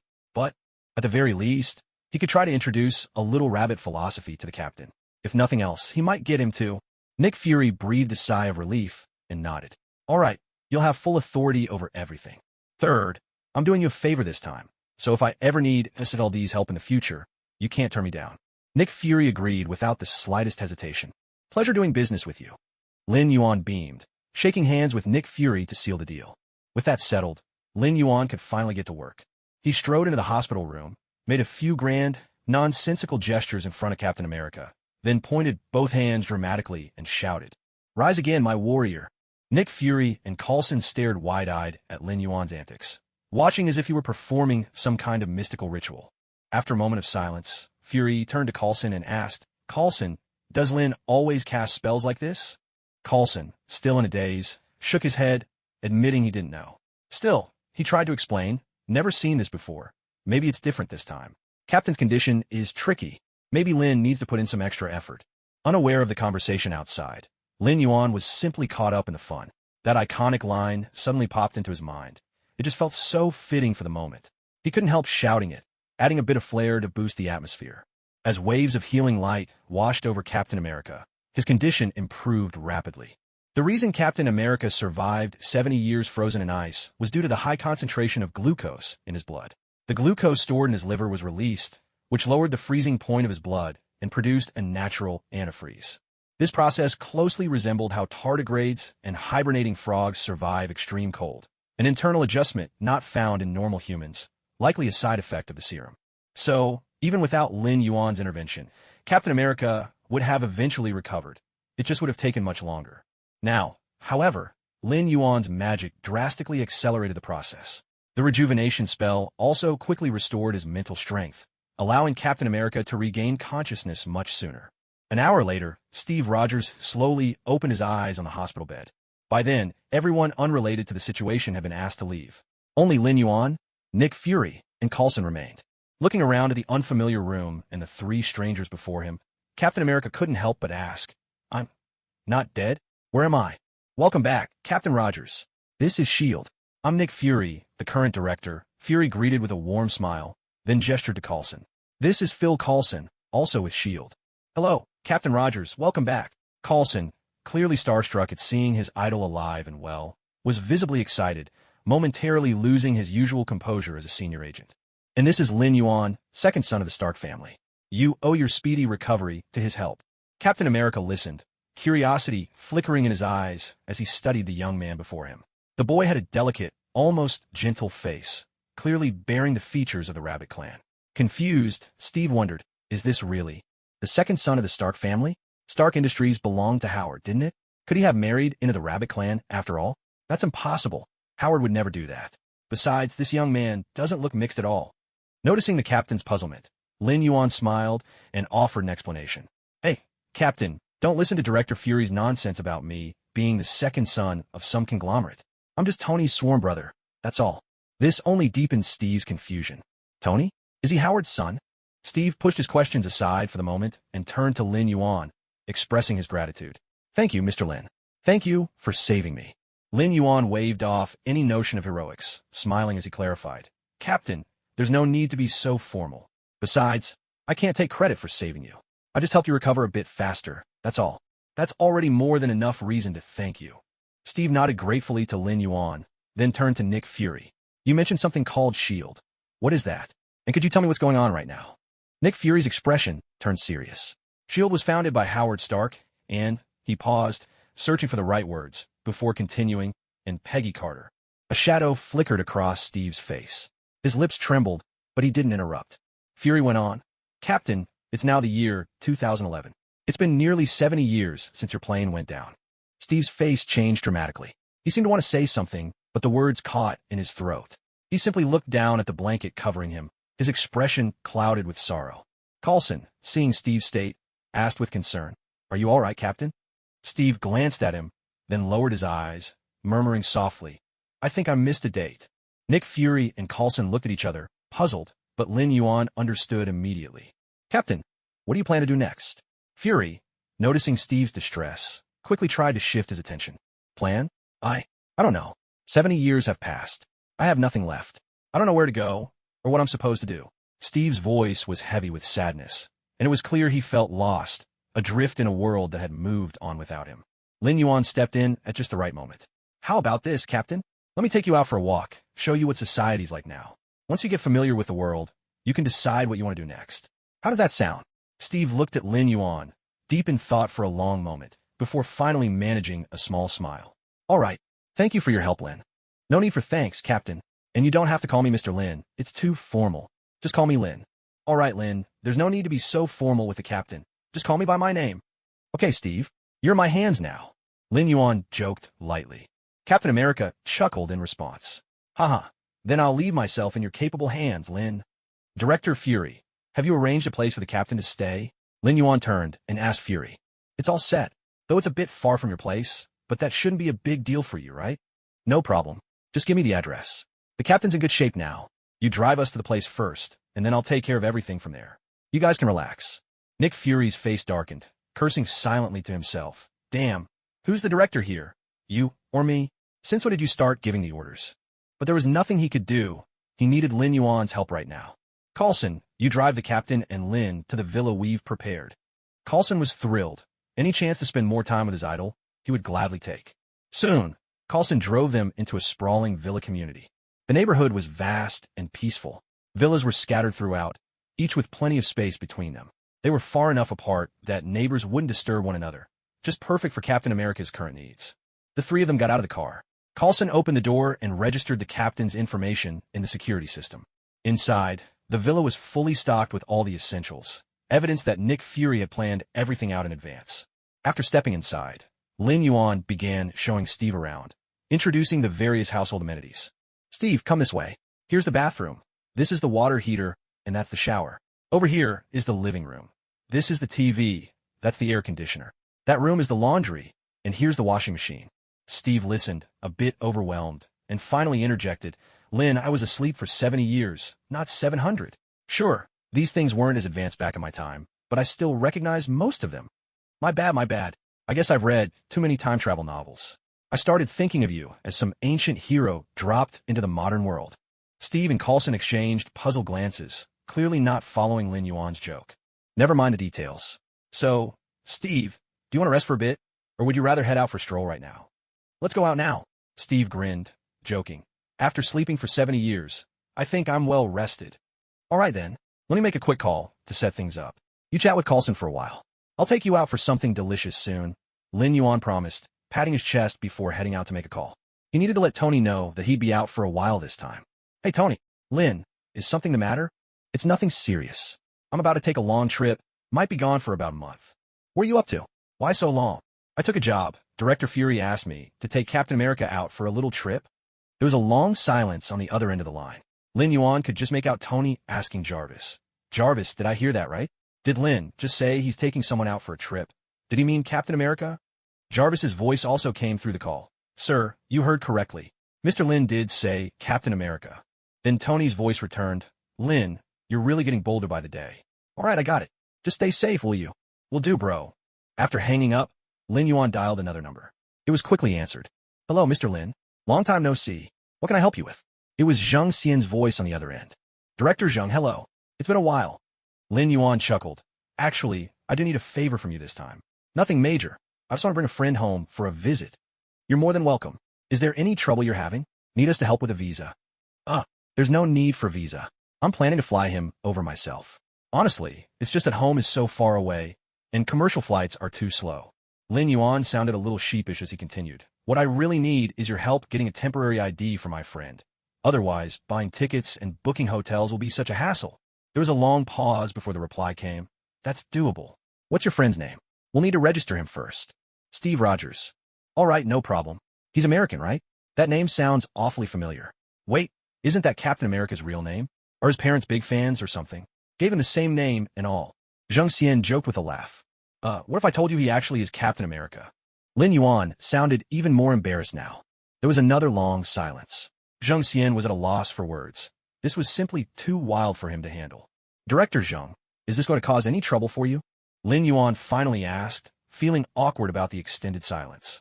So you do realize it might be a problem, huh?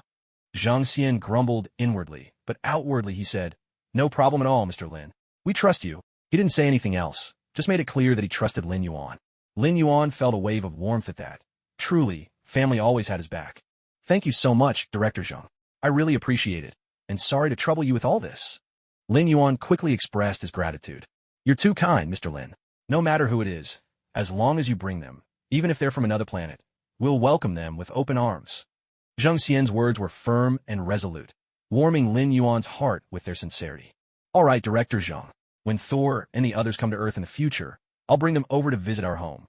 Zhang Xian was at a loss for words. He'd almost forgotten that Lin Yuan actually knew the Thor family, actual aliens and legendary gods at that. Well, who knows what kind of guests our bunny family will have in the future.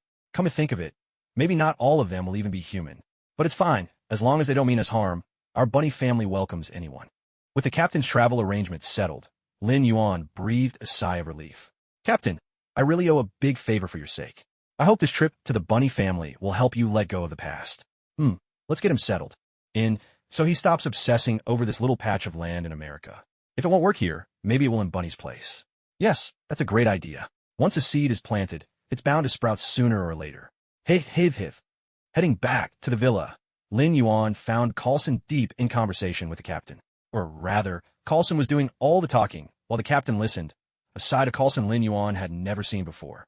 Steve, everything's ready on my end. Are you set? We can head out right now. Coulson was taken aback. Lin, you're leaving already? What's your plan for the next steps? Lin Yuan made no secret of it. I'm taking the captain to the bunny family for some sightseeing, good food, new scenery. It'll lift his spirits. Oh, by the way, old Coulson, could you let Director Fury know? I plan to stay there about a month, so tell him not to worry.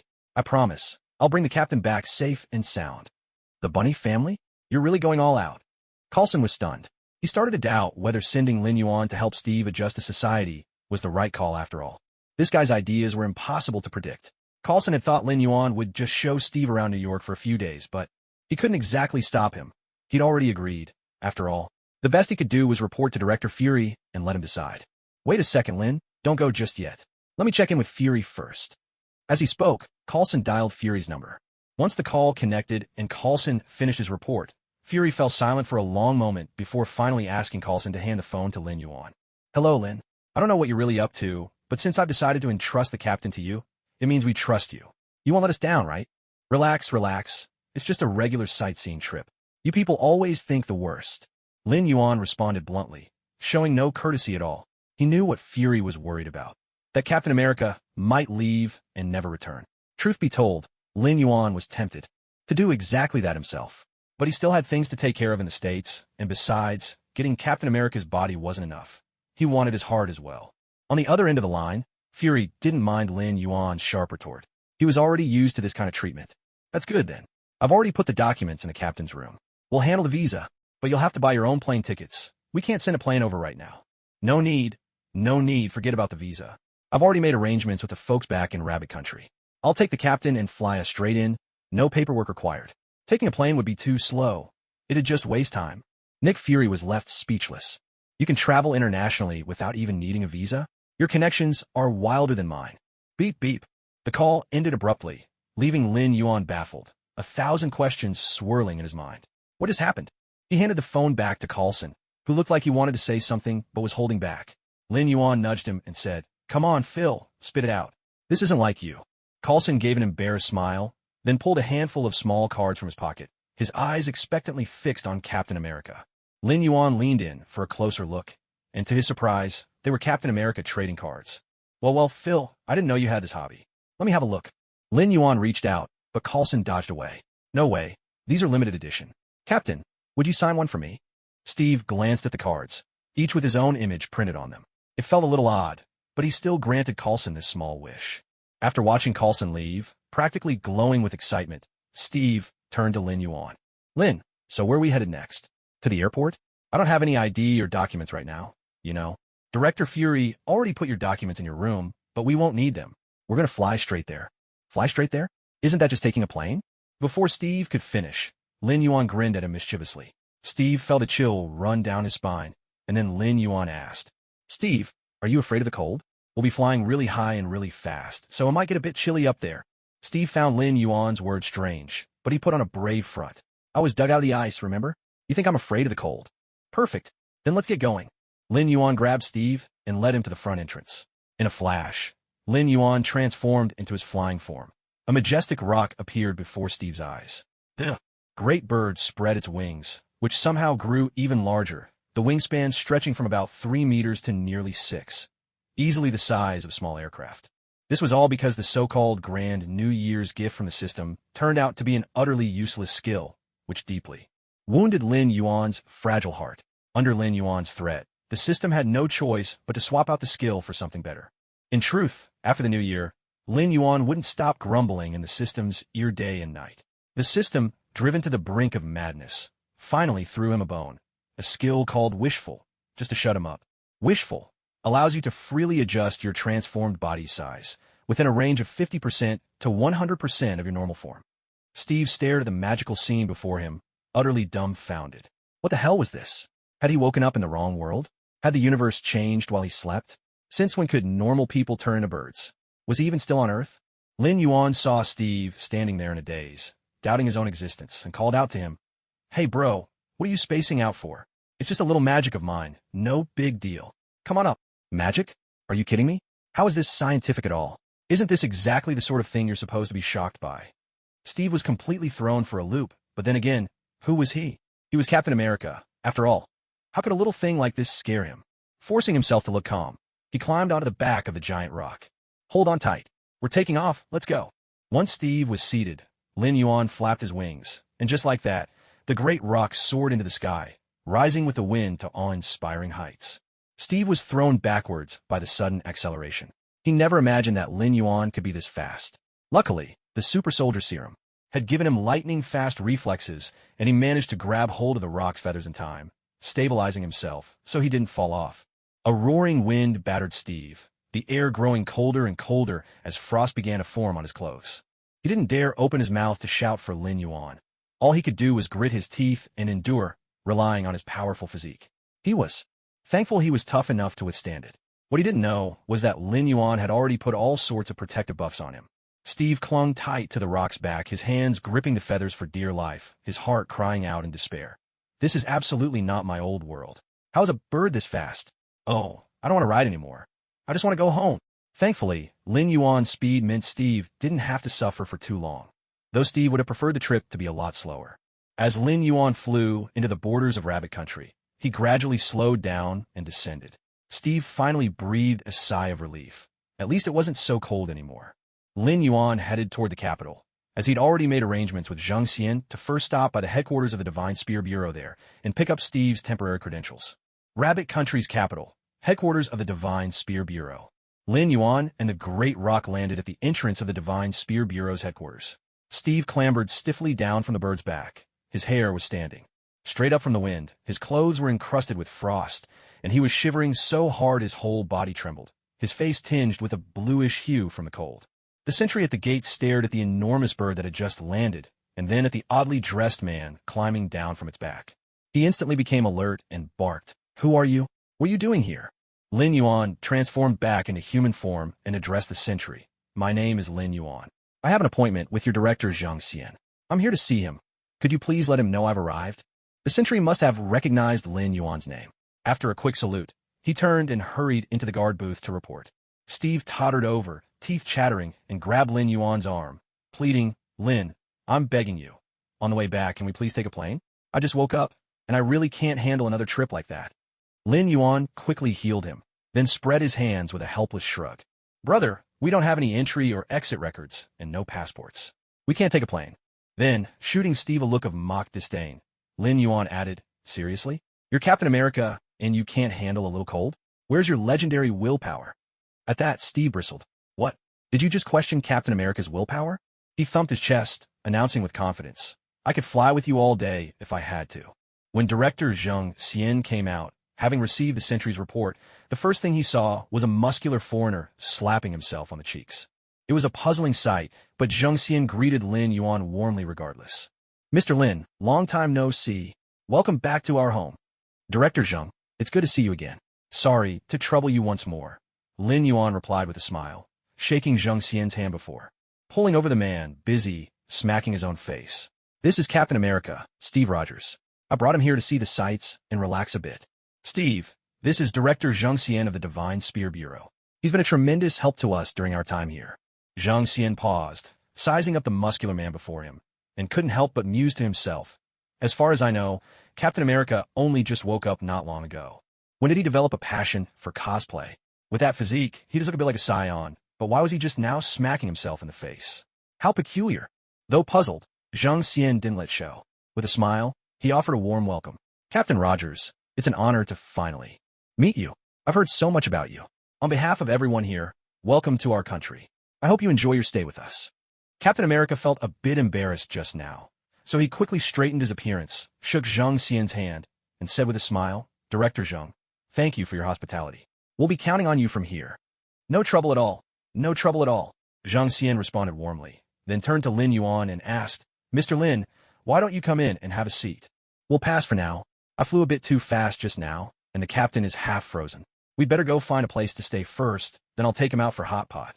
Director Zhang, you should join us later. The more the merrier. I'll skip the hot pot this time. I've got work to do. But Mr. Lin, doesn't your plane have windows? How did you get coal? Zhang Xian asked curiously. He was well aware of Lin Yuan's abilities, but although that rock looked impressive, it seemed way too small to carry someone as big and strong as Captain America. Lin Yuan answered calmly, Oh, it's not that. I turned into the rock myself and carried him here. I can change my size now. Zhang Xian's eyes lit up at that. Looks like we've underestimated this kid's abilities. It hasn't even been that long, and he's got a new trick already. With that thought, he became even more enthusiastic. Mr. Lin, here's the captain's identification. With this, you'll have no trouble booking tickets or accommodation anywhere. Thanks so much. Lin Yuan took the ID, expressing his gratitude at once.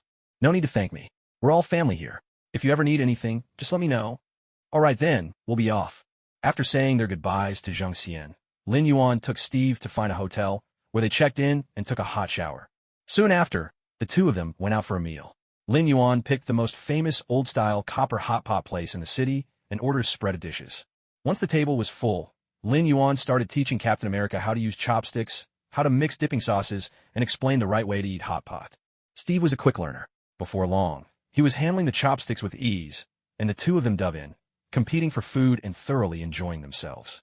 Lin, this hot pot is incredible. I've never had anything this delicious before, Steve said, his chopsticks barely pausing as he heaped praise between bites. That's just because you've been hungry for so long. Honestly, this is pretty average in my hometown, Lin Yuan said, showing off a little. There's even better food? I have to try it. Steve exclaimed. Oh, there's a ton of good food. And just talking about hot pot alone, there are countless varieties. What we're having now is just one type. Steve's eyes sparkled. There are other kinds of hot pot? Are they here too? Don't worry. I'll make sure you try them all. Tomorrow, we'll go eat Peking duck, Lin Yuan promised aloud, though secretly he thought to himself. What a sin, what a sin. Here I'm bragging again. With all my flying, I've been eating for a year and still haven't tasted half the country. After finishing their hot pot meal, night had already fallen. Lin Yuan walked with Steve along the main avenue of the capital, taking in the dazzling city lights, the stream of cars, and the lively hum of voices all around. Steve couldn't help but sigh with emotion. So, this is the world 70 years later? Everything feels so peaceful. It's wonderful. Lin Yuan shook his head and replied, No, this is just what it's like 70 years later in our country. Why do you say that? Are things different elsewhere? Steve asked, a bit puzzled. Lin Yuan answered seriously. Yes, things are different. There's a saying in our country that I really agree with. We weren't born into a peaceful world. We were just born in a peaceful nation. Really? So the wars from the 70s still haven't ended? Does that mean all my past efforts were in vain? Steve's mood grew somber. Having lived through war himself, he knew all too well its horrors. Seeing Steve's spirits dip, Lin Yuan patted him on the shoulder and smiled. Don't be disheartened. Your efforts weren't in vain. Besides, you're now in the most peaceful country in the world. For now, leave your troubles behind and focus on enjoying life. Steve looked at Lin Yuan, then at the vibrant lights and busy streets ahead, and smiled. You're right. Enjoying life comes first. Since it was still early, Lin Yuan took Steve to a large shopping mall. There he bought Steve a smartphone, registered a SIM card for him using his own ID, set up the internet, and patiently taught him how to use it. Steve held the phone, reluctant to put it down. This is worlds better than my old phone, but I have no idea how to use something this advanced. Lin Yuan laughed and gave him a friendly nudge. Don't be silly. It's not rocket science. Just play around with it, and you'll get the hang of it. Even a 3-year-old can learn to use one in no time. Are you going to let a kid outdo you? All right, I'll give it a try. You can play with it back at the hotel. For now, let's explore the mall. They wandered the mall for quite a while, and Steve marveled at the endless array of goods. Your country is really impressive. I remember back in my day, it was still pretty underdeveloped. I never would have guessed you'd come this far in just 70 years. It hasn't even been 70 years, Lin Yuan said proudly. If you count from when we really started developing, it's only been about 30 years. Steve was floored. What? You reached this level in just 30 years? Well, technically it's even less. In reality, not even 20 years, Lin Yuan replied. This really isn't the world I came from. Lin Yuan laughed. You'll get used to it. The rest of your trip is going to be full of surprises. Tomorrow, I'll take you to the Forbidden City. Sounds good. But what's the Great Wall? You'll understand when the time comes. Let's head back for now. The next day, the two of them arrived at the Great Wall. With their physical fitness, scaling the wall was a breeze. They were more than worthy of the title. True men. Steve was astonished by the grandeur of such an ancient construction in Rabbit's homeland, and he couldn't help but marvel at its magnificence. In the days that followed, Lin Yuan took Steve to tour the Summer Palace, the Forbidden City, in Tiananmen Square. Their final stop was the monument to the people's heroes. Standing before the towering monument, Lin Yuan and Steve looked out over the square, where people's faces beamed with happiness. Children raced and played across the open expanse, their laughter echoing throughout the square. Moved by the scene, Lin Yuan said to Steve, "Look at this. The flourishing times they dreamed of have truly come to pass." Steve smiled as well. "Yes, they're all heroes." Lin Yuan clapped him on the shoulder and said earnestly, "Steve, you're a hero too. You and your comrades. You're all great heroes, willing to give your lives to protect your people." Steve simply smiled, his gaze never leaving the monument in front of him. All of a sudden, he snapped to attention and saluted the monument. After the salute, he grabbed Lin Yuan's arm and said, "Come on, Lin. I'm starving. Let's get something to eat. Today I want roast duck again." Over the next few days, Lin Yuan made sure Steve tasted nearly every specialty dish the capital had to offer. Aside from hot pot, Steve's favorite was undoubtedly roast duck. Of course, he also enjoyed all sorts of snacks. After all, in his own time, there weren't nearly as many delicious things to eat. Lin Yuan, with a mischievous grin, even introduced him to Doji, that infamous fermented mung bean drink. To everyone's surprise, Steve actually took a liking to it. He even learned to drink it like a true local, alternating sips of doji with bites of crunchy fried dough sticks. Lin Yuan watched Steve devour his breakfast with relish, tried doji again himself, but had to admit, he just couldn't acquire the taste for it. After breakfast, the two strolled back, passing by a park along the way. The park was bustling with people doing their morning exercises, and Steve was instantly drawn to the elderly gentleman practicing in every imaginable way. He wandered over and, before long, was chatting away with the group. Steve had a great time with the retirees, trying out all sorts of exercise equipment. He even made a pact with one of the old men to meet up the next morning for another workout. Sure enough, the next day, Steve was up early and off to the park. Lin Yuan slept in and didn't go, knowing the park was nearby and Steve was unlikely to get lost. When Steve returned, he kept asking Lin Yuan where to buy a bird cage and a pet bird. He had arranged to go on a bird-walking outing with one of the old men the following day. Lin Yuan was speechless. He couldn't figure out why Beijing's retirees spoke such good English, or how they'd managed to charm this strapping American into joining their senior citizens club. "Bro, you're not even 30 yet. How did you end up living a retiree's life with all the grandpas?" Steve chuckled and said, "Technically, I'm about to turn 100 soon, so I count as an old man too. And those grandpas are so full of life every day, they've got even more energy than I do. I have a great time with them. Just tell me where I can buy a birdcage."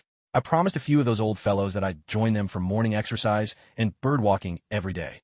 Lin Yuan couldn't help but feel a bit exasperated. These Beijing grandpas sure have a contagious enthusiasm.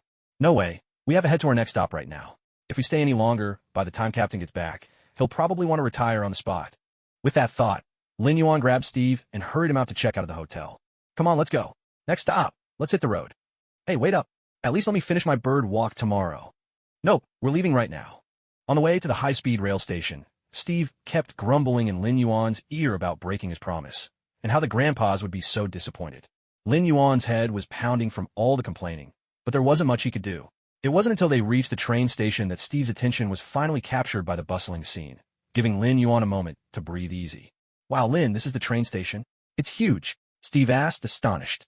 "Relax, this isn't even the biggest one." "What the heck?" Steve blurted out, completely incredulous. "You mean there are even bigger ones than this?" "Of course. There are several even larger than this. The biggest one is almost twice this size," Lin Yuan explained with pride. "No way, that's insane. Are all the stations in your country this impressive?" Steve still looked like he couldn't quite believe it. Lin Yuan replied with pride, "Absolutely. Our guiding principle is everything for the people, so our investment in public infrastructure is second to none. In fact, we're known as the infrastructure maniacs. Haven't you noticed these past few days? We've been traveling everywhere using public transport." That's right, Steve realized. We really have been using public transportation the whole time. Isn't that the norm in every country? Lin Yuan simply smiled and said nothing. Before long, they showed their tickets and boarded the train. Steve gazed in awe at the bullet train in front of him, marveling at the sleek design. Lin Yuan couldn't help but laugh at Steve's wide-eyed wonder. But then, he reminded himself, Steve was from 70 years ago, a time when technology was nothing like today's. So his reaction was understandable.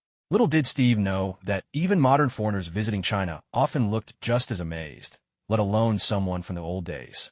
Sitting in the train carriage, Steve looked all around, curiosity lighting up his face as he took in every detail.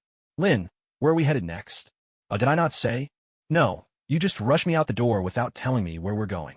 My fault, my fault, Lin Yuan quickly admitted. Our next stop is Chang'an, the ancient capital of 13 dynasties in Bunny Country. It's been around for thousands of years, and its high-speed railway station is the biggest in the country, almost twice the size of the capital station we just left. Steve's eyes lit up with excitement as he exclaimed, Really? I can't wait. An ancient city with such a long history. There must be tons of delicious food, right? Do they have hot pot? Lin Yuan, helpless, put his hand to his forehead. Oh dear, Captain America hasn't even left the province yet, and he's already heading straight down the foodie path. Since when did you become so obsessed with eating? That's not really your usual style, is it? Munching on a snack, Steve replied. What style? I never had a particular image to keep up. Actually, I've loved good food since I was a kid. But I was so scrawny and weak back then I couldn't eat much, even if I wanted to. After I got the serum and became strong, I was always busy fighting. Plus, during the war, food was never plentiful, let alone snacks like these. My goodness, I absolutely love these snacks. As he spoke, he waved the treat in his hand for emphasis. Watching Steve eat with such delight, Lin Yuan couldn't help but feel happy for him. He really did feel for Captain America. Sure, Cap was a hero, but in Lin Yuan's eyes, his life was also a bit of a tragedy. Born in wartime, frail and bullied as a child, Steve finally became strong after taking the serum. But then his mentor, Dr. Abraham Erskine, died in his arms. After that, he became one of the most famous heroes in America, but his best friend fell off a cliff right in front of him, his fate uncertain. In the end, Steve himself was frozen for 70 years to save others. When he finally woke up, the world had changed beyond recognition, and he'd missed the chance to be with the woman he loved most. Even after that, his life was never peaceful. He broke with Tony for Bucky's sake, only to watch Tony sacrifice himself right before his eyes. Captain America's life really didn't have many days of happiness. Perhaps his happiest days were after returning the stones, when he finally got to keep his promise to Peggy Carter in another world. But none of that had happened yet. Right now, Steve was smiling so brightly, and Lin Yuan made a quiet vow to himself. No matter whose leg he had to rely on, he would do everything he could to protect them. Ugh, what am I thinking?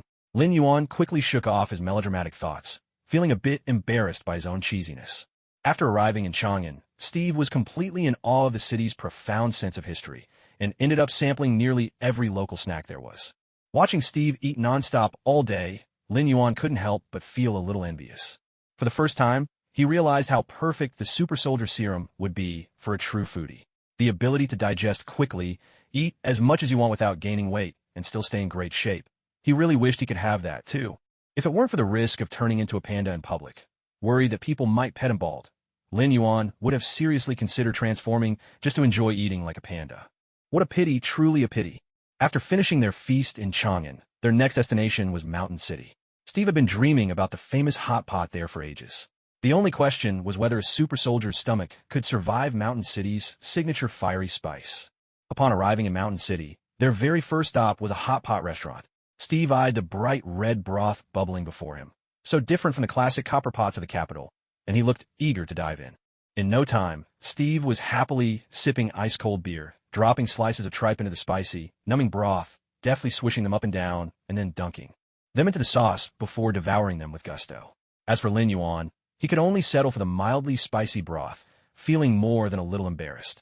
They spent several days in Mountain City, eating hot pot at almost every meal. Steve always chose the spiciest, most numbing broth, and he enjoyed it immensely. Soon enough, Steve became even more of a hot pot expert than Lin Yuan. He ended up ordering for them at every meal, relegating Lin Yuan to the role of translator. Lin Yuan couldn't help but feel a little indignant. How could a foreigner eat so much, and so well? It was the same with Doji before, and now hot pot was no different.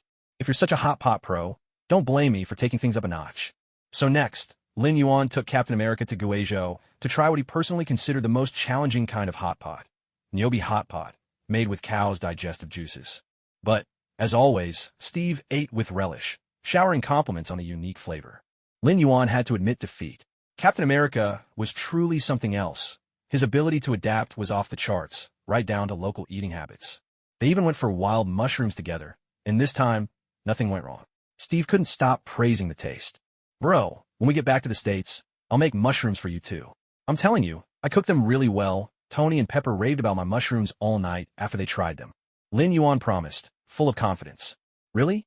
Well, when we get back, I'll come find you whenever I crave them. Steve said with a big smile. Now he wouldn't have to travel so far, just to enjoy them.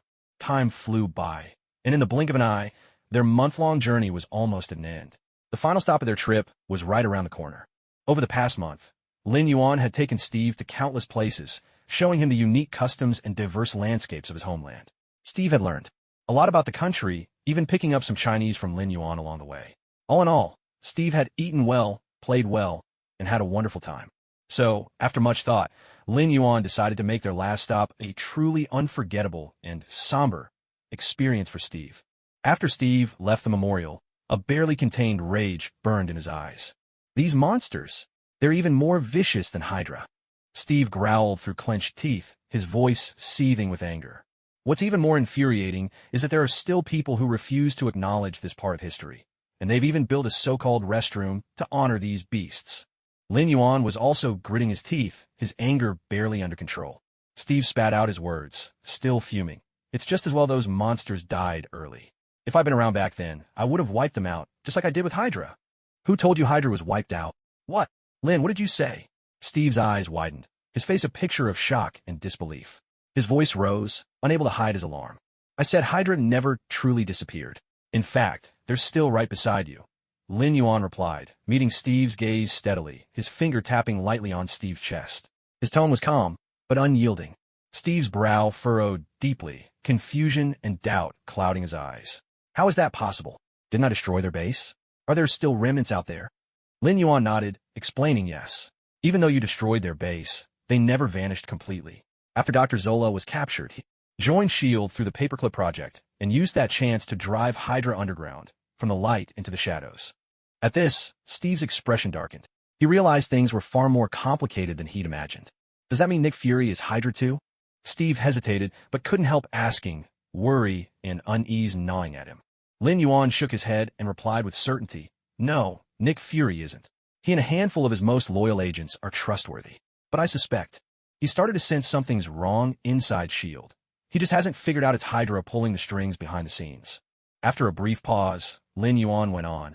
I brought you here to Rabbit's place, so Hydra wouldn't have the chance to cloud your judgment. When we go back, just act as if you know nothing. Investigate quietly, find out who their members are, and when the time is right, strike and wipe them out in one blow. I understand. I will. Steve's expression was grave. He knew exactly how troublesome Hydra could be. Don't worry, really, I'll help you too. Lin Yuan patted his shoulder reassuringly. Lin Yuan had considered telling Steve about Buggy, but then thought better of it. Better to take things one step at a time. When Buggy reappeared, there would be time to talk. Saying it now would only add to Steve's burdens, with nothing to gain. Let's go. What are you still daydreaming about? We're heading back. Want to get some gear?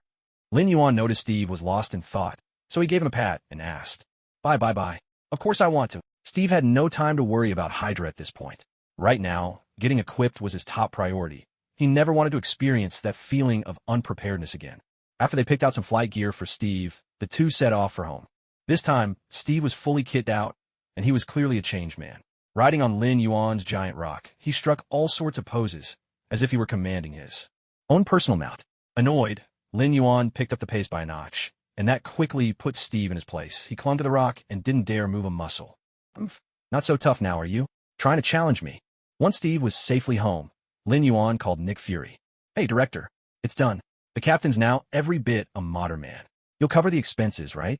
Sure, just send me the bill, Nick Fury replied without hesitation. How much could two people possibly spend on a trip? For S.H.I.E.L.D., this kind of cost was just a drop in the bucket. Lin Yuan sent Fury the bill, said his goodbyes to Captain America, and headed home. He had barely reached his front door when Fury called. What the Lin? What did you two get up to? How could you spend that much? Fury sounded exasperated. He couldn't fathom how two people on a trip could rack up such a hefty bill. Lin Yuan shot back, not holding anything back. Don't blame me. Didn't you see? Most of it was spent on food. You have no idea how much Steve can eat. He could keep it all day. You should be grateful I didn't take him anywhere fancy. All right, Fury replied, rubbing his temples. Then he asked, did the captain say what he plans to do next? Ask him yourself. Beep, the call was cut off. Lin Yuan muttered. Some director you are? So rude. Jarvis, where's Tony? He called out to Jarvis as he stepped inside. Welcome home, sir. Mr. Stark is in the lab. Lin Yuan headed for the lab and found Tony busy at work. Tony, I'm back. Hey, back already? Did you have fun? Tony looked up and asked, weren't you saying you'd take Cap out for a bit last time? Yeah, he just been dug up, so I took him out to help him get used to today's world. Gop. Ooh. He's from my dad's generation, right? Of course. He was friends with your dad, you know? That shield of his, your dad, gave it to him.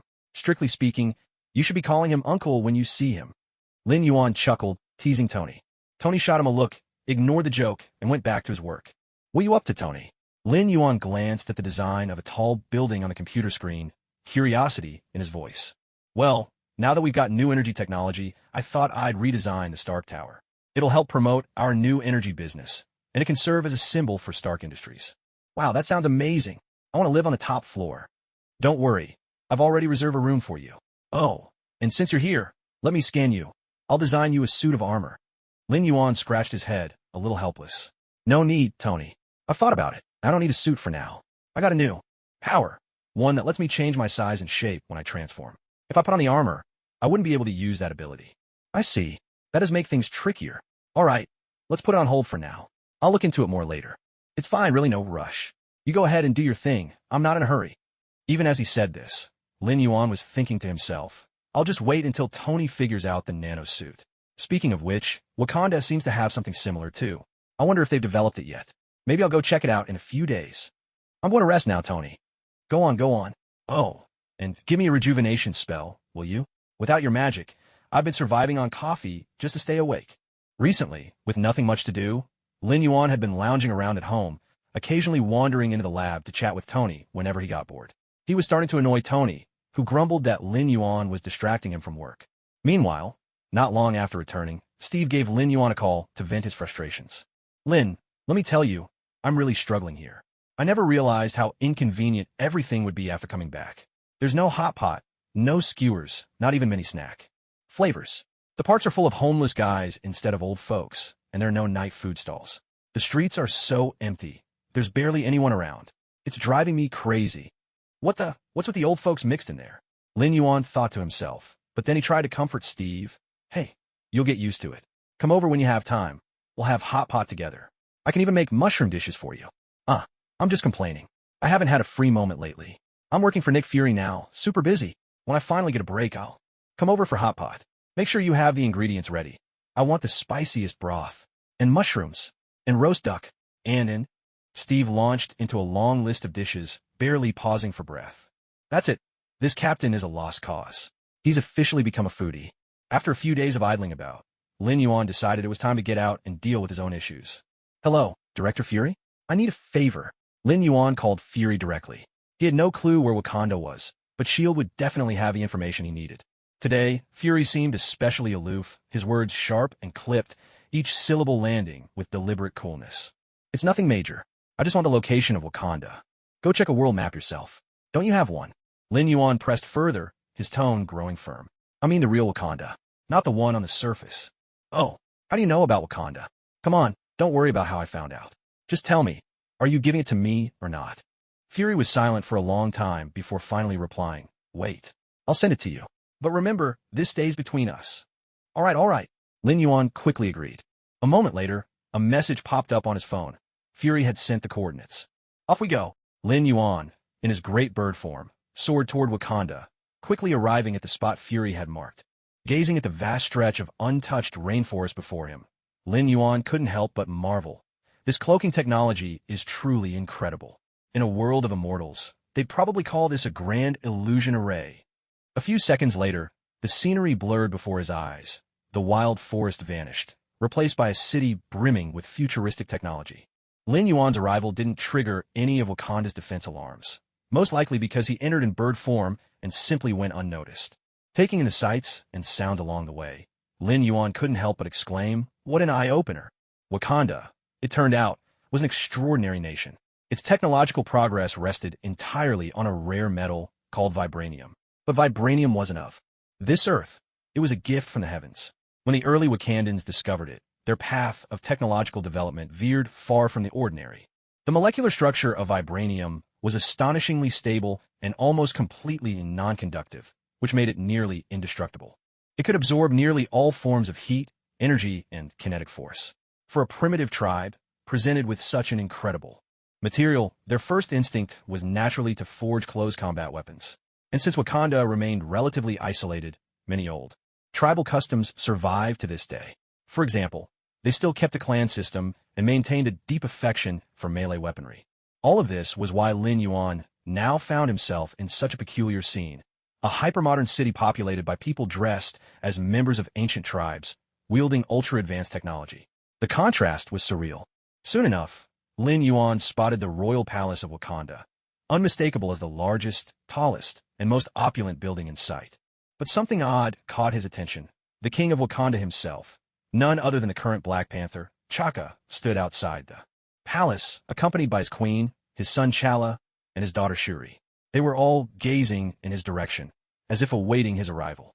Puzzled, Lin Yuan hovered in the air, watching the people below. Could it be that an important guest is visiting Wakanda today? Maybe I should come back another time instead. Just as Lin Yuan was about to leave with this thought, T'Chaka's voice rang out unexpectedly. My friend in the sky, welcome to Wakanda. Please come down and join us. Lin Yuan was surprised. How did T'Chaka know he wasn't actually a bird? Was Wakandan technology really so advanced that it could even scan his abilities? But since his presence had been discovered, and visiting was his intention anyway, he decided he might as well go down and talk. At least he wouldn't have to find another way to meet T'Chaka. He landed, transformed into human form, waved his hand, and greeted T'Chaka. Hi. Hello everyone. My name is Lin Yuan. I apologize for dropping in unannounced today. Welcome, child of nature. I am King T'Chaka, and this is my wife, Ramonda. These are my children, T'Challa and Shuri. T'Chaka's eyes revealed curiosity and surprise as he watched the great bird turn into a handsome young man. But he remained composed and invited Lin Yuan inside. Mr. Lin Yuan, please come in. Let's continue our conversation inside. Lin Yuan, full of questions, knew it wasn't the right time to ask anything, so he followed T'Chaka and his family into the royal palace. They entered the palace's reception hall and sat down. Only then did Lin Yuan take a good look at the future Black Panther, T'Challa.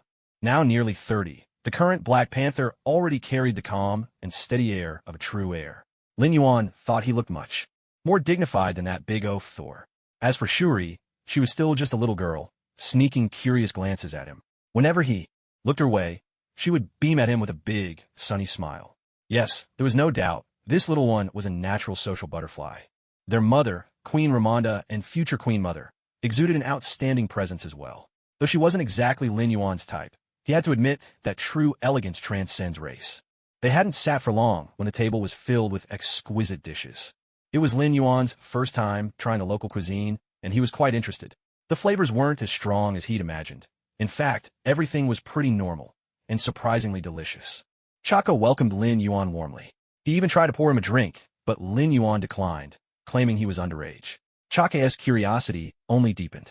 I never would have guessed that someone so young could possess such abilities. Truly, heroes are born young. Lin Yuan couldn't help but think. This king isn't very good at giving compliments, but he sure tries hard. My abilities have nothing to do with my age. Still, when someone praises you, it's not exactly polite to contradict them. So Lin Yuan changed the subject, saying, King T'Chaka, please just call me Lin. Being called Mr. always feels a bit odd to me. T'Chaka looked at Lin Yuan with a warm, beaming smile, as if he were gazing at a precious treasure. All right, Lin, there's no need for such formality. Don't keep calling me king this and king that. You seem just a few years older than my daughter Shuri. Just call me uncle. Lin Yuan followed his lead with ease. All right, Uncle T'Chaka. Ah, good child. T'Chaka burst out in hearty laughter, clearly delighted. Uncle T'Chaka, how did you know I was coming? And how did you know that bird was me?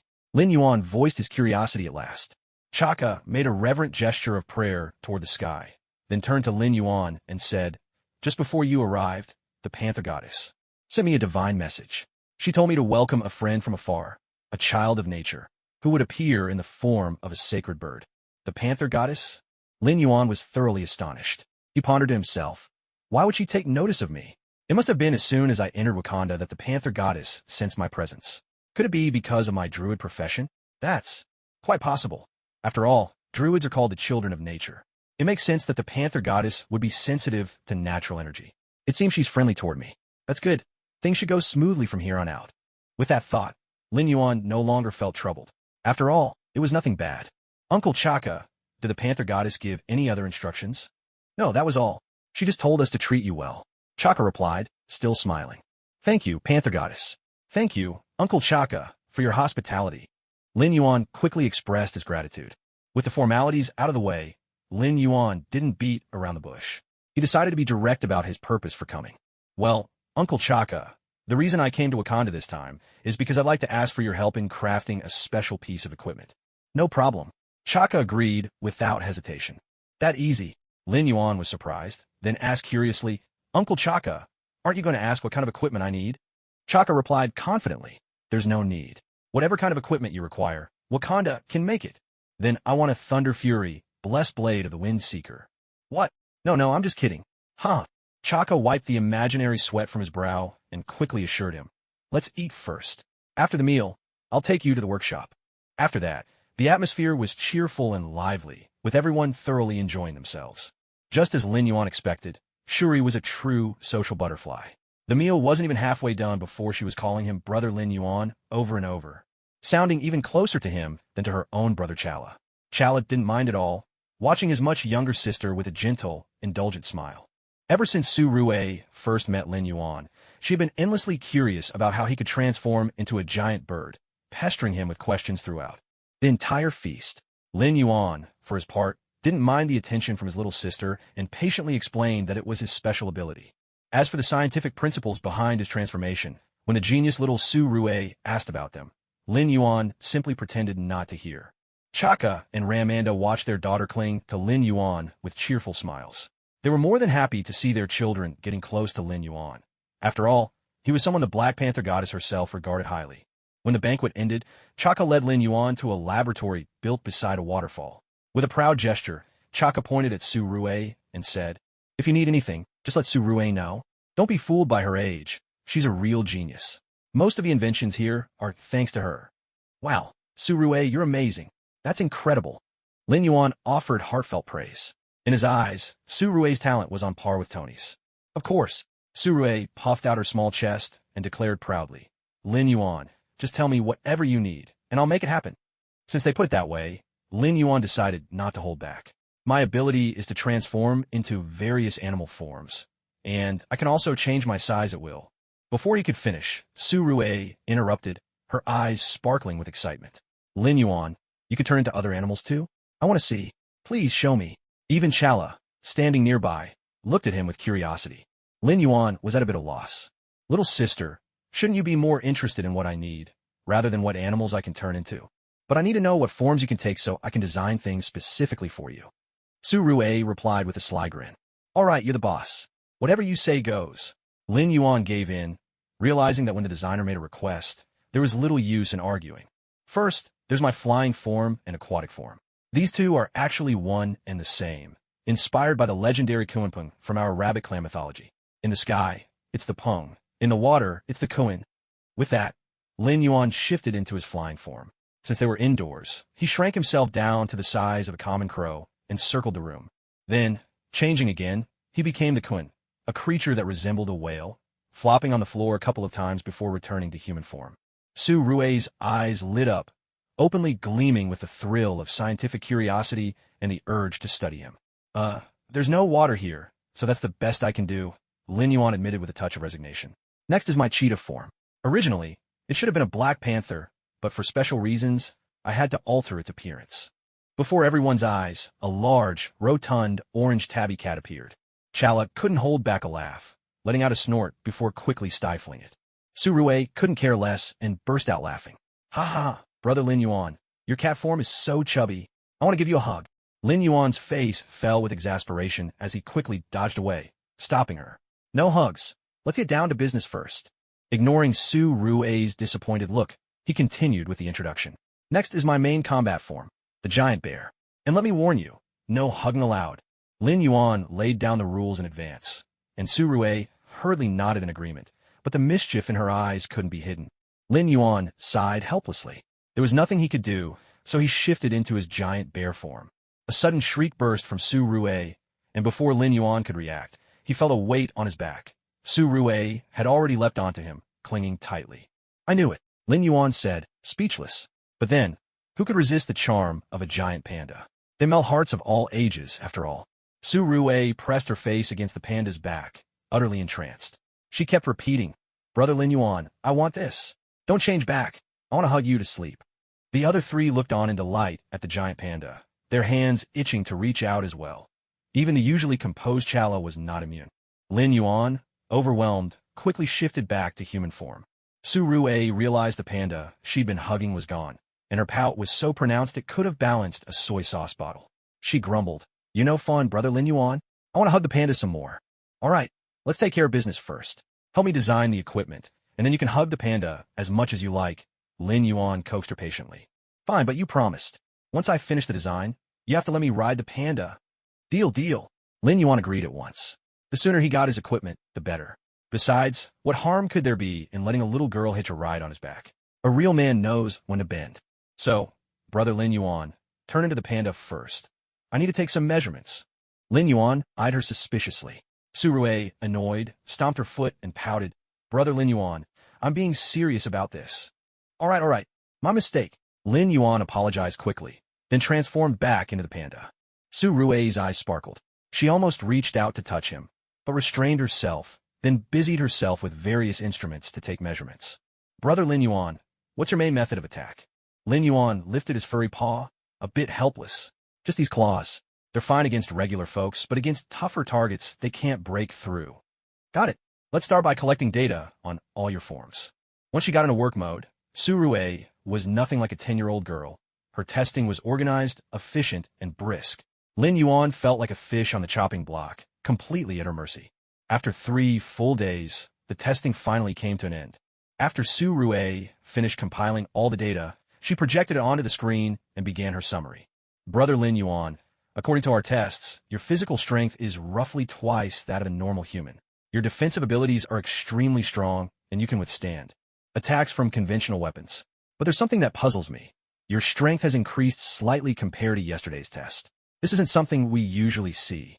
After she finished speaking, Su Rue looked eagerly at Lin Yuan, clearly wanting an explanation.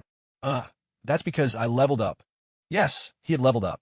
The energy the system absorbed the day before yesterday had once again boosted his magical power, and as a druid, his physical constitution improved as his power grew.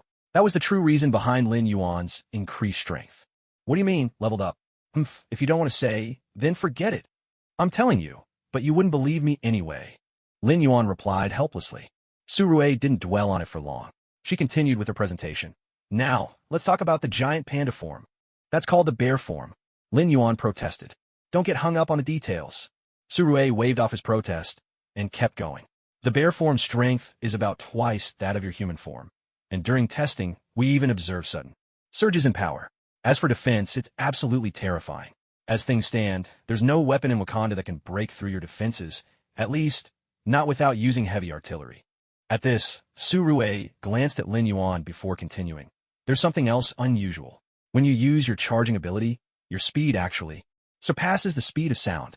But what's really strange is that there's no impact force at all, which doesn't make sense scientifically. Lin Yuan remained silent, thinking to himself, well, the charge skill isn't supposed to deal damage in the first place. After Su Rue compiled all the data, she projected it onto the screen and began her summary. Brother Lin Yuan, according to our tests, your physical strength is about twice that of an ordinary human. Your defensive capability is impressive. You can withstand attacks from conventional weapons. But there's something that puzzles me. Your strength has increased a little since yesterday's test. That's quite unusual. When she finished speaking, Su Rue looked at Lin Yuan expectantly, hoping for an explanation. Well, that's because I leveled up. Yes, he had leveled up. The energy the system absorbed the day before had boosted the intensity of his magical power, and as a druid, his physical constitution improved along with it. That was the reason behind Lin Yuan's growing strength. What do you mean leveled up? If you don't want to tell me, forget it. You wouldn't believe me even if I told you. Lin Yuan replied helplessly. Su Rue didn't dwell on it for long and continued her introduction. Next up is the giant panda form. Lin Yuan protested. It's called the bear form. Don't sweat the details. Su Rue waved her hand dismissively and went on. In bear form, your strength is roughly twice that of your human form, and there were moments during testing when your strength suddenly increased. As for your defense, well, it's downright terrifying. So far, there isn't a weapon in Wakanda that can break through your defenses, at least not without using heavy artillery. At this point, Su Rue glanced at Lin Yuan and continued. There's something else that's odd. When you use your charge ability, your speed actually breaks the sound barrier. But strangely enough, there's no impact force at all, which just doesn't make sense. Lin Yuan stayed silent, secretly grumbling to himself. The charge skill isn't supposed to do damage anyway. How am I supposed to explain that? Su Rue saw that Lin Yuan wasn't going to answer and didn't press further. She swiped a few times on the screen, and a Jew appeared on the display. Now let's talk about this big fat Sayahem. I mean the cheetah form. Su Rue quickly corrected herself under Lin Yuan's withering gaze. In the cheetah form, your strength is relatively lower, and your defense is about the same as your human form. But your speed is extraordinary. You're faster than a real cheetah. And with your speed boost ability, you can even double that. But that's not the most impressive part. Brother Lin Yuan, do you know what's truly amazing about your cheetah form? At this, Su Rue was visibly excited. What is it? Lin Yuan asked, playing along. Invisibility. Su Rue nearly leaped off the ground, exclaiming, when you go invisible in cheetah form, you're even more undetectable than our Wakandan stealth tech. Not. Even our most advanced sensors can pick you up. It's incredible. If I could figure out how that works, Wakanda's stealth technology would reach an entirely new level. Haha. Lin Yuan couldn't help but chuckle to himself and thought, sorry, little Su Rue, but this is the power of magic. It's a completely different system. From technology, you're bound to be disappointed. And honestly, a righteous guy like me has no use for such an overpowered invisibility effect anyway. After her excitement faded a bit, Su Rue continued. As for the flight and aquatic forms, they're even more outrageous. The maximum speed in flight mode exceeds Mach 20, and while the speed underwater hasn't been tested due to sight limitations, just the fact that it can survive in any aquatic environment is already incredible. Lin Yuan, you're totally a monster. What kind of comment is that? What do you mean, I'm a monster? Lin Yuan's face darkened, and he quickly corrected her. It's my speed that's monstrous, not me as a person. Su Rue stuck out her tongue sheepishly and went on. Lin Yuan, you've actually got something wrong. You always say your attack power is low, but that's not right. What you should say is that only your attack power is normal. Your defense and speed are what's over the top. Thinking it over, Lin Yuan realized she had a point. He didn't have any attack skills, but it wasn't like he couldn't just use his fists. He was supposed to be skilled in both magic and martial arts. After all, damn system, always holding me back. Su Rue continued. Lin Yuan, logically speaking, the kinetic energy generated at over Mach 20 in flight mode should be terrifying. But somehow, the energy produced in flight mode is actually very small, which doesn't make sense at all. Lin Yuan could only grumble to himself. That's because flight mode is a non-offensive skill. Besides, isn't it perfectly reasonable for the system's logic to be unreasonable? Don't sweat the small stuff. Just chalk it up to my unique ability traits. Su Rue nodded, then asked, so, Lin Yuan, do you have any specific requirements for your equipment? As long as it's better than bear claws, I'm fine. I tried hitting a metal lump before and couldn't even scratch it. Also, I need the equipment to adapt to my shape changes, and most importantly, it has to be easy to carry. Couldn't you just put some gauntlets on your claws? Su Rue was a bit dumbfounded by Lin Yuan's simple requests, but after thinking it over, she added, the shape-shifting part is a bit tricky, but it's not a problem. I just happen to be working on a nanobattle. Su project that fits your needs perfectly. I was planning to start the project in a couple of years, but I suppose there's no harm in starting early. That said, you'll have to wait a little while, okay? No rush, no rush. Su Rue, take your time. I can wait. Thanks so much, Su Rue. Lin Yuan knew the nanobattle suit Su Rue mentioned was the very one that would become the Black Panther suit in the future. No need to thank me. I'll get in touch once I've finished. With that, Su Rue looked at Lin Yuan with eager eyes. Brother Lin Yuan now that everything's settled, so Lin Yuan had no choice. A promise is a promise, and he had to keep his word. Come on up. Transforming into a panda, Lin Yuan beckoned to Su Rue. Su Rue climbed onto the panda's back, and Lin Yuan carried her around the lab at a run. Giggling with delight, Su Rue clearly loved this game. After the panda ride, Lin Yuan transformed into a great rock and soared through the air with the little girl on his back. But by the time they landed, Su Rue's braids were practically standing on end. She pouted clearly, dissatisfied. That wasn't fun at all. The wind was way too strong. When I finished designing my battle suit, Brother Lin Yuan, you can take me flying again. Then you can wrap me up in a suit to block the wind. All right, no problem. Lin Yuan agreed at once, already looking forward to it. Once they had that battle suit, maybe he could take a girlfriend flying for fun someday. Otherwise, with the way things were now, any girlfriend would probably get blown away. With everything handled, Lin Yuan had originally planned to take his leave. But thanks to Chake's warm invitation and Su Rui's persistent coaxing, he ended up staying in Wakanda for another 3 days. For those 3 days, Su Rui accompanied Lin Yuan as he toured all around Wakanda. Chala, on the other hand, was busy. He had started learning to take on more of his father's responsibilities, so Lin Yuan seldom saw him. One day, Chala suddenly approached Lin Yuan and suggested a sparring match. Lin Yuan happened to want to test out his skills as well, so they hit it off immediately. With Chala clad in the old-style Black Panther suit, he and Lin Yuan faced off from a distance, while Su Rui cheered from the sidelines. Panther bro, here I come. Yes, Lin Yuan now called Chala Panther bro. Even though Chala insisted he wasn't Black Panther yet, Lin Yuan didn't care. He was calling him that anyway, and Chala could only go along. The moment Lin Yuan called out, Chala charged straight at him. Lin Yuan grinned, and without turning into a panda, simply raised his hand to unleash a tangle of roots. Chala's feet were snared, and his momentum sent him face-first straight into the ground. Watching her brother's misfortune, Su Rui burst out laughing, unable to straighten up from her amusement. Lying on the ground, Chala shot Lin Yuan a wounded look, but Lin Yuan pretended not to notice. Once the vines disappeared, Chala became more cautious, hesitating to rush in again. He began circling Lin Yuan, drawing closer and closer, looking for an opening. Lin Yuan flashed Chala a mysterious smile that made Chala tense up instinctively. Sure enough, in the next instant, Lin Yuan raised his hand, and a sudden whirlwind swept Chala up into the sky, spinning him around and around. I'm so dizzy, so dizzy. Bro, hurry and let me down. Chala wailed from above as he whirled through the air. Brother Leopard, hang on for 30 seconds. Ha ha ha. Lin Yuan had used a whirlwind before, but back then, its power was nothing like this. At most, it was like those little dust devils you sometimes see on the school field, and he had barely any control over it. He never imagined that leveling up would make such a difference. The dog system was right. If your level's not high enough, the effect really is weak. After 30 seconds, Chala staggered to his feet, clutching a tree for support, and promptly started retching. It was only then that Lin Yuan realized the tornado summoned by the whirlwind skill spun with incredible speed and seemed to have some special side effects, like making anyone caught inside especially dizzy. Otherwise, given Chala's physical condition after taking the heart-shaped herb, there's no way he would be this sick. Su Rui was stifling her laughter as she patted her brother's back, while Lin Yuan felt a bit embarrassed. Hey, you okay? I haven't used this ability in ages. I didn't expect it to be this intense now. Chala kept his head down and waved a hand, signaling he was all right.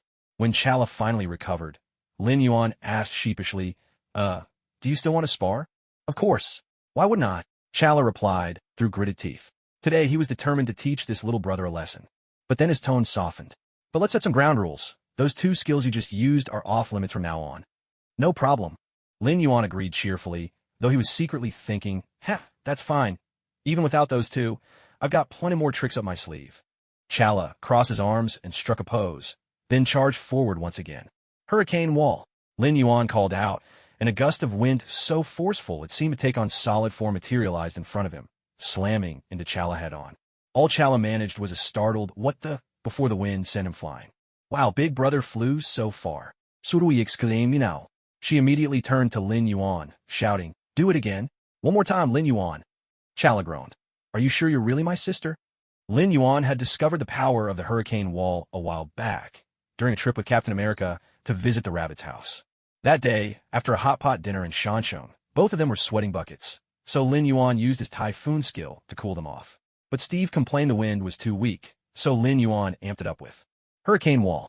The result? Steve got blown clean down the street. Fortunately, the road was empty, though a few parked cars did take some damage. In the end, Director Zheng had to send someone to settle things. That was when Lin Yuan finally understood what stronger winds in the skill description really meant. This dog system skill descriptions are just as unreliable as the system itself. So today, Lin Yuan tried out the skill on Chala. Sure enough, the results were impressive. Now he was starting to wonder, could this blow-away effect work on much heavier targets? He'd have to find a chance to test that out, too. Chala was starting to get annoyed. After fighting for so long, he couldn't even get close. This little brother's abilities were really troublesome. Unwilling to give up, Chala let out a loud roar and charged forward again. "Take this, Brother Panther," Lin Yuan shouted in a dramatic fashion, pointing at Chala. Then he cast his spark spell. A spark the size of a coin appeared where his finger aimed and shot rapidly toward Chala. Startled, Chala slammed on the brakes and came to a stop. But the spark was too fast. He couldn't dodge in time. Relying on the superior defense of his Black Panther suit, he braced himself and took the hit head-on. The spark struck Chala and then dropped to the ground with a soft fizz. He touched the spot where he'd been hit. Nothing, no sensation at all. "Bro, what does this spell even do?" "No idea. It just shoots a little spark, which is supposed to be able to start a prairie fire." So the three of them crouched down, studying the spark on the ground intently. The spark continued burning on the ground, stubbornly holding on for a full 10 minutes before finally fading away, leaving just a charred mark on the earth. Chala and Shuri looked at Lin Yuan in confusion. Lin Yuan gave them an embarrassed grin. "Looks like that's all it does. Damn this lousy system." Once again, the skill was exactly as described and nothing more. Still, judging by how long the spark lasted, at least he wouldn't have to worry about starting a fire in the wild anymore. He could even use it to light a cigarette. Lin Yuan tried his best to console himself. Chala, looking at this bizarre spell, was at a loss for words. Some of his brother's spells were truly powerful, but others were just useless. "Bro, got any other tricks? Why not try them all and show me something new?" "There are a few more I haven't tested yet. Let's try them all."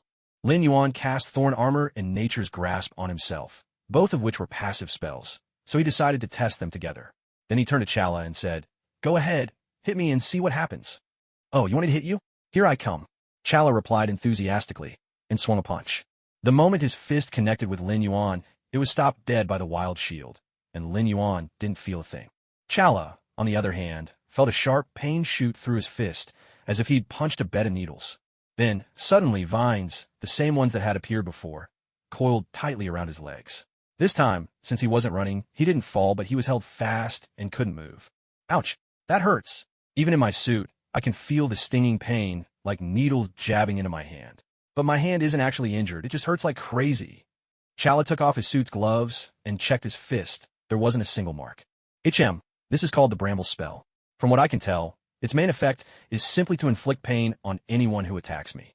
The harder the enemy strikes, the more pain they feel, and it completely ignores armor. The catch is it only causes pain, without inflicting any real damage. Lin Yuan began to analyze it. All in all, it was a pretty decent support skill. The intense pain could make enemies think twice before attacking. But against foes with strong willpower, or those who are immune to pain, it wouldn't be very effective.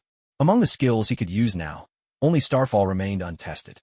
Originally, this was supposed to be Lin Yuan's flashiest ability, but thanks to that wretched system, it seemed it would only be good for impressing girls. So, might as well give it a try. At least I'll know what to expect if I ever want to show off. With that thought, Lin Yuan turned to Chala and Shuri. "Hey bro, sis, I'm going to summon a meteor. Could you help me track its path?" Chala and Shuri were taken aback. Shuri asked in surprise, "What? Brother Lin Yuan, you can summon meteors? Are you bringing in objects that already exist in space? What are these meteors made of? How big are they?" Lin Yuan looked bewildered and spread his hands helplessly.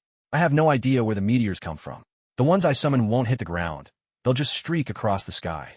In that case, let's wait a bit. We'll go to the lab, so I can record it with my instruments." The three of them returned to the laboratory. Once Shuri had set up her equipment, she signaled that Lin Yuan could begin. Lin Yuan pointed at the sky and cast Starfall. 3 seconds later, the first meteor shot across the heavens, followed by the second, then the third. In the end, 10 meteors blazed across the sky in succession. Watching the data from her instruments, Shuri was amazed.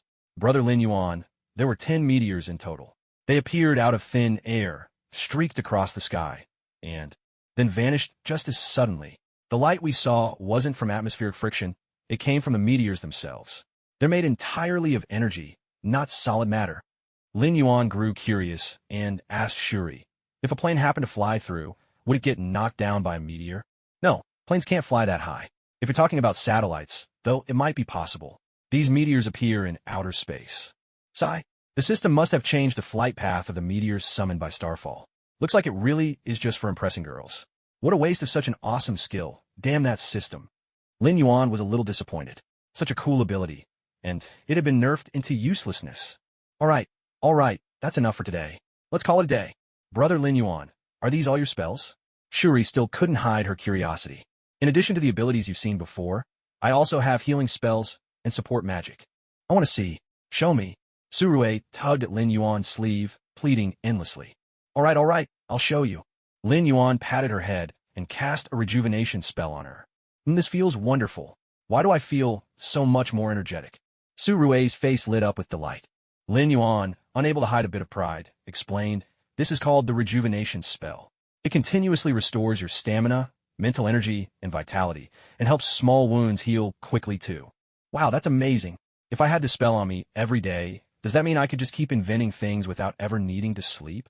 Lin Yuan was speechless. This line of thinking was exactly like Tony's. Was this some kind of genius trait? The first thing they think of with such a great skill is to work overtime. Truly terrifying. Lin Yuan gave Su Rue a gentle flick on the head. If you don't sleep, you'll never grow taller. This spell isn't meant for pulling all-nighters at work. Su Rue pouted, clutching her head, and asked Lin Yuan in a small, aggrieved voice, then what do you think this spell should be used for?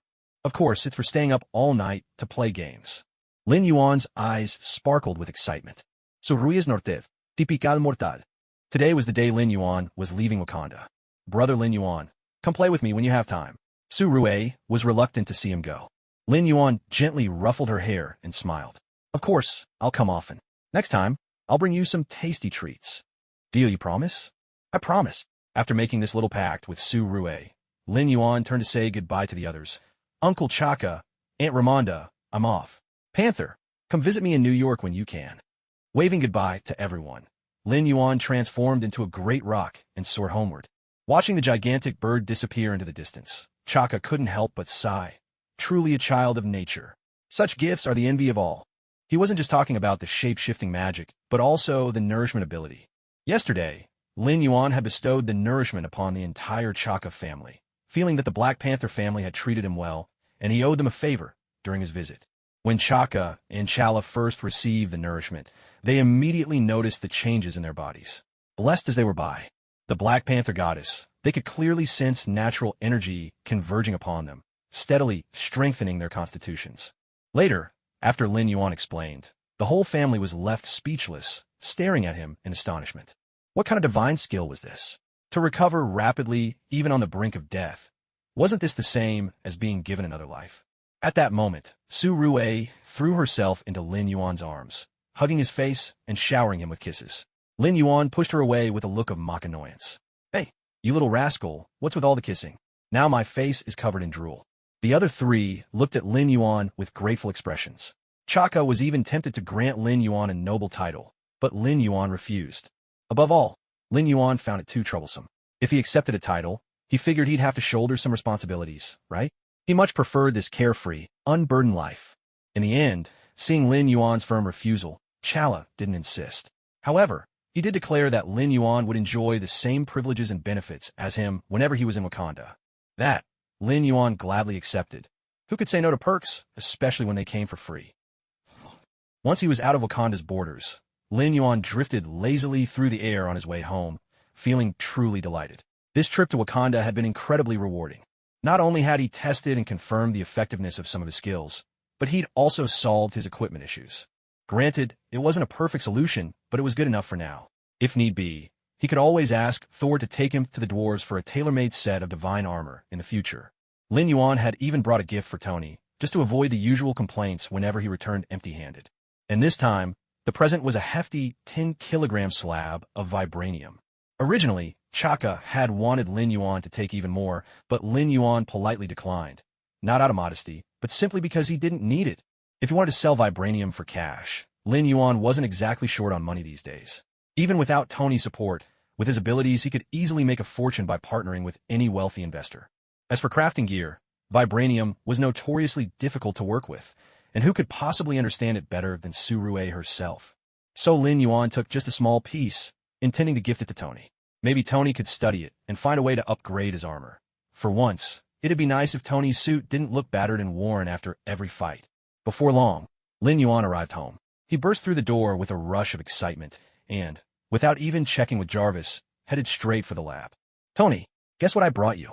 Lin Yuan shouted loudly, holding up the vibranium. To his surprise, Tony wasn't in the lab. Well, isn't that something? The sun must be rising in the west. Tony's actually not in the lab at this hour. Lin Yuan found it odd and called out to Jarvis.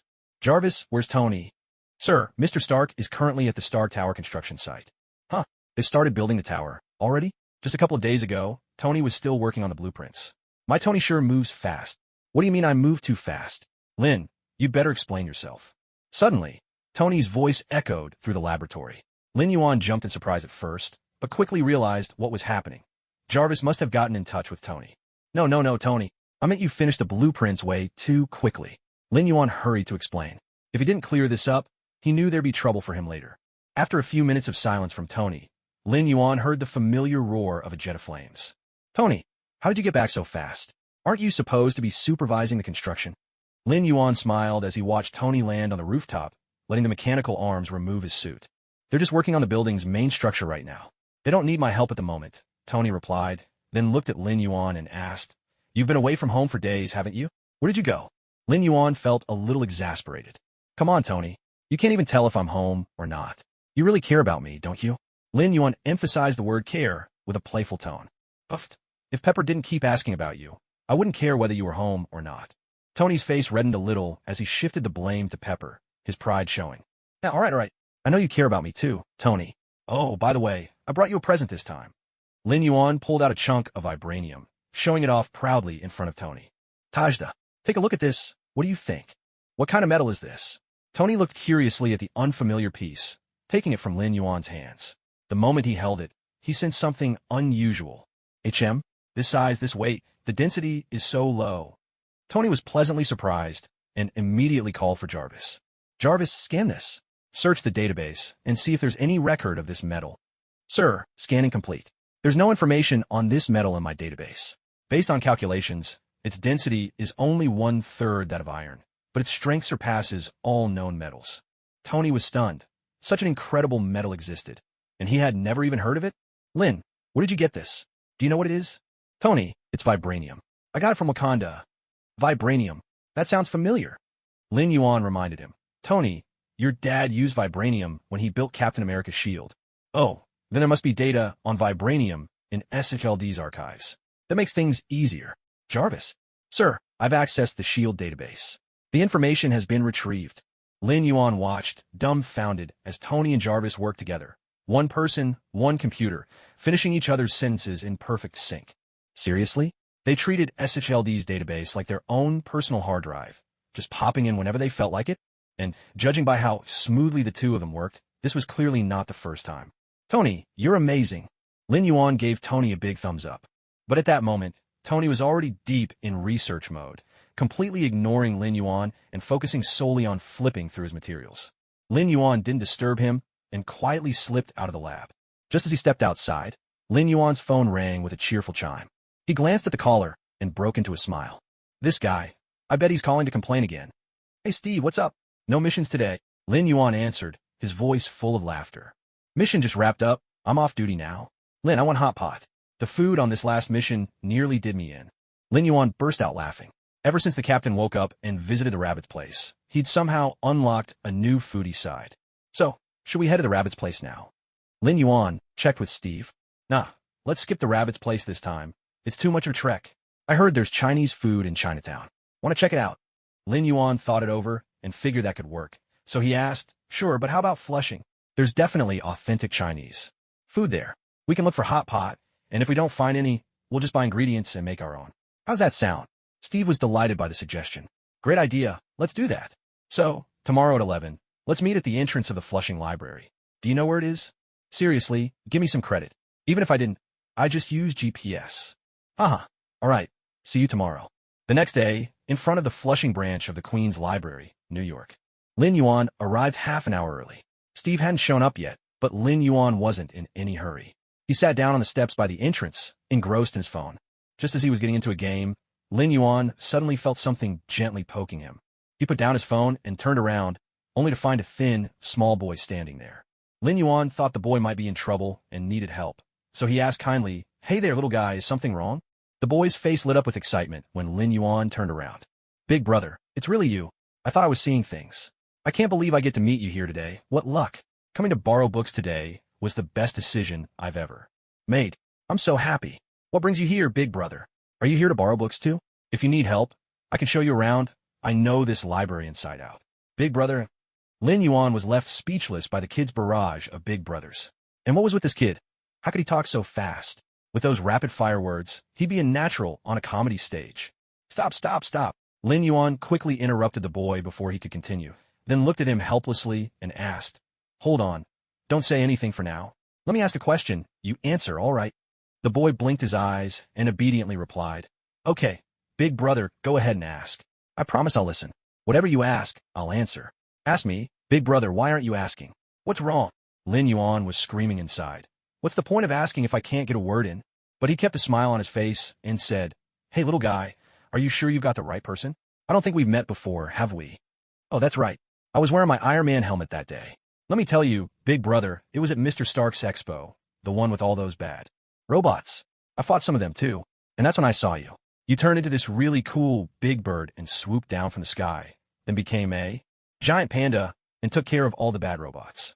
Do you know from that day on, you became my idol, just after Mr. Stark, of course. I admire Mr.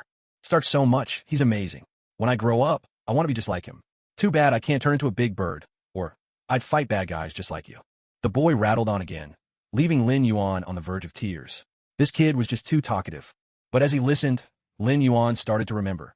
At the entrance of the expo that day, there really had been a little boy wearing an Iron Man mask pretending to shoot a repulsor blast. Like Tony at a drone mech.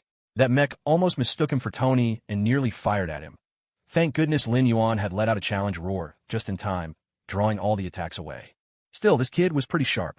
That night had been absolute chaos, and Lin Yuan had barely stayed in human form. Yet the boy still remembered what he looked like. That kind of observation was impressive. Big brother, can I have your contact information? Don't worry. I promise I won't bother you unless it's important. I swear. The boy looked at Lin Yuan with hopeful eyes, making the promise with all the seriousness he could muster. Sure, what's your name? Despite the kid's endless chatter, Lin Yuan didn't really mind. Kids talk a lot, after all, and this one had. Just gone a bit above and beyond. Plus, he was Lin Yuan's very first little fan, and giving him a contact didn't seem like a big deal. Awesome. My name's Peter Parker. I'm 11 years old. I live in Queens. And my Aunt May is the best. She makes the most delicious cookies. The boy was so excited that he nearly launched into a full family history. What? What did you say your name was? Lin Yuan was stunned. Peter Parker. Why? Is something wrong, brother? Peter asked, a little confused. No, nothing at all. So that's it. The case is solved. Turns out he's the little spider. No wonder he's such a chatterbox. Looks like he's been like this since he was a kid. All right, Peter, my friend here. How about we?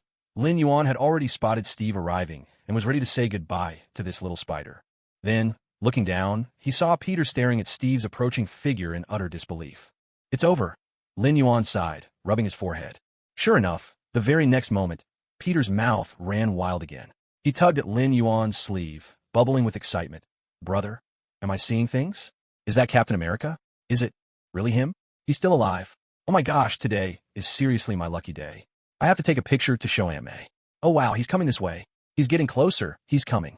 From a distance, Steve saw a young boy clinging to Lin Yuan, chattering away. Steve looked at Lin Yuan, puzzled, and asked, Lin, who's this kid? Is he your relative? Before Lin Yuan could answer, Peter jumped in eagerly. Captain, I'm Peter Parker. I'm a huge fan of yours. Right after Mr. Stark, of course. This little rascal. Just a minute ago, he said I was his idol, and now he's already switched sides. Lin Yuan rolled his eyes inwardly, deciding to ignore the little troublemaker for now. Pointing toward Chinatown, he said to Steve, Let's go, brother. Why don't we see if we can find a hot pot place? Peter, I'm heading off with the captain now. You should hurry home. Lin Yuan tried to send Peter home, but then he caught the longing look in the boy's eyes. That look practically screamed, I want to go too, right across his forehead. With a sigh, Lin Yuan gave in, reached out to ruffle Peter's hair, and said, Fine, Peter. Do you want to come with us? Peter nearly jumped for joy, nodding so hard it looked like his head might fall off. He was about to speak, but Lin Yuan quickly stopped him. Wait, don't say anything yet. Hear me out first. You can come with us, but there are 3 rules. First, you need to call your Aunt May and get her permission before you can join us. Second, from now on, if I say no talking, you have to stay quiet. Can you do that? What about the 3rd rule? Didn't you say there were 3? Peter asked, puzzled. Zip it. Just answer. Can you do it or not? Peter clamped his mouth shut and nodded furiously. Lin Yuan handed Peter his own phone to call Aunt May. As soon as Aunt May heard Peter wanted to have dinner with Captain America, she thought someone was trying to scam him and nearly called the police. In the end, Lin Yuan took the call and explained things to Aunt May. To his surprise, as soon as Aunt May heard his name, she immediately softened her tone and warmly invited him to visit her home. The first time Lin Yuan appeared in public was at the press conference Tony held after returning from his kidnapping. On that day, Tony announced in front of everyone that Lin Yuan was his brother. Although the news caused quite a stir, Tony's subsequent announcement about shutting down the weapons division quickly overshadowed Lin Yuan's moment in the spotlight. After that, Lin Yuan rarely made any public appearances and always kept a low profile. So when Lin Yuan went out, he wasn't worried about being recognized or surrounded by people. Hardly anyone actually knew who he was. Aunt May probably knew about Lin Yuan because of Peter, not to mention the last Science Expo, but as Tony Stark's #1 fan, Peter would surely keep up with all the news related to him. Besides, little Spider-Man was remarkably smart and still had all the innocence and candor of a child. He could instantly recognize Lin Yuan and Captain America and didn't even question how someone like Cap, who was from 70 years ago, could show up in a modern world. For him, it was just natural. Lin Yuan took little Spidey by the hand, and the three of them headed toward Chinatown. Along the way, Lin Yuan asked around among the local Chinese community and quickly found out about a hot pot place known for its authentic Sichuan flavors. The hot pot restaurant had a great reputation among the Chinese diaspora. Everyone who had eaten there praised the flavors, and many of the ingredients were shipped straight from China. The three of them walked into the bustling hot pot restaurant, found an empty table, and started looking at the menu. Steve was in charge of ordering. Ever since their trip to Chongqing, after just 3 days, he had become even more adept at hot pot than Lin Yuan himself. He ordered a variety of dishes and then chose a yuanyang pot, half spicy, half mild. One side was loaded with chili and numbing spice, the other just a gentle heat. He shot Lin Yuan a disdainful look. Lightweight. I ordered the mild side, just for you. Lin Yuan's forehead twitched with annoyance, but he couldn't argue. The food arrived quickly. Steve was the first to dip some beef tripe into the spicy broth and, after a few bites, let out a dramatic sigh. It's a shame. The spicy broth here just isn't as fiery as what we had in Chongqing. The tripe isn't as good either, and even the dipping sauce is a bit lacking. Lin Yuan, hearing this, couldn't help but recall those days in Chongqing. His stomach started aching at the memory, and shot back, "Come on, this is already great. Not everyone can handle spice the way you do. Peter, you stick to the mild broth with me. Cap's side is way too spicy." Lin Yuan noticed Peter eyeing Captain America's side of the pot and gave him a gentle reminder. But Peter was determined. He wanted to try Steve's fiery broth. "Brother Lin Yuan, I want to give it a try." Steve's face lit up with delight, and he handed Peter a freshly cooked piece of tripe. "Now, that's the spirit. Here, try this." As soon as Peter took a bite, he couldn't help but gasp and fan his mouth. Whoa, so spicy. Peter stuck out his tongue, panting from the spicy food, and gulped down his ice-cold cola in desperation. Lin Yuan burst out laughing. "I told you, that one's way too spicy." "It's spicy, but it's really delicious. Even better than yours," Peter insisted, grabbing another slice of lamb from Steve's side of the pot. Lin Yuan could only shake his head in disbelief at this little turncoat. The three of them chatted and laughed, eating as they went. Of course, Peter kept his promise and mostly focused on eating, saying little. Once they were full and satisfied, Lin Yuan and Steve walked Peter home. Peter's house wasn't too far from Flushing, so they decided to stroll there, helping their food settle. "Peter, what grade are you in now?" Lin Yuan asked.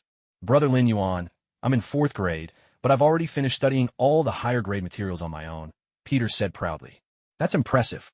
Study hard, and I'll get you an internship at Stark Industries in the future." "Really?" Peter's eyes lit up with excitement. Working at Stark Industries was his dream. "Of course." Lin Yuan thumped his chest in assurance. "Yay!" Peter jumped for joy. "Brother Lin Yuan, I'll do my best, I promise." All right. No more jumping. Watch out for cars." Lin Yuan quickly reached out to steady the overexcited little Spidey. Steve watched them with a warm smile, until Peter's gaze suddenly shifted to him. Lin Yuan chuckled and slyly took a step back, leaving Peter to pepper Steve with questions. Steve felt as if his head might explode, but there was nothing he could do with this little chatterbox except answer here and there. At last, they reached Peter's house. Steve breathed a sigh of relief. This kid could really talk. "All right, hurry inside now. Here's my number. If you ever need anything, just call me," Lin Yuan said, slipping his number into Peter's hand and urging him inside. "Okay, thank you, big brother. Bye." Peter took the number, beaming as he waved goodbye. Lin Yuan nodded and turned to leave with Steve, or rather, Steve dragged Lin Yuan away as they made a hasty retreat. "Steve, is there anywhere else you want to go?" Lin Yuan asked. "Nope, I just want a good meal. Now that I've had hot pot, I'm satisfied," Steve replied, then cast a plaintive look at Lin Yuan. "Lin, this is all your fault. Why'd you have to take me to the rabbit house right after I woke up? Now eating is a real challenge for me. Lin Yuan laughed. Okay, my bad. If there's anything special you want to eat, just let me know. I'll go get it for you myself. You said it. In that case, I want some mung bean juice. Seriously? That's the best you can come up with? Can't you ask for something a little fancier? Lin Yuan shot Captain America a look of mock disdain. Hey, I just really crave these things. Remember to add a few crispy fried rings and bring a couple of roast ducks. Oh, and I want some Ruji ammo, too. Grab me some pastries from Mixiang Village as well. I'd also like some chicken feet and some rice noodle rolls, shrimp dumplings. Oh, and don't forget a little stinky tofu. The more Steve listed, the more excited he became, completely oblivious to the darkening look on Lin Yuan's face. Are you placing an order at a restaurant here? And look at this list. It's got stuff from all over the country. What? Are you trying to work me to death? Steve scratched his head, laughing as he patted Lin Yuan on the shoulder. Hey, it just all came to mind at once. Besides, you're amazing. This is nothing for you, right? All right, I'll do it. You're my bro, after all. I'll head out and get it for you in a bit. Lin Yuan hadn't planned to bother with Steve's requests, but when Steve praised him, he just couldn't say no. Steve beamed, throwing an arm around Lin Yuan's shoulders, calling him the best brother. Lin Yuan shook off his hand in exasperation. Then his face turned serious as he lowered his voice. Bro, any leads on Hydra? Steve grew solemn too, responding quietly. Nothing for now, but I've picked up a few clues. All right, don't rush. Just make sure you stay safe. Lin Yuan nodded. Steve gave a confident snort. You think I'm afraid of them? I took them down once. I can do it again. Yeah. Save the bravado. They're lurking in the shadows while you're out in the open. Just be careful. That's all I'm saying. Steve actually took the advice, nodding. All right, I got it. Lin Yuan gave Steve a friendly punch to end the topic. Anyway, if you run into trouble, just call me. You know what I'm capable of. After a pause, Lin Yuan continued. Since you don't need anything else, let's wrap up for today. I'll go pick up your food soon. Anything else you want while I'm out? Steve thought for a moment, then sheepishly said, Could you bring me a birdcage? Lin Yuan was speechless, still hung up on that birdcage, huh? Should I bring an old man home for you while I'm at it? Huh? Can you really? What do you think? After saying goodbye to Steve, Lin Yuan flew off to Rabbit's place. It was breakfast time there. When Lin Yuan arrived, he bought an entire bucket of mung bean juice from a breakfast shop. Since Steve loved it so much, he might as well get enough for him to drink his fill. And whatever's left can go in the fridge. Even if it spoils, with Steve's constitution, it probably wouldn't be a problem. Lin Yuan had always been curious. Mung bean juice already has that sour, funky taste. If it sat too long and went bad, would anyone even notice? Well, I'll just let Steve be the taste tester when the time comes. After making a big round at the rabbit's place, Lin Yuan finally managed to buy everything Steve wanted to eat. Luckily, he could fly fast. If he'd taken a plane, it would have taken a whole week. As for the birdcage, Lin Yuan pretended he'd never heard about it. There was no way he'd bring that for Steve. After all, how old was Steve anyway? Not even 100, and already dreaming of retirement? Wishful thinking. When Lin Yuan returned to the American's place, it was already very late. After a moment's thought, he decided to drop off the food for Steve right away. If he left it at home, Tony might get curious and take a sip. Who knew? He might just toss out the entire bucket. Lin Yuan simply refused to believe that, other than the eccentric Steve, there could be another foreigner around him who actually liked fermented mung bean juice. Absolutely impossible. When Lin Yuan delivered the goods to Steve, Steve was still awake. The moment Steve saw the huge bucket of bean juice and the mountain of food in Lin Yuan's hands, he broke out into a joyous dance. Lin Yuan could barely stand to watch. Captain America, usually so steady and dignified, completely losing his composure over some snacks. Seems like I'm the one to blame for this. What a sin. Hey, there's a lot of bean juice, so drink up before it goes bad. As much as he wanted Steve to try spoiled bean juice, Lin Yuan felt obliged to warn him first. It was only right to pass the buck. Got it. You go on home. Steve, arms full of food, turned and headed back to his room. With a heavy thud, the door slammed shut. Lin Yuan stared in disbelief at the closed door, itching to rush in and snatch the food back. What a jerk. Got what he wanted, and now he's ignoring me. Early the next morning, someone knocked on Lin Yuan's door. Tony, what are you doing up so early? Lin Yuan rubbed his eyes and opened the door. It was Tony. Early, my foot. Get up. You're coming with me to Stark Tower. Lin Yuan perked up immediately. Stark Tower is finished already? That was fast. Tony shot him a look. Finished? Not even close. There are just some pieces of equipment and wiring that I need to handle myself. You're coming to help. All right, give me a minute to brush my teeth. Lin Yuan was actually pretty happy. Finally, he could lend a hand. But just 2 days later, Lin Yuan was already regretting it. Tony, doesn't your suit make you super strong? Why do I have to be the one hauling all this stuff? Lin Yuan griped as he lugged a box. The suit needs power, you know. Enough complaining, move it. Lin Yuan was speechless. Sure, it needed power, but with the reactor in your chest, you could probably lift the whole Star Tower and still have energy to spare. Tony, I'm going to report you for child labor. Go ahead. My legal team could use something to do anyway. Tony, busy with his work, barely looked up. Move that one over here. Lin Yuan obediently went over to help. Tony, when are you going to get those shrapnel pieces out of your body? And while you're at it, why don't you take that thing off your chest? Doesn't it get too bright when you sleep at night? Tony looked at Lin Yuan as if he was looking at someone who'd completely missed the point. His little brother always seemed to focus on the strangest things. I'll deal with it once I'm done with all this work. Right now, every suit I design runs on that thing as its power source. Taking it out would just be way too inconvenient. This was the second time Lin Yuan had brought up the topic. Last time, Tony had brushed it off as well. Lin Yuan sighed inwardly. Tony still doesn't feel safe. He's afraid that without that thing in his chest, he won't be Iron Man anymore. He's afraid he won't be able to protect himself or his family. Oh well, he'll figure out eventually. When he does, he'll take it off in his own time. With that thought, Lin Yuan quickly changed the subject. Hey, Tony, how's your research going with that vibranium I gave you last time? Tony replied offhandedly. Oh, that? Honestly, it hasn't helped me much. Vibranium is an incredible material, but it's just too hard to work with, and there's so little of it. Yeah, it's tough to process. Even Shuri said it was a real headache for her to make just a single set of gear. Lin Yuan nodded in agreement.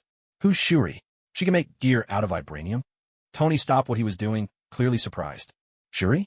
She's the little princess of Wakanda. Princess? How old is she? I think she's only 10 this year. Lin Yuan answered as if it was nothing special. Now, it was Tony's turn to fall silent. He opened his mouth as if he wanted to say something, but then just let it go. Lin, could you go move that thing over here for me? Didn't I just move it over there? Lin Yuan asked, a bit confused. So what if I gave the wrong instructions? Can I change my mind? Tony, you're not just making me do extra work for revenge, are you? Busy days always seem to fly by. The progress on Star Tower was astonishingly fast. The main structure was finished, and most of the major pipelines and equipment were already installed. From here on, there wasn't much left for Lin Yuan to do. Tony had started to get picky. After all, Lin Yuan's strength couldn't compare to Tony's when he was suited up in the Iron Man armor. So basically, Tony, you just don't want me lazing around the house, right? Lin Yuan looked resentfully at Iron Man, who was effortlessly moving all sorts of heavy things. That's right. It's your own fault for not wanting to go to school. If you went to school, you wouldn't be bored. Tony, why do you keep bringing that up? Didn't we agree that I'd go straight to college next year? Yeah, but it's not next year yet, and you've got nothing to do this year. Now, get going, stop getting in my way. Tony waved his hand dismissively, shooing Lin Yuan away like a pesky fly. Lin Yuan, flustered. Fine. I'm leaving. I'm going to find Shuri and get myself a vibranium suit. Lin Yuan turned and walked away. Watching his retreating figure, Tony shook his head and chuckled. As Lin Yuan soared through the sky in his rock form, he muttered complaints to himself. Jerks. Every last one of them. Ungrateful men. All of them. They eat their fill and then curse the chef. Once they got what they wanted, they kick Lin Yuan to the curb. Just you wait till I get my gear. Brother Steve, Brother Tony, neither of you will get off easy. I'll give you both a proper thrashing before anything else. I wonder how Shuri's suit design is coming along. I should go check it out. It's been months now. Shuri's probably going to scold me for being away so long. I'd better buy her a gift first. Given Wakanda's wealth, Lin Yuan made a quick stop at Rabbit's place and picked out a selection of uniquely Chinese gifts.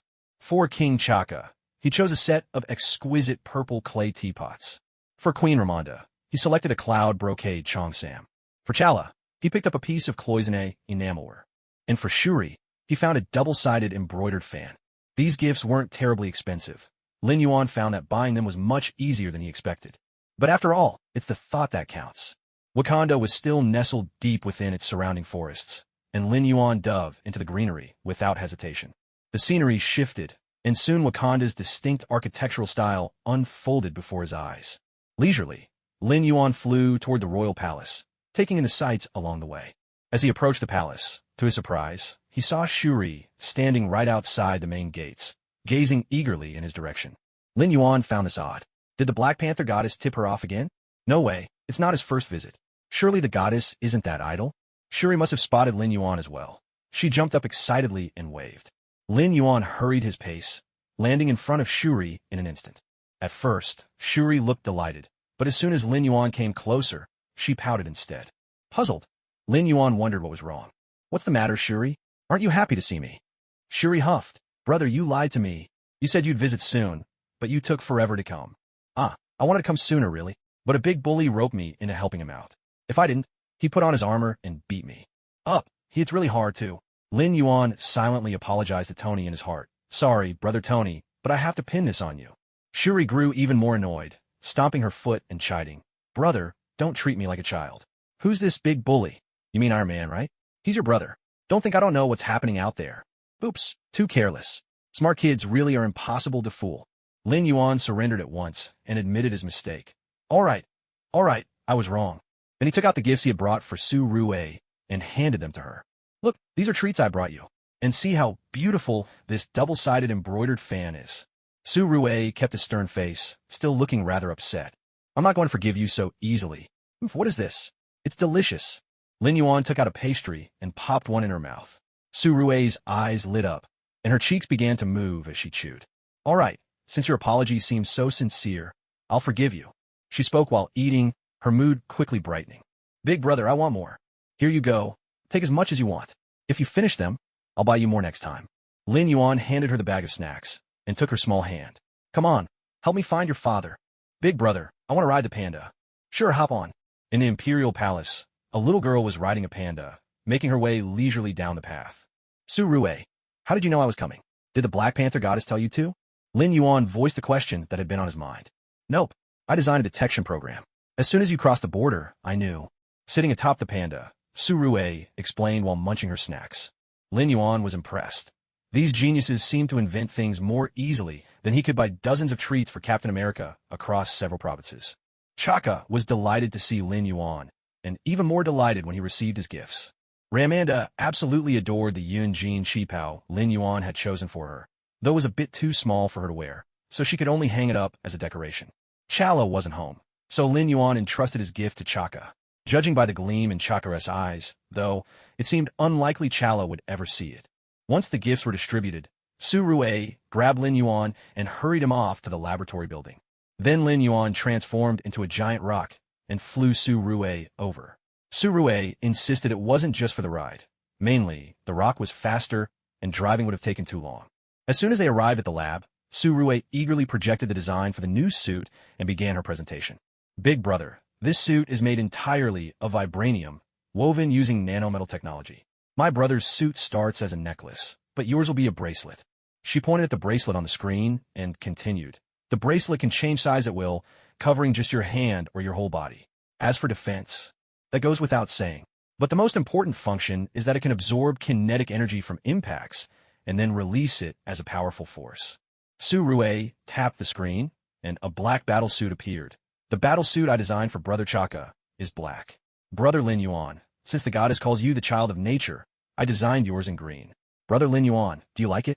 With a swipe of Su Rue's finger, a concept image of a green battlesuit appeared before Lin Yuan's eyes. Lin Yuan nearly choked in disbelief. He gritted his teeth and said, I don't like it. Change it. Change the color right now. Su Rue was baffled and asked in confusion. Why? I think this green looks great. Look at this green hood. Doesn't it look amazing? No way. Change it right now. You're just a kid. You don't understand grown-ups' business. It has to be changed. All right then. I thought you'd like it, brother. So, which color do you want instead? There was a hint of disappointment in Su Rue's voice. But Lin Yuan wouldn't compromise. He was easygoing about everything else, but the color was non-negotiable. Let me think. Suddenly, an idea struck Lin Yuan, and a sly grin spread across his face. Brother, what are you thinking? You look so sneaky. It's nothing, it's nothing. Su Rue, come here. Let me show you if this design can work. Lin Yuan quickly composed himself and leaned in to whisper his idea to Su Rue. Su Rue gave Lin Yuan a curious look, then lowered her head and thought it over for a moment. Well, it's possible, but do you really want to do it this way? Yes, just like that. Su Rue, can you make the suit right now? Lin Yuan could hardly wait to put on the new battle suit. No way, not immediately. Let me think. It'll probably take about a month. A month? That long? Lin Yuan felt a bit disappointed. It was such a cool suit. What a shame he couldn't wear it right away. Still, a month wasn't too bad. Oh, come on. A month is actually pretty fast, you know? Did you think it's as easy as building an airplane? Lin Yuan was dumbfounded. Was that even a reasonable comparison? She made it sound like building an airplane was nothing. If it were that easy, why couldn't he do it himself? Goodness, thank heavens she's still young. If she were any older, she'd probably start looking down on me. Her mind is on a whole different level from mine. Lin Yuan wiped the imaginary sweat from his brow, feeling a little uneasy. Why do I get the feeling I'll be helpless when my daughter grows up and I can't help her with her homework? He shook his head, tossing out that strange thought, and showered Su Rue with praise. Yeah, a month will fly by. Su Rue, you're really amazing. Come on, let's go have some fun. Su Rue's face lit up with excitement. Brother, I want to ride the panda again. Come on, what's so fun about riding a panda? Let me take you on a flight instead. No way, the wind's too strong up there. Then let's go to the seaside. I'll take you for a ride on a whale. All right. I've never ridden a whale before. Let's go then. Hop on the bird. Your big brother will fly nice and slow. Promise I won't mess up your hair. Su Rue, still a little doubtful, climbed onto the back of the giant rock. With a flap of Lin Yuan's wings, they set off. Ah, brother, you tricked me. A great bird carrying a little girl disappeared gradually into the distance. This time, Lin Yuan stayed in Wakanda for a whole week. Su Rue took him everywhere, or more accurately, she rode on his back, and he took her everywhere. Last time they were short on time, but now, with Su Rue as his guide, Lin Yuan visited several of Wakanda's main tribes, except for the Jabari, who remained secluded in the snowy mountains. The tribe leaders had already heard of Lin Yuan, the child of nature favored by the Black Panther goddess, so they each held grand feasts to welcome him. Lin Yuan traveled from tribe to tribe, feasting all the way. Thankfully, even though Wakanda looked primitive in many ways, their food was far from bad, at least much better than Asgard's. He couldn't help but wonder what the Asgardians had been doing for all those years. Of course, no banquet in Wakanda would be complete without some entertainment, and one of their traditions is ritual combat. So Lin Yuan sparred with warriors from each tribe, not in a deadly formal duel, but just friendly matches to test each other's skills. In the end, Lin Yuan let everyone experience what it was like to spar with Wakanda's own heir, T'Challa. After he left, rumors spread throughout the tribes. The child of nature blessed by the goddess could make people vomit uncontrollably. Lin Yuan really didn't care to know what those rumors would turn into down the line. Of course, there were also a few stubborn warriors who claimed Lin Yuan's victories were unfair and demanded a real, bare-knuckle fight. Their reward was a resounding smack across the face from Lin Yuan's panda paw. After that, they all quieted down. Lin Yuan wasn't sure if smacking people like that was the right thing to do, but when it was time for him to leave, all the tribe leaders were slapping him on the back and calling him brother. He couldn't tell if he'd gotten the better end of the deal or not. This trip to Wakanda had been a blast for Lin Yuan. When it came time to go, Su Rue didn't cling to him or beg him to stay. She just reminded him again and again to bring more snacks next time.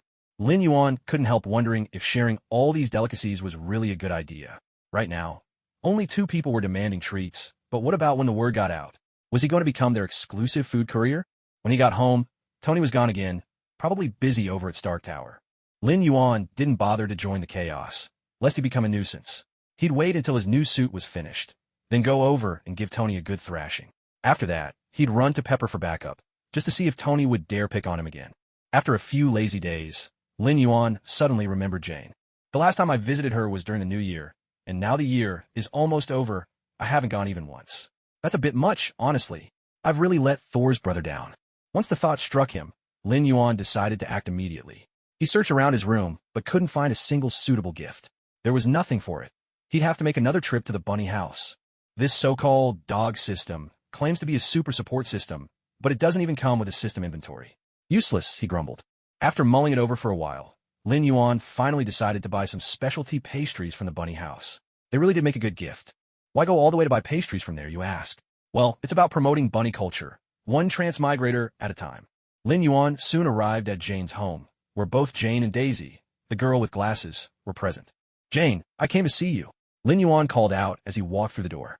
Daisy, the girl with glasses, pouted a little and teased. Lin, are you only going to greet Jane? Lin Yuan feigned surprise, as if he'd just noticed her. Oh, Daisy, you're here too. Daisy's chest heaved with indignation, and she turned away, pretending to ignore him. With a playful grin, Lin Yuan moved closer, holding out the gift. Just kidding, Daisy. It's been ages since we last met. Look, I even brought you a present. Daisy's face lit up as she accepted the gift. She opened it eagerly, and seeing it was food, she couldn't wait to dig in. Jane watched the two of them bicker with a gentle smile, but her expression soon dimmed. Lin Yuan realized she was thinking of Thor again and quickly changed the subject. Jane, is the professor not around? Jane snapped back to the present, gave a slightly embarrassed smile, and replied, "The professor is at S.H.I.E.L.D. right now, working on a classified project. We haven't seen him in ages." "Why? Didn't need to talk to him." "Oh no, nothing important. Just curious." Lin Yuan replied quickly, though his mind was already racing. So S.H.I.E.L.D. has already started studying the Tesseract. That means Loki must be on his way soon. Damn, if he dares make me work overtime again this time, I'll just snatch his brother away and let him cry by himself. Picturing Loki, the third princess, sniffling in a corner, Lin Yuan couldn't help but feel a bit smug. Seeing Lin Yuan grinning strangely to himself, Jane nudged him. "Lin, what's so funny?" "Huh? Oh, it's nothing." Lin Yuan snapped out of his thoughts and hurriedly explained. After a while, Lin Yuan stood up to say goodbye. "Jane, I'll get going now. Don't worry, Thor should be coming to Earth very soon." This time, Lin Yuan wasn't lying. Thor really would be arriving soon. But Jane seemed to think he was just trying to comfort her. She smiled softly, patted Lin Yuan's arm, and said gently, "All right, I understand. Thank you, Lin." "Oh, come on. There's no need for thanks. We're like family. I'll be off then. Bye, Daisy." Lin Yuan was still eating inside when Daisy called out to him. With her mouth still full, Daisy mumbled, "Ah, you're leaving already, little brother? Come again next time, and don't forget to bring me something tasty." Well, another foodie added to the list. On the way back, Lin Yuan couldn't stop thinking about the Tesseract, debating whether he should warn the captain. As for Fury, Lin Yuan didn't even consider it. There was no point. That hard-boiled egg of a man not only loved showing off, but was also absurdly self-confident, convinced he could control everything. So even if Lin Yuan told him that studying the Tesseract would attract an alien invasion, Fury would probably look at him like he was crazy. Lin Yuan mulled it over for a long time, but still couldn't make up his mind. Truth be told, telling the captain wouldn't help much either, since Nick Fury would never let Cap get involved in the Tesseract's research. Cap absolutely detested that thing. If he told Cap now, it would probably just lead to Cap clashing with Nick Fury, which wouldn't do any favors for the Avengers' unity. Lin Yuan was still tangled up in his thoughts when suddenly his phone rang. It was the captain calling. "What a coincidence," Lin Yuan muttered, answering the call. "Hey bro, what's up?" Steve's voice on the other end sounded anxious, urging Lin Yuan. "Lin, come to my place right now. Hurry, it's urgent." "All right, I'll be there in a flash." Thinking something serious must have happened, Lin Yuan hung up, kicked into high gear, and sped off towards Steve's house. The villa was quiet as could be, not a hint of trouble. Lin Yuan frowned in confusion. Doesn't seem like anything's wrong. Maybe it's inside. Cautiously, he walked up to the front door and reached out to push it open. Suddenly, the door swung open, and before Lin Yuan could react, Steve grabbed him and pulled him inside. Completely bewildered, Lin Yuan was dragged into the living room, only to see a table set up, complete with mahjong tiles. Black Widow Natasha and Hawkeye Barton were sitting at the table, grinning at him. "Little brother, you finally made it. We've been one player short." Natasha beamed at him like a spring flower, dragging Lin Yuan over and practically shoving him into a seat. Lin Yuan was stunned. He turned to Steve. "Bro, the urgent thing you called about. Is this it?" "Of course. Isn't this urgent? We're missing a player." Steve replied, righteously. "That actually makes sense. I have no comeback," Lin Yuan conceded. Turning to Natasha, he pointed at the mahjong tiles. "Sis, this was your idea, wasn't it?" After all, during last year's New Year celebration, neither Hawkeye nor Steve had been around, so they'd never played mahjong before. Natasha smiled at Lin Yuan, her lips curving into a charming arc. "What's wrong? Is it not allowed? Are you saying you can't even play a round of mahjong with your big sister?" Suddenly, Lin Yuan sensed a hint of danger in the air and quickly nodded. Of course. It's an honor to play mahjong with you, sis." Steve sat down as well, his face lighting up with excitement. "Lin, when we went to Mountain City last time, I saw so many people playing this game. I've been wanting to try it ever since. And today we're all off duty together. Natasha mentioned playing mahjong at your place during the New Year, so I thought, why not? Where'd you get the mahjong set?" Lin Yuan turned to Steve. "Natasha brought it." Steve looked at Natasha. "It's from your place." Natasha turned right back to Lin Yuan. "Are you three playing a game of pass the blame? Each of you just pointing at the next?" Hawkeye, watching from the side, couldn't help but chime in with a teasing remark. It was only then that Lin Yuan remembered. It was actually his first time formally meeting Hawkeye. He quickly greeted him. "Hello, Brother Barton. Nice to meet you. I'm Lin Yuan." "Hello, Lin. I've heard about you." They shook hands, and Natasha, unable to wait any longer, slapped the table. "Enough with the chit-chat. Let's get started already." Steve echoed her from the side. Yeah, let's get going. Lin, you show Barton how to play. I don't need any help. I've already taught myself." "Listen to you brag. Just wait. You'll be losing your shirt in no time." Lin Yuan figured he might not end up at the bottom this time. After all, there was a newbie and a show-off at the table. He explained the rules to Barton, who picked them up quickly. And so, the battle began. Mahjong, Lin Yuan called out as he pushed his tiles forward. First blood, double kill, triple kill. Lin Yuan was on a roll. Fortune favored him that day. He kept winning hand after hand, finally getting even for that loss during the last New Year. Steve took up Lin Yuan's losing streak and didn't win a single round, looking utterly defeated. Lin Yuan drew a tile and, offhandedly, asked Steve, "Hey, did you finish that mung bean juice from last time?" It had actually been months, and Lin Yuan knew it was long gone. He was just making casual conversation. But then he noticed Natasha and Barton both staring at him with wounded expressions. A bit confused, Lin Yuan asked meekly, "What's wrong?" Natasha flashed a dangerous smile, gritting her teeth as she spoke. "That stuff called mung bean juice, you bought it?" "Yeah, that's right." "Why?" Steve quickly jumped in, trying to smooth things over. "Oh, it's nothing. Nothing at all. You just bought so much, and I thought it might spoil if we kept it too long, so I shared some with my colleagues at S.H.I.E.L.D. These two were the quickest to try it, and since they saw how much I enjoyed it, they ended up drinking a bit more than the others. That was hardly just a little. I took a whole mouthful. Ugh, just thinking about it now makes me queasy." Natasha gagged as she spoke, then turned to scold the captain. "And another thing, Captain, you actually brought some kind of stinky noodles to eat at headquarters. Who knows where you got them from? The entire S.H.I.E.L.D. building reeked of that smell. That called Loasafen. Sigh, what a pity. Fury won't let me eat it anymore." Steve looked genuinely disappointed. Lin Yuan started to break out in a cold sweat. "What's wrong with this captain? Eating Loasafen indoors of all places. This isn't China. How could a bunch of foreigners stand something they'd never even been exposed to? And did the captain awaken some bizarre, new taste bud superpower? Why does everything he eats have to be so extreme?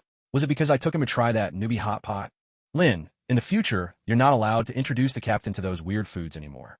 The dishes you made during New Year were delicious enough. Just stick to those," Natasha advised earnestly. "What do you mean, weird foods? They're actually really tasty. It's just that you don't know how to appreciate them." Steve protested, a little disgruntled. "Oh, right, Lin. Last time I was in Chinatown buying Loasafen, a bunch of people recommended something called Wang Zi and Stinky Tofu. Someone even told me to try surströmming. They said both are delicious, but the shop didn't have any. Could you pick some up for me? I really want to try them." Lin Yuan started sweating even more. "Dude, that stinky tofu isn't the same as the one I got you last time. You can't just eat that kind straight out of the package.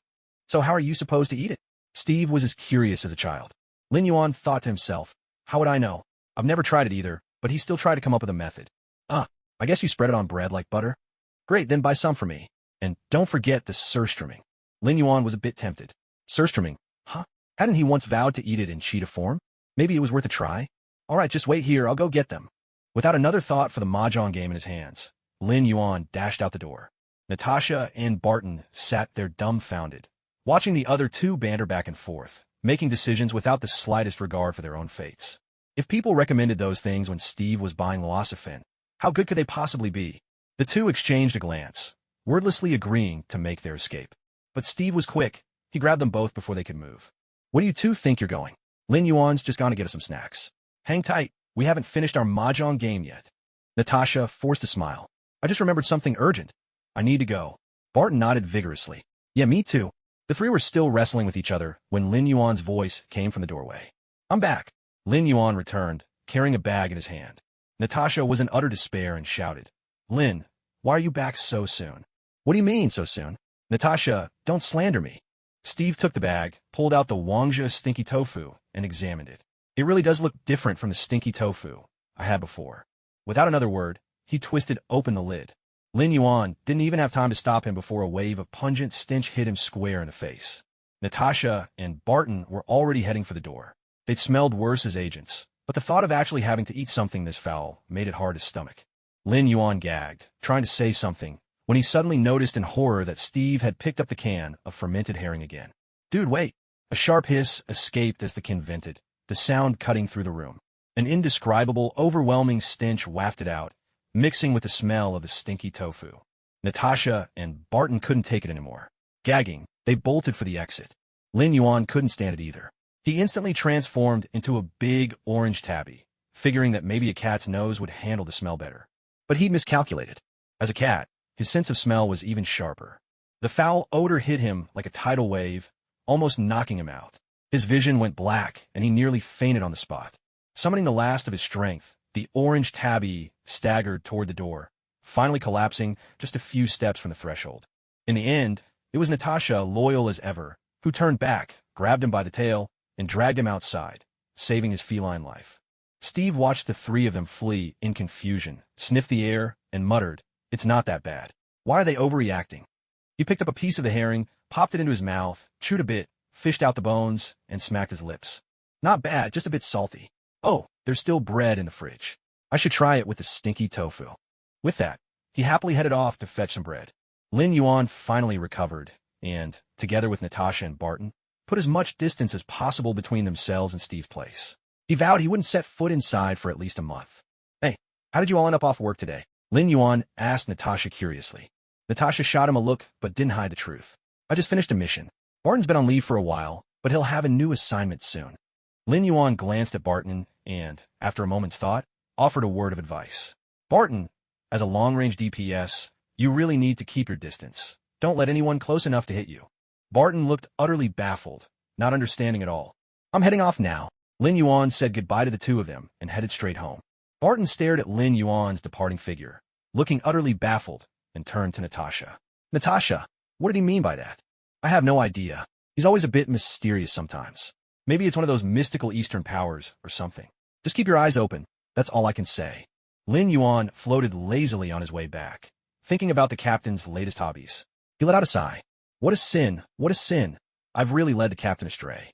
If the captain ever goes back to find Carter, I wonder if she'll even accept his new tastes." When he got home, he was surprised to find Tony already there. "Lin, didn't you say you were going to pick up the suit? Show it to me, let's see what you got." The moment Tony mentioned the suit, Lin Yuan perked right up, completely forgetting any fatigue. "It's not that fast. The girl just finished the design sketches. It'll take at least a month to make the real thing. But I'm telling you, Tony, the suit is going to be amazing. I even added some of my own ideas. You'll see when it's ready." Tony eyed him with a hint of skepticism. "Oh, really? You added your own ideas? Huh. Well, I guess that means the suit won't be anything special." Lin Yuan felt insulted. "It'll definitely be better than your hunk of tin. I'll make sure you get such a beating, even Pepper won't recognize you." "We'll see. I'll be waiting." Tony's calm confidence suddenly made Lin Yuan feel a little uneasy. He asked tentatively, "Tony, you haven't already built an anti-Lin Yuan suit, have you?" Tony glanced at him, looking dismissive. "What's that supposed to be? Why would I need a special suit just to deal with you?" Lin Yuan clenched his fists, fuming. "Just you wait. Soon I'll have you spinning in the sky for half an hour." "Hold on," Tony called out before Lin Yuan could make it to his room. "Come to Star Tower tomorrow and help out. I can endure this." Lin Yuan gritted his teeth, then turned around with a bright smile. "Sure thing, Tony. A real hero doesn't suffer a loss in front of him. Revenge can wait 10 years. Heaven helps those who persevere. 3,000 soldiers sleeping on brushwood can conquer Wu in time." Tony watched Lin Yuan muttering as he walked back to his room, shook his head with a chuckle, and headed back to the lab. He still had plenty of things to work on. The day Lin Yuan had set with Shuri was drawing near, but as he glanced at the calendar, he realized Christmas was almost here, and right after that, Lunar New Year. So Lin Yuan decided to let Tony have a good holiday first. Otherwise, if he got beaten up by Lin Yuan, it would ruin his festive mood. And, if he was honest, Lin Yuan was also looking forward to the New Year's grand reward. He hoped that dog of the system would finally act like a decent person and give him something good this time. Christmas came in no time, but Tony and Pepper hardly seemed to notice. Those two were absolute workaholics, especially Pepper. Lin Yuan hadn't even seen her in ages. On this New Year's Eve, Lin Yuan discussed the plans with Tony and Pepper. The two of them had already invited Ethan, Happy, and Rhodey. As for Natasha, she had left Stark Industries to return a shield, so no one was sure if she'd have a mission during the holiday. After all, agents don't get time off for Spring Festival. Lin Yuan, for his part, had only invited Steve. "Lin, are we having hot pot for the New Year's Eve dinner?" Steve asked. Lin Yuan couldn't help but sigh inwardly. "Hot pot for New Year's Eve at your place?" "No, I'm cooking the New Year's dinner myself. Make sure you come early," Lin Yuan replied. "All right, I will." "Lin, can I request a dish?" Steve asked eagerly. Lin Yuan immediately grew wary and refused at once. No way. Honestly, if Steve were allowed to pick the menu, Tony would probably tear the place down and remodel the whole villa. Sure enough, Steve's voice was tinged with disappointment. "All right, that's a pity. Come on. What are you even disappointed about?" Lin Yuan thought to himself. This captain was getting stranger by the day. Then Lin Yuan got busy preparing for the celebrations. At one point, he even flew to Wakanda to greet Shuri and explain the occasion. Shuri was very interested in the rabbit's spring festival, but unfortunately, Wakanda wasn't ready to open up yet, so she couldn't join the festivities. Still, Lin Yuan brought her plenty of spring festival-themed gifts, letting her experience the holiday spirit in her own way. Just like last year, Tony helped Lin Yuan decorate the villa, bathing the place in festive red. Lin Yuan also prepared all the ingredients needed for the New Year's Eve feast. On the night of the celebration, the guests arrived one after another. Natasha and Steve arrived together. It was Steve's first time meeting Tony, but thanks to Lin Yuan's presence, Tony was surprisingly polite. After his journey in the rabbit world, Steve had fully adapted to modern society. Perhaps a little too well, Lin Yuan thought, since he seemed to have developed some rather strange tastes. As a result, the two got along remarkably well. Steve didn't scold Tony for being uncultured, and Tony no longer thought Steve was an old fossil. In fact, as they chatted, Steve even tried to sell Tony on some of his more extreme culinary preferences. To Lin Yuan's astonishment, Tony actually seemed a little tempted to try them. He figured he'd better give Pepper a heads up about this later. Everyone gathered around to make dumplings, talking and laughing as they waited for Lin Yuan to finish cooking the feast. Once everything was ready and everyone took their seats, Lin Yuan had Jarvis turn on the Spring Festival Gala. After all, no New Year's dinner was complete without that familiar background music. For after-dinner entertainment, Lin Yuan taught Tony and the others how to play Do Diju, a classic Chinese card game.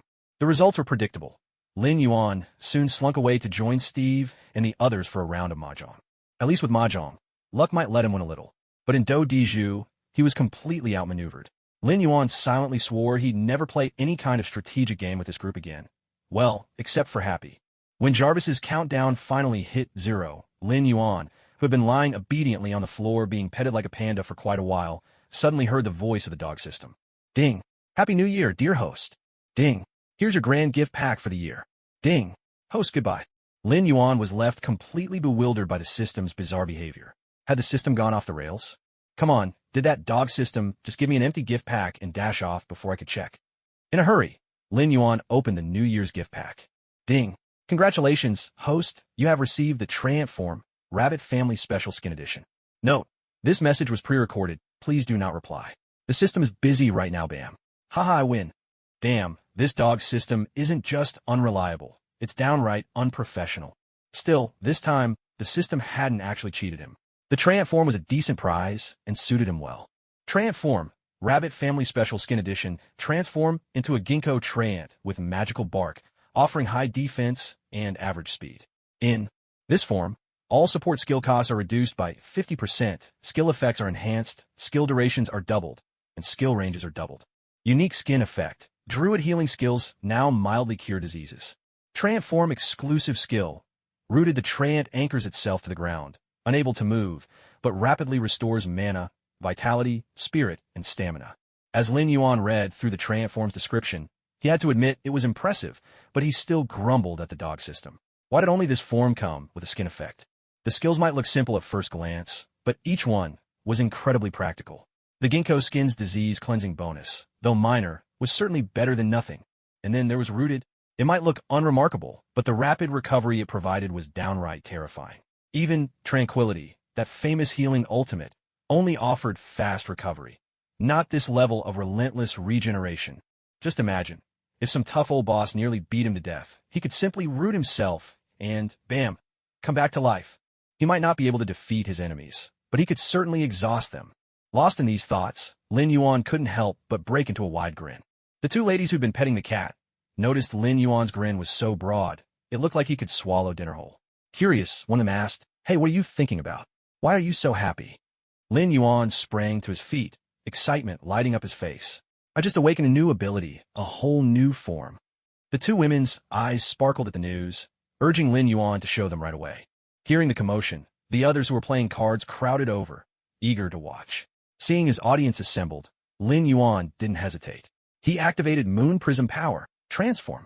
In front of everyone, a treant appeared, its head crowned with golden ginkgo leaves. The treant stood just a little taller than an average person, but as for its appearance, well, best not a comment. Someone couldn't hold back their laughter, and soon everyone was roaring with laughter. Natasha, giggling, said, "Haha, little brother, you look so ugly in this form. But honestly, it's the kind of ugly that's actually kind of cute." Pepper was laughing so hard she could barely stand up straight. She reached out and plucked a leaf off Lin Yuan's head. Lin Yuan protested, Pepper, that's my hair you're pulling. If my hairline ends up looking like Coulson's, you'll have to take full responsibility.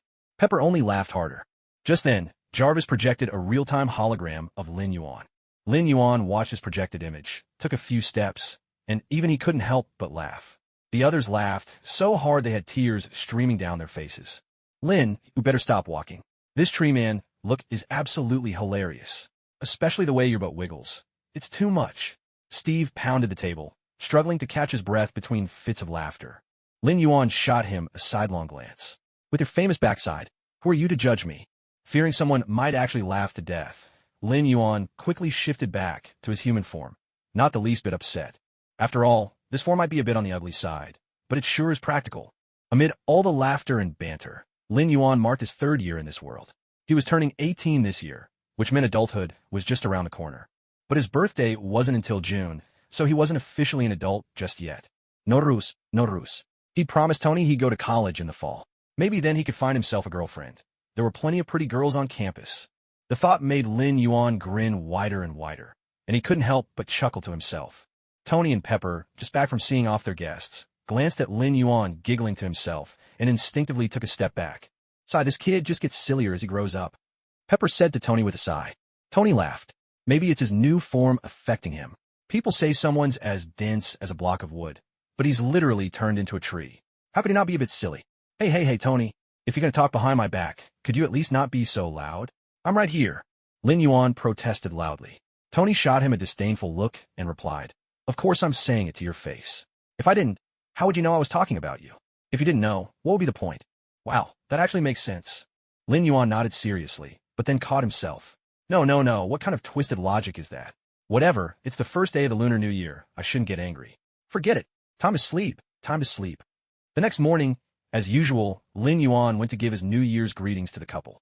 Tony, Pepper, Happy New Year, Lin Yuan said cheerfully, pulling out the New Year gifts he'd prepared.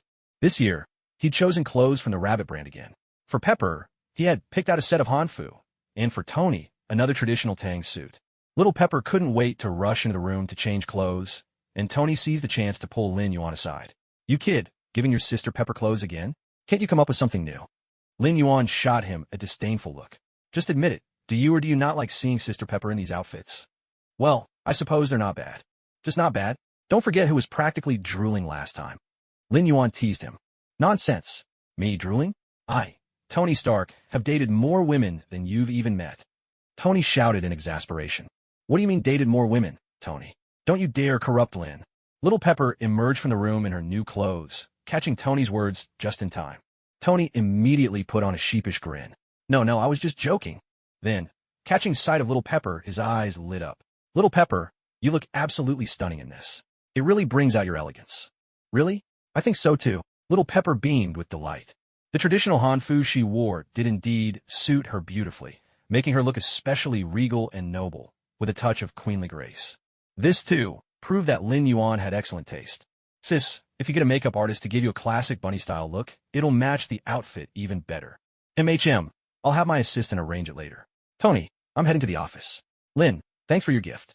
Still glowing with happiness, Little Pepper prepared to leave for work. Lin Yuan quietly pulled Tony aside. So bro, what do you think? Satisfied? Tony gave him a big thumbs up. Satisfied, very satisfied. Let's do this again next year. The two of them grinned mischievously as they watched Little Pepper's figure disappear out the door. After the Laba Festival, the new year is just around the corner. And as tradition goes, the whole first month counts as the new year. Lin Yuan stayed home all the way through the Lantern Festival before setting out for Wakanda. It was time to collect his battle suit. When he arrived in Wakanda, the little girl was, once again, already waiting for him at the gate. Lin Yuan was touched, and he couldn't help but speed up his descent. Shuri came running toward him, and Lin Yuan called out, Slow down, slow down. He crouched down, ready to catch the little girl in a hug. But Shuri darted right past his open arms. Well, to be precise, her eyes were fixed on his hands. Because in Lin Yuan's hands were 2 large bags full of gifts. Brother, where's my present? Which one's mine? I want those yummy pastries from last time. Without hesitation, Shuri snatched the bags from Lin Yuan and started rummaging through them. Lin Yuan froze. Oh no, his precious little sister has become a little traitor. Once Shuri had stuffed a pastry in her mouth, she finally grabbed Lin Yuan's hand. Come on, brother, let's go see your battle suit. Dragged along by Shuri, Lin Yuan moved forward like a sleepwalker and, almost automatically, transformed into a rock. With Shuri riding on his back, they soared straight toward the laboratory building. In the exhibition area of the laboratory, Lin Yuan was instantly revived with energy at the sight of the two battle suits before him. Who needs a little cotton-padded jacket when you can have a suit of armor like this? The two battle suits were displayed on mannequins, one black, one silver. The black suit had a sharp, fierce aura, its helmet shaped like a menacing Black Panther. The silver suit, by contrast, featured gentler lines, and its helmet was designed to resemble an adorable panda. Huh? A panda? Lin Yuan turned to Su Rue with a grin. Su Rue, did you design this based on my panda form? Munching on her snacks, Su Rue nodded. That's right. I actually wanted to design my brother's suit to look like your leopard form as well, but he protested so fiercely that I had to give up. He insisted on this style, so annoying. Ah, good call, leopard bro. If you'd let her, you'd have gone from a Black Panther to a black tabby. That would have been on me. Lin Yuan secretly breathed a sigh of relief. As for his own suit, he didn't really care about the appearance. Because right here and now, Lin Yuan decided he was about to become the ultimate trickster. Su Rue, can I try it on now? Lin Yuan pointed eagerly at the suit and asked Su Rue. Of course. Just give me a second. Su Rue stuffed the last of her snack in her mouth, then tapped the mannequin's wrist. Instantly, the silver suit flowed like liquid, withdrawing smoothly into the mannequin's wrists until only a pair of shining silver bracers remained. She removed the bracers and handed them to Lin Yuan. He couldn't wait to slip them on, then turned expectantly to Su Rue. So, little sister, how do I use this thing? Su Rue explained. Just touch the bracers together.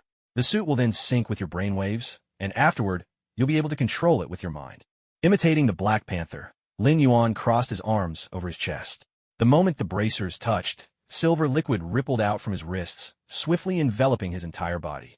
Is there a mirror, Su Rue? Su Rue projected a real-time hologram of Lin Yuan right in front of him. Seeing himself in the battle suit, Lin Yuan couldn't help but admire his own reflection. Damn, this guy looks way too cool. Standing beside him, Su Rue began describing the suit's features. Big brother, just like you asked, I added a cloaking function. When you activate it, the suit absorbs your ambient energy, so you can stay invisible for as long as you want. You can toggle it with your thoughts. Lin Yuan eagerly tried to activate the invisibility. The armor began to fade, growing more and more transparent, until it vanished altogether. He glanced at his holographic projection. Not a trace of the suit remained. Amazing. Su Rue is an absolute genius. I wonder who's smarter, her or Tony Stark. Well, either way, they both put me to shame. Lost in his own thoughts, Lin Yuan absent-mindedly ran his hand over the suit he was wearing. Even though it was invisible, the suit still had a distinct feel to it. A wide grin spread across his face, curling higher and higher at the corners. Today, Lin Yuan could finally stand tall. Ha ha ha, I could take on 10 at once. The more Lin Yuan thought about it, the more delighted he became. He threw back his head, hands on his hips, and burst out laughing.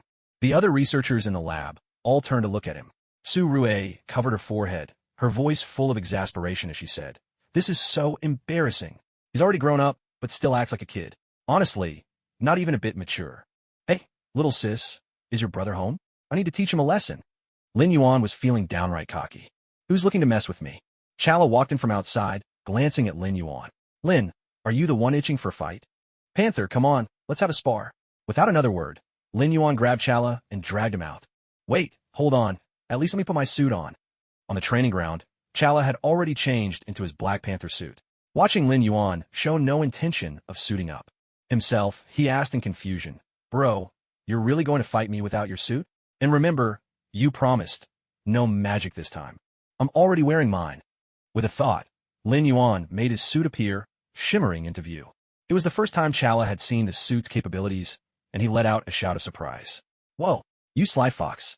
How did you even come up with something like that? Impressive, right? Come on, Panther, let me show you some brotherly love, full force. Lin Yuan cracked his knuckles, putting on his best villain grin as he approached Chala.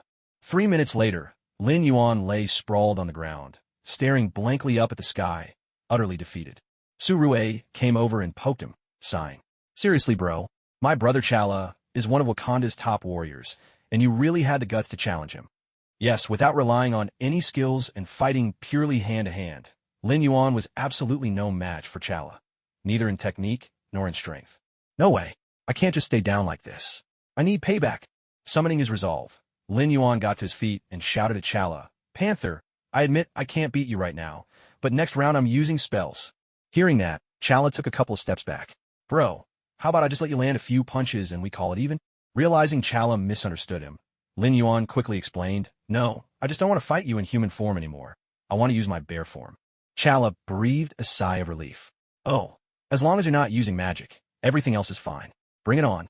With a mighty roar, Lin Yuan transformed into his giant bear form. Chala, ready to seize the initiative, was just about to charge when he saw Lin Yuan standing there, patting himself all over. Chala was stunned. Had his brother just awakened some strange new hobby? Su Rui, noticing Lin Yuan's odd behavior, called out curiously, "Brother Lin Yuan, what are you doing?" "My battle suit is gone." Both Chala and Shuri stared in shock. How could this be? How could the suit just disappear all of a sudden? Maybe it turned invisible. Lin Yuan could only shrug helplessly. "Try reaching out and see for yourselves. You can't feel it, can you?" The two of them proceeded to pat Lin Yuan all over and finally nodded in agreement. "You're right, it's gone." Lin Yuan was exasperated. "If you guys just wanted to touch me, you could have said so." Now the two of them, plus one panda, sat on the ground, thinking back, trying to figure out if they'd missed anything important just now. Suddenly, Shuri spoke up. "Brother Lin Yuan, why don't you try turning human again and see what happens?" A flash of realization hit Lin Yuan, and he smacked his forehead, annoyed with himself. "I know what happened now." He promptly shifted back to his human form. And sure enough, the battle suit was still perfectly intact, right there on his body. Shuri asked curiously, "Brother, can you tell me what's going on?" Lin Yuan sighed, a bit troubled. "There's a hidden feature to my transformation. Whenever I change forms, any clothes I'm wearing or items I'm holding just vanish. I've always used it as a kind of alternative storage space. Otherwise, as a bird, there's no way I could carry all the things I buy. Now the battle suit is affected the same way. What should I do about this?" Chala offered a suggestion. "Why not just have your transformed form with a suit directly? Most of the time, when you're fighting, you're transformed anyway." Lin Yuan's eyes lit up. That actually sounded doable. He slipped the wrist device off and handed it to Shuri, then transformed into a panda and put the device back on. The suit immediately activated, covering him seamlessly, and now, a gleaming silver panda stood before the group. Lin Yuan then tried transforming into several other forms. Everything worked perfectly. The suit was smart. It automatically adjusted to cover whatever shape he took. "All right, that settles it." Lin Yuan breathed a sigh of relief. This was exactly what he'd hoped for. "Okay, Panther, let's start over." Lin Yuan invited Chala to continue their sparring match. In the end, the match was a draw. Without using any of his special skills, Lin Yuan found it almost impossible to land a hit on the Agile Chala, but on the other hand, Chala couldn't do any damage to him either, nor did he dare recklessly take a hit from Lin Yuan. Lin Yuan was quite pleased with this outcome. Chala's current combat prowess was already at its peak, while he himself was still, metaphorically speaking, in the tutorial phase.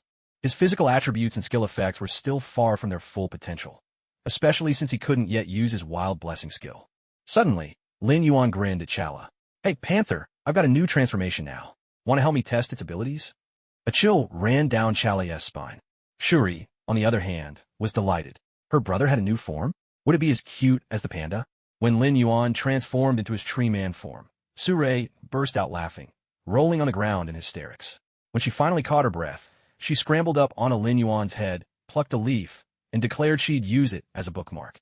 Chala also laughed with unrestrained delight. Lin Yuan shot him a sideways glance. "Panther bro, shall we get started?" The laughter cut off abruptly. When Lin Yuan left Wakanda, he flew with his head held high.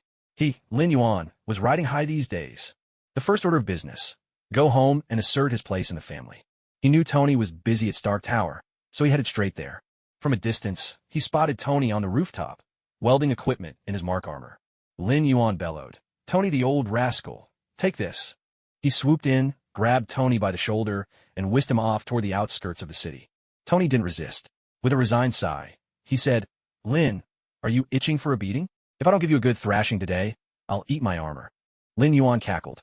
"Tony the old rascal, today's me is not the me of yesterday. Better prepare yourself for a beating." Out in the open fields, Lin Yuan dropped Tony and shifted back to human form, fixing Tony with a deep, serious gaze and his hands clasped behind his back. "Tony the old rascal, this suit of mine is forged from extraterrestrial vibranium, impervious to blades and bullets, utterly indestructible wherever it goes." Tony took a deep breath, fighting the urge to strike right away. He scowled. "So, Where's this legendary suit of yours? Lin Yuan froze. He hadn't transformed yet. Ah, sorry about that. Tony, no, Tony the old rascal. Let me suit up first. A panda appeared, roaring with fury. Tony facepalmed. And where's the suit? All right, just a sec. With a thought, Lin Yuan summoned his armor, instantly becoming a gleaming silver steel panda. Then the suit turned invisible, and all Tony could see was an adorably chubby panda. Tony, am I cool or what? Tony's expression suddenly turned serious. Nano armor? And stealth tech? That little girl made all this? Is she really only 10? No. Tony breathed a sigh of relief, but then Lin Yuan added, she turned 11 this year. A vein throbbed on Tony's forehead. He was itching to throw down right then and there. Still, he couldn't help but feel a little odd. An 11-year-old girl, and she's already this good? Incredible. Could I have pulled that off at 11? If I'd had the right materials, yeah, probably. Nothing to worry about. Tony beckoned Lin Yuan over. Come on, show me that pitiful little bit of power you've got. Let's see what you're made of. No sooner had he spoken than Tony felt a bit foolish. Why am I talking like some comic book villain? Shaking his head, he shoved the embarrassment aside, took the initiative, and fired an energy blast straight at Lin Yuan. Lin Yuan's panda form rose upright, meeting the incoming blast head-on with his chest. HM, not bad. I barely felt a thing. Tony's pupils contracted. What incredible defense. Looks like I'll have to get serious. All weapon compartments on the Mark armor sprang open, launching a barrage of attacks toward Lin Yuan. In an instant, Lin Yuan was engulfed by the onslaught. Smoke billowed everywhere, but amid the haze, a blue arc-shaped barrier suddenly expanded, spreading outwards in all directions. Tony hurriedly soared into the air to dodge. It can even absorb damage and strike back? This suit is truly impressive. Lin Yuan looked up at Tony floating in the sky, scratching his head. He couldn't fly, and a panda's jumping ability wasn't much help either. The rock could fly, sure, but its attacks were weak. Should he just grab Tony and hurl him to the ground? Tony noticed Lin Yuan watching him from below and instantly realized he had no way to attack at range. He couldn't help but mock. What's wrong? Out of moves already. Weren't you going to teach me a lesson? Is that all you've got? Veins bulged on Lin Yuan's forehead. All right, Tony, I was going to let you save some face, but if you insist on asking for trouble, don't blame me for being ruthless. In the blink of an eye, a quirky, oddly cute ginkgo tree being appeared in Lin Yuan's place. With a strengthened, entangling roots, he wrapped Tony up tightly and securely. This was far more thorough than the old version of entangling roots. Tony was completely ensnared, with only his head sticking out, and he plummeted from the sky. Lin Yuan transformed into the rock, darted swiftly toward Tony, then shifted back into a panda and grabbed the vines. Without hesitation, he delivered a flurry of slaps, granting Tony a taste of divine retribution. With the vines protecting him, Tony wasn't really hurt, but the humiliation was absolutely overwhelming. And now, it was time for the show to begin. A heartfelt thank you to Mr. Chala, Prince of Wakanda, for his outstanding contribution to the testing of these skills. As the vines receded, Lin Yuan felt his grip suddenly empty. Tony, thrown by the momentum, was flung away, and before he could react, Lin Yuan charged forward and stunned him on the spot. Let's begin the 7th set of radio calisthenics. Lin Yuan unleashed the Rabbit Clan's signature moves, pummeling Tony with a barrage of hefty blows.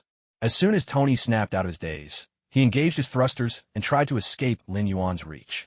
Trying to run? Not a chance. Lin Yuan immediately shifted into tree form. Hurricane spell. With the enhanced hurricane in tree form, he could control the wind's direction at will. A mighty wall of wind swept Tony right back toward Lin Yuan. Let's keep it going. In a flash, Lin Yuan turned back into a panda. As Tony flew overhead, he delivered an uppercut, sending him spinning away. The panda seamlessly shifted back into the tree form and unleashed another whirlwind. Charge! Whirlwind dash! Tornado! Within the tree form's swirling winds, tiny streaks of lightning danced, each carrying a paralyzing effect. Tony was completely stunned by the flurry of attacks. Now, all he could feel was the dizziness intensifying, a wave of nausea rising within him. His screen was overwhelmed with a sea of red alerts, with a single line of green cutting through. Power levels full. Gritting his teeth, he pushed the thrusters to maximum and finally broke free from the whirlwind's grip. Lin Yuan saw Tony escape and thought to himself, looks like the whirlwind's weakness is high mobility, flying units like the Mark armor. Tony landed not far away. His helmet flipped open, and he immediately doubled over and vomited onto the ground. Lin Yuan shifted back into human form, grinning as he watched. When Tony finished, he didn't bother with his helmet. He simply walked toward Lin Yuan, his face impassive. Tony, what are you doing? Lin Yuan called, growing nervous as Tony drew closer. He didn't dare attack now. Tony said nothing, just kept advancing. Lin Yuan began to back away, shouting, "Tony, if you come any closer, I'll hit you. I mean it, I really will." "Tony, you're cheating." "Ah." A chaotic scuffle ensued, and Lin Yuan soon found himself sprawled on the ground. Ah, yet another day when life just isn't worth living. "Tony, how could you cheat like that? You know I'd never hit you without your armor." Lin Yuan complained bitterly. Tony, still expressionless, declared, "Let's call it a draw for today." Then he turned and flew off. Watching Tony's retreating figure, Lin Yuan suddenly felt a chill run down his spine. "I'm doomed. Tony's definitely going to build an anti-Lin Yuan armor. I just know it." The following months passed quietly and uneventfully. Lin Yuan still dropped by Rabbit's place to hang out, bringing some food along for Captain Steve. Lin Yuan had originally planned to give Steve a good thrashing, but on second thought, he decided against it. First, using magic was just too dirty. It could ruin friendships. Second, in a fistfight, he'd never beat the experienced captain, and going all out wasn't really an option. So Lin Yuan simply convinced himself he'd already beaten both of them. Victory all around. Far away in Wakanda, Chala thought, "At least half of those victories are thanks to me." Today, Lin Yuan was once again heading home from Rabbit's house, carrying a bag in hand. Ever since Steve mastered the art of climbing over walls, he had started teaching himself Chinese and was now happily immersed in the Rabbit family's internet. His culinary taste had grown increasingly adventurous. By the suggestions of online friends, he'd already had Lin Yuan buy 5 out of the Rabbit family's top 10 most bizarre delicacies. Lin Yuan had to hold his nose when buying them, but Steve ate them with great delight. When he arrived at Steve's door, he knocked for quite some time, but no one answered. Lin Yuan was puzzled. "Strange, Captain actually went out before I brought stuff over? That's unusual."